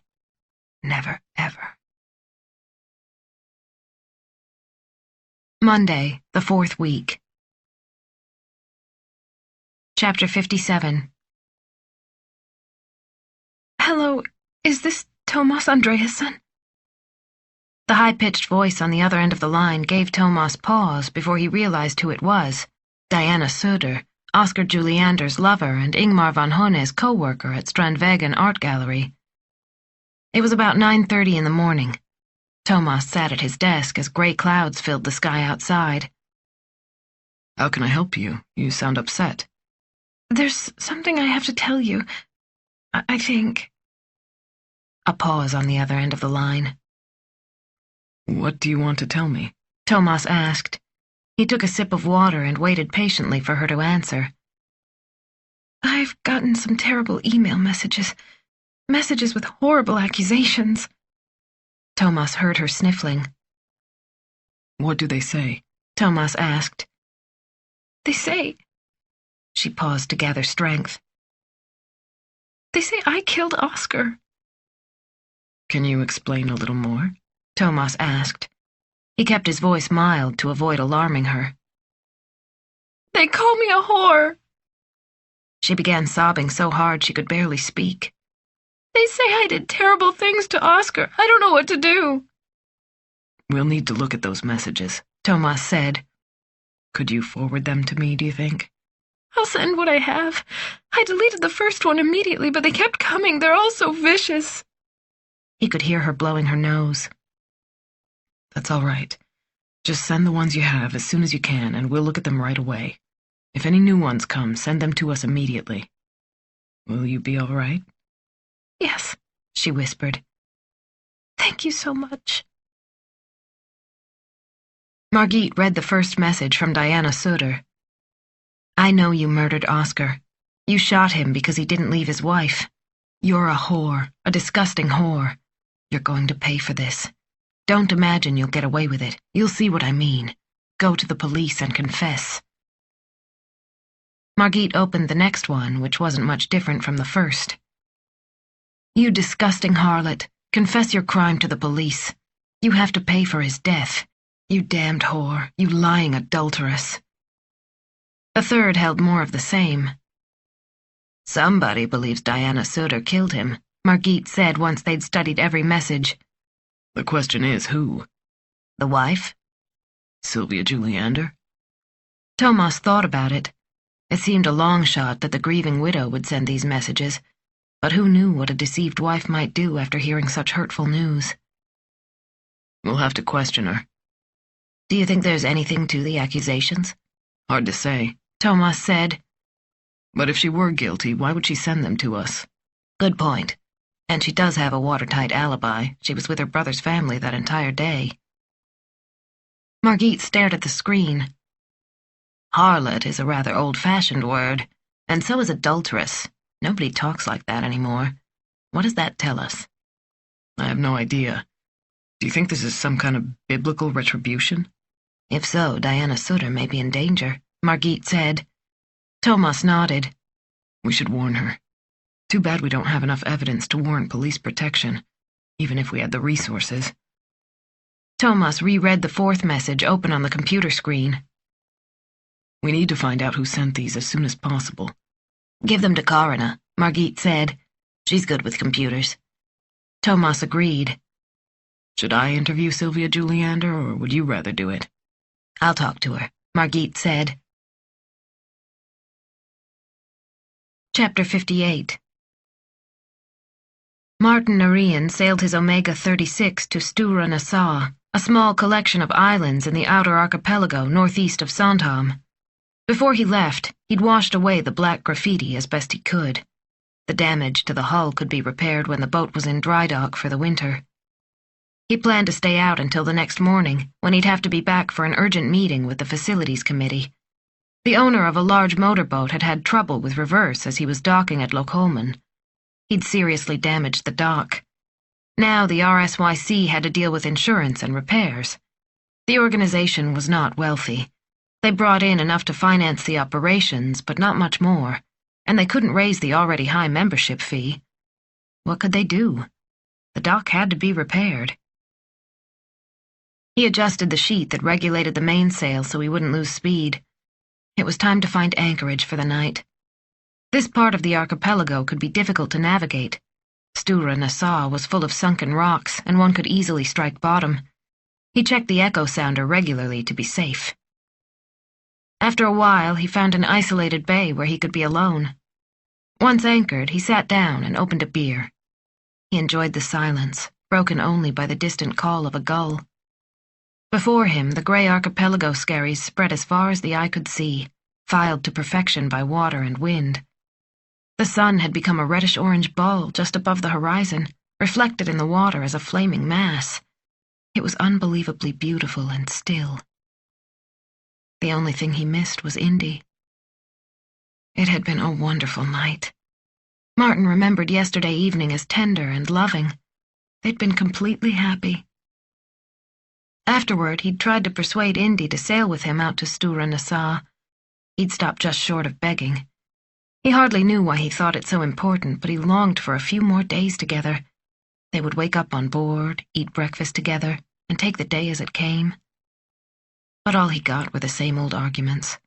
Someone would see them. It was too risky. Leaving for a few days would be impossible without planning. They had to think about the children. Finally, he could take no more arguing. He said goodbye, the way he always did. He hated secrets and sneaking around. How humiliating. Teenagers did such things, not adults. Still, he felt hopeful. For the first time, they'd discussed a future together, even if their daydream had been careful and oblique. But it gave him hope. He'd sneak around for a long time if there were hope that one day they could be together. He decided to send a message to say goodnight. With a smile, he picked up his phone. Chapter 59. One should not read another person's text messages. Everyone has a right to privacy. That must be respected, even within a marriage. Usually, the cell phone on the hall table would be left alone. Any incoming text messages would be left unread until the owner returned. If only there hadn't been that electronic ping. The sound in the silent hallway made the temptation much too great. One click, and the message appeared on the screen. Blood boiled. Rage ensued. But when the wave of anger subsided, the text could not be unread. The truth could not be deleted. You've been cheated on. Cheated on and humiliated. There's someone more loved than you. You're going to be abandoned. Everyone will laugh at you. Your life will be ruined. No doubt what the message meant. Just a few words, but enough. Enough. It forced a decision. Thanks for a wonderful night. I can't wait until we can spend every night together. Martin. This was unacceptable. It had to be stopped. Tuesday, the 4th week. Chapter 60. A drizzling, almost pleasant summer rain fell. July was giving way to August, the evenings already growing shorter. As darkness fell, the temperature dropped. The building on Viveca sat empty and abandoned. Built in the 30s, its light facade was darkened from pollution and exhaust. Cleaning would have helped, but it was one of the few commercial buildings on the street. There were no apartment owners trying to increase the value of their property through costly renovations. At this hour, those who hadn't already left for vacation would have stopped working long ago, left the building, and gone home. Not a single window was lit. Perfect for the purpose. The key slipped easily into the lock. A quick turn and the entrance door opened. The spot selected was a half-floor up, with a window facing the street. It offered a perfect view of Viveca 22B. It would not be hard to make the shot from this distance. The keys to the individual doors worked as easily as the one to the entrance. Even the black iron security gate slid up without a sound. The dark single-room studio had a toilet and a small kitchen area with a round table and 4 chairs. It was stuffy and smelled vaguely of turpentine. Paintings leaned against the walls. It was too risky to turn on the ceiling lights, but the street lights cast enough of a glow. The small flashlight also helped, even aimed at the floor to avoid being seen from the street. A large lamp hung over the entrance to Viveca 22B. That would help. The person who would soon punch in the entrance code and unlock the front door would have plenty of light. Enough to aim well, in other words. Enough to kill. The parts of the rifle rested in a gray sailor's bag. It weighed next to nothing, a couple pounds. It took only a few minutes to load the ammunition and the rifle parts into the bag, and only a few minutes to reassemble the weapon. At the bottom of the bag was a little box marked 22 WMR. The bronze bullets gleamed under the flashlight. There was something appealing about the bright metal and the oval form so perfect for its purposes. Remarkable that something so small could do so much damage to the human body. The rifle's magazine held 11 bullets. Every bullet slipped smoothly into place. The only thing left to do was wait. This time there was no hurry. Before, everything had to be timed to the second. There'd been no leeway, since the risk of discovery had been much, much greater. Now only patience was needed. Martin Andreasson would soon come home to his apartment. If not today, then tomorrow. There was all the time in the world to wait for Martin Andreasson. Chapter 61. The evening meeting of the Facilities Committee was unusually fruitless, Martin Andreasson thought. He sighed over colleagues who sometimes seemed incapable of making a decision. The discussions moved in circles, resulting in an agreement to meet again in a few weeks for a final decision on repairing the Lockholmen docks. He'd gotten a ride from Saltsjöbaden to Slussen, where he took the subway to Sankt Eriksplan. No one else got off at that stop. He was alone on the platform at almost 11 at night. Even though he usually walked up the escalator for exercise, he stood still this time. His relationship with Indy nagged at him. While at sea, he'd thought a great deal about their situation. Should he demand more? Even make an ultimatum? His love was so strong that everything seemed perfect when they were together, but he hated the loneliness that overcame him the minute they parted. He wanted to spend every day together. They'd argue sometimes about whose turn it was to do laundry or who should do the grocery shopping, but he'd always find a light on in the apartment when he came home. Patience, he told himself. You must have patience. When he walked out of the station, he took a deep breath of night air. The city could be stifling during the summer, and he already longed to be out to sea again. He shivered a bit at the thought of the vandalized Omega. It must have been kids. Who else would have done it? He still needed to report the damage to the police. His insurance company demanded it. But what would he say about the other odd things? That he thought someone had been in his apartment? He had no proof. That he felt followed when he was walking down the street? That he suspected it wasn't a few kids who had damaged his boat? He could imagine how the police would grin behind his back if he brought up these concerns. And what could they do about it? They couldn't watch over him and his boat 24 hours a day. He looked around a little more than usual in the night darkness. He picked up his pace and pulled his trench coat tighter. The temperature must have dropped 10 degrees since sunset. He took his phone from his pocket and fingered its metal case. Should he send a text to Indy? Just to say goodnight? The thought was tempting. Why not? Just that possibility put him in a better mood. Somehow everything would work out for them. He could sense it. The solitary figure in the light trench coat was visible from far away.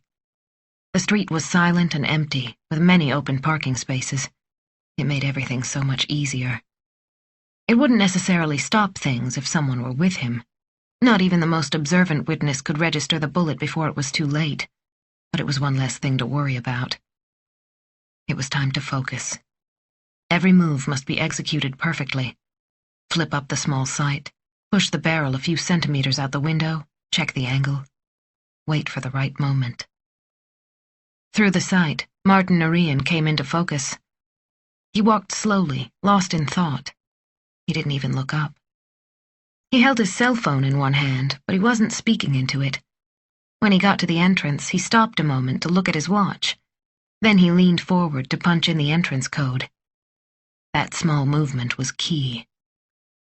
The body was perfectly aligned, as if he had voluntarily placed himself at the center of the sight. Light pressure on the trigger, and the rifle fired. The silencer muffled the report as effectively as it had the first time. Martin Andreasson was hit in the temple. A perfect shot. A nice entrance hole. Flying brain matter. And it was over. Martin Andreasson stood completely still for a few seconds, as if his fingers were able to punch in the code by themselves to escape his attacker. Then his legs crumpled, unable to support his weight, and he fell against the entrance door. He slid down the glass and collapsed on the ground. It looked like a single graceful movement that he'd trained for his entire life. Someone might even think he was asleep. How easy it was to kill another human being. So simple. The first time it had been absolutely necessary. When everything had been weighed, only one solution had remained. Oscar Juliander had to die. And now Martin too had to go, before things got out of hand. It seemed much easier to breathe now. A feeling of peace settled in.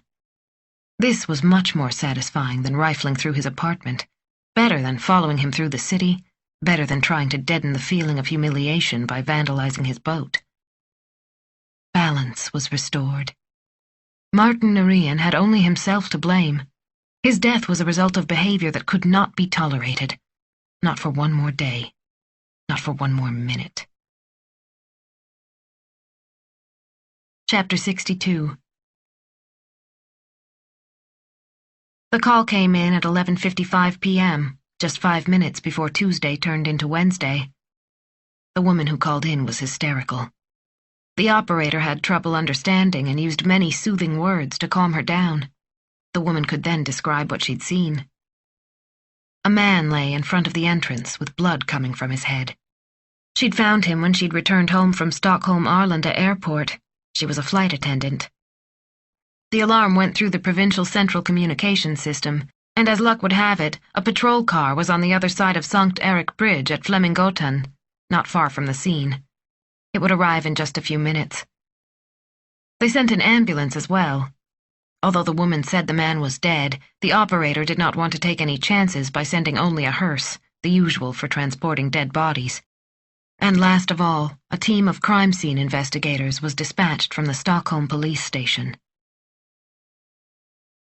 The policeman saw immediately that the flight attendant was correct. The man on the stairs in front of Berrakalidsgatan 22B was really, truly dead. The cause of death was most likely the hole in his temple. In addition, there was a great deal of blood and brain spatter on the frosted glass door. Clearly in shock, the flight attendant sat beside the corpse. She had some blood on her uniform. When an officer in his 30s tried to speak with her, she began to weep. He helped her up and accompanied her to her apartment. He hoped there she might calm down enough that he could question her. Thomas Sten, the forensic technician on call that evening, arrived right before the ambulance. The police had already cordoned off the area to minimize access to the crime scene and secure the evidence. Coney needed little time to figure out the cause of death. I'm assuming he was shot right here, one of the uniformed officers commented when Coney arrived. That appears to be the case, Coney agreed. He studied the scene in front of him. The blood pooled on the ground under the man's chin, and the spatter of other bodily fluids indicated that this was the primary crime scene. Coney pulled out his digital camera. His photographs would serve as the basis for the investigation, both in reconstructing the chain of events as well as pinning down any material evidence. As he snapped the photos, he constructed a mental picture of what had happened. There was no powder mark on the skin as far as he could see. This indicated the shot had come from a distance. This also indicated there was little likelihood of finding any evidence here about the killer. When he finished, he put his camera back in its heavy black case. He was meticulous about his equipment. Nothing made him more irritated than finding something out of place. It could ruin his whole day. Thomas Sten stepped past the corpse and opened the front door. Luckily, it swung inward, so he did not have to disturb the body. He didn't see anything unusual in the stairway, so he stepped back outside and moved around the corpse with care. There were pieces of a cell phone on the steps outside. The bottom plate hung open, and parts had fallen out. He put the pieces inside an evidence bag. If they could reassemble the phone, they might discover who the deceased had been calling. He put on plastic gloves and carefully inspected the victim's skull. He could see more closely where the bullet had penetrated. Then he began to swab for biological evidence. All bodily fluids at the scene would have to be secured. It was going to be a long night. Wednesday, the 4th week. Chapter 63. It was 7:30 in the morning, and the atmosphere in the conference room was gloomy. "So, what do we know?" asked Persian. He looked ill as he blew his nose into pieces of toilet paper from a roll on the table. "So what do we know about all this?" he asked again. He took a sip of coffee and looked around the room. Last night's death had taken much of the fight out of the team. They'd now have to double up on their workload with no solutions in sight. The news outlets were already calling often enough to keep the police spokesperson busy, to say the least. The murder of Martin Andreasson dominated both the TV and radio news broadcasts. Another board member of the Royal Swedish Yacht Club murdered. Thomas blinked and tried to focus. He'd been up since 5 that morning, when a shaken Hans Rosenschö had phoned to inform him that Martin Andreasson had been shot to death in front of his Viveca Sten apartment building. The police had contacted Andreasson's brother, who had immediately phoned Rosenschö. They both connected his death with Julie Ander's murder. Thomas had thrown on his clothes and hurried to the station. There he'd spent an hour trying to find out what had happened. He'd talked to the forensic unit for a description of the crime scene. Thomas Sten, the technician first on the scene, shared his conclusions. Thomas repeated the facts to his co-workers. The victim is Martin Andreasson. He was 53 and single, lived in a 3-bedroom apartment in the Viveca Sten district. Worked at the Legal, Financial, and Administrative Services Agency as a manager. He finished law school and was head of the RSYC Facilities Committee. What's that? Asked Eric. It's the committee in charge of the property and grounds. They care for all the RSYC's buildings, docks, and the like. So what happened? Asked Margit. Thomas held up one of Mom Sten's photographs. The position of the body was clear. The curved back, the sprawled legs, the head below a blood-flecked glass panel. He almost looks like he's asleep, Kala said. He was on the board with Juliander, and he was also a lawyer, Pershing said. He blew his nose again. Any other connections? We don't know, Thomas said. We need to find out. And the murder weapon? He was shot in the head. The bullet went right through the brain. He died instantly. So perhaps another long-range shooting. Pershing sighed as he said this. Have they started the autopsy yet? Asked Margit. They'll do it this morning. Dr. Saxon has moved him to the top of the list. He said by lunchtime we could stop by for the results. Anything else? Asked Pershing. Coney Mom Sten confirmed that Narian was shot from a distance, Thomas said. There were no powder burns and the entry wound was small. So a rifle? Asked Margit. Most likely. We'll have to wait for ballistics to know for sure if it was the same one used to kill Juliander. Anything else at the crime scene? Another bullet lodged somewhere, perhaps? No, nothing. Juliander had been shot with a half-metal jacket bullet that had remained in the body. A full metal jacket bullet probably would have gone right through Narian's head and out the other side. A moment of silence came over the room. The similarities between the two killings were clear. What are the chances that two different killers used the same method to gun down two members of the same club? Margit asked. She propped her chin on her hand. Very small, I'd assume, Pershing said. So what's it all mean? We have a crazy person at large who does not like this yacht club, Thomas said. Or at the very least does not like the members of its board. The RSYC is the natural link, Margit said. We have to begin with them. Members of the board must have police protection, Pershing stated. He turned to Margit. You and Thomas see to that. Margit noticed Pershing's runny nose and swollen eyes. Shouldn't you be in bed? She asked. Pershing gave a dismissive wave. We'll have to speak with Juliander's widow again, Thomas said. She might give us some connection between the two, and we need to track Narian and see what he's been up to the past few weeks. This sheds new light on our theory about Olger Al-Singh, Margit said. Is he still on Majorca? If so, we can eliminate him as a suspect, especially if the same rifle was used. So we find ourselves back to square one, Pershing stated. He blew his nose again to clear it before attending a hastily called press conference. You should really go home and lie down, said Margit. Chapter 64. Ingmar von Hone slowly hung up the phone on his nightstand. His wife returned from the bathroom and gave him a curious look. Who called so early in the morning? She asked. Martin Narian has been shot, Ingmar von Hone said. His eyes widened with shock and his face turned white. What did you say? Isabel stood still in the doorway. Martin Narian has been murdered. What? He's dead? Yes, Ingmar von Hone said. Hans called. Someone shot Martin last night in front of his building. He died immediately, they said. Good God. He stared at the telephone as if he didn't believe the news it had delivered. He felt like he might faint. Isabel stood speechless for once. Silence descended on the room. Ingmar sat upright on the edge of the bed as if paralyzed. He took short, quick breaths. We have to call the police, Isabel said. She pulled the belt of her robe tighter. What do you mean? You need police protection, she said. If there's some kind of crazy person out there shooting the members of the board, you might be next. Ingmar could not reply. Soon you'll be chairman, have you forgotten? She said. He buried his face in his hands. Then he slowly lay back on the bed. Isabel left the room to give Ingmar some space. What good would it do to call the police? What good would anything do?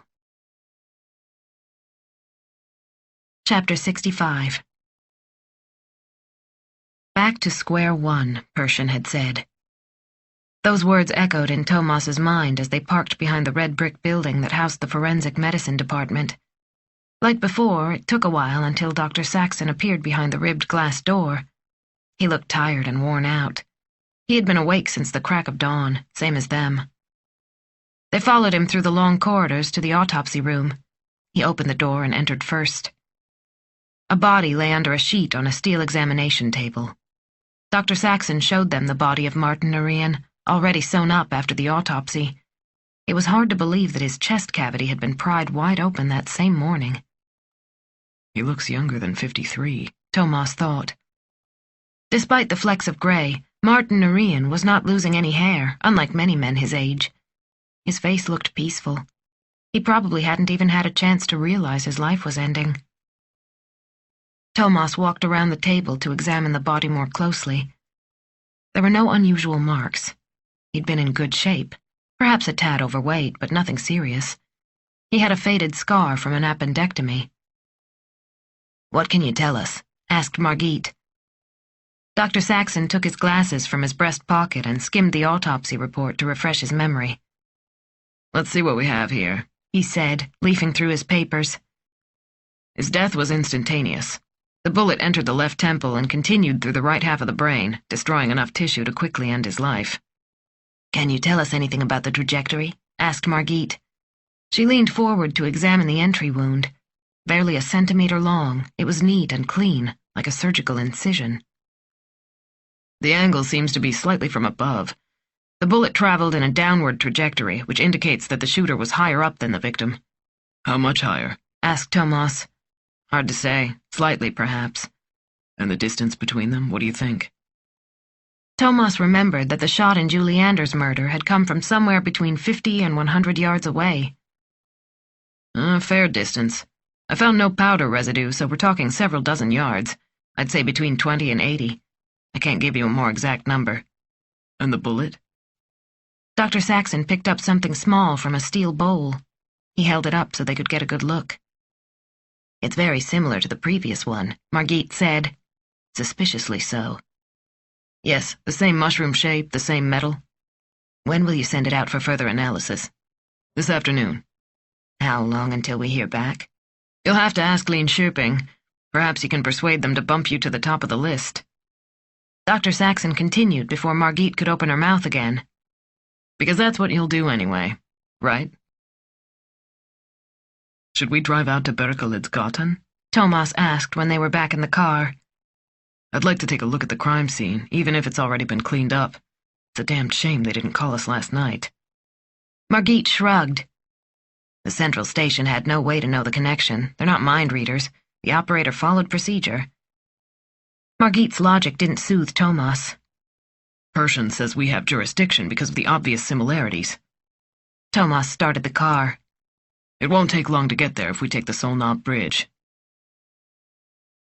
5 minutes later, Thomas parked on a cross street of Rostransgatan, a few hundred yards from where Martin Andreasson had died. He stepped out of the car and took in the calm atmosphere of the neighborhood. There were few cars on the street and many small shops and cafes on the ground floors of the buildings. It felt like a small town in the midst of a big city. As they walked up to Viveca 22B, they saw traces of blood on the steps. Someone had tried to clean one of the glass panes on the front door, but there were still noticeable smears. Thomas held up Mom Sten's photograph from the crime scene. Despite the darkness of night, it was surprisingly sharp. Andreasson's face was clear. He looked as peaceful as he had in the autopsy room. Stand by the door, Thomas said. Let's try to reconstruct what happened.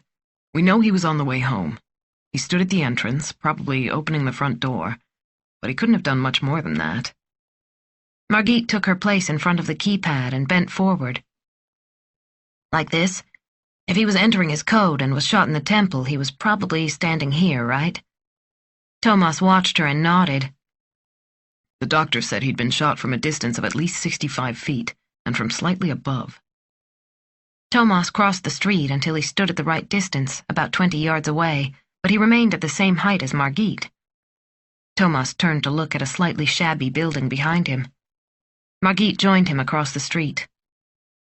Are we thinking the same thing? She looked back at the entrance to the apartment building. That the killer was here? For instance, aiming from that window? She shaded her eyes with her hand and pointed to the first row of windows a half-floor up. Then she leaned forward to read the business names embossed on the plate by the entrance. No individuals, only businesses, nothing else. Thomas read the names over her shoulder. Then his eyes stopped. Strandvägen Art Gallery was listed neatly on one of the metal plates beside the entrance.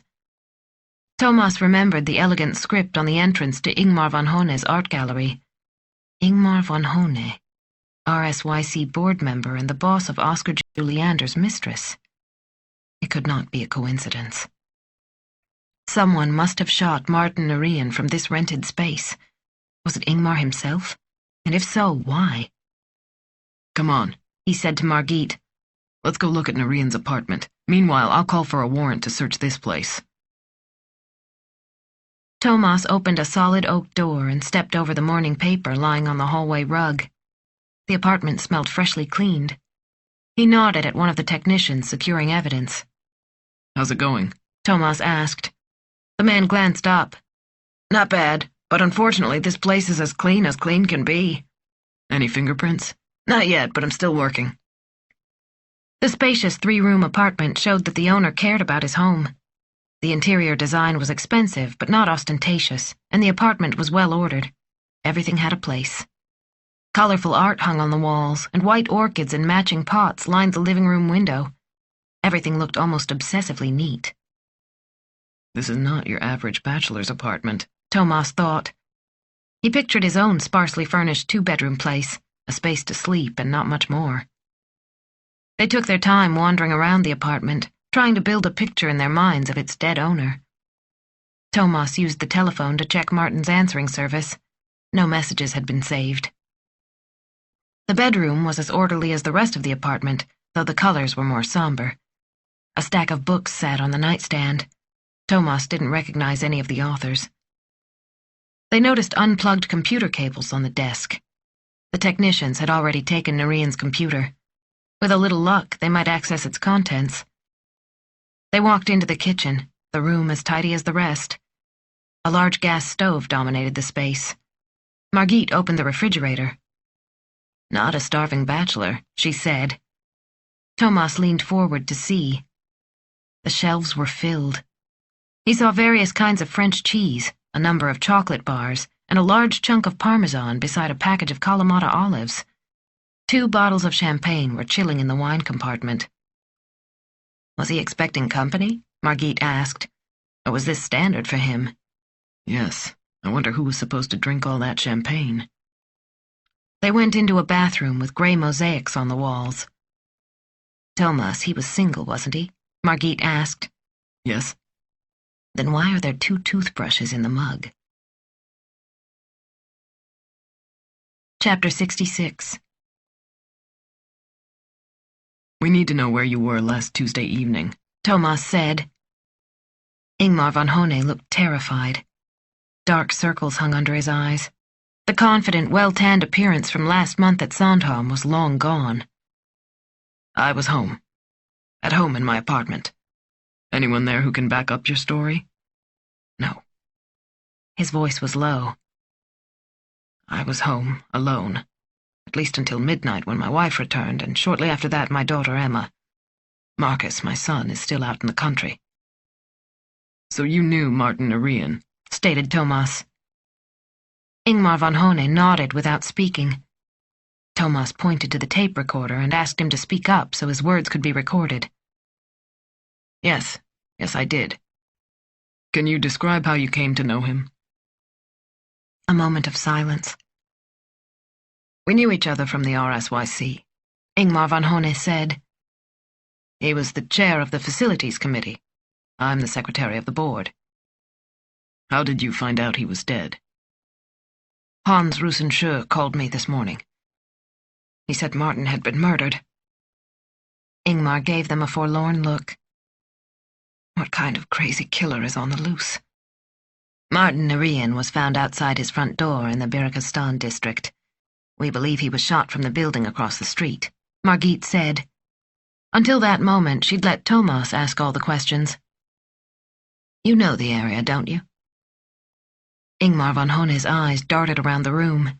A vein pulsed in his throat. Did you understand my question? Margit asked. The tormented man nodded silently, and Thomas reminded him to speak aloud for the recording. Yes. Yes, I know exactly where it is. I have storage space there. Storage space? Thomas waited for an answer. When there's not enough room in the gallery, I keep the overflow artwork there. It's close to Martin's apartment. It's across the street. Actually, we already know that, Thomas said. We've already been in your storage space. We received a search warrant this afternoon. Thomas's comment made Ingmar pale. Would you like to know what we found there? Asked Thomas. Yes. The reply was a whisper. We found traces of gunpowder residue on the windowsill, the one that gave a perfect view of the entrance to Martin Arian's building. Is this a coincidence? What do you think? I don't think anything, Ingmar von Hone said. He choked on the words and put his face in his hands. So I'll ask you again. Where were you Tuesday night? I was at home, as I told you. Margit broke in. Any explanation about why we'd find gunpowder marks in your storage space? Somebody must have broken in. The outer door was undamaged. But what other explanation could there be? The man on the other side of the table looked ready to faint. All he wanted was to wake up from this nightmare. You can't think I had anything to do with Martin's murder? Who has keys to the room? Asked Margit. Ingmar von Hone looked uncertain. Well, I do, of course. And Diana, who is employed at the gallery. And we have a student intern, a young woman studying art history. She helps out sometimes. I know her parents. Thomas peered at Ingmar von Hone without expression for a few seconds before asking the next question. By Diana, you mean Diana Söder? Yes, how did you know? Thomas ignored that and went right to his next question. How long did you know that Diana Söder had a relationship with Oscar Juliander? I read it in the paper. They met at your Christmas party last year, Margit said. It seems their relationship lasted almost 18 months. Didn't you know before it came out in the papers? Ingmar von Hone sank into his chair. Oscar had a weakness for women. That's not a secret. But it was only recently I knew that Diana was seeing him. His hand shook as he took a drink of water. Thomas studied him during the silence. Ingmar von Hone did not look well at all. It appeared as if he'd just thrown on whatever clothes were on hand. The dapper gallery owner he'd met earlier had vanished. Do you think Diana would be capable of murdering Oscar out of jealousy? Absolutely not. The answer was abrupt and without hesitation. I can't imagine Diana capable of killing anybody. She's the sweetest person you could ever imagine. Mother to a little boy. I don't believe she even knows how to hold a gun. Do you know if she knew Martin Arian? I have no idea. She might have met him at one of our gallery parties like she met Oscar. Thomas changed direction. Do you know of any connection between Juliander and Arian?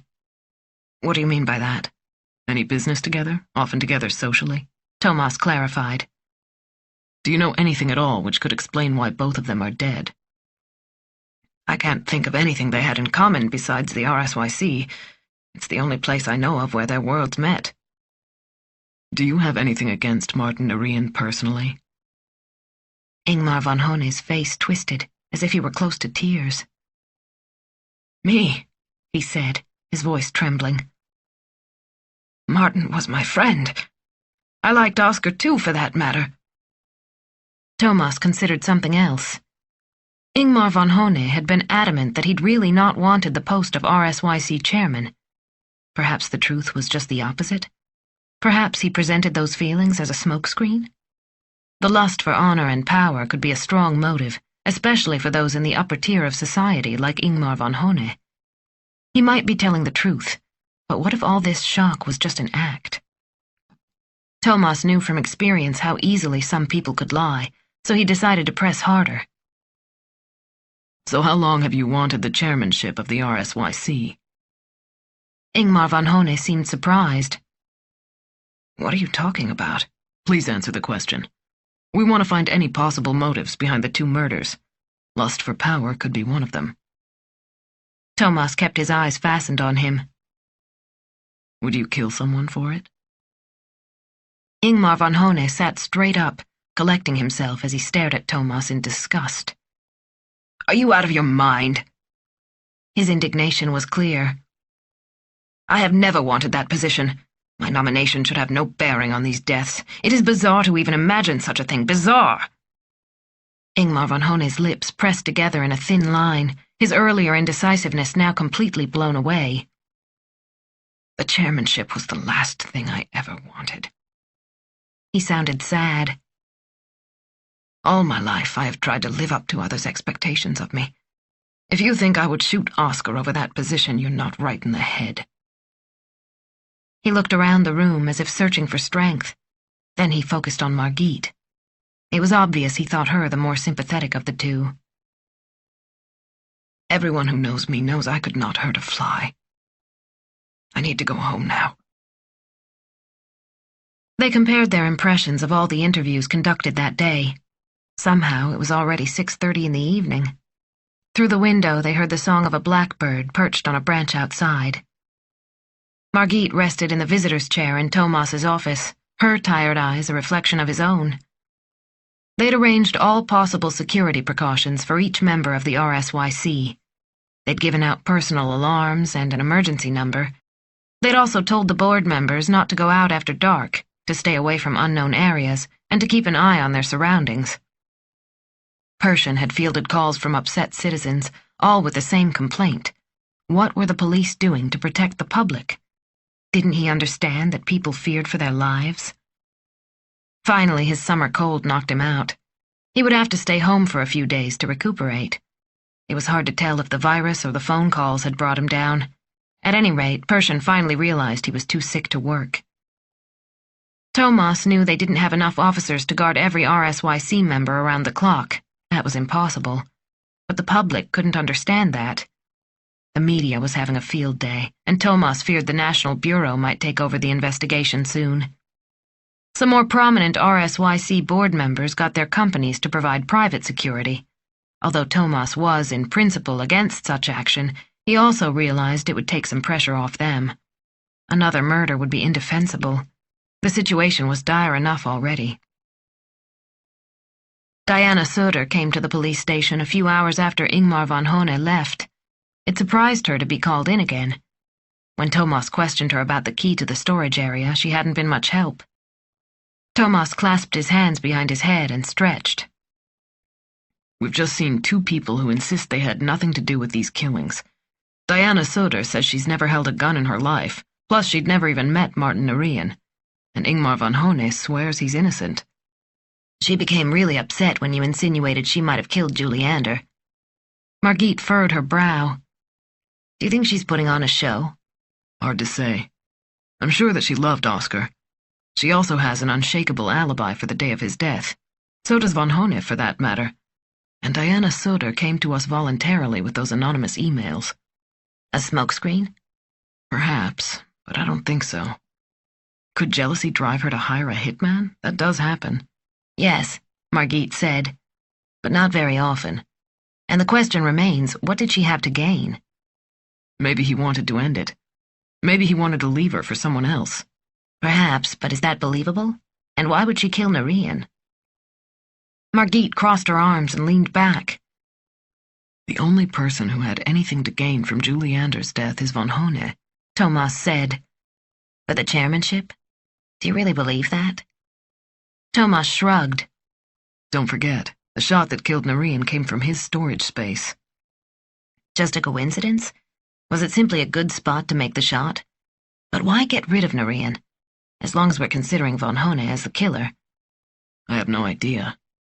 Maybe Narian found something on him and threatened to reveal it to the authorities. Margit looked skeptical. We have guesses and nothing more. Yes, Thomas said. By the way, what did Sylvia Juliander say?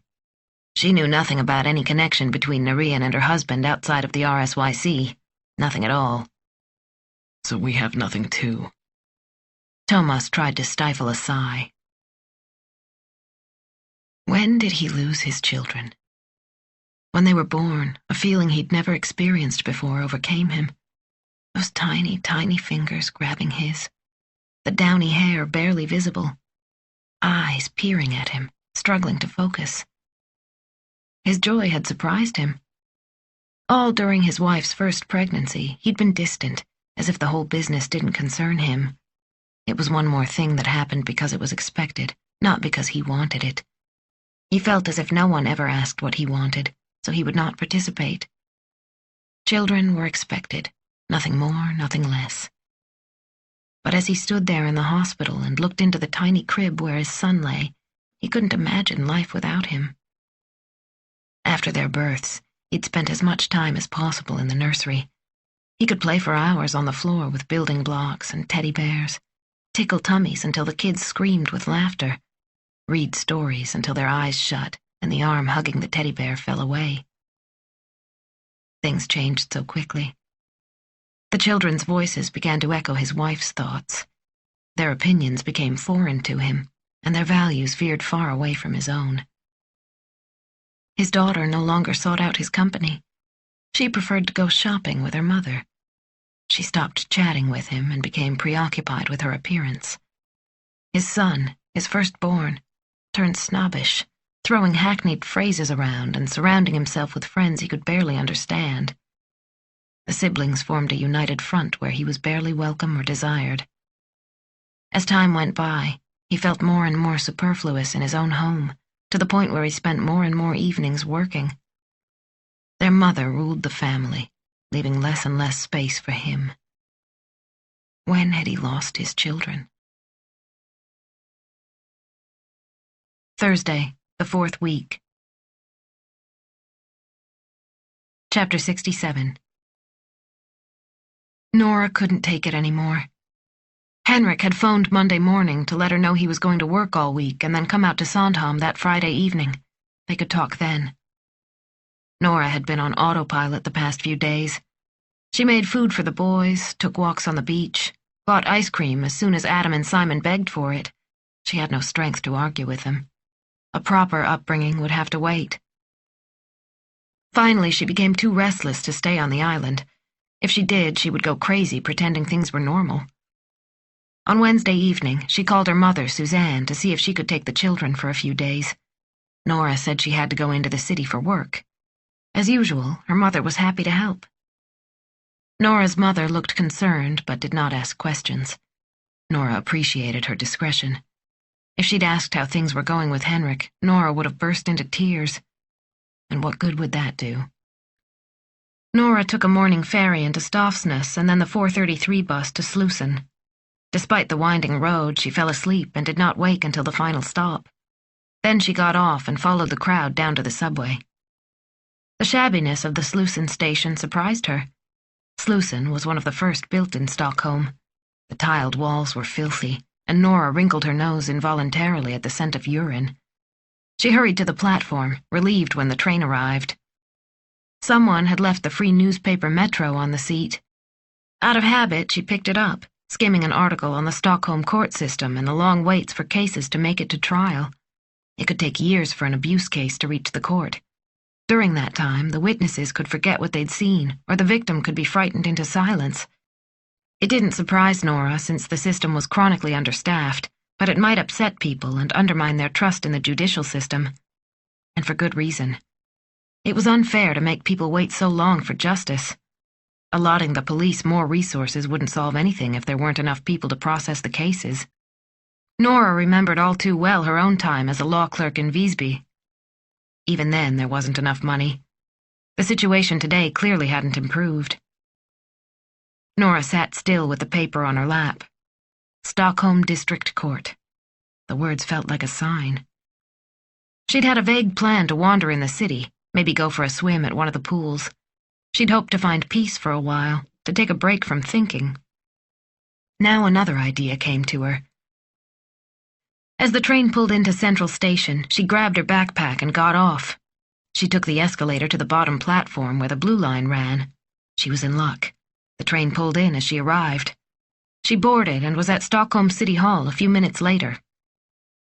She looked up at the stone building that towered above the station. Stockholm City Hall, home to Stockholm District Court. It was an impressive building where many court cases of all kinds were handled. Here, Clark Olofsson was sentenced to prison after the hostage drama at Norrmalm Square. Here, one of the most elusive criminals in the history of Swedish crime, Laserman, received a life sentence. A divided court, suffering under intense pressure from the media, had condemned Christer Pettersson for the murder of Swedish Prime Minister Olof Palme. But other government officials shared the building.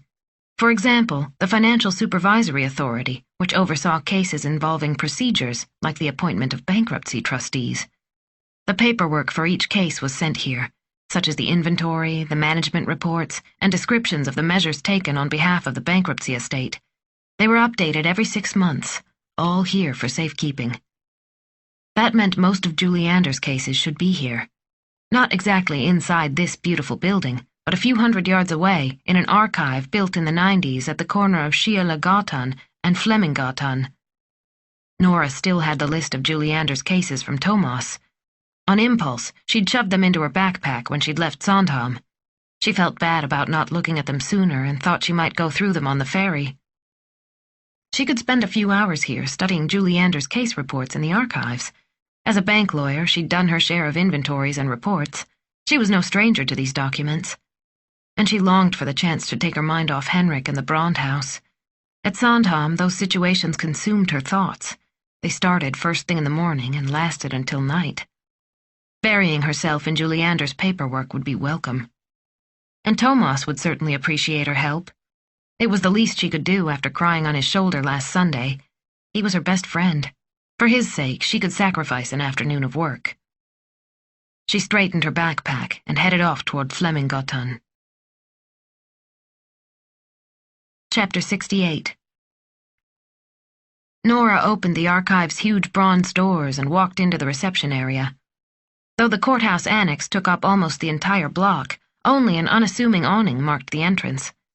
Inside, visitors found an airy hallway dominated by a large spiral staircase. Nora explained her errand to the young guard sitting behind a glass window. He wore a neatly pressed uniform jacket, though his hair hung halfway to his shoulders.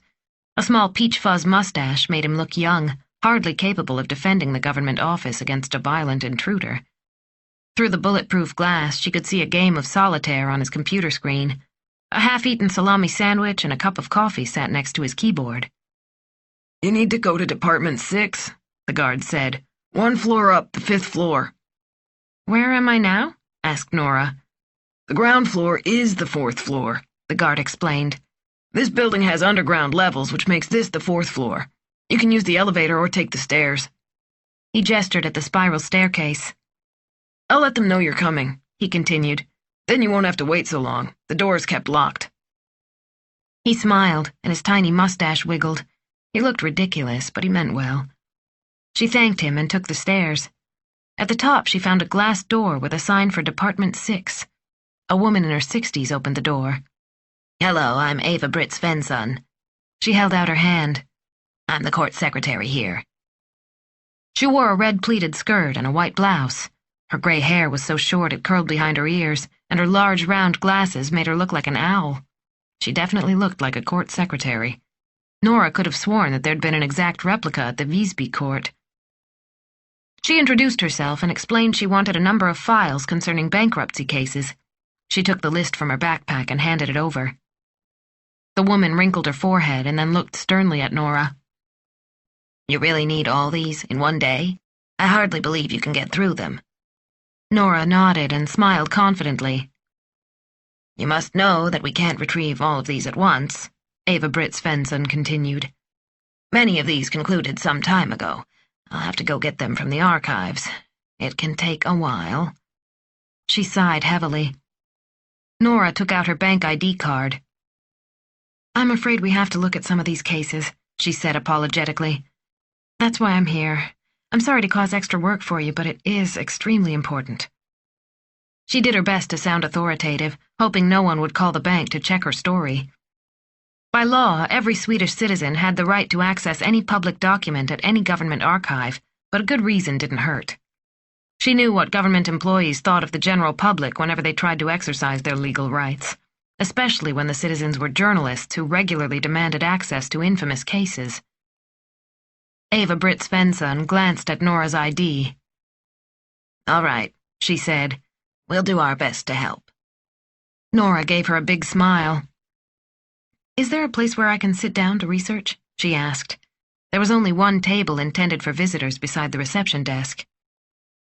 "It's not really allowed, but since there's so much material involved, you can use this room," Eva-Britt Svensson said.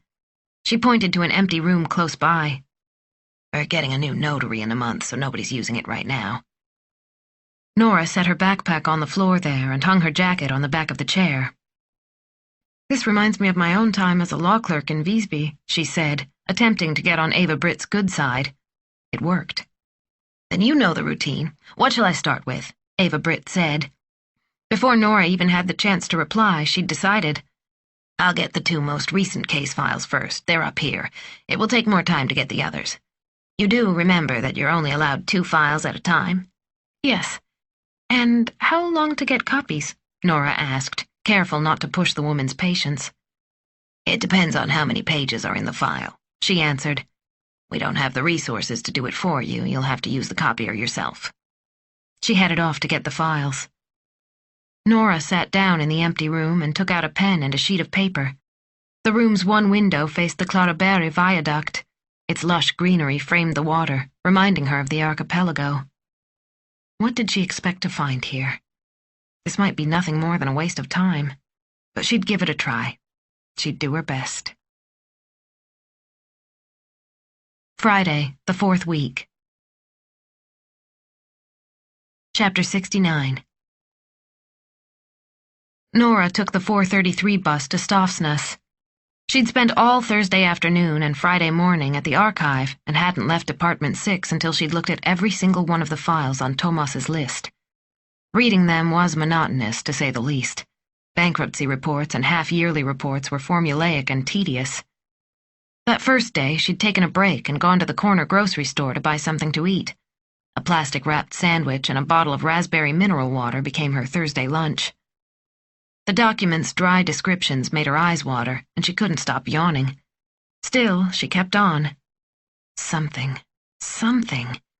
She felt on the edge of grasping something important, but she didn't know what. It was like a butterfly dancing out of reach, so she kept on plowing through the files, report after report. The stack of files she'd read grew as the hours passed. Nothing seemed to deviate. Nothing caught her eye. Yet she was certain there was something. She just hadn't figured it out yet. She stayed at her parents' empty house that night to avoid Henrik, but before that she decided to see a movie. She went to a Swedish comedy and ate a big bag of popcorn, but afterward she felt a little queasy. The taste of the greasy popcorn stayed in her mouth for the rest of the evening. She didn't sleep well. In her dream, Henrik was at the hospital, surrounded by beautiful nurses, while she tried unsuccessfully to get his attention. When she woke up, she felt teary, heavy, and not rested. It was hard to get out of bed, but she forced herself up and made a cup of tea. She ate a few crackers she found in the pantry. Her parents had emptied the refrigerator when they'd left for Sandhamn, but it didn't matter. She wasn't all that hungry. Then she made her way back to Department 6. Eva-Britt Svensson helped Nora with all the copying so she could finish up before the weekend. At the end of the day, Nora carried 2 large bags of copies out of the building. The bags now sat at her feet on the hot bus. She'd found a double seat all to herself near the back. The bus turned off the highway, passing the Värmdö Golf and Country Club, and the swaying movements made Nora sleepy. Before she knew it, she'd nodded off again, just as she had before, with her cheek against the window. Chapter 70. Margit brought 2 cups of coffee and offered one to Thomas. She sat down next to him and drank half of hers right away. Thomas accepted the plastic cup, though he usually avoided coffee from the machine. It was Friday afternoon. They'd gone over everything from every angle for hours. They'd interviewed Martin Narian's extended family. They'd visited his workplace and talked to his colleagues. It got them nowhere. The evening headlines agreed. A 2-page spread detailed the police's lack of success. A number of so-called experts commented on the state of the investigation and offered opinions on the police work. Margit found a bag of boat-shaped raspberry candy. "Want any?" Thomas shook his head. He wasn't feeling well. "I wonder how long it'll take to get the numbers from Narian's cell phone," Margit said. "If they're not here by Monday, I'm going to get them myself." Kala said they're delayed because of all the summer vacations. "It's a damned shame his phone broke. Otherwise, we'd already have what we want." The tech guys said they might be able to fix it. "Yes, but in a week, or even 2? Do we have that much time? Thomas gave Margit a worried glance. They needed a break in the case, and soon. "What about Narian's computer? Have they found the password?" They said they'd let us know when they do. "How hard can it be?" Margit sank deeper into the office chair, bending a pink paperclip back and forth until it broke simply to distract herself. "Karina hasn't found any connection between Juliander and Narian," she continued. "No business together. Narian worked at the Legal, Financial, and Administrative Services Agency, and that agency is not involved with bankruptcies." Well, they were both lawyers. They're almost the same age. Maybe they were in law school together? Kala checked all that. No connection in the past. Nothing that can help us. Margit thought a moment. "Do you think Narian might have been having an affair with Juliander's wife?" she threw out. "Maybe after all her husband's philandering, she needed some comfort?" But then Juliander wouldn't have died first, right? No, perhaps not. Margit sank deeper down. She might still be the one who sent those messages to Diana Suder.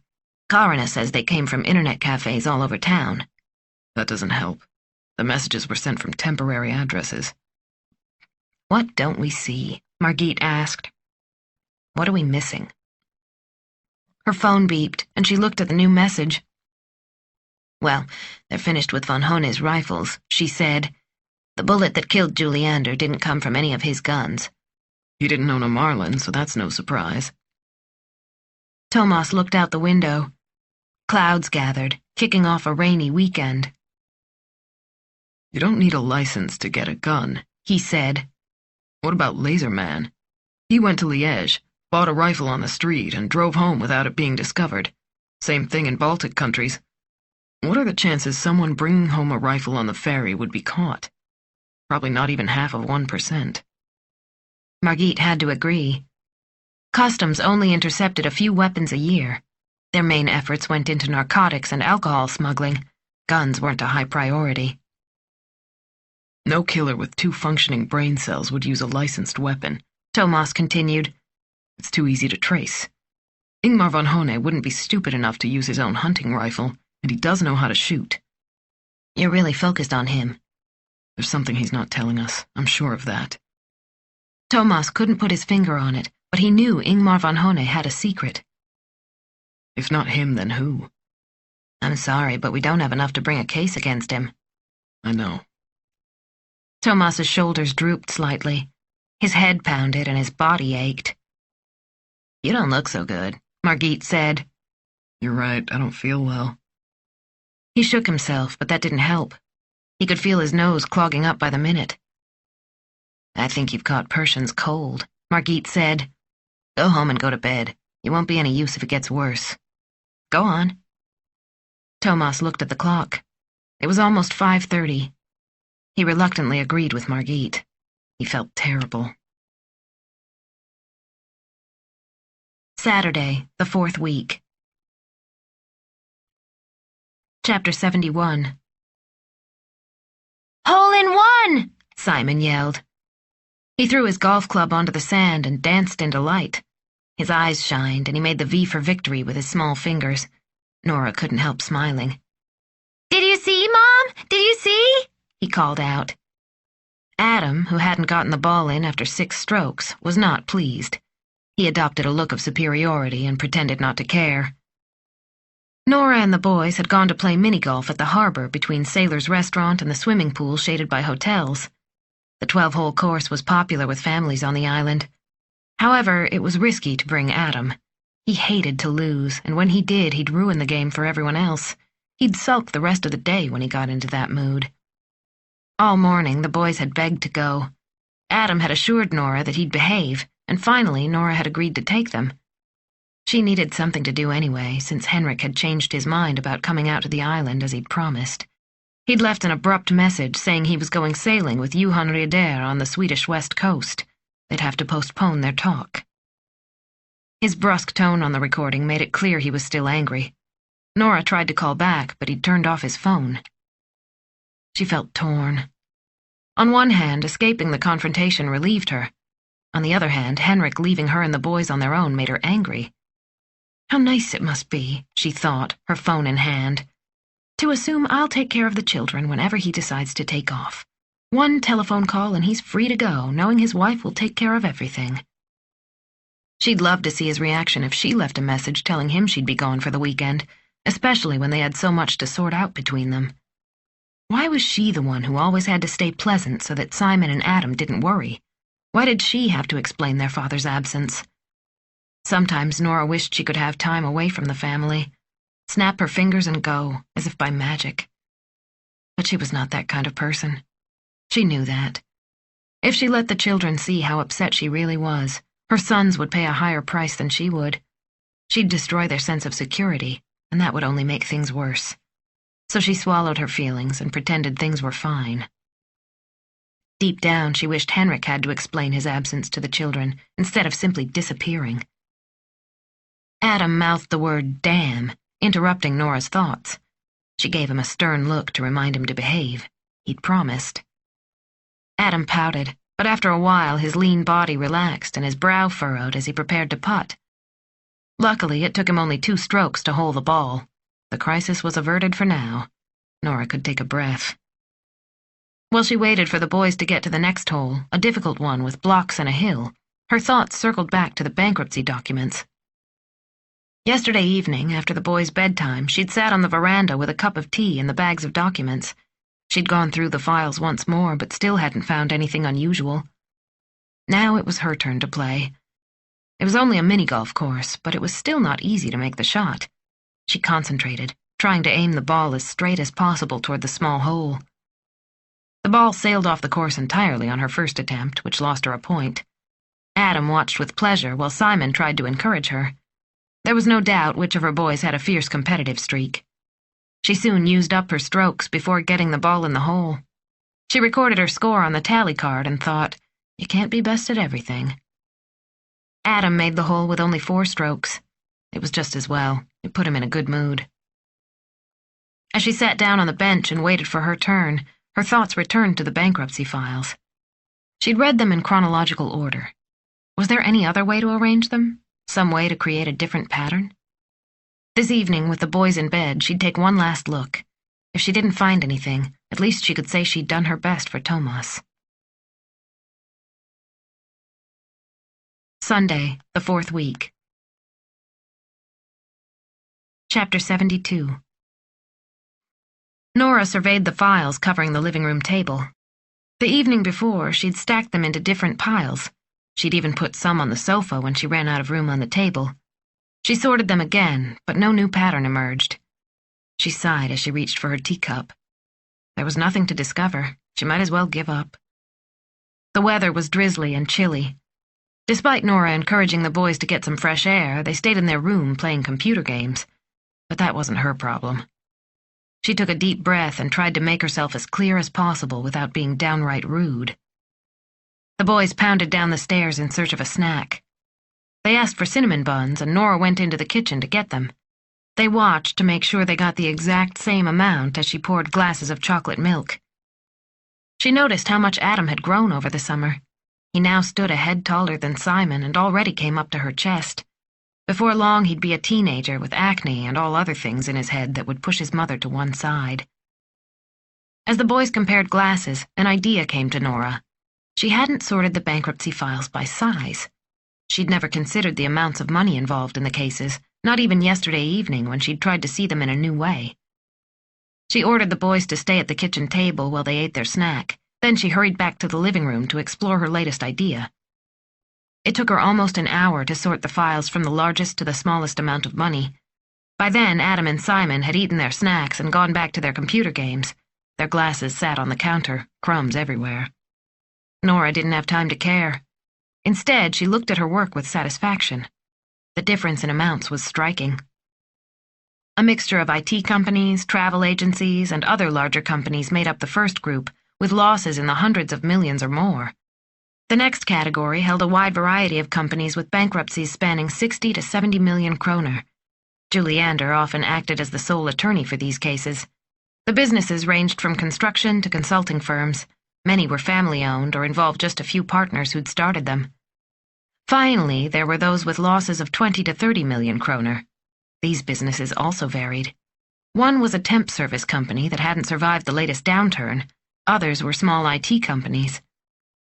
One last case stood out.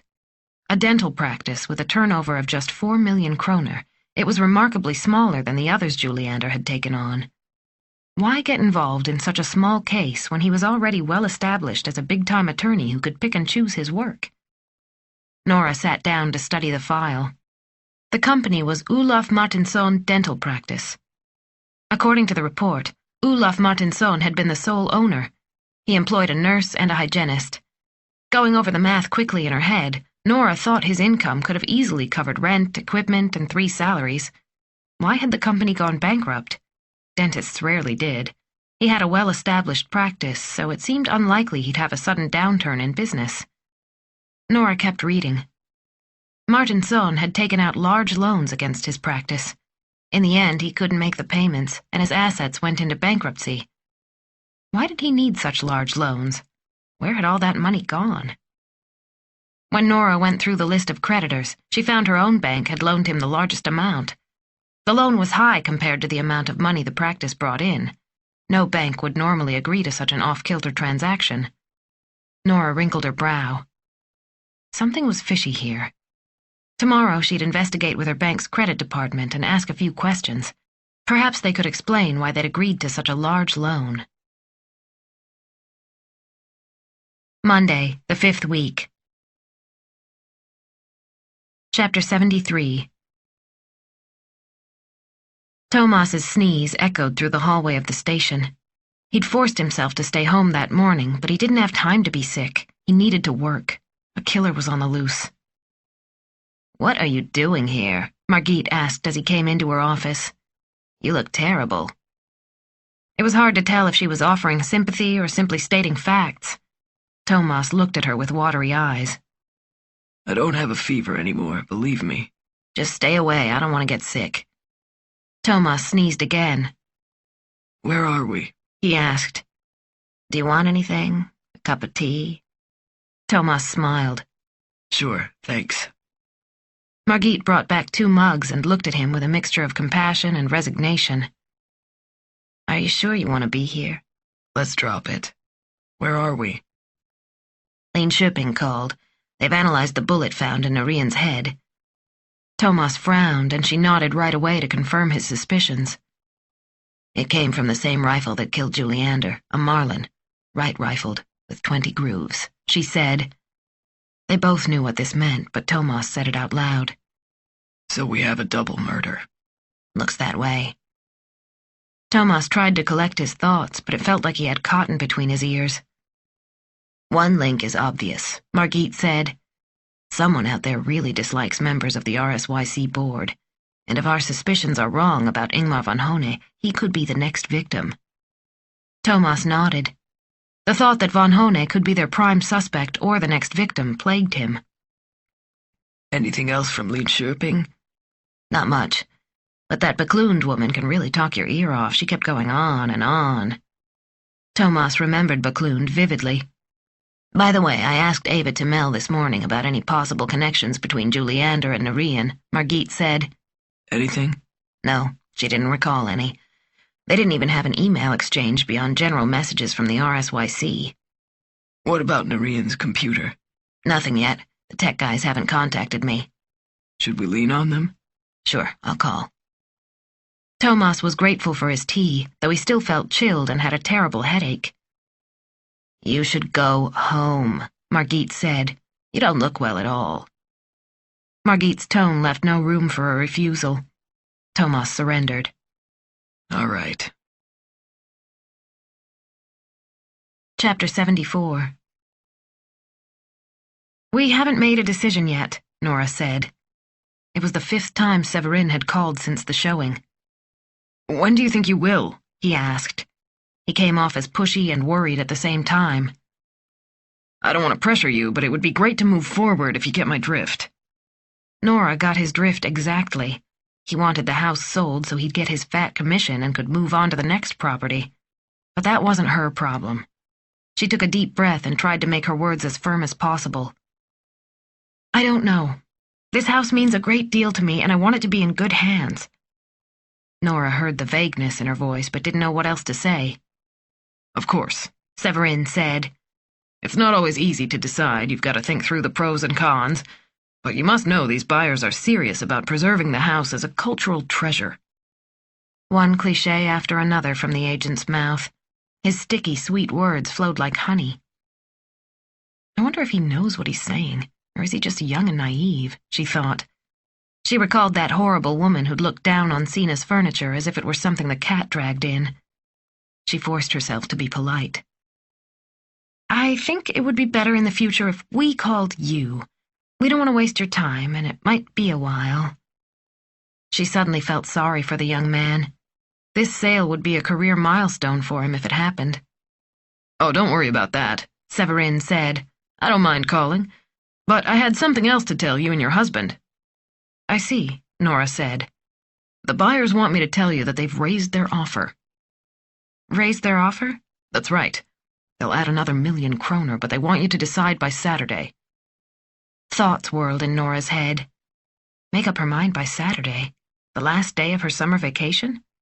She and Henrik hadn't even talked it through yet, and the tension between them continued to grow. 1,000,000, Nora repeated. Severin had said those words as if talking about monopoly money. 1 more million to buy Broadway. Do not pass go. It was just a game. This is so exciting, the agent said. I've never been part of a deal like this, but anything can happen with such a unique piece of property. This must be seen as an offer you can't refuse. I can't, Nora thought. You have no idea what I can refuse. But if I do, will it cost me my marriage? Can you buy happiness with a chance card? Have you mentioned this to my husband? She asked. No, should I? Oh, no, Nora said. We're still discussing it all. I just wondered if you had. She took a deep breath. I'll call you in a few days. Remember, the offer is good only until Saturday, as I said. A bird in the hand. Severin didn't need to finish his sentence. She knew the cliché. Nora put down the phone. A second later, she picked it up again. She had planned to call the credit office of her bank. She tapped in the number, and when the receptionist answered, she asked to be transferred to the credit department. If she remembered correctly, they were 2 floors down from her own office. A cheerful female voice answered on the 3rd ring. Nora gave her name and what she needed to know. She added the file number of the dental practice and then waited on the line. A few minutes later, Nora was told that everything had been transferred to the Central Archives. However, the woman gave her the name of Niklas Larsson, who had overseen their side of the bankruptcy. He would contact Nora. He knew all about it. Nora left her cell phone number for him and thanked the woman who had helped her. Then she simply sat with the file on her lap, pondering it all. There was definitely something fishy about this.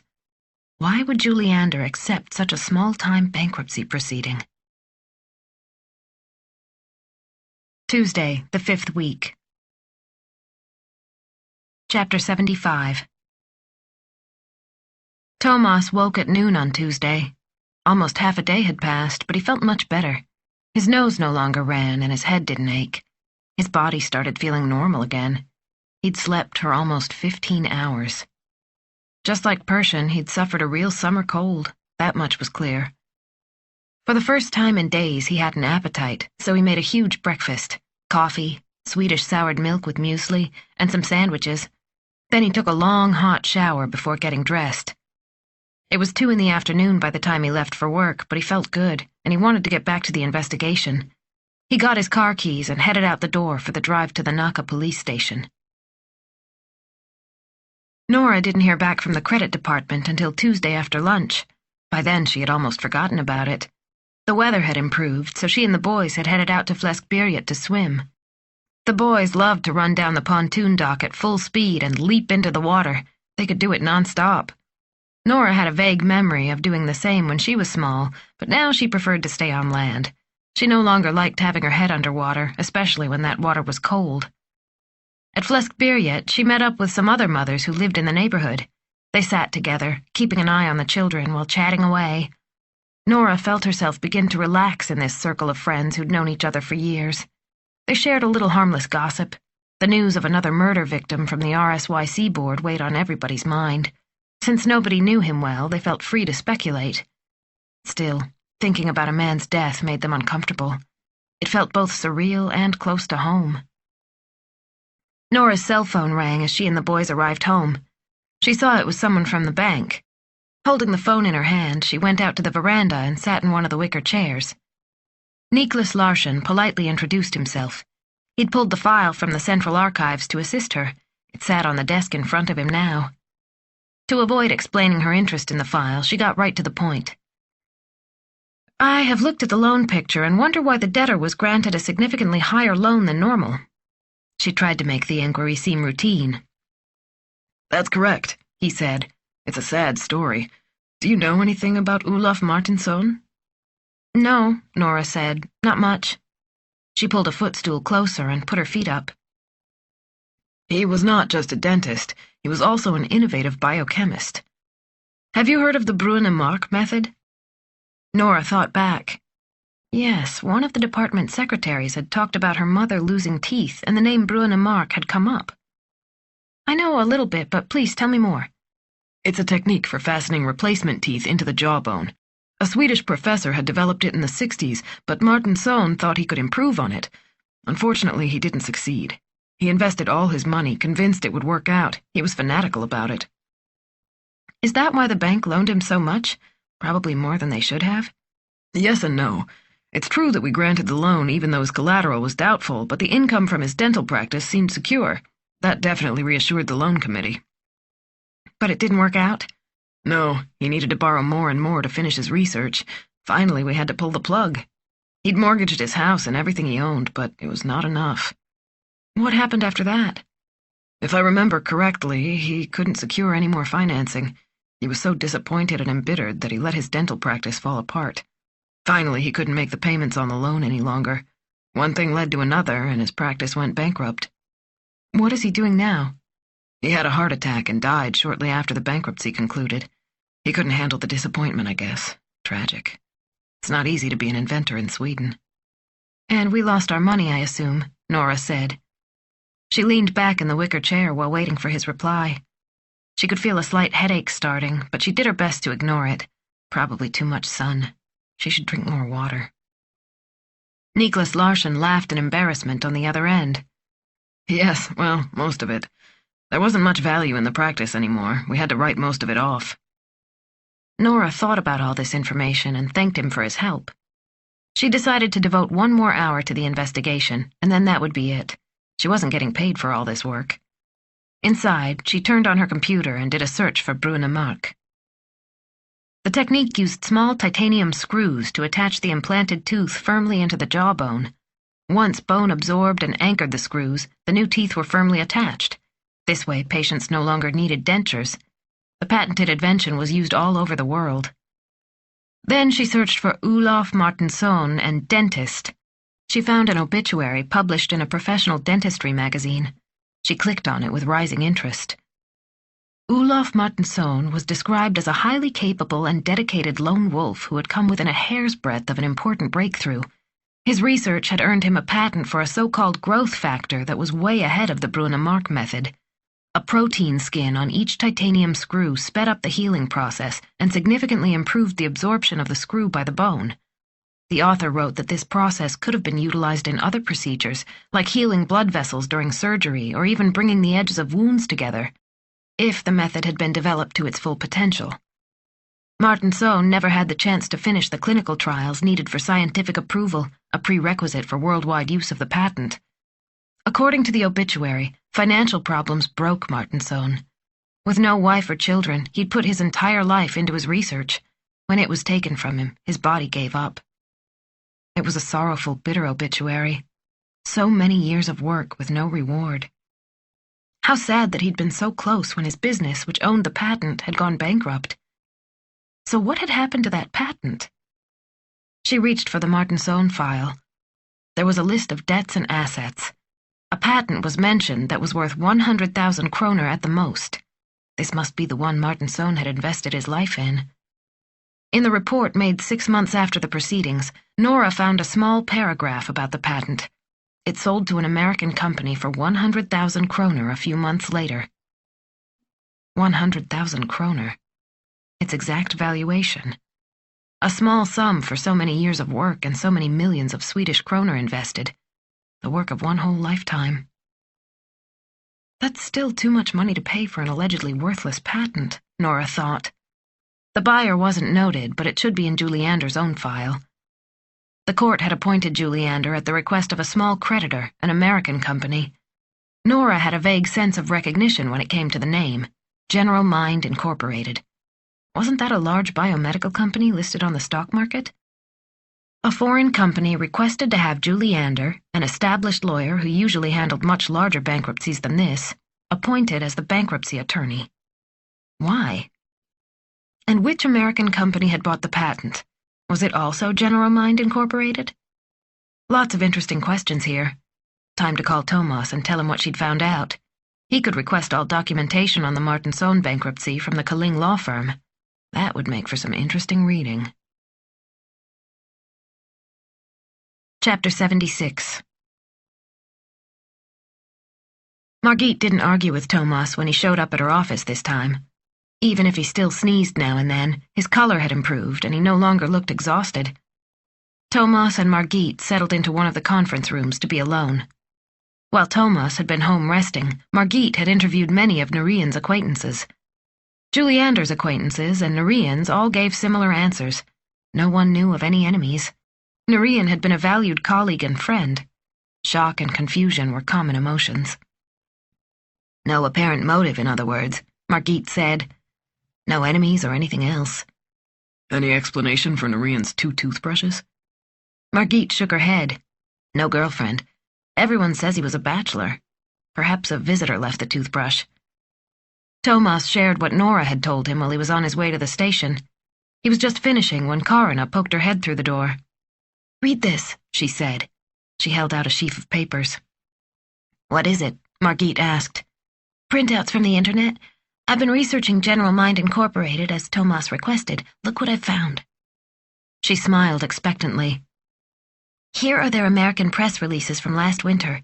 They announce a new revolutionary way to implant teeth, a method that ensures the screws fasten into the jawbone." Thomas bent forward to read. The English text used a great deal of superlatives, possibly to impress the stock market as well as the general public. Thomas was no better or worse at English than anyone else in Sweden, so he was able to get the gist of the text. The company boasted about their new technique based on an EU patent that promised to outclass all its competitors. No other method could offer such secure implants and swift recoveries. Thomas thought about the hundreds of thousands, if not millions, of people in the US and Europe who lost teeth and needed implants. They would certainly pay good money for this. The American company could cash in on a new procedure that worked better than anything else, a method based on a mysterious EU patent, and Sweden was part of the EU. How likely would it be that someone else came up with a patent like Martenson's? That was developed inside of 12 months, Margit added. Not likely, Thomas said. If this patent was so valuable, how could they have bought it that cheaply from the Martenson assets? If General Mind was, in fact, the buyer. "We have to go see Eva Timell again," Margit said. "Let's go." Norrmalm Square was much busier than the last time Margit and Thomas had been there. 4 weeks ago, in high summer, the tempo had been slow. Tourists had strolled along with ice cream, though there were always 1 or 2 people with briefcases, their jackets slung over their shoulders and their sleeves rolled up. Now a few late summer tourists remained, but the pace had picked up. People were coming home from their vacations and getting back to work. The office buildings filled up again. Thomas took this as a heavy reminder of how long the investigation had been going on. He knew the first 72 hours were critical. Thomas wondered what they could still find after 4 weeks. He was close to believing that they might never catch the killer, but he wasn't ready to give up yet. They followed a man in a dark business suit into the building and then into the elevator. They waited in reception for Ava Timmel. She looked even more tired and worn out, her sunken cheeks showing how deeply the death of her boss affected her. She escorted them into a small conference room. Though they'd come unannounced, a tray with coffee and a few snacks waited. Perhaps this was standard procedure in the higher class of law firms, Thomas thought. Margit immediately took a piece of that fine dark chocolate. Ava Timmel busied herself serving coffee. She seemed reluctant to begin the conversation. The silence was palpable. Today she wore high-heeled pumps, a black blouse, and a tight black skirt with a narrow belt around the waist. A necklace with a tiny gold heart hung around her neck. It was an almost childlike touch to her otherwise professional look. It hinted at a softness behind her formal demeanor. "We just have one question," Thomas began. Yes? Her voice was quiet, even as her narrow fingers drummed nervously on her knee. "It concerns a bankruptcy case from about 2 years ago," Thomas said. "A dental practice that went under." Ava Timmel looked at him, confused. What was the name of the company? She asked. Olof Martinsson Dental Practice AB, owned by a dentist who was also a biochemist. Julie Ander's assistant still looked as if the name didn't mean anything to her. And? She asked, raising her cup to her lips. It appears that Martinsson had developed a much faster and more secure method for implanting teeth than was previously known. I'm sorry, what does this have to do with Oscar? The patent became part of the bankruptcy proceedings. As the attorney in charge, your late employer sold it. That's part of his job, Ava Timmel said. They're supposed to get as much money as they can for the creditors. I'm sorry, but I don't understand where this is going. Let me be more clear, Thomas said. We need to know what company bought this patent. He looked directly at her, his eyebrows raised. Nobody had worked as close to Oscar Juliander as she had. If anyone could answer this question, it would be the elegant woman before him. I don't know, she said. A dental practice? That sounds like a small company. Oscar didn't normally take on such small cases. Yes, we know, Thomas said. That's why we're asking you. We would like to see the paperwork on this bankruptcy. I'm sure you have it here in your offices. Yes, probably, but it would take me some time to find it. We archive our documents with a depot in Dalarna. Do you know the date it concluded? Thomas thought. Had Nora mentioned the date? Not that he could remember. Why do you need that? He asked. If it is concluded, the files are no longer here. If it's still ongoing, there should be documents in the office. I'll look now if you don't mind waiting for a moment. The door closed silently behind her as she left the room. Almost 10 minutes later, she returned with 3 large binders in her arms. She set them down on the polished mahogany in front of Margit and Thomas. Olof Martinsson AB was printed clearly on each spine. There are a few more, she said. I couldn't bring all of them at once. These are the first 3. Yes, indeed, the spines were numbered 1, 2, and 3. There are many financial pages as well, but I believe the accountant has those. We usually don't keep them here. Margit pulled the first binder close and began to turn the pages. Where would you find a contract? Thomas asked. Ava Timmel took the 3rd binder and opened it to the contents page. Then she went to pocket number 4. Here are all the contracts related to the bankruptcy, she said. Are these the ones you're looking for? Thomas nodded. He began to go through the contracts. The next to last document was a contract in English, just a few pages long and written in tiny print. Assignment of patent rights. Oscar Juliander had signed the last page. Bingo. As far as he could make out, here was the contract in which Martinsson's patent had been sold. Look, he said. He turned the contract for Margit to see. General Mind Incorporated is the buyer, she read. So Nora was right. Thomas sent a silent thought of thanks to his childhood friend. They now had the American contract to buy the patent right here in front of them, tightly drawn, well-formulated, and irrefutable. He read through the text to the amount of the sale. 100,000 Swedish kroner, neither more nor less. They recorded the amount in numerals as well as words. 100,000 kroner, just like Nora had said. The puzzle pieces fit too tightly to be a mere coincidence. Is this the entire amount they paid, or is this just an installment? Thomas asked. I believe it was the entire amount, Eva Timell replied. That's what it states in this contract. So Juliander just gave away Martinson's life work for next to nothing, Margit concluded. Was he aware he was underselling it? The question hung in the air. Do you think it might still be only a partial payment? Margit asked Thomas. With perhaps more coming under the table, Thomas suggested. This is a lot to look into, Margit said. Thomas realized Eva Timell was listening to their conversation. They'd have to continue the discussion outside of the law firm. I'm afraid I'll have to take these files with me, Thomas said. I hope this won't cause any difficulties. Is it absolutely necessary? It is, unfortunately, but don't worry. They will all be returned. Eva Timell didn't look reassured, but she didn't protest. If you run across anything else concerning General Mind Incorporated, please let us know, Thomas said. It's extremely important. Eva Timell nodded, still looking anxious. I've never heard of this company before, but I'll keep my eyes open. Wednesday, the 5th week. Chapter 77. Everyone gathered for the morning meeting in the large, stuffy conference room. Pershing still didn't look all that healthy. His eyes were red and he was breathing with difficulty, but he came anyway. Eric sneezed loudly, another one who'd caught the virus. Margit recapped the information they'd gathered in the past few days. It supported their earlier picture of Martin Norian as a lovable, somewhat introverted man whose co-workers and friends liked him. Many colleagues mentioned his personal integrity.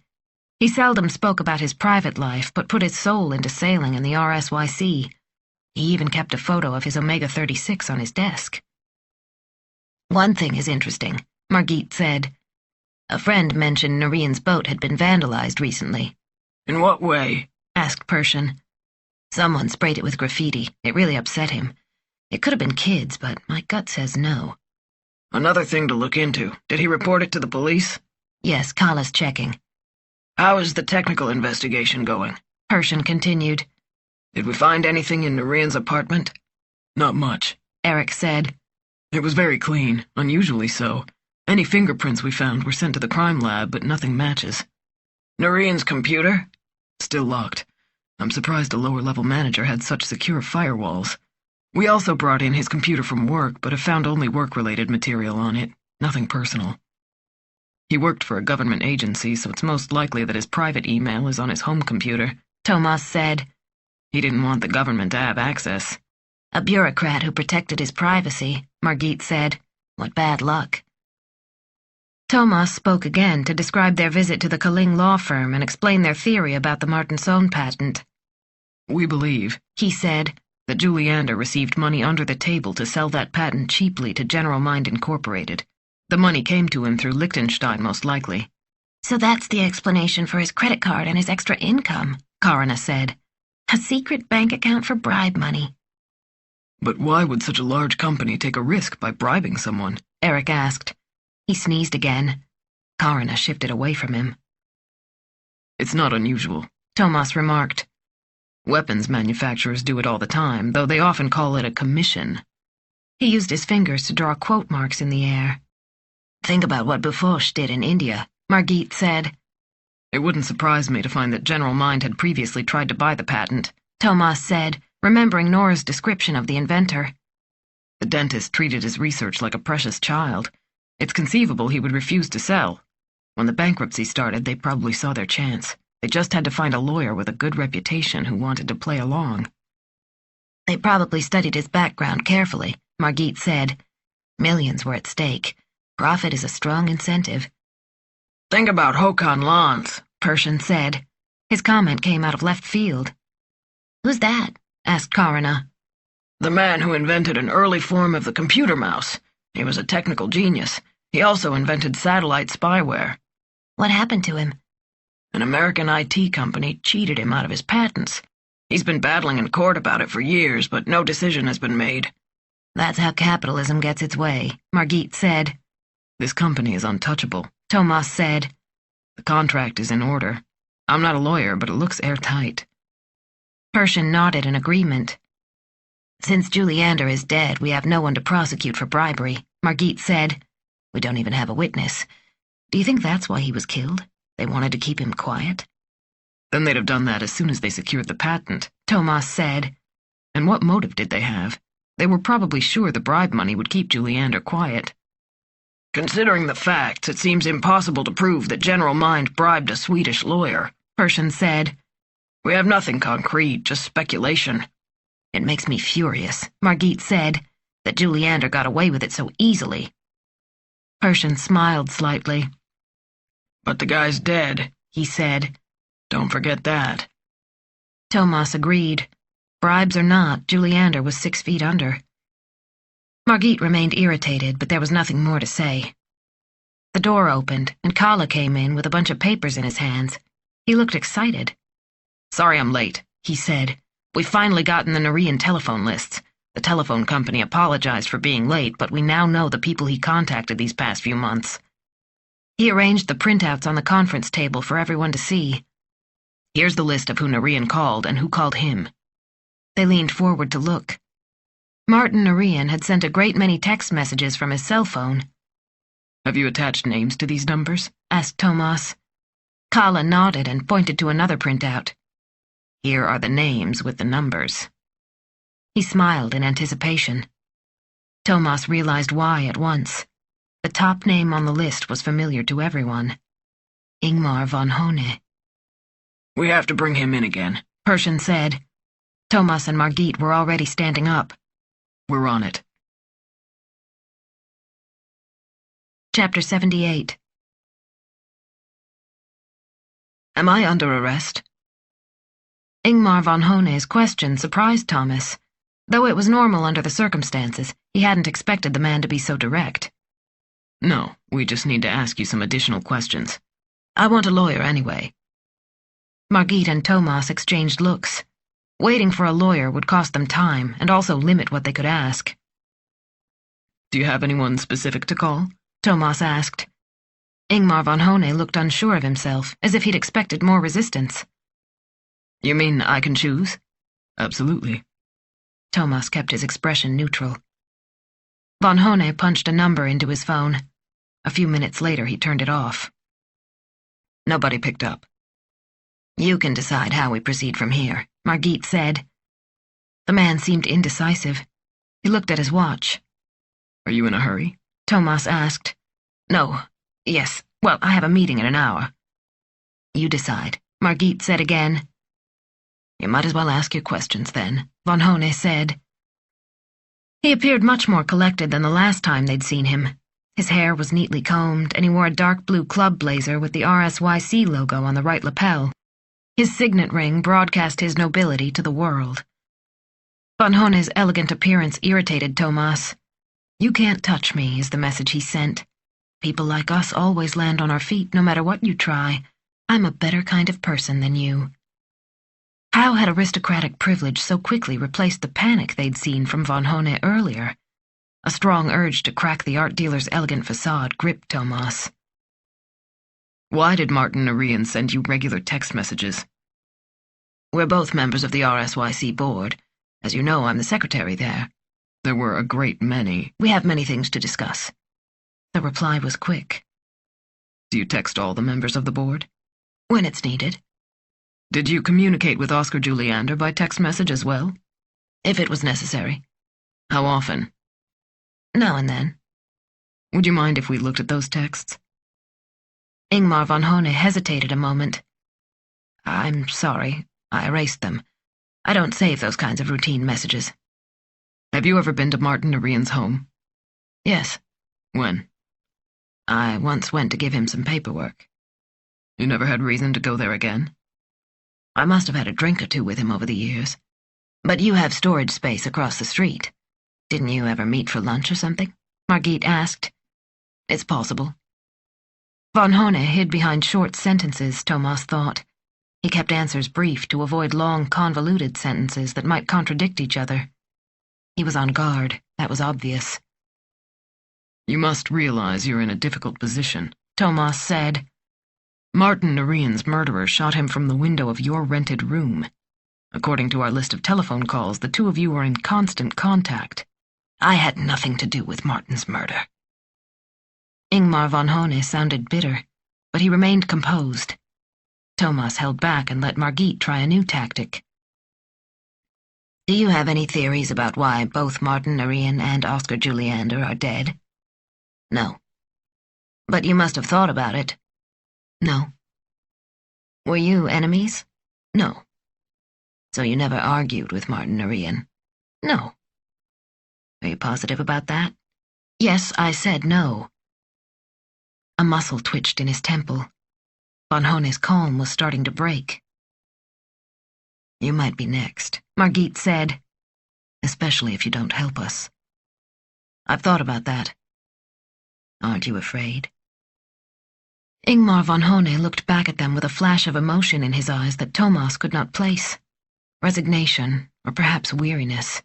As if he found their questions tiring rather than threatening and could hardly make himself care anymore.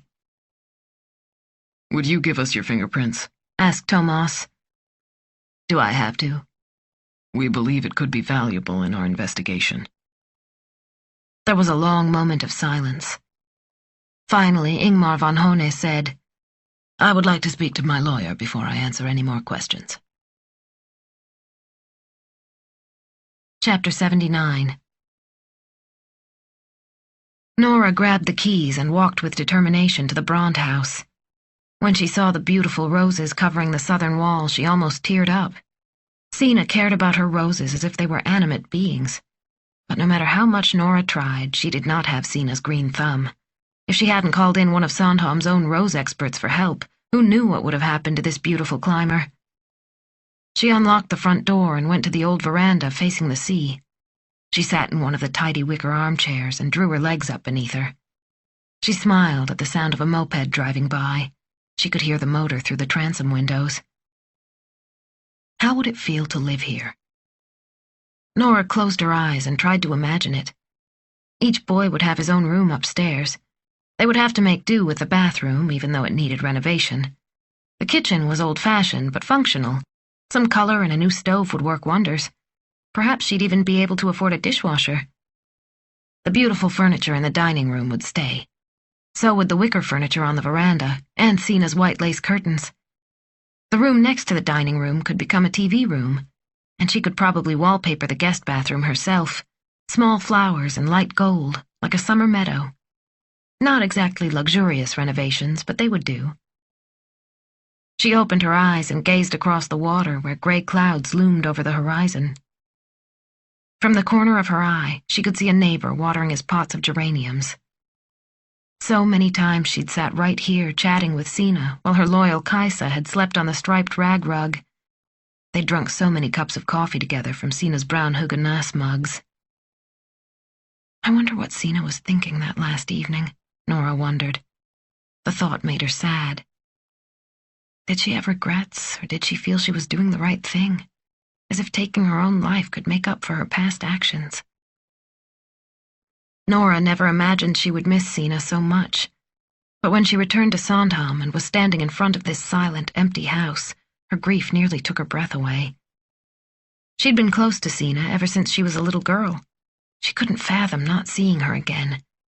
Sina, who'd listened and comforted her through all kinds of problems, from a torn optimist sale to a lost teenage love.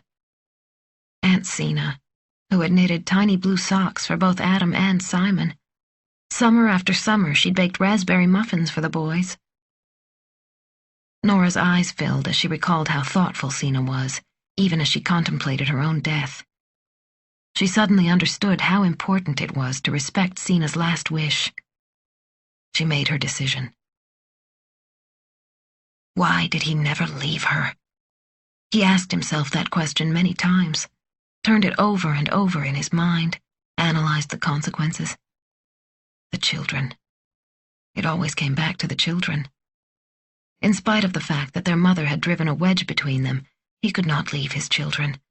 He would not force them through a divorce with all the gossip, the loose talk, the condemning looks, and the well-intended comments from friends and acquaintances. He wasn't an ideal husband.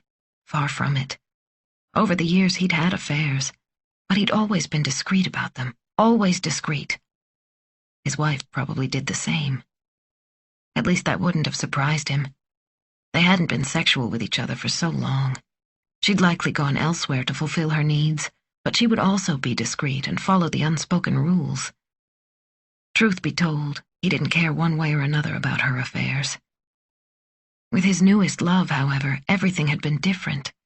It brought out something in him, something he'd thought long dead. He felt young and alive again, filled with energy and enthusiasm. He began to hope for another kind of life. Perhaps he could have a second chance. Should he leave her? Thursday, the 5th week. Chapter 80. The run-through had to be short. It was past 5 and everyone in the room looked exhausted. It had been a hectic week with no solution in sight. 2 murders and no murderer in custody. The situation was stressful, to say the least. Persian cleared his throat and silence fell, stifling small talk. Thomas played with his pen, unable to concentrate. Martin Narian. He scribbled the name over and over. Oscar Juliander. General Mind. He soon filled his entire page. "So what do we do with Von Hone?" asked Persian. Margit sighed deeply. "Not enough to hold him on yet," she said. "And now he's giving us the cold shoulder. He won't volunteer anything." "Any technical evidence?" "We confronted him with the phone lists, and he's provided a logical explanation for the calls and messages. The only light at the end of the tunnel now is gaining access to Narian's computer. That should happen tomorrow. That could lead to something." "What about Narian's phone? Did it get fixed?" "No, the fall broke it completely. It's dead." Thomas drew in a breath. So simple, and yet so hard to see. He started writing again. Persian gave him an irritated look. "Are you too busy to listen to what we're saying?" he said to Thomas. "Or perhaps you have something to share?" Thomas looked up. "It's an anagram." "What?" Persian said. "What do you have?" Margit asked him abruptly. "The name of the swan. It's an anagram. He's rearranged the letters. If you had any doubt he got the money from that American company, put your minds at ease." Thomas started to laugh. "What's so funny?" Margit sounded impatient. Emerald Gin, General Mind. The name of Juliander's boat was an anagram. He christened his boat after the company that financed it. He now chuckled so hard he could barely speak. What a jokester! What a sense of humor! Little by little, the laughter spread around the room. Even the prosecutor smiled. The laughter brought relief and lightened everyone's mood. "So, anything new on a possible connection between Narian and Juliander?" Persian asked. He got the discussion back on track. "Nothing beyond the RSYC," Thomas said. "No illicit income. Narian had few possessions, just the apartment and the boat. He was a government employee and lived on his salary. An inheritance from his parents paid for his boat." "So now where are we?" Persian interlaced his fingers behind his head and looked at the prosecutor. Charlotte Uhrmann's conservative outfit differed from the detective's more casual clothes. Her gray jacket and white blouse showed she came from the legal side of law enforcement. But she was a good prosecutor and not at all formal. She allowed the police to do their jobs without interference unless she felt it necessary. "I think we should go over to Von Hone's house," Thomas said. "If we toss his place, he might break down a little." "But what if he doesn't?" asked Charlotte Uhrmann. "We have no other suspects," Thomas said. He still believed the aristocrat was hiding something. "Many things point to him," Eric said. "Narian was shot from his storage room. We had the telephone records. He had a motive for killing Juliander." "Becoming chairman of the RSYC is not much of a motive," Uhrmann said. "It's still possible," Thomas insisted. "But he has a good alibi, have you forgotten?" Thomas stood up abruptly. He walked to the enlargement of the race's start, still fastened to the wall. How much time had he spent staring at it? Now he took the magnifying glass as close to the emerald gin as he could. Everyone in the room was silent. I wonder, he said. Did we make a mistake when we eliminated all the passengers on Beering's boat? They gave each other alibis, Margit said. But could the shot have been fired from the Storebrew? Thomas asked. Could von Hone have sneaked into the forepeak to shoot with no one else noticing? Margit followed his reasoning. We've taken for granted that the entire company stayed together the whole time. But did the witnesses convince themselves they'd all seen the same thing? Could it be they didn't notice someone missing for a few seconds? In that case, von Hone's alibi could be in doubt. Thomas sat down again and leaned back against his chair, still staring at the enlargement. We should bring him in, he said. The evidence is still too thin to arrest him, the prosecutor said. And please remember that I need 3 days to file a detention order, especially with so little to go on. Almost against his will, Thomas agreed. If they arrested von Hone without permission from the court, they'd look like idiots. In addition, the media would go ballistic because the news concerned the future RSYC chairman. Could we do a house search at least? Thomas asked. I really think this might break him, and we should also question his entire family. Charlotte Ehrman looked thoughtful for a moment. Then she made up her mind. Let's see what we find on the computer first, she said. I'm sorry, but you don't have enough cause. The meeting concluded. Svante Severin. The real estate agent picked up on the first ring, possibly because he recognized her phone number. All the Sandhamn numbers started with the same 5 numbers. Nora Linda here. She didn't waste any time with small talk. She simply wanted to give him her answer. Nice to hear from you, Svante Severin said. I'm calling to tell you the Brand house is not for sale. We are going to keep it. But, Severin stammered. His disappointment was so apparent that Nora could almost feel it. Why did you change your mind? He asked. Nora pitied him for a minute. Then she decided to end the conversation. I'm sorry, she said. The family couldn't agree. The house is not for sale now, and it will not be for sale in the future. She quickly said goodbye and ended the call. So easy. She'd stewed over this call so long, anxious about how to make it. To her surprise, she felt peaceful despite the fact that Henrik would arrive in the evening and she'd not discussed this decision with him. It had simply become obvious what she should do. The topic was now closed for discussion. She was going to keep the Brand house, whether Henrik agreed or not. That's what was going to happen. Chapter 81.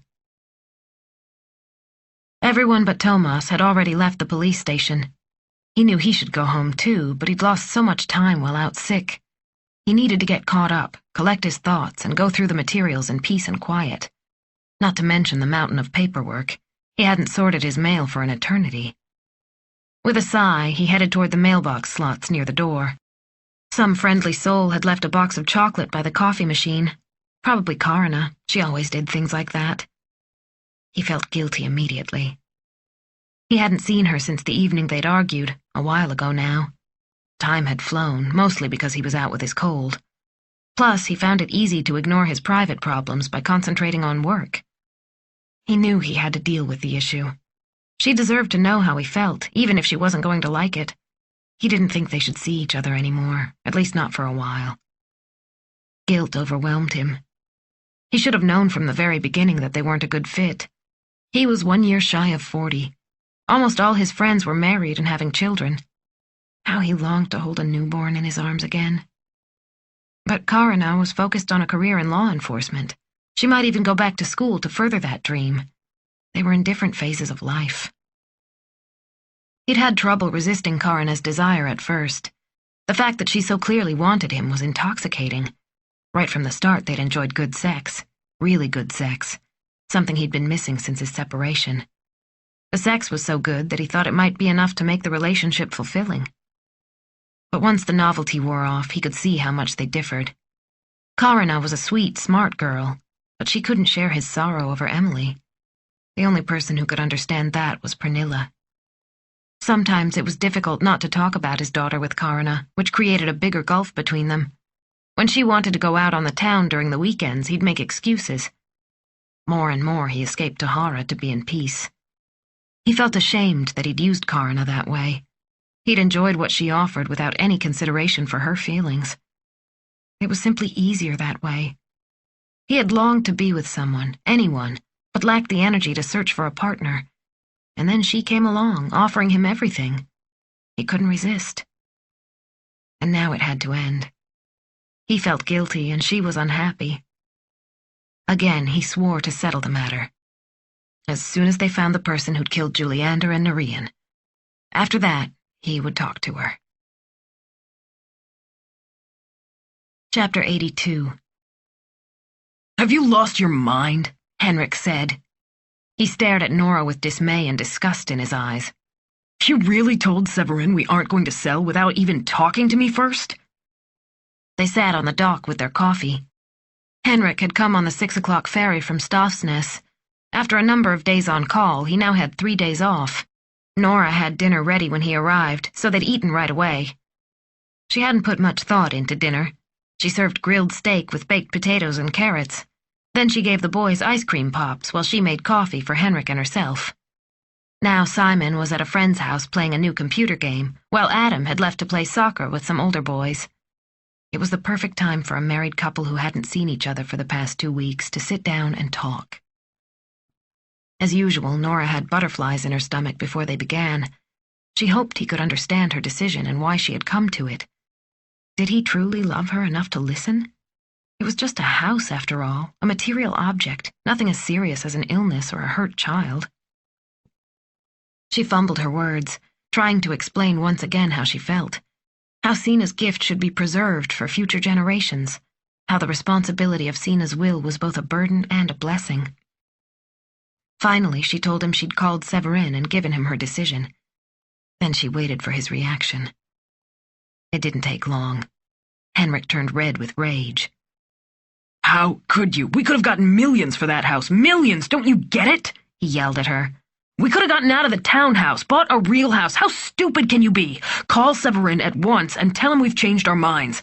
Perhaps he can still persuade those Swiss people to buy in spite of everything. He banged his fist on the table. The coffee cups jumped in their saucers. Nora looked at him in dismay. Again, he hadn't heard a word she'd said. The father of her children cared only about money and possessions. What had happened to him?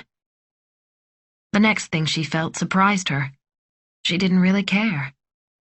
As this calm detachment came over her, she wondered how to respond. To buy time, she brought the cup to her lips and took a few sips. Are you listening to me? Henrik screamed. He leaned over the table, leaving only a few inches between their faces.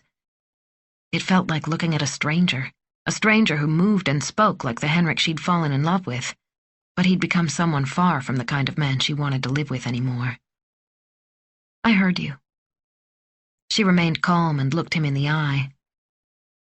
I will not change my mind. My decision is final. It was Aunt Sina's wish that I have the house, and I intend to keep it.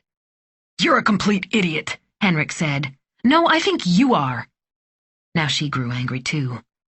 I've had enough, she yelled. I am done walking on eggshells trying to keep you happy, and your damn mother too. I know where you got all this, from Monica. She's the one who wants us to move, isn't she? Henrik jumped as if she'd stabbed him with a needle. Keep my mother out of this. She has nothing to do with it. She's always got her nose in our business.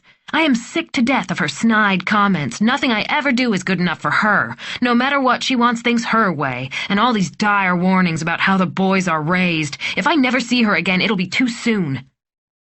Suddenly, Nora felt her face growing hot. I have no idea what you're going on about. My mother has always supported us. You have to listen to me.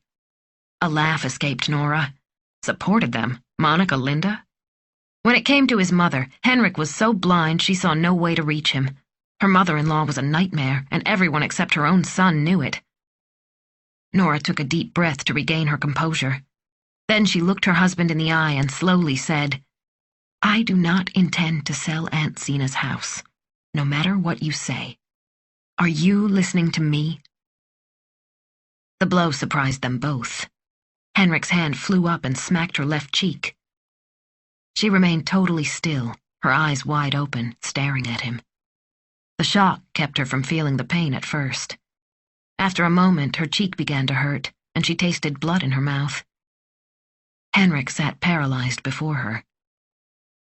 A wave of sorrow came over her. What were they doing? Thank God the boys weren't here. I had no idea you were the kind of man who would beat his wife over money, she said. Her steady voice and her self-control surprised her. Henrik said nothing at all. She used a napkin to blot the corner of her mouth. It wasn't much, but the red stood out on the white paper. She folded the napkin so the spots of blood were not visible and put it back down. Henrik still hadn't said a word. Nora felt heavy as lead.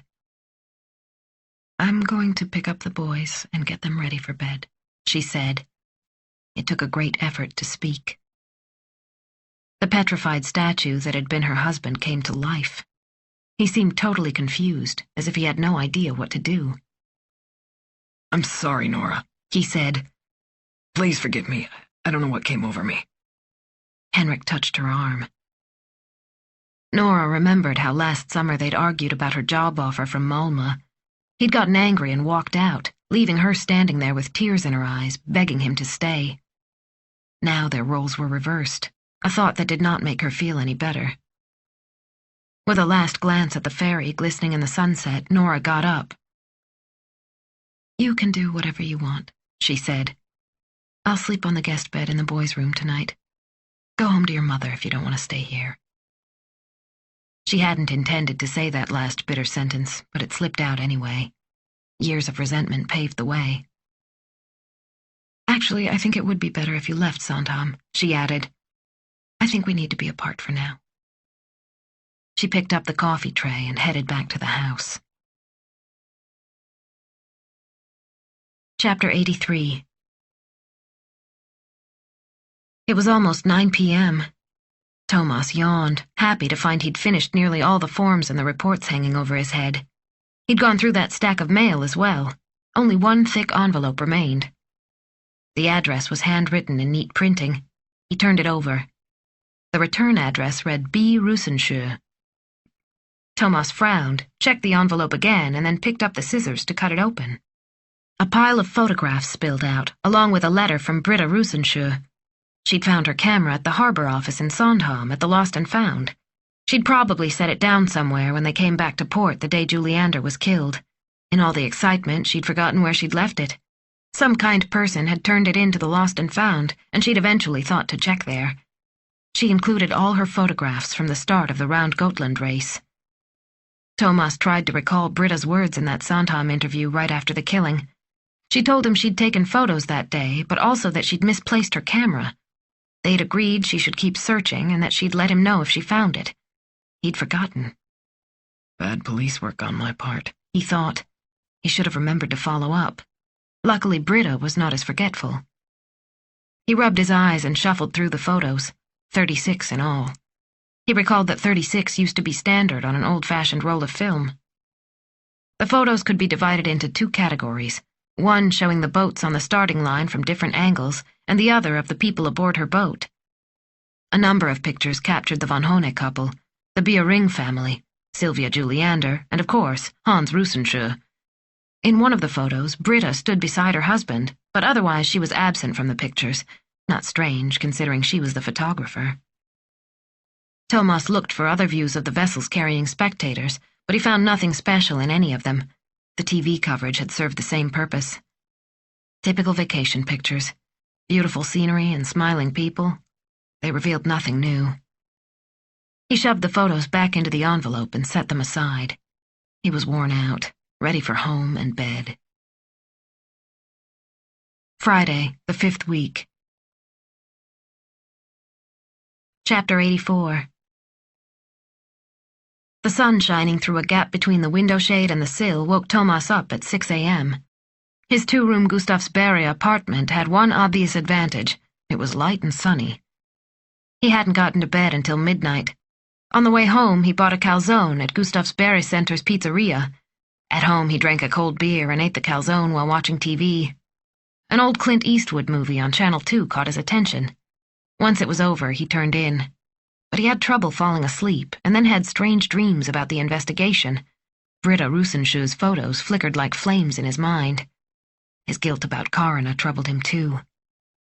Now his eyes blinked open, and he realized he would get no more sleep. He might as well get up and go into work. Thomas was at his desk by 7:30. His office felt pleasantly cool, and he took his time spreading out the contents of Britta Rusensju's envelope. His subconscious nagged at him. He had missed something. He focused on the photographs again. Yesterday evening he'd been too tired to note the timestamp on the corners. Now he could see exactly when they were taken. He sorted them by time. The photographs started at 11:30 in the morning, about an hour before the race began.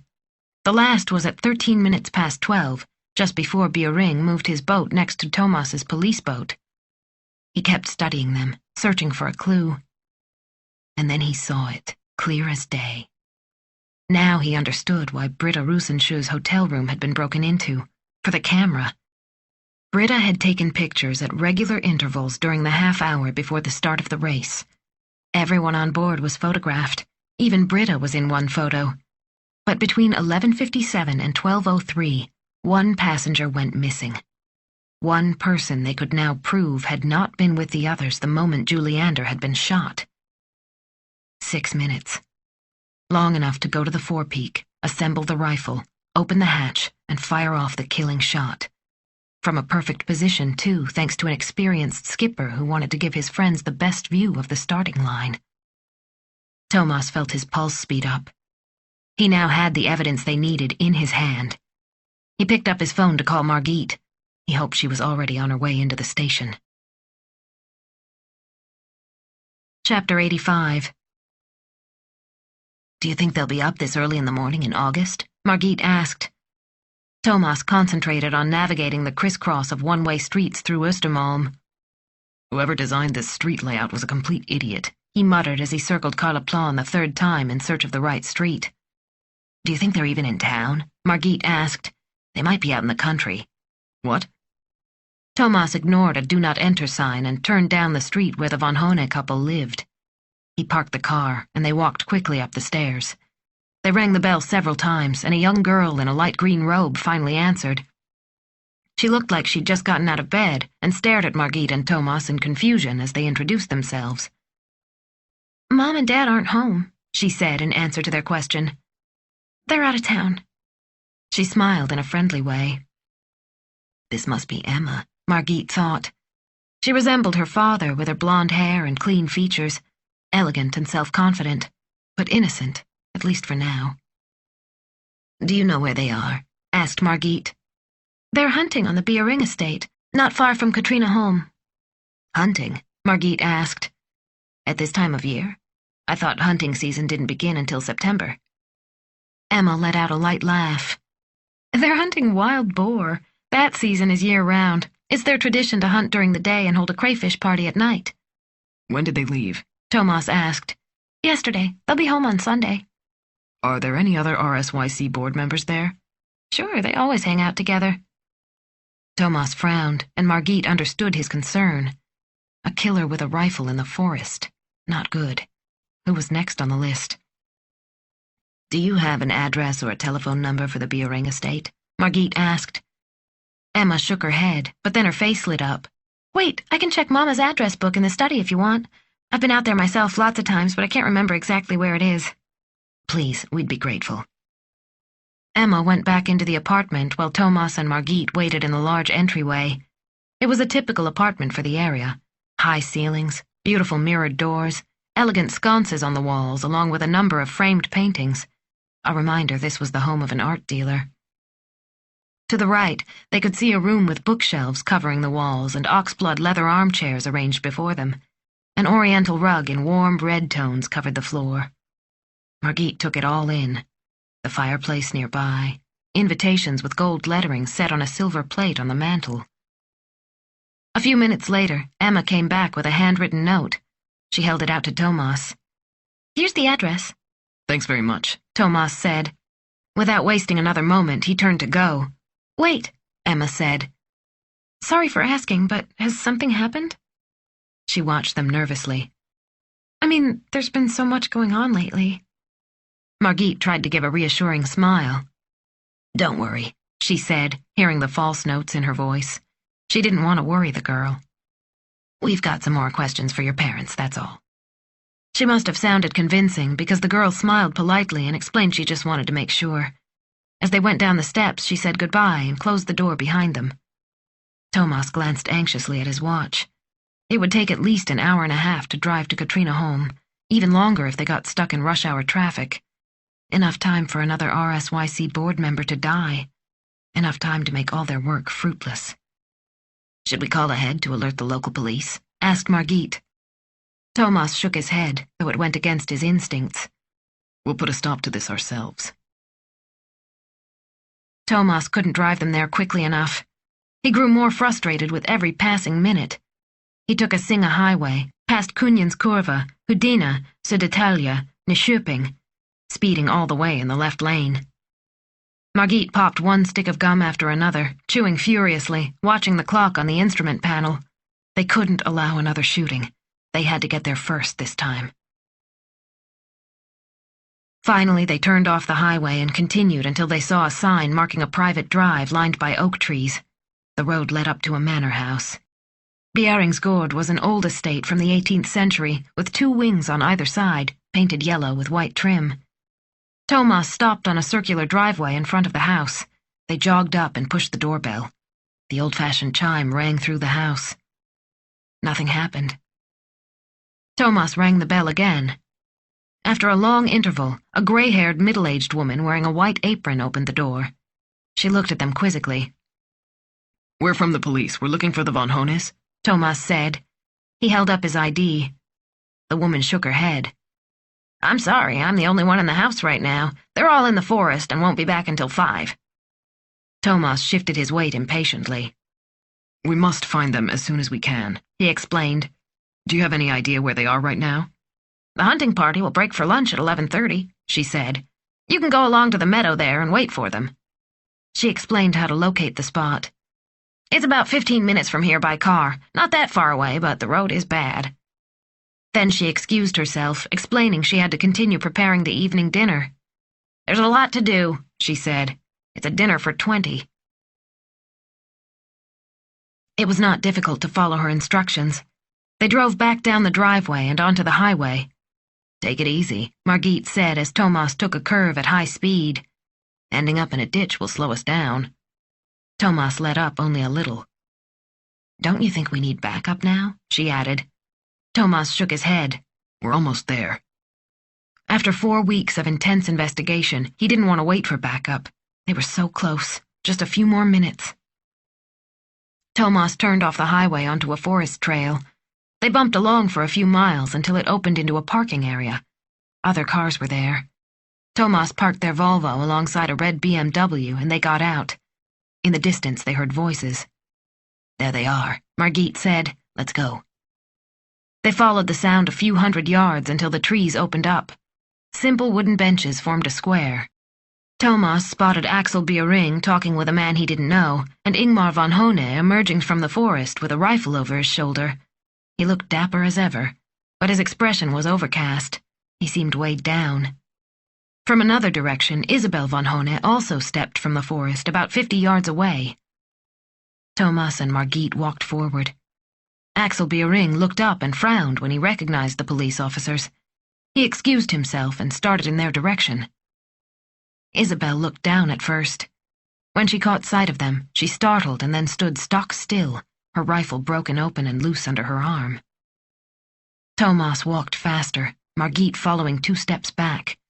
Now Ingmar von Hone saw them, and unlike his wife, came to meet them. Thomas marched steadily toward his goal. Isabel von Hone dropped her rifle, ducked under a branch, and ran back into the forest. Don't let her get away, Thomas yelled. He and Margit broke into a run. Chapter 86. Isabel ran as she'd never run before.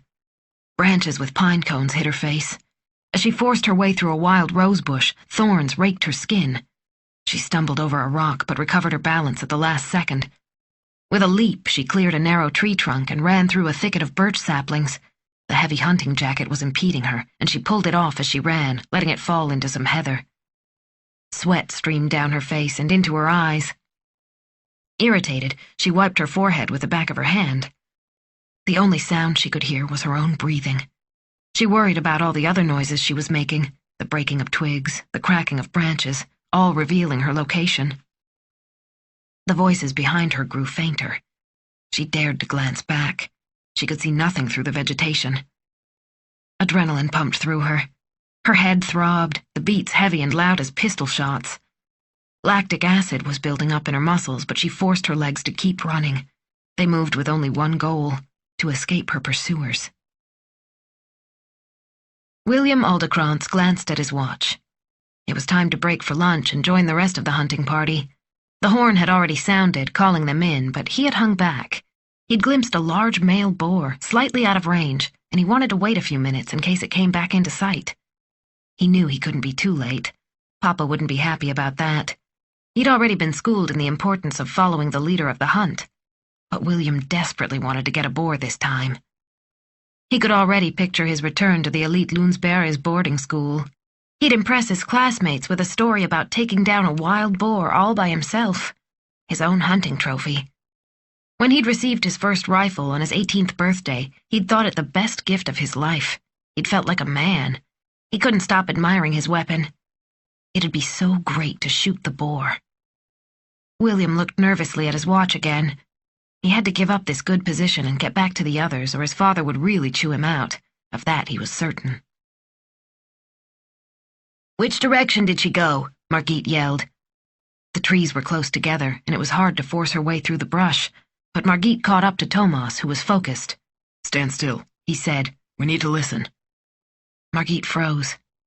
They heard the wind sighing in the trees. "Which direction did she go?" Margit said. "Shh," Thomas hissed. He peered between the trunks, searching for movement. They'd already gone a good distance from the meadow. 150 yards or so ahead, something in a thicket caught his eye. It fluttered among the greenery. "There she is! Follow me!" he called. He and Margit took off again, as fast as they could. Isabel was panting. She couldn't catch her breath. She mustn't lose her orientation. "Dear God," she prayed, "get me out of this and I'll never pray for another thing. Please don't let it end like this, dear God." Tears of frustration ran down her cheeks. Her jaw and fists tightened. She kept running. She stumbled over a tree trunk and fell head first to the ground. Her nose was scraped and her chin cut open. Woozy, she got back up and leaned against a birch tree.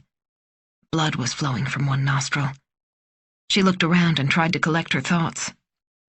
There was a highway just beyond the stream ahead. If she could reach that, she could get away. She'd flag down a ride. She tried to remember exactly where the stream flowed. She moved several feet forward and then spotted the water through the trees. Relief came over her. The stream would be her savior. It would wash away her scent so that even if they sent bloodhounds after her, the water would confuse them. On the other side, she'd be safe. She continued to make her way through the dense shrubbery solely on strength of will, step by step, her body exhausted. The instinct for self-preservation was so strong her legs refused to give up. She was breathing easier. She was almost there. She saw the sun's reflection dancing on the water, showing her the way. She would make it. A rustling sound startled William Aldercrantz. In the right square of his scope, he saw branches and twigs moving. Something was heading his way, toward the water. William rejoiced. The wild boar was back. What luck that he hadn't emptied his rifle yet. He was ready. His muscles tensed, and he half shut his eyes against the sun to see more clearly. He quickly brought up his rifle. Vegetation obscured his view, but he was sure the boar would rush into his sights any second. His heart was pounding in his chest. His mouth was dry, and he hardly dared to breathe. As the shadow of the creature moved through the bushes, he took his shot. Chapter 87. Thomas averted his face as he pushed through branches. He was following a small stream flowing through the forest. Though it was the middle of the day, it was surprisingly dark under the trees. The sunshine barely cut through the thick, looming treetops. Margit was right at his heels. He could hear her labored breathing. "Stop, Thomas, stop!" she yelled. "Look there by the oaks." He jerked his head up. 50 yards in front of them was a large gray-black boar. The coarse bristles made it look like a creature from the Ice Age. They could tell it was a sow by the udders. She looked angry. "Hell," Thomas said. He halted and remained absolutely still. An angry wild boar was dangerous. A sow separated from her piglets, even worse. Why had she shown up here when they were in such a rush? "Do you know anything about wild boars?" Margit whispered. She remained perfectly still, a few feet behind him. "They're pretty aggressive, aren't they? Don't they attack people?" "Just don't move," he replied. "Maybe she'll go away." Hope was all he could do. What did he know about wild boars? Could they kill a grown person? What would make them attack? Margit and Thomas stood without speaking, like two Greek statues. In the distance, they heard birds singing. Sweat beaded on Thomas's brow. They didn't have time for this. Every missed second meant Isabel got farther away. The sow looked like she might weigh over 200 pounds. Thomas was not sure his service revolver could even take her down if she attacked, but he released the safety just in case. It felt ridiculously small in his hand. The sow stared up at them with tiny, deep-set eyes, and her short, bristly ears stuck straight up. A few minutes went by. Margit and Thomas waited. Then they heard something stir behind the trees. 3 small piglets trotted out from underneath a bush. The sow made a deep, guttural sound and led them away. Thomas exhaled deeply. He wiped his face with the sleeve of his jacket. Margit let out a low whistle and leaned on a tree for support. "Yowza," she said. "That was scary." "Can you hear any sign of Isabel?" Thomas asked. He listened carefully to the forest. Suddenly they heard a shot go off. It was close by. Their choice was simple. "That way!" Thomas yelled as they crashed on in the direction of the discharge. Chapter 88. The shot had come from nowhere and must have hit her, although strangely it didn't hurt. Her left hip felt numb, as if a fist had struck her with violent power. But it didn't hurt. She'd fallen to the ground and couldn't get back up. She lay on pine needles hidden beneath thick branches. She gingerly touched the numb area. Her fingers came away wet, and there was warm liquid on her hand. She was injured. Bitter tears filled her eyes. If only she hadn't run. They couldn't have proven a thing. She'd carefully eliminated all the evidence. Everything damaging was gone. But the moment she'd seen that policeman, Andreasson, she'd lost control. In a wild panic, she'd run. Idiotic. So damned unnecessary. How could she be so stupid? She shifted slightly to make herself more comfortable. They wouldn't get her. Nobody would. She'd find her way to her sister in Switzerland. She'd be safe there. Her father's money was in a trust in that alpine country. It would be enough to build a new life.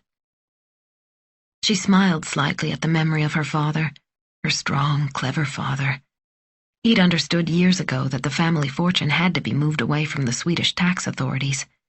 Daddy had taken care of his girl. He always had. First, though, she'd just rest here in the forest. She'd gather her strength. Then she'd go on. She rested her cheek against the moss and pine needles and closed her eyes. It had been so easy, so surprisingly easy to shoot that pompous Oscar, and so absolutely necessary. She'd felt enormous satisfaction when she'd accomplished that. He'd rejected her, too, many years ago, but she'd gotten her revenge. Too many unjust actions. She'd chosen a moment when he'd feel invincible to give him exactly what he deserved. A wave of nausea ran through her body. She tried to shift positions again. She didn't feel her blood seeping out as quickly anymore. That was good.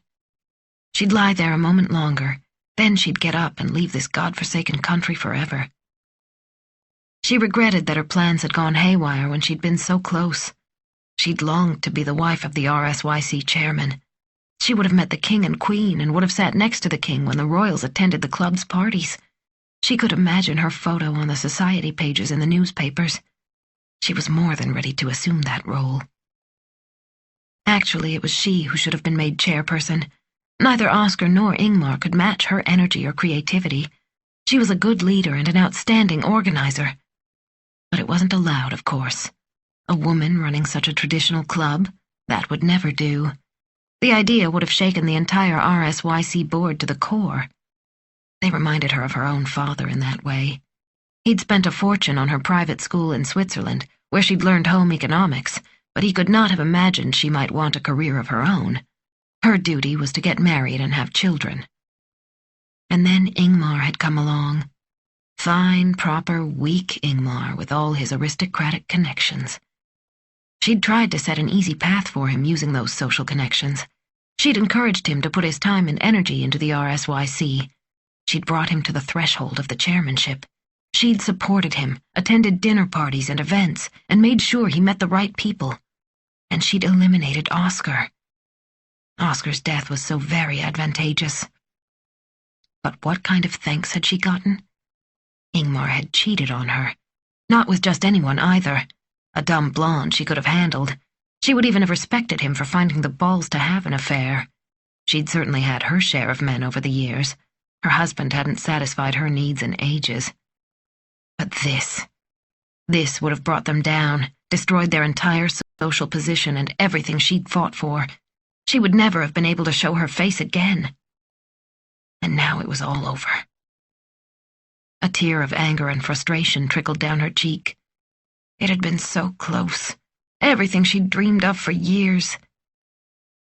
She heard voices. Using all her strength, Isabel got to her feet, her body struggling to obey her. One hand covered her wound, and the other clung to a branch. She wanted to get out of there. But there was no point anymore. She didn't have the strength. Struggling for breath, she sank back to the forest floor. The voices were close now. She didn't care. Calm spread over her. She felt no pain, but she was dizzy and weak. Light flickered in her eyes, and her body felt as if it were falling as her head rested peacefully on the moss.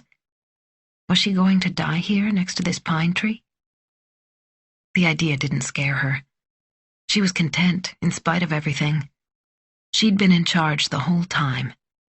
Oscar had had his triumph stolen. Martin had gotten what he'd deserved. Isabel smiled as she slipped into unconsciousness.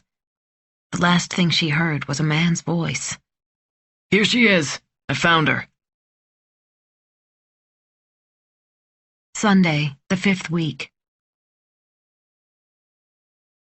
Chapter 89.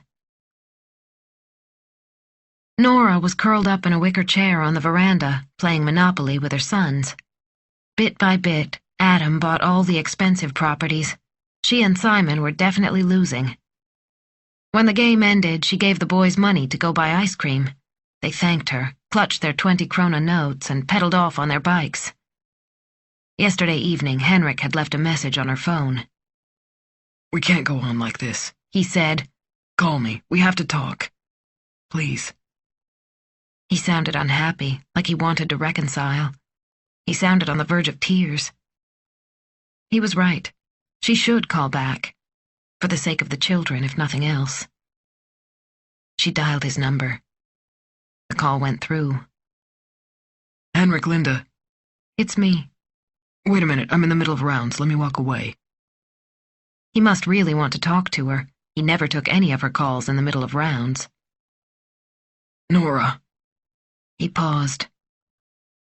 I am so very sorry. I still don't know what came over me. I regret it so much. I see. What was she supposed to say? That she had never in her wildest dreams imagined he'd hit her? That his actions had destroyed a part of their marriage forever? That the pain on her cheek was nothing compared to the pain in her heart? That she was ready to leave him? Can you forgive me? We have to work this out. Think about the boys. I miss all of you so much. She thought of their sons, their tanned faces and expectant smiles, their questions about when their father was coming back. I'll never do it again, Nora, I swear. I'll do what you want, exactly what you want, but think about the boys. Our boys. The three of you mean everything to me. You have to understand.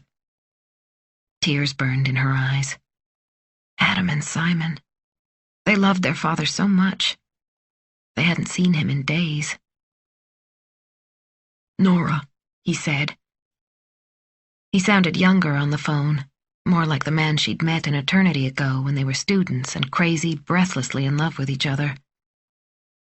I was so angry and confused. It's like someone else took over. I'm not really like that, you know me.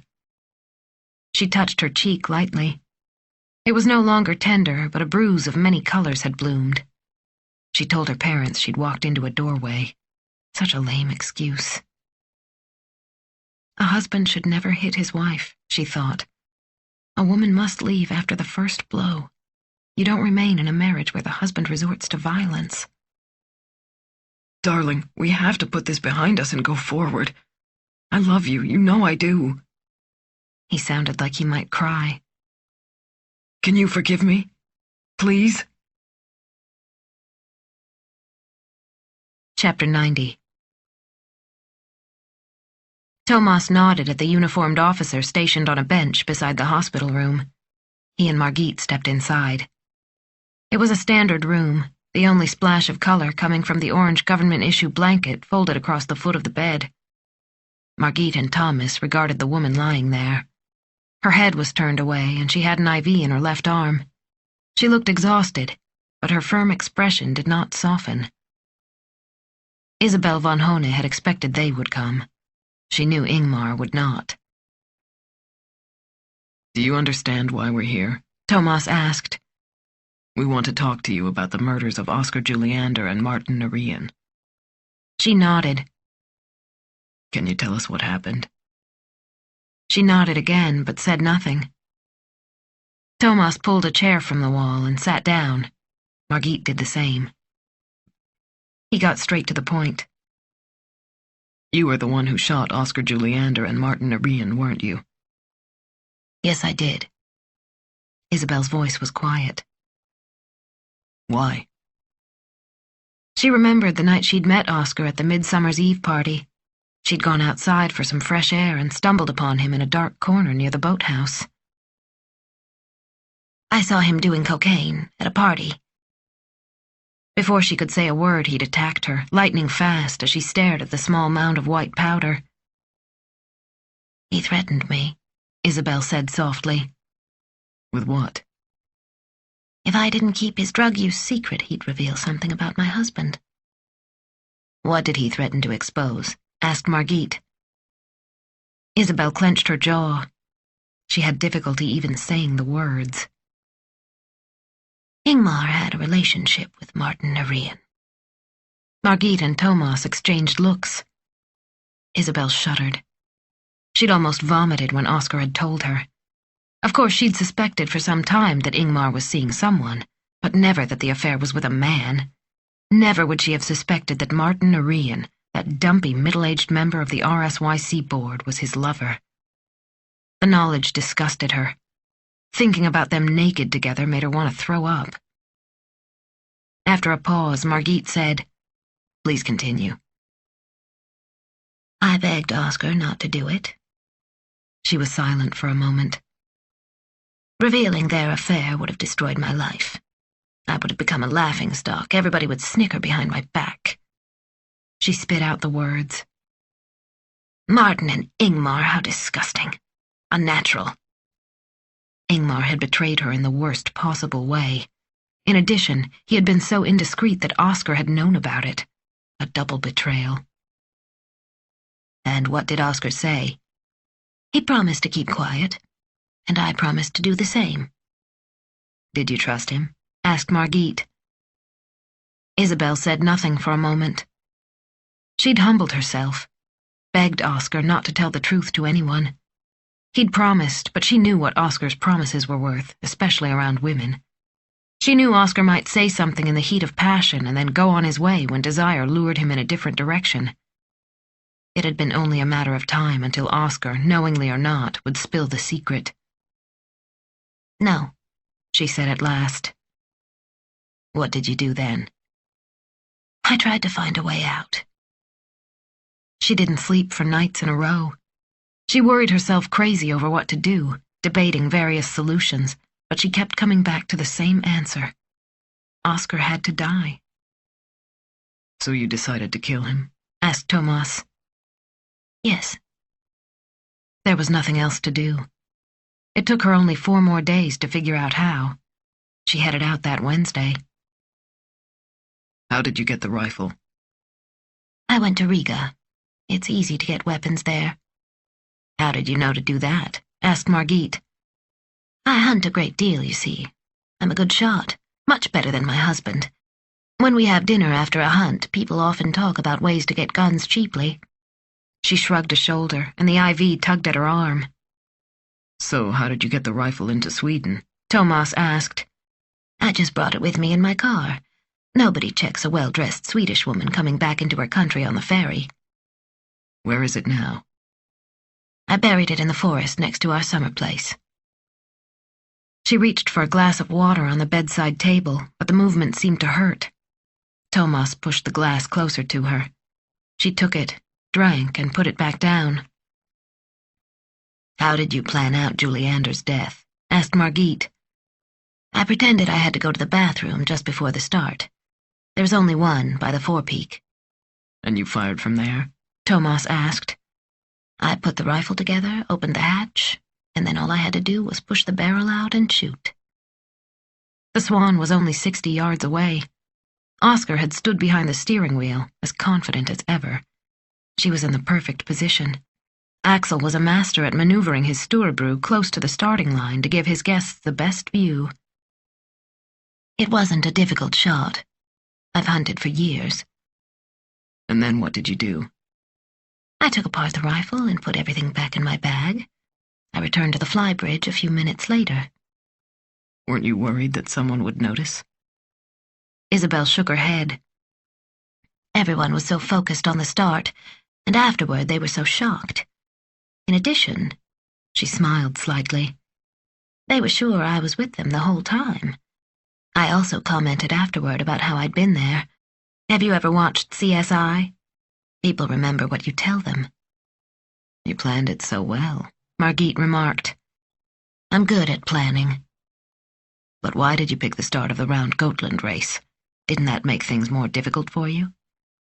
In his moment of triumph, you mean?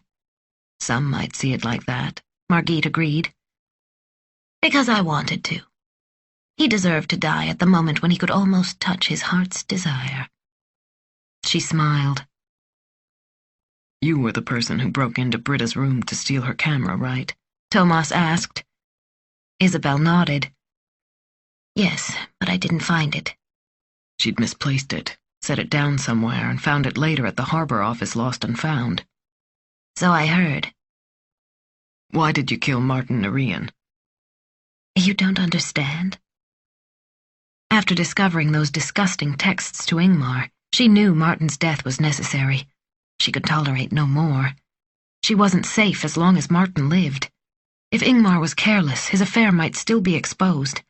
And if Ingmar ever decided to leave her for Martin, she couldn't risk it. All would be lost. A primitive hate carried her through, though he'd never injured her the way she would injure him. She took his life. He didn't deserve to live, she said. You mean you couldn't risk his relationship with your husband coming out? Margit said. He was a threat to you. Isabel didn't bother to answer. How did you do it this time? Asked Thomas. She took a few more sips of water. I made copies of Ingmar's keys to the storage room. He never noticed. I did the same with keys to Martin's apartment. She realized then why Ingmar had chosen the location for his storage area in Viveca Sten. She'd always thought it too far from the gallery on Strandvägen. He wanted to be near Viveca Sten to meet Martin. A pathetic excuse for a pathetic lover. And so you shot him too? Yes. Didn't you ever think that using Ingmar's rented space would turn our attentions to him? Isabel's heart pounded. It's what he deserved. And I thought you would never figure it out. You had no evidence. Ingmar would wonder for the rest of his life how it had happened. She sank back onto her pillow, drained of energy. It felt like a certain kind of justice to shoot my husband's lover from his own property, without him ever knowing how it all happened. He sat on a bench in the cemetery. Some finches twittered in the background, but he didn't hear them. He stared at the fresh grave, which did not yet have a marker. Half-wilted flowers lay on top. He stared at the grave, but his eyes did not see it. Instead, he imagined Martin's face. His dear, familiar face. Ingmar knew each wrinkle, each laugh line. He understood that Martin was not beneath that mound. It was just his earthly remains, his flesh without his spirit. It wasn't Martin, the man he'd loved so much. Why had he wasted so much time? First, they'd loved each other from afar. Then they'd consummated their love in secret. What joy he'd felt then. He'd considered revealing their relationship and leaving Isabel, but worried about the reactions of the rest of the world. They'd condemn him if the truth came out. He hid behind his consideration for Isabel and the children. He brought them up whenever Martin pushed for a decision. Was this his punishment for not standing up for their relationship? He was too cowardly to step out into the open. Now who would call him by his old nickname? Who would say it with love? The name from the days when he'd play cowboys and Indians as a boy. He'd loved being an Indian and wearing feathers in his hair. His friends had called him the Indian, Indy for short. Now Indy was gone, leaving only Ingmar behind. Cowardly, unhappy Ingmar, who'd lost the only person he ever truly loved. What would he do now? He touched the wedding band on his finger, a ring representing 30 years of unhappy marriage. He still wore it, though his wife had killed his beloved. How traditional. He pulled off the ring and threw it into the bushes. "You are the love of my life," he whispered. He lowered his eyes to the mound of earth at his feet. "I will always love you, Martin. Always." Chapter 91. Eva Tamel fastened her seatbelt and smiled at the cute flight attendant who offered her a drink from a tray. She took a glass of champagne and slowly sipped it. The fresh, dry drink tasted harsh on her tongue, just as it should. Who was the one who said champagne should be cold, dry, and free? Was it Churchill or was it de Gaulle? Either way, they were wise words. She lifted her glass in a silent toast to her cat, Blufeld, who sat in his carrier beside her. She was thankful for the latest EU regulations permitting vaccinated pets to travel between EU countries. She couldn't leave him behind in Sweden or quarantine him for 6 months. The flight attendant asked if she wanted a refill. Eva shook her head, content for the moment. Business class. She loved business class. It was extravagant, of course, but in Liechtenstein she had millions of reasons to indulge herself a little. The banker she'd talked to had helped her book a meeting to transfer the account. Everyone made time to accommodate Frau Tamel. He even reminded her to bring the 10-digit code needed to access the account. Aber natürlich, mein Herr. She'd remembered to bring it. Oscar had been a wonderful bankruptcy attorney, but in the long run, it had become impossible to hide anything from her. She had organized his life for decades and knew him better than his own mother. Over the summer, she'd gone through all his cases to carefully archive his documents and files. The last thing she did was clean up his desk. It was as large and extravagant as Oscar. She'd carefully emptied all the drawers, finding a secret compartment so common in old desks. Oscar had shown it to her when he'd first brought it home from the auction house. It stuck a bit, so she had to spring the hidden lever with a bread knife. Inside, she found an envelope with foreign bank account papers. The bank's name was inscribed on the outside of the envelope. The internet revealed it was one of the largest banks in Liechtenstein, the same bank where the American company had sent payment for Olaf Martinsson's patent. She appreciated the police officers who'd informed her of its existence. Oscar, Oscar, she thought. You gave in to temptation in the end, even after all these years. Not surprising that you'd been nervous lately. Did you regret the decision? Did you fear you'd be discovered? Did you use cocaine to calm your nerves? When she found the envelope, she knew what to do. And what she didn't know, the kindly bank officer did. Now 10 million American dollars, minus the cost of one 61-foot swan boat, sat in the Liechtenstein account. The price of a patent, worthless on paper, paid for mostly under the table. It was a great deal of money, but the company stood to gain much more. If the patent had gone to auction, they'd have paid through the nose. And the only person who knew about it was now dead. Ava took another sip of champagne and looked out the window as the last drops rolled across her tongue. In a few minutes, the plane would take off, and she would forever leave this country behind. She didn't regret sending those anonymous messages to Diana Suter. She thought Diana had killed Oscar, a woman feeling scorned when she got tired of her married lover's endless excuses and delays. Who else could it have been? She never suspected that crazy von Hone woman. Though the trial wouldn't take place until Isabel was released from the hospital, everyone knew she'd go to jail for a long time. Ava didn't feel bad for either of them. She'd hated Diana Suter from the start because for the first time in many years, it had appeared Oscar might be in love. The impatient bookkeeper's message had given her the idea to use the daughter's Hotmail address. The happiness she felt every time she wrote another message helped ease the pain in her heart. She felt better when she hit send. Leaking the news to the papers was icing on the cake. The flight attendant offered her more champagne. Ava smiled and held up her glass. The liquid sparkled in the sunshine. She now had over 8 million American dollars. That would be more than enough for a spacious apartment in southern France, one with an enormous balcony. The rest of the money would go into secure investments that would take care of her for the rest of her life. Once things died down a little, she would sell her Stockholm apartment, after she'd completed her 6-month sick leave. It hadn't been hard to get the doctor to sign off on that. He'd been sympathetic and understanding, offering to lengthen her sick leave if she needed it. Nobody questioned her grief. The money from the sale would go into the investment pot too. Perhaps she'd eventually open a small business on the Riviera. She was a smart businesswoman with many options.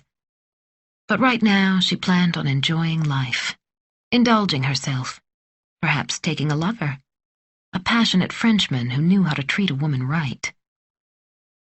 Thank you, Oscar, she thought. She lifted her glass and toasted silently again. I knew you wouldn't forget me in the end. I didn't doubt you for a minute. Audible hopes you have enjoyed this program.